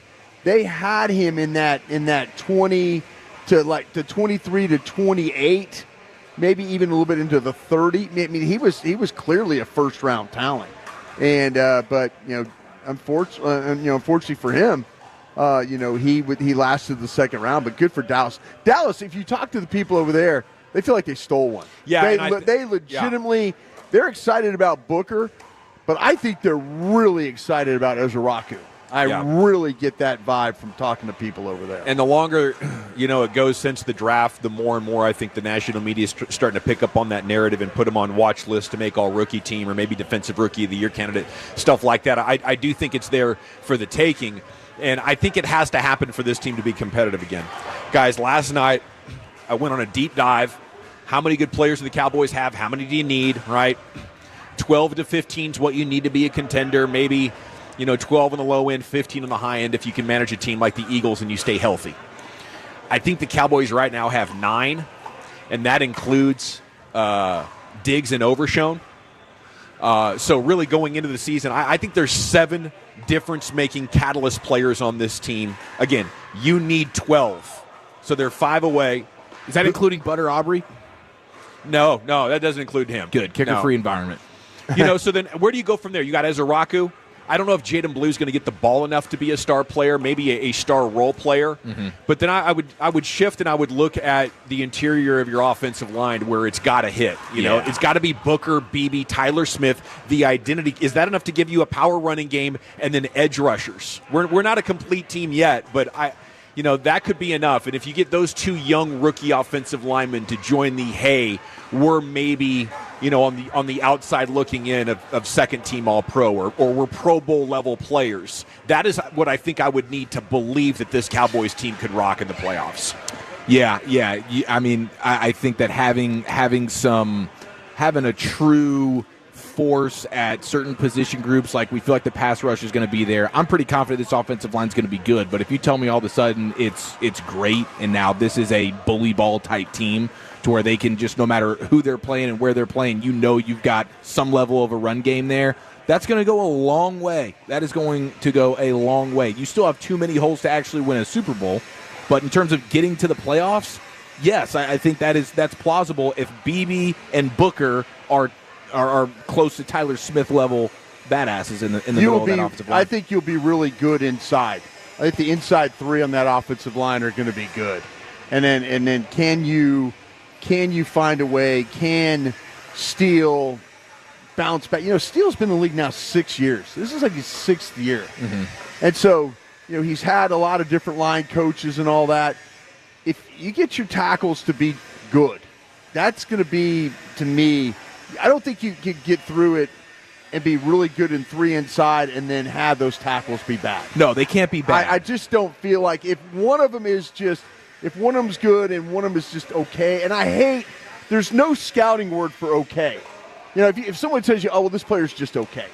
There's nothing, you're not describing the player to me. But if you could just have these tackles be good. Well, I think Steele is good in the running game. Yeah, in the run game, he can be respected. How I'm just, until they show me how committed they really are to the running game. Yeah, I'm going to say, okay, sure. I mean, if you come out and all of a sudden it's like, oh, wow, they're establishing some things here. Oh, look, they found a combination of backs that are really working. Oh, look, they're controlling the front. Oh, wow, they're making people have to, like, their yards after contact or yards before contact is really high. Yeah. We start to see all those metrics. That's when I'll get excited about this thing. Yeah, because then the play-action passing game and everything downfield with George Pickens and all that kind of stuff. Show me the real commitment to running. Show me don't just talk about it as like I'm talking to the media and I just want to like get them off my back, and I'm like, well, we got to be good in the running game. We got to defend the run and we got to be able to run. No, really go out there and show us that you can run the football. Well, I do think you have quality coaches on the offensive line, and with Clayton Adams now as the offensive coordinator, former offensive lineman, I do think that you will have a good game plan and strategy when it comes to how you try and run the football. You have quality players, and we'll see how quality. Maybe this thing could really boom in a big way, and that would be awesome. The backs are just so-so, but if you tell me you have the scheme in the offensive line, you're going to be able to run the ball. You get those offensive line playing well, your tackles playing sufficient, and then I need 2 veterans that maybe aren't stars to play like stars. Like maybe that's Dante Fowler and Jake Ferguson, and then you can get to the edge of having that dozen impact players that I think it's going to take to challenge Philly. I think you need one of these linebackers, one of the two, whether it's Sanborn, Murray. You need one of them to step up and be and be a part of this in a really positive way. I'd probably lean Sanborn there. Cowboys.com's Tommy Yarsh and Nick Eatman teamed up to write, will new culture bring more discipline? Penalties have been an issue. Sam Williams, back of the mix, along with Tyler Guyton penalties. And, I don't know how you look at discipline on this football team. I guess penalties is part of it. There's also gap integrity. There's football toughness. There's being locked into the game plan, not getting caught up with the glitz and glamour of the Cowboys. So I think there's a lot of different ways you can take, being a disciplined football team that the Cowboys could be better at. And then, the Cowboys signed Perry and Winfrey, the former Sooner lineman. He's more of a pass rushing from the inside guy, right? Well, he played as a 1. He played as a 3. And I talked to some folks about they got rid of a 1 technique. Rodgers. They get rid of Rodgers, and what I was told was Rodgers really wasn't becoming a good fit. Gotcha. So he's not a culture guy. I don't know if it's a culture guy. It was like I was just told. I was told, listen. I go, well, hey, why do you put in a 3 technique potentially and then take out a 1? And they think he can do 1. Well, but this Winfrey guy, he was known for quickness and get upfield. When I was reading the scouting report. But that's what I'm saying. He played at Oklahoma. He's played the 1. He's played the 3. He could get up the field. The question was, why would you get rid of a 330-pound body? Right, exactly. And they're like, wait a minute, they're not very good, or we don't think they're very good at defensive tackle. Well, I was just told that 340-pound body was just not getting it done for them. Well, Winfrey is more talented than I think a lot of guys who'd be available at this point in the offseason would be, but he just got in trouble twice in 2023. I would say, like, if you like to date football players, maybe pass on Winfrey. Okay. All right. Noted. Unless you like to fight. Unless you like to date and fight football players. And I just hope the Cowboys aren't reaching for another guy who's not talented enough to be worth it. Like, when we reach for character, let's have it be because the guy's flipping Deion Sanders, and with his playing ability. That's all I would ask. Like, I just think you're inviting potential embarrassment for what? A guy that might play 40 snaps for you this year if you have 2 injuries? Okay, we got to run. It's the G-Bag Nation live at Picklerverse in Carrollton. 35 and Bush right here on the service road. Stella Artois is here. They got cold beer samplers for you. And we're back with Krusty's Corner. Brian, where are you taking us today? Yeah, it's Friday. We're going to have some fun. I've got a game for my guys to see if they know these players. We'll do that next. Okay, I want to chat about Permapeer Foundation Repair with you, though, because, our home, for most of us, our number one investment.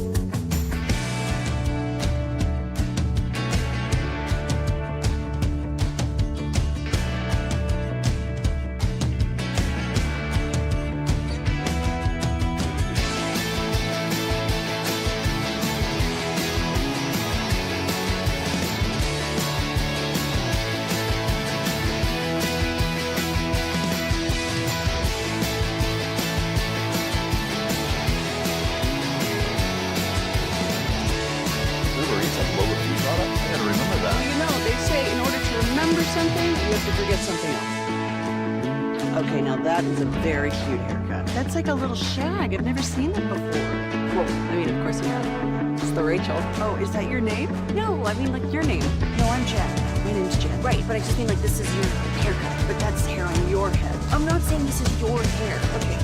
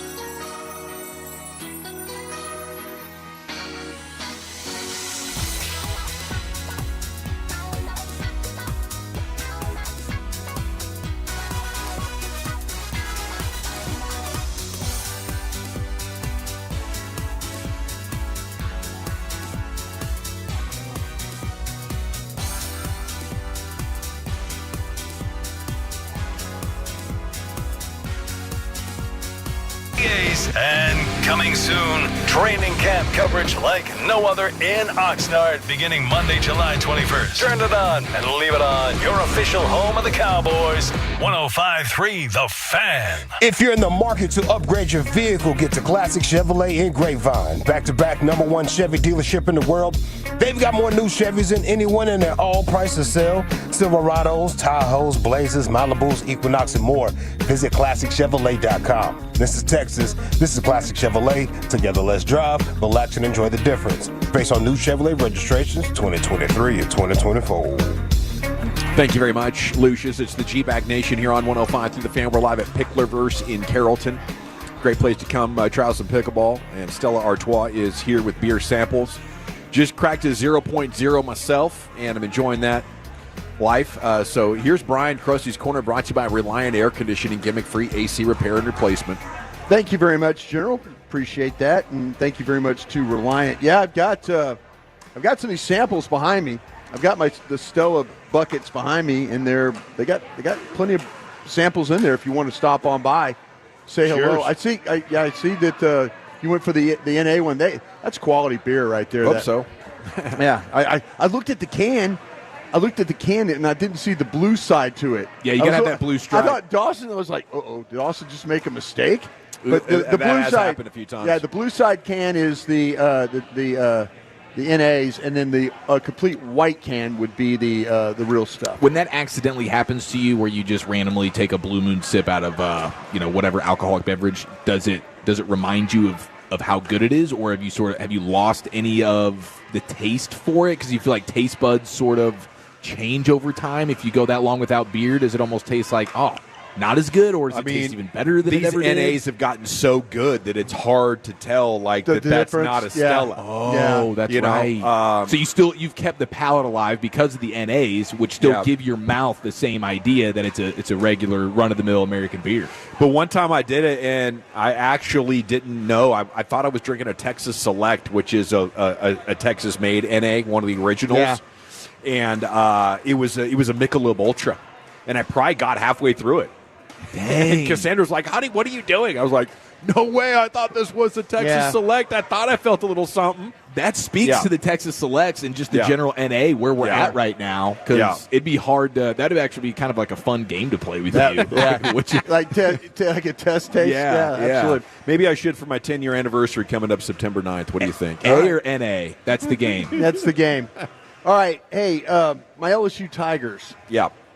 Are in the finals with the Coastal Carolinas. Thanks to Arkansas just completely essing the bag. Chanticleers.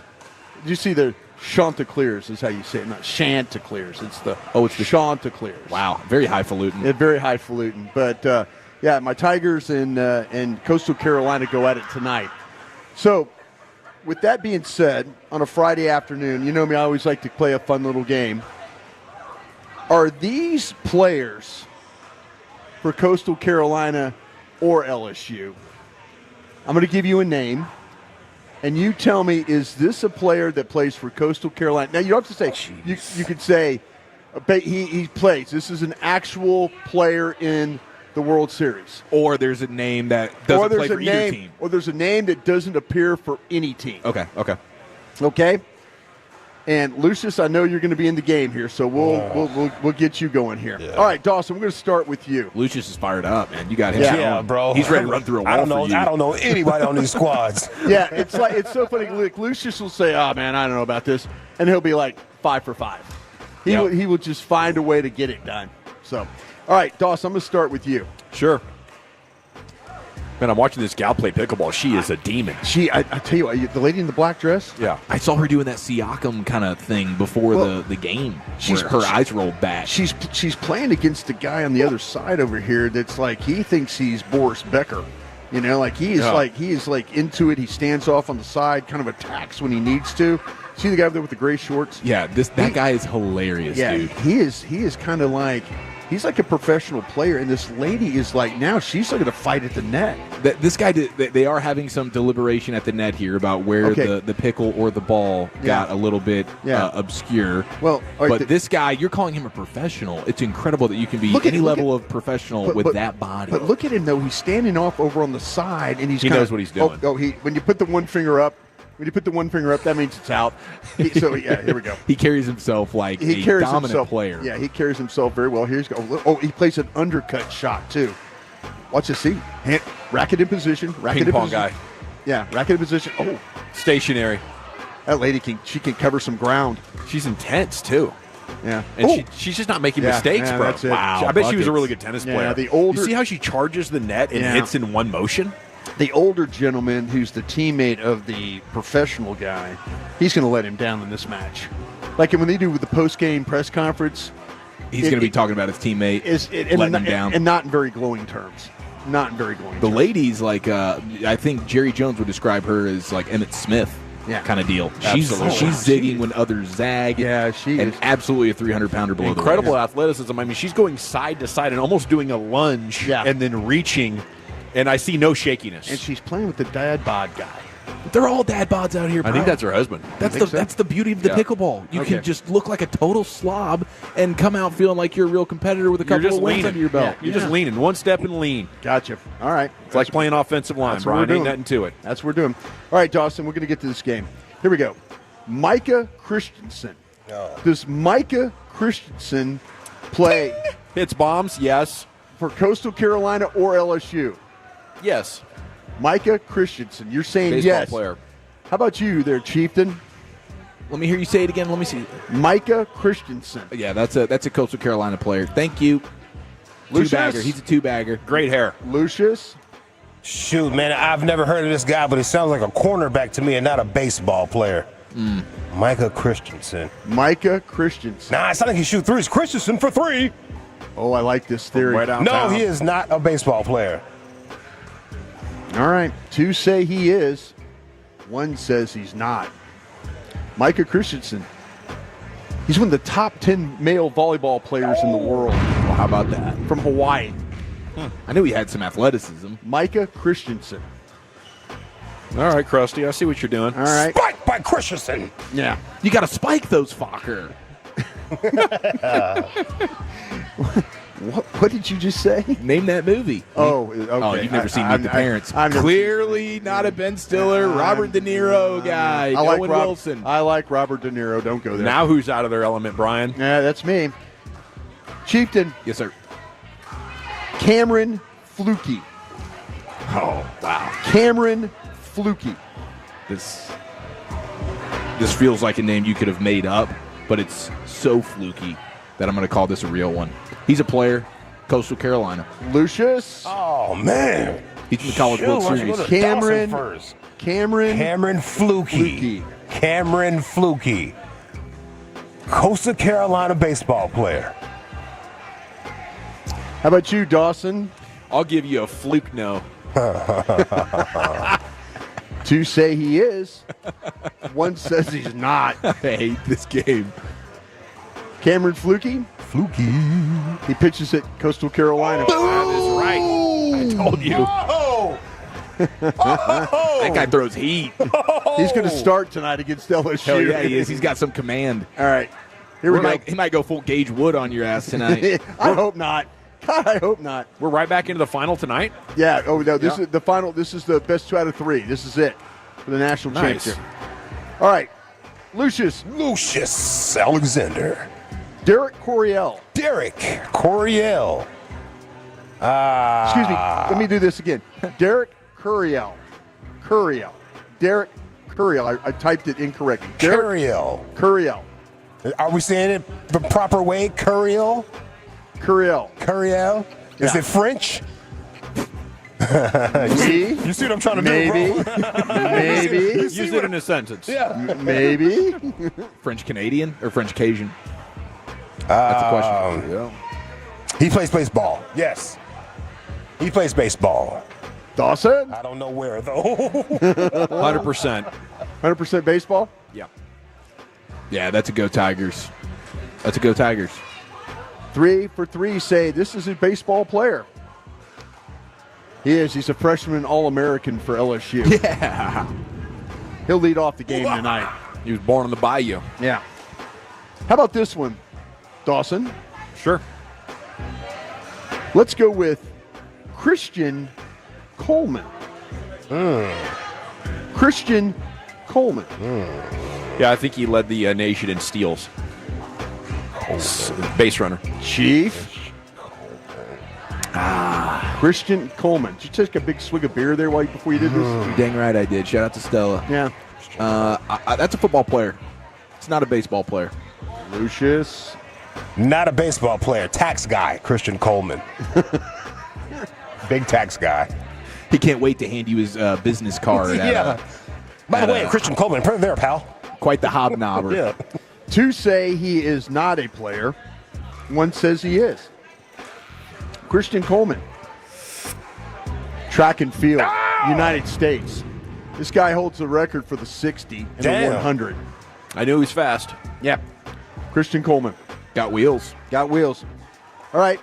We continue on with are these College World Series players for LSU and Coastal Carolina, or they're not? We continue on here. Lucius. Yes, sir. Colby Thorndike. Thorndike? Colby Thorndike. Thorndike. Thorndike's like pretty good up there on the mound. I'll tell you what, Thorndike has been senior season is looking pretty. Yeah, I'm going with Thorndike. I like that. Thorndike. Sounds like the baseball name. Dawson? Yeah, I don't think you'd have the stones to make a name like that up. Challenge me on a Friday afternoon. Chieftain? Is this Thorndike or Thorndike? Thorndike. Thorn. Like prickly. Yeah, Thorndike. Thorndike. Oh, Yeah. I thought it was Thorndike. Yeah, because I was thinking, is he a golfer? Thorndike? Thorn. I'm sorry, Thorn. My. Thorndike. Come on, Nah, guys. This you know is better. this is probably this is actually probably a tennis player. We're saying Not a baseball player for me. 2 against, 1 for. Is that what we're saying here? Yeah. Colby Thorndike. First baseman, Coastal Carolina. Gosh, dog. That is right. Did it again. It was on fire for a while. And the final one, the final name. I'm going to go to Chief on this one.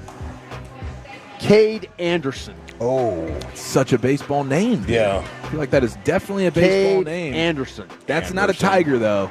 That's a Chantallah, or whatever the hell you said earlier. Chanticleer. Chanticleer. Yeah, Coastal Carolina. Lucius? Mr. Anderson. Mr. Anderson. Let's see here. Cade Is that a Anderson. lacrosse player, Lucius? You think that's lax? Cade Anderson. Cade's a strong name. Yeah, that's the best. That's a baseball name for sure. Cade. Yeah. Oh, yeah. They got Cade on second there. Yeah, I'm going with Cade. Yes. Cade is a baseball guy. Dawson. LA is going for 5 for 5. Let's go. Let's do it, dude. Broadus put in the call. I think he's a baseball player. All 3 of you say baseball, huh? Yeah, Yes. yeah, kiss of death. Cade Anderson. Pitcher for my Louisiana State Tigers. He might be the 3rd overall pick in this draft coming up. Wow. He's that good of a player. Oh, yeah. Of course, Sands knows who he is. Yep. Of course. And Jared Sandler will join us next. Thanks, Krusty's boys. Corner Appreciate you. Every afternoon, 3:40. Brought to you by Reliant Air Conditioning, gimmick-free AC repair and replacement. Where are we right now? We're at Pickler Universe, 2800 North I-35E. It's just past the Bush. It's on the toll road here, so come on out, learn all about pickleball, and have a Stella Artois sample. And enjoy yourself, okay? This is your new headquarters for pickleball in DFW. Pickler Universe in Carrollton, and we're back with Jared Sandler here in the G-Bag Nation. 30 straight minutes without interruption. It's our on-time experts commercial-free expressway at 720 with Sean and RJ, 1220 with KNC, and 520 with G-Bag. Right here on The Fan, on your smart speaker, and on the Odyssey app, presented by Comerica. I'm Bill Ryder with an Odyssey Sports Minute sponsored by AutoZone. Get in the zone, AutoZone. Breaking news flash for all the doubters out there, including you, Las Vegas. The Indiana Pacers are elite, and hell yes, they can win an NBA championship on Sunday. The Thunder haven't proved they can handle the massive moment of having a championship in their grasp. Do you know who I think can? The Pacers. Book them to win it all on Sunday. I'm Bill Ryder. This is the story of the one. As a lineman, he does whatever it takes to keep the power on in his community. And he wants a partner like Grainger who does the same. Grainger offers the professional-grade products he needs, from voltage detectors to harnesses to hard hats, plus fast, dependable delivery, so he can rise to every challenge. Call 1-800-GRAINGER, click Grainger.com, or just stop by. Grainger, for the ones who get it done.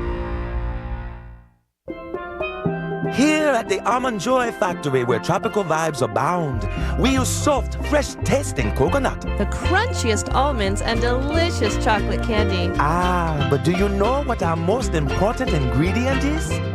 Sometimes you feel like a nut. Sometimes you don't. Almond Joy's got nuts and something even way better than that. Yes, Almond Joy is made with almonds and joy. It's time to warm up that scoreboard and get ready to bring home the win with Specs. Specs has you covered with lower prices on all your favorite fan fuel. From craft beer, rare spirits, and world-class wine to chips, dips, and gourmet finer foods. And with same-day delivery when you order online or through the app, Specs is your MVP for the biggest score of the game. At Specs, the fun starts here. Here's to you, cheers to savings. Men, reclaim your game.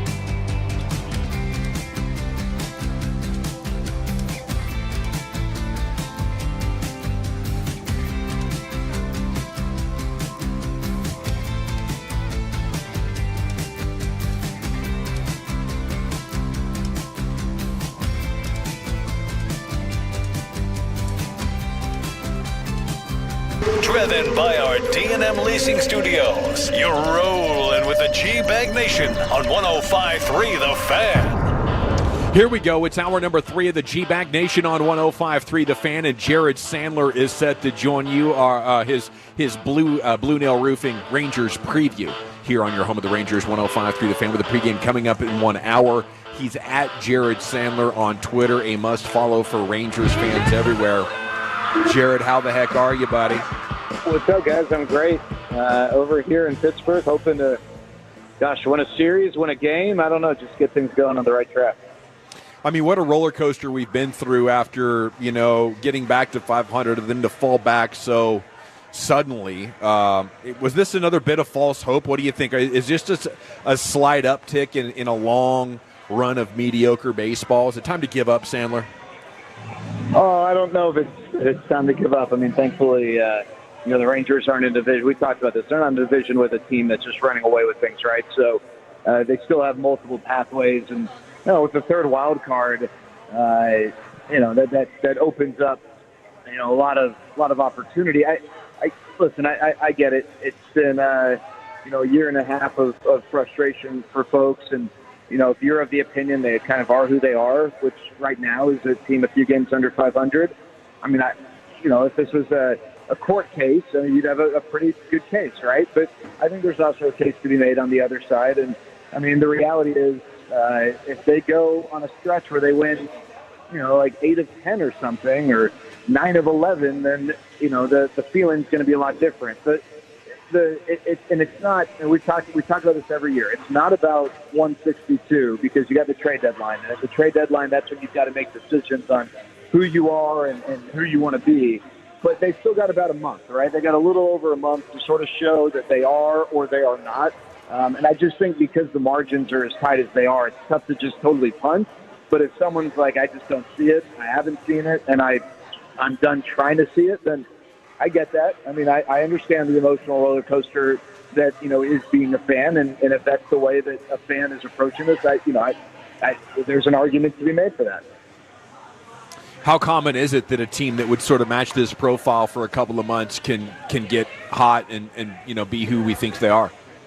More common than I think people would realize over 162. I mean, heck, this team did it in 2015. They were under 500 even after the trade deadline, right? They acquired Cole Hamels, and they were a sub-500 team. And I want to say the day they traded for Cole, or maybe the day before, they lost to the Yankees maybe 21-5. If I remember, they scored 5 runs in the first inning. They were up 5-0 on the Yankees and ended up losing like 20 or 21-5. They were an under 500 team, and it didn't make sense. Nothing about it looked like it was going to turn out the way it did, and they go and they win the division. And every year there's a team like that, a team for whatever reason that makes a big change, and just the complexion of the way things look, especially this time of the year.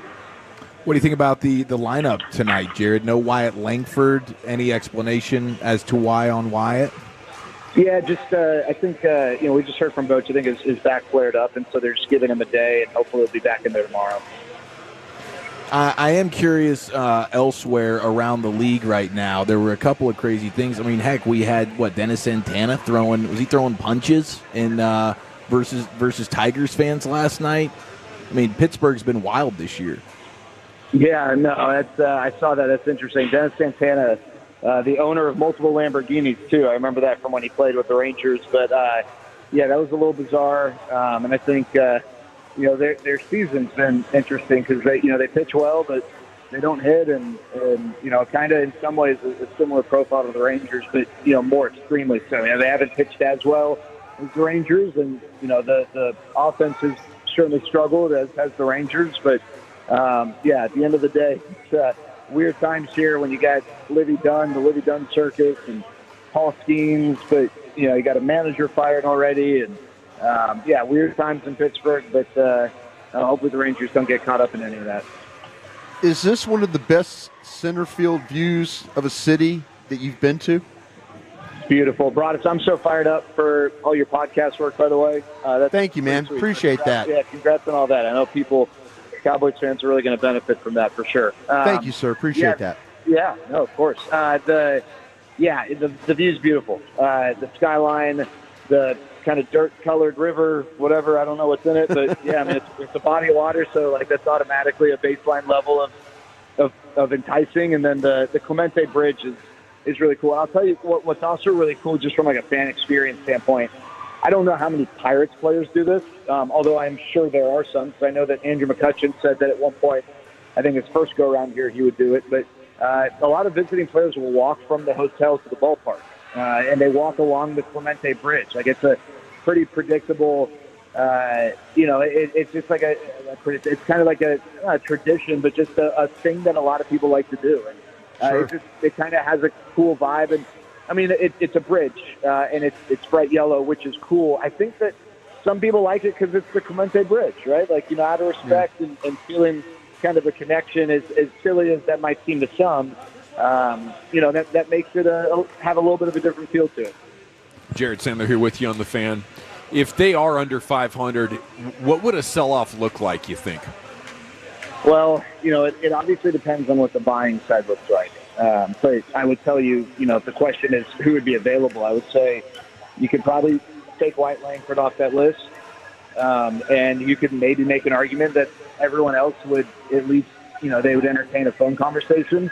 I don't think that they're looking to trade Corey Seager or Nathan Eovaldi, so those would be a little bit tougher ones to convince, and maybe, Marcus Semien could be in that category depending on the money side of it. But at the end of the day, they've got a lot of assets, which is a part of why this is, I think, frustrating for folks, because you look at the roster and you think it's a really good roster.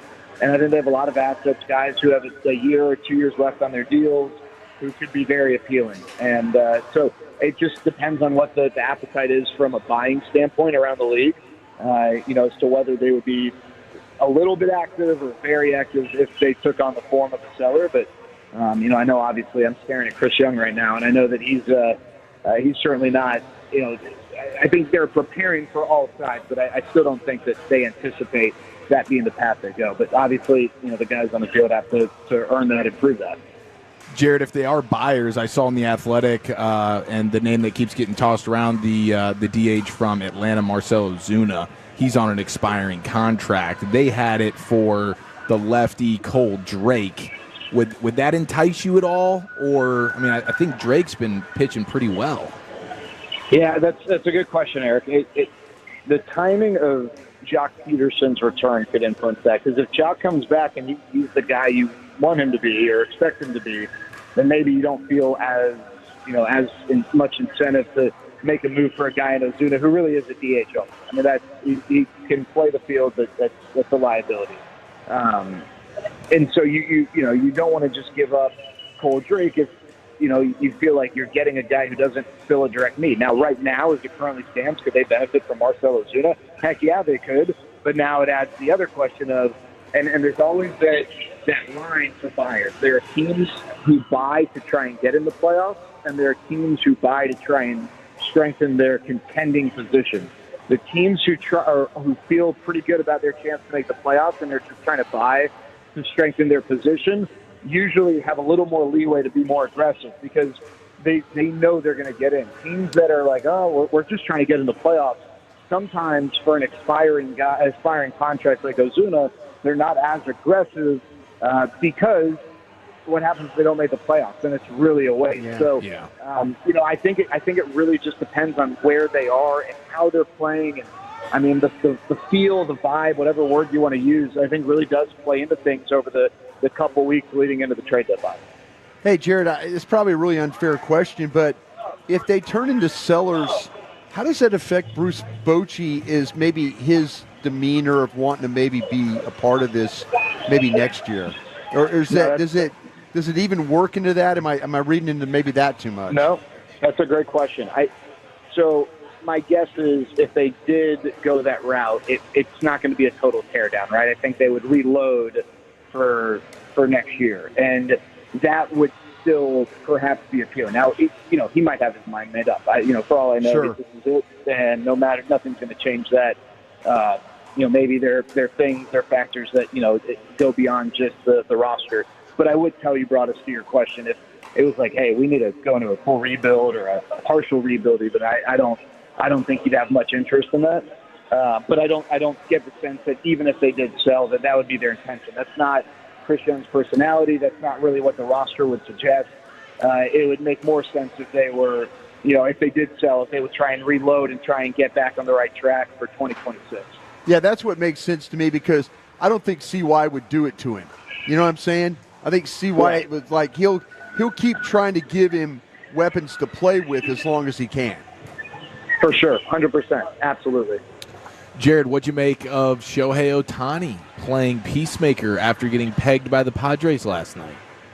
Yeah, I kind of don't like that. I like rivalries. I think rivalries are good for sports. I think it's definitely good for this sport. A sport that needs a little juice, and I'm sure there's some word in Matt Hicks's vocabulary that I'm not smart enough to use that better describes what I'm getting at. But I think that the intensity and the ferocity of rivalries and that's not the only reason, but it can help make things a little more appealing to the fan. And so I kind of rather Shohei Ohtani go and give the guy the bird or something and just play into it, because that's really, that's probably the best rivalry going right now. Rangers Astros, I think, has legs to it for sure, but I think that Padres Dodgers rivalry is a really good one, and I kind of love that those two teams really hate each other. And like I said, I just think stuff like that is good for sports, and I think a sport like baseball that has 162 games in the regular season can benefit from some games on their calendar, maybe having a little more intensity or a little more riding on it than just your average random game. Ohtani clearly a very forgiving on and off the field, apparently, Sandler. But let me ask you this. Are the Pirates going to be forgiving for what the Rangers need, a soft opponent here over the weekend? Can we get our sweep on right back? I hope so. We're not having to face Andrew Heaney. The Rangers have had some tough times against lefties. They're not having to face Paul Skeens. So, hopefully they can get a win today to set the tone with the drama on the mound and what's, an obvious pitching advantage for the Rangers, and come away with a series win and then ride that into Baltimore. But I would say this. If they don't, if there's not a series win here, I think it would be fair to, kind of feel disappointment attached to that. Right on, brother. Appreciate you as always. Have a good weekend up there, and we'll catch up with you soon. Thanks, fellas. You guys too. He's at Jared Sandler on Twitter. And perhaps more understanding of a discouraged Ranger fan mindset than I've heard him since the World Series. Oh, yeah. Yeah. More like, hey, I get it if that's how you feel. I'll choose to be optimistic, but that's how you're rolling, I get it. He's not fighting you anymore on that, and he because I think that him and Mike Bassick and those guys have done a really good job of educating fans. They're not sugarcoating things anymore. It used to be a time where you kind of couldn't feel like maybe they couldn't say exactly what was on their mind. But I think the times have changed a little bit there. Sample size is big enough, dude. It is. To just say, hey, there's a good chance this is just who they are. Yeah. If this is it, how do they get back? We'll talk about that a little bit later on. But, Chief, I believe you have a dump for us. Yes, Friday News Dump featuring the excitement for Cooper, Flag, and the Dallas Mavericks building and building and building. That's next year in the nation.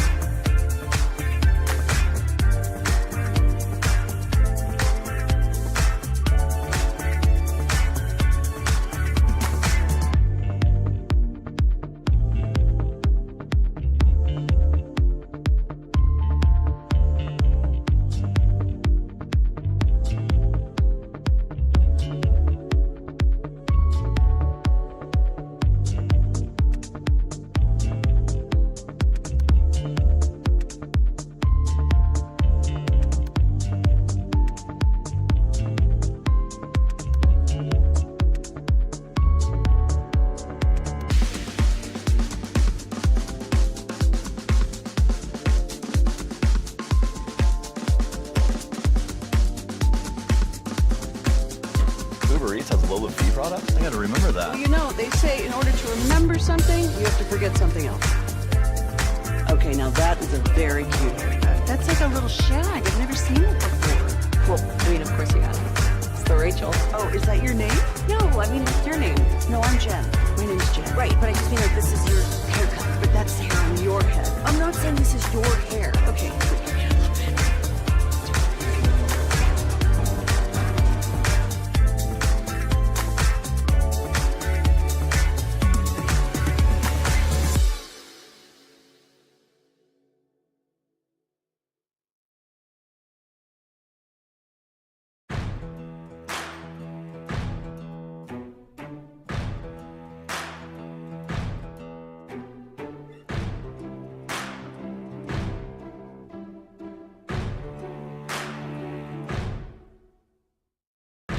Do you think it's true that you've got to forget something else to remember that Uber Eats has groceries? No, that's absurd.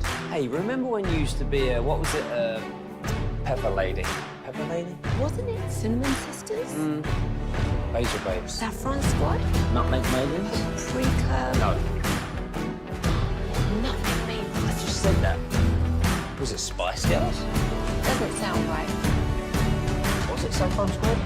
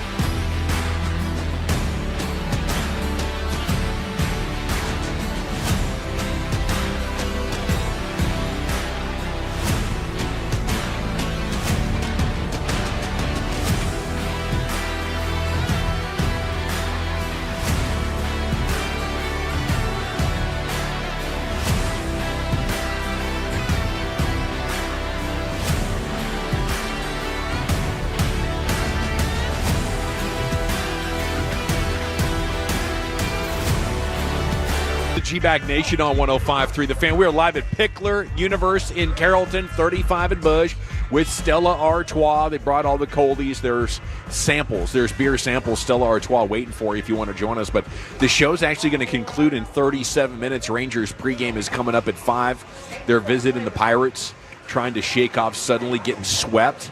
Unbelievable.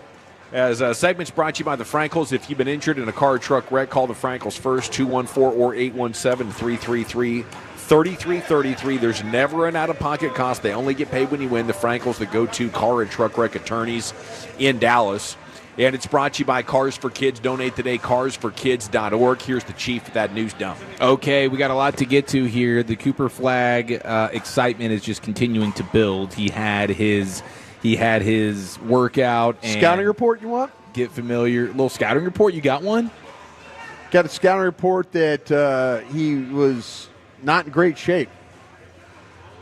How'd that happen? Wait, are you ball sacking us right now? No, not at all. Wait, everything that I've seen has been, he was fantastic. Are they just trying to butter it up to the media? You got scoops? So. You got scoops about Cooper Flag not being in good shape during his workout? I'd heard that the workout, maybe he's just a little out of shape. Yeah, a little out of shape. Any other context to add to it? Just a little out of shape. That's all I would have heard.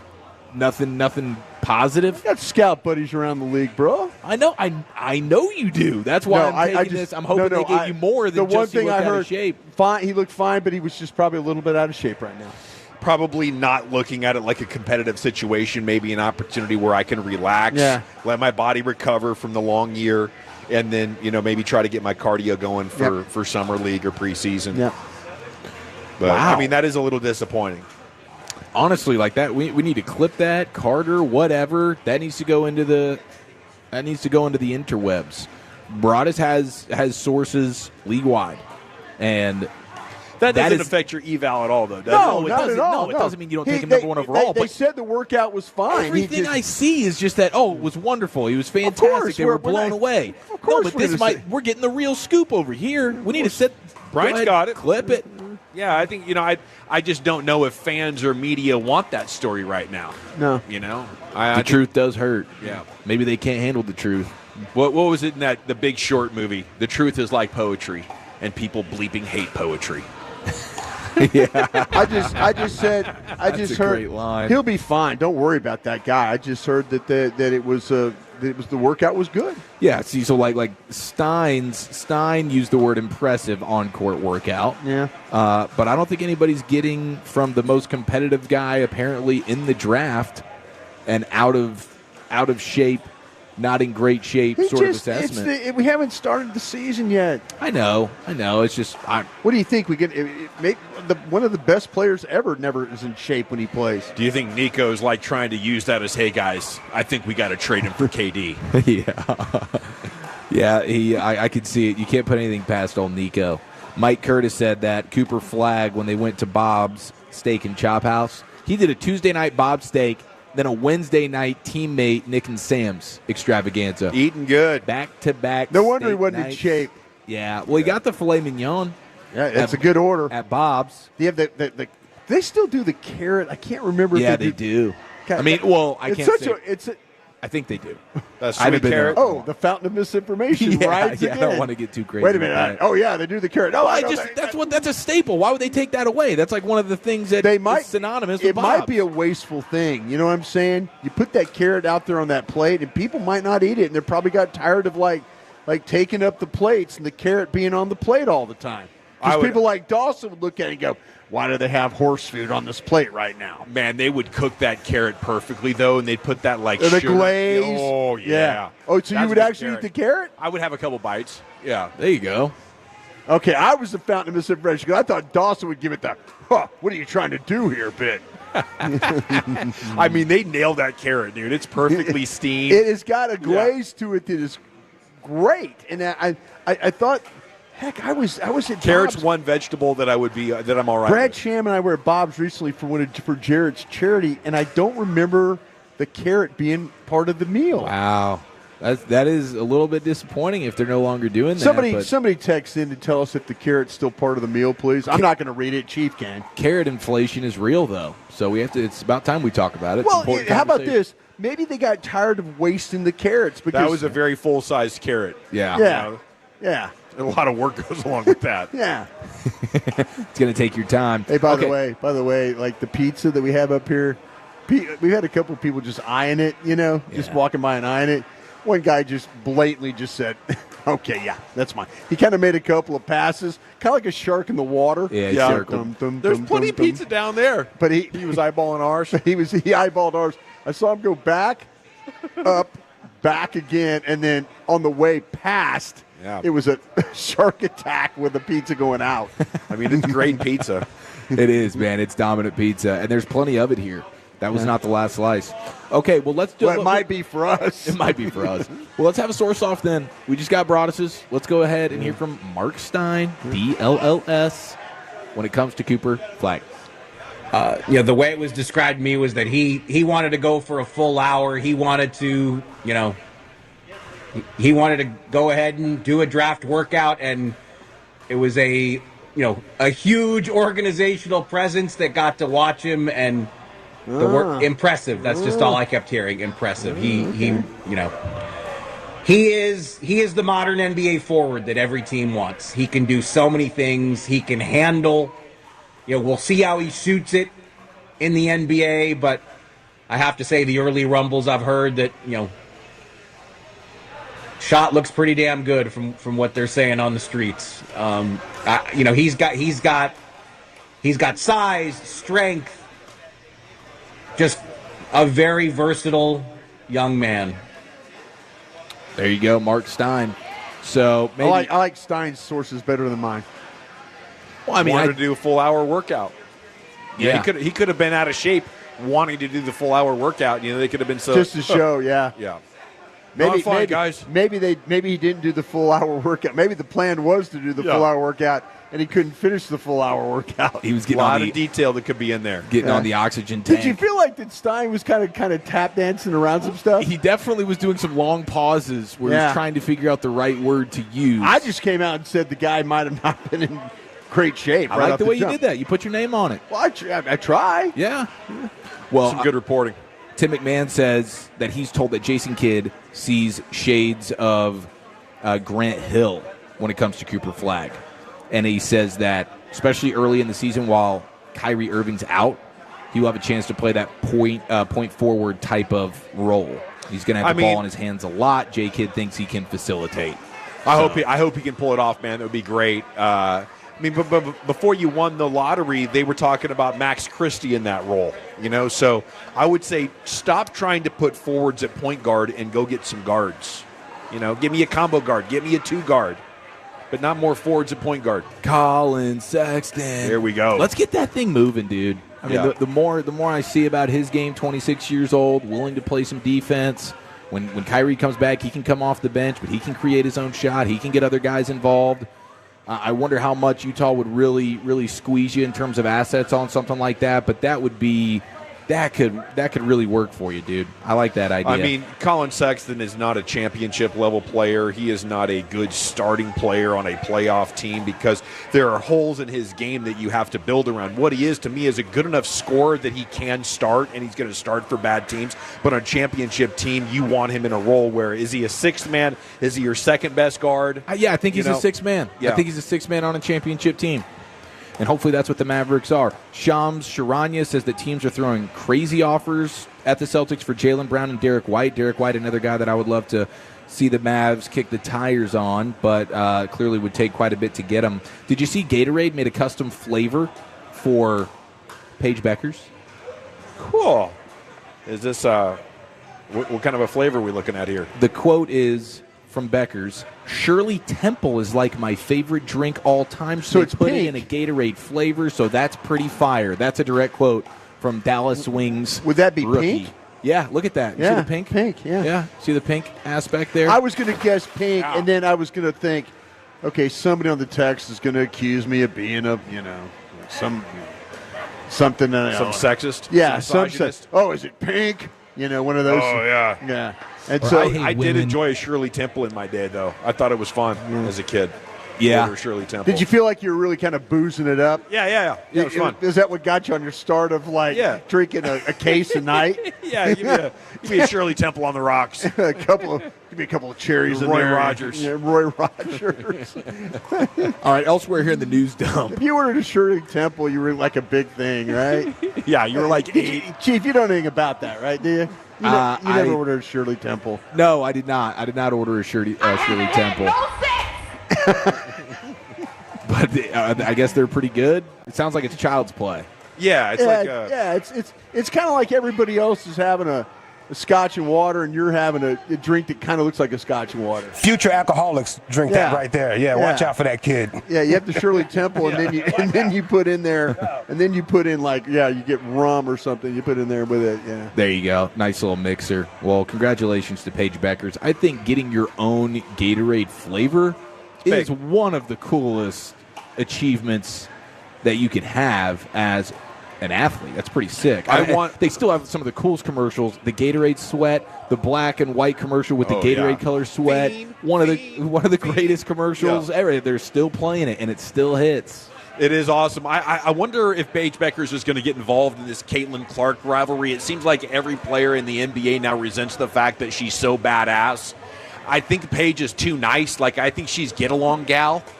But if we could get a little rivalry going there, I think I'd love to see that. Well, did you see the Sophie Cunningham teammate, the enforcer chick who sort of had Caitlin Clark's back? Yeah.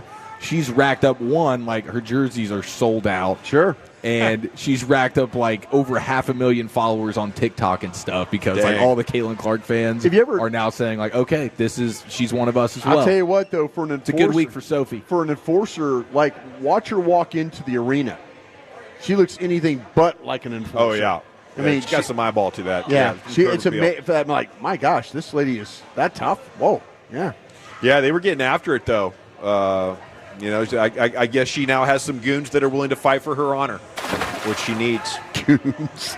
You got to have some of those. You got to have goons, yeah. When you're getting your eye poked and then you're just getting bodied to the ground. How about the one chick just came up and just ran over her? That's what I'm saying. What I mean, what are you doing?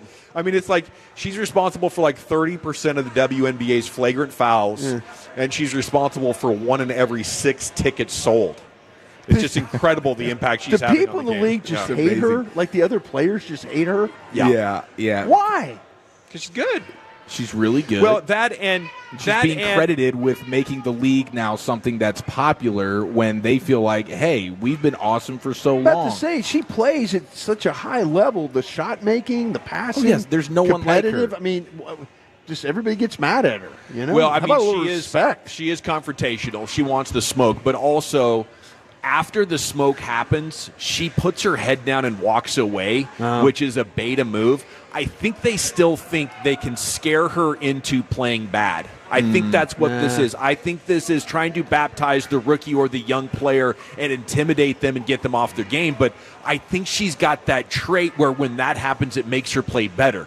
So they're quickly going to learn that this isn't working. So she's got some Luka in him. When you like, I think so. When you like put her to the wall, she'll get it done. Turn into the assassin. Yeah. I hope so. That's the best kind of athlete. That's what you want from the best of the best. You want them to channel that when the adversity hits, the physicality cranks up. All of a sudden, are you going to cower? Are you going to rise to meet the moment? I hope she's definitely that type of player. And then finally, I saw from Clarence Hill, DLLS Cowboys, quote, Dak has been working on his speed. He's been working on running. I believe Jesse Holley laughed him off the set, but that is the report. We have from the technology Clarence. to rebuild him. Dak Prescott, maybe he will be showing off the legs a little bit more in a way that Jesse he hasn't. laughed at him. Yeah, because I mean, last time we saw Dak try and scramble, he had his hamstring ripped off the bone. So, and then before that, we just haven't really seen him run in a long time. It would be a true turn back the clock, not to last year, to like 5 years ago, Dak, if he's actually going to be attempting mobility and scrambles and stuff like that. But, man, I would encourage it. Go for it, dude. I think if you're going to have Pickens threatening downfield like that, your opportunities to take 4 to 6 yards are going to increase, and you got to be willing to take those. I don't think we need a 500-yard rushing season from Dak. I think 300 would do it, but you can't turn it down when it's obvious and when it's there. And I hope he can do this without getting hurt again. But go look at the play that pulled the hammy last year. It's not even. It's just. No, it's innocuous, dude. I pulled my hammy off the bone. So I think. Well, okay. So the throw was officially what did it, but the play before, step forward, yeah. The play before he had ran and got hit a little bit weird, and then it's like the next play when he throws it. That's when he really noticed it. I guess that's when it really set in for him. But like 469, Dak running, biggest bleeping eye roll ever. Yeah, but at least he's working on it. You don't have to run a lot to keep the defense honest, I think would be the thing. So you said it beautifully, 4 to 6 yards, and then get out of bounds or get your butt down. We don't want any contact. We don't need Jaden Daniels highlight reel type plays from you, bro. You can't even do that. But I think if you go back to 2023, and I was trying to bring this up real quick, I'm sorry, but yeah, if you go back to 2023 and 2016, like his rookie year when he was basically unstoppable, to 2023, his MVP year, it's similar type of numbers. So, I mean, when Dak was young and he could really rumble, yes, there was an element to his game that could keep defenses honest that he will never get to. But even then, when the Cowboys' running game was going well with Zeke, he didn't have to do it much in order to have a balanced and explosive offense. But we can't have it like it's been post-leg injury sometimes where he's literally just turning things down and holding onto the ball, hoping to find a passing play downfield. Okay, we're going to step aside live at Pickler Universe here in Carrollton. 35 and Bush. Thanks so much to Stella Artois for hosting us. They still have some beer samples here for you. And we'll come back and do some Rangers burning questions about your ball team as the deadline lurks. How do they get back? It's next here in the G-Bag Nation.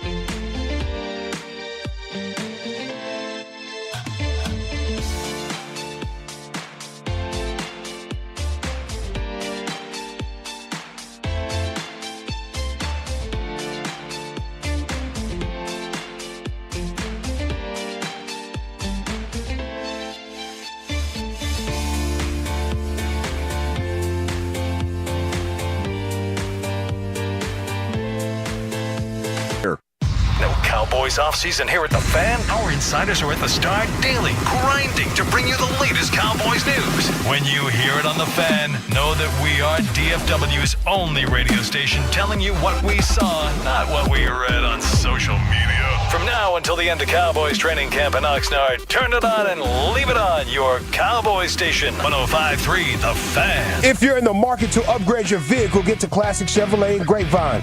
Back-to-back #1 Chevy dealership in the world. They've got more new Chevys than anyone in their all-price to sell. Silverados, Tahoes, Blazers, Malibus, Equinox, and more. Visit ClassicChevrolet.com. This is Texas. This is Classic Chevrolet. Together, let's drive, relax, and enjoy the difference. Based on new Chevrolet registrations 2023 and 2024, y'all. Yes, sir. Thank you, Lucius. It's the G-Bag Nation here on 105.3 The Fan. We are live at Pittsburgh Universe in Carrollton. 35 in the total, and thanks so much to Stella Artois for having us out here today. They're doing such great stuff in the world of sports. Salute to Stella. The 0.0 is one of the finest NA beverages you can find anywhere in the world. And this Pickler Universe, if you're into pickleball, you gotta be aware of this spot, and it's good, and it's only getting better because their construction continues. Burning questions about your Rangers as the deadline lurks, boys.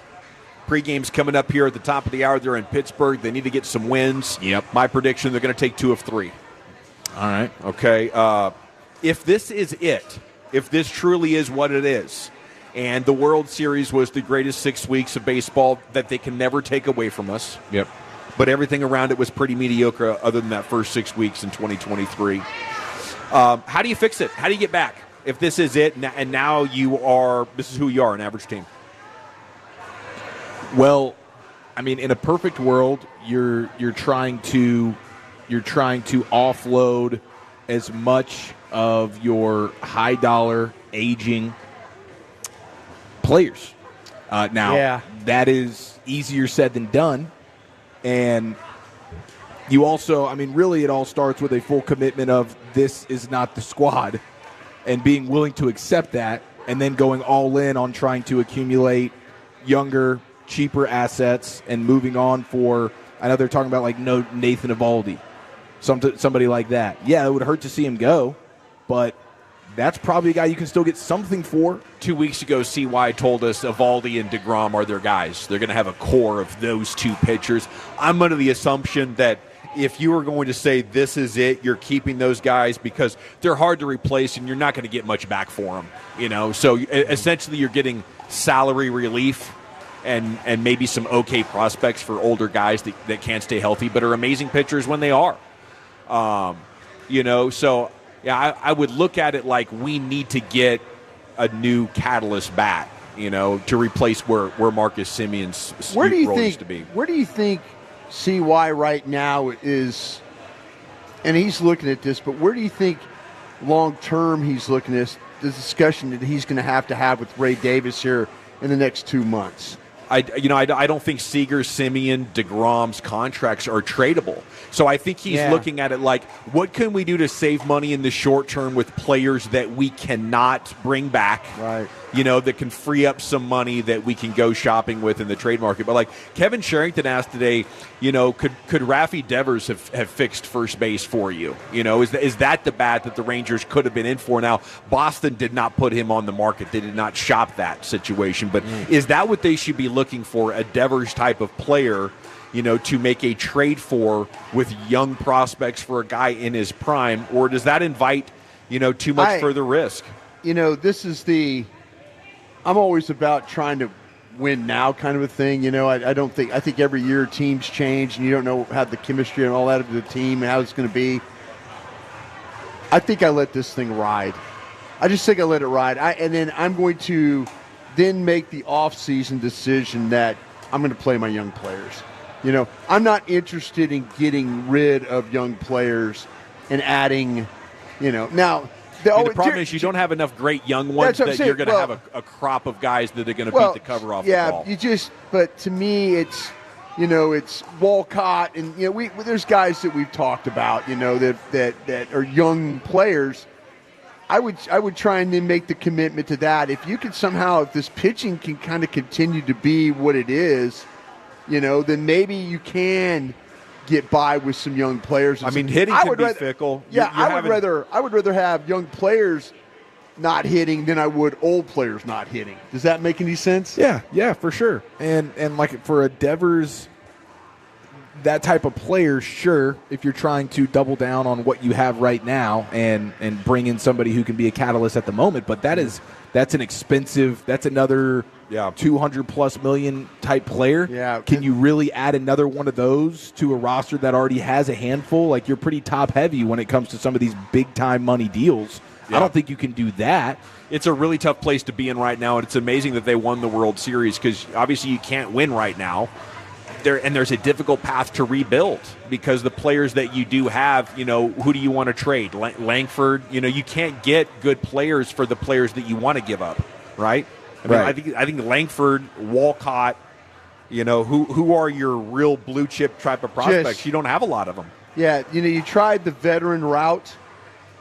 I would pivot now and go the opposite of that. Okay, Kevin Sherrington also asking this question. Did I mention Corey Seager has another 6 years at $31.5 a pop, with Marcus Semien making $72 million over the next 3 years? Like, if you can't move on from these contracts, don't you have to try to stay in win-now mode? Because otherwise you're going to have a blend of young guys with Corey Seager and Marcus Semien. And I just think that would be incredibly weird, incredibly sad. And we kind of went through that with Shin-Soo Choo and some other guys. You're just gonna between the two, you have a better chance of moving on if somebody would the Dodgers take Corey Seager back. Would somebody who's going to expand payroll want an opportunity to have a Corey Seager? Would you consider that? You have Corey Seager for 4 years, you win a World Series. I think I would absolutely consider him if he hadn't been as poor as he had this year. It's been bad. Yeah. I think he's got 14 RBI right now. I assume Corey Seager's going to have multiple great seasons still ahead of him. Right. He's a legend. Well, if that's the case, then you just let him play with the young players. Now, maybe Corey Seager's not interested in that kind of a rebuild, but, Man, you're ready to rebuild already, Brian. To me, if you're telling me that I've got old players that aren't hitting and getting it done, the old pitchers are getting it done, the old hitters. Jock Peterson, I know he's been injured and all that, but I'm not seeing anything from the older players that's giving me. I would personally rather lose with young players than I would lose with old players. I said about hitting. I said it about losing. Like, I would rather see my guys. We saw it with the Astros way back. The Astros were losing 100 games a year. Yeah. And it was playing young players. And then finally the young players were like, well, damn, they've got some all-star guys over there now. But if you kept DeGrom and Eovaldi and Seager, your pitching would be good. You're not drafting in the top 5. And really what worked for the Astros was they just nailed so many picks so hard. Well, that's why we sing the praises of the general manager here, though, too. His ability to kind of maybe go and, the Wyatt Langfords and stuff. Well, it looks like the jury's out on the two pitchings with Leiter and then Rocker. But everything else is kind of. What's the text saying? Are folks ready to bag it in? Are you wanting to go long-term build or try to make the most out of this? See, I think, yes, they were in the World Series, and that's one data point. You don't want to be too biased towards that, like assuming they can get back there. But, there are so many hitters that are having, like, career worse years. And with a good pitching staff, I feel like you're always in contention. If you have a good lineup, you're a pretender. But if you have a good pitching staff, you can find bats. I would rather have the veteran pitching staff and try my best with young players around it. 682, DeGrom and Evo are the ones who you want to keep. Position players that need to be traded, not pitchers. So guys like Adolis Garcia, Josh Smith, Jonah Heim, guys like that, maybe you could acquire valuable assets. You keep Seager and Semien and Langford at young and basically trade out all your position players. Yeah. That might be the best compromise because neither one of the extremes looks to be all that attractive right now. Pickler Universe is, though, and thanks to them for having us out once again at their Carrollton location, your new home for pickleball playing here in DFW is Pickler Universe. Thanks to Lucius Alexander and the Pimp Cup back there at Master Control 75 in Fitzhugh. Just went 3 hours flawless. We have have Rangers baseball coming up next. Thanks to Brian Broaddus and Eric Chiafalo and Ruben Portillo. And, of course, Wolchuk, who will rejoin us again next week. Until Monday at 2, you're going home with the G-Bag Nation. At ease.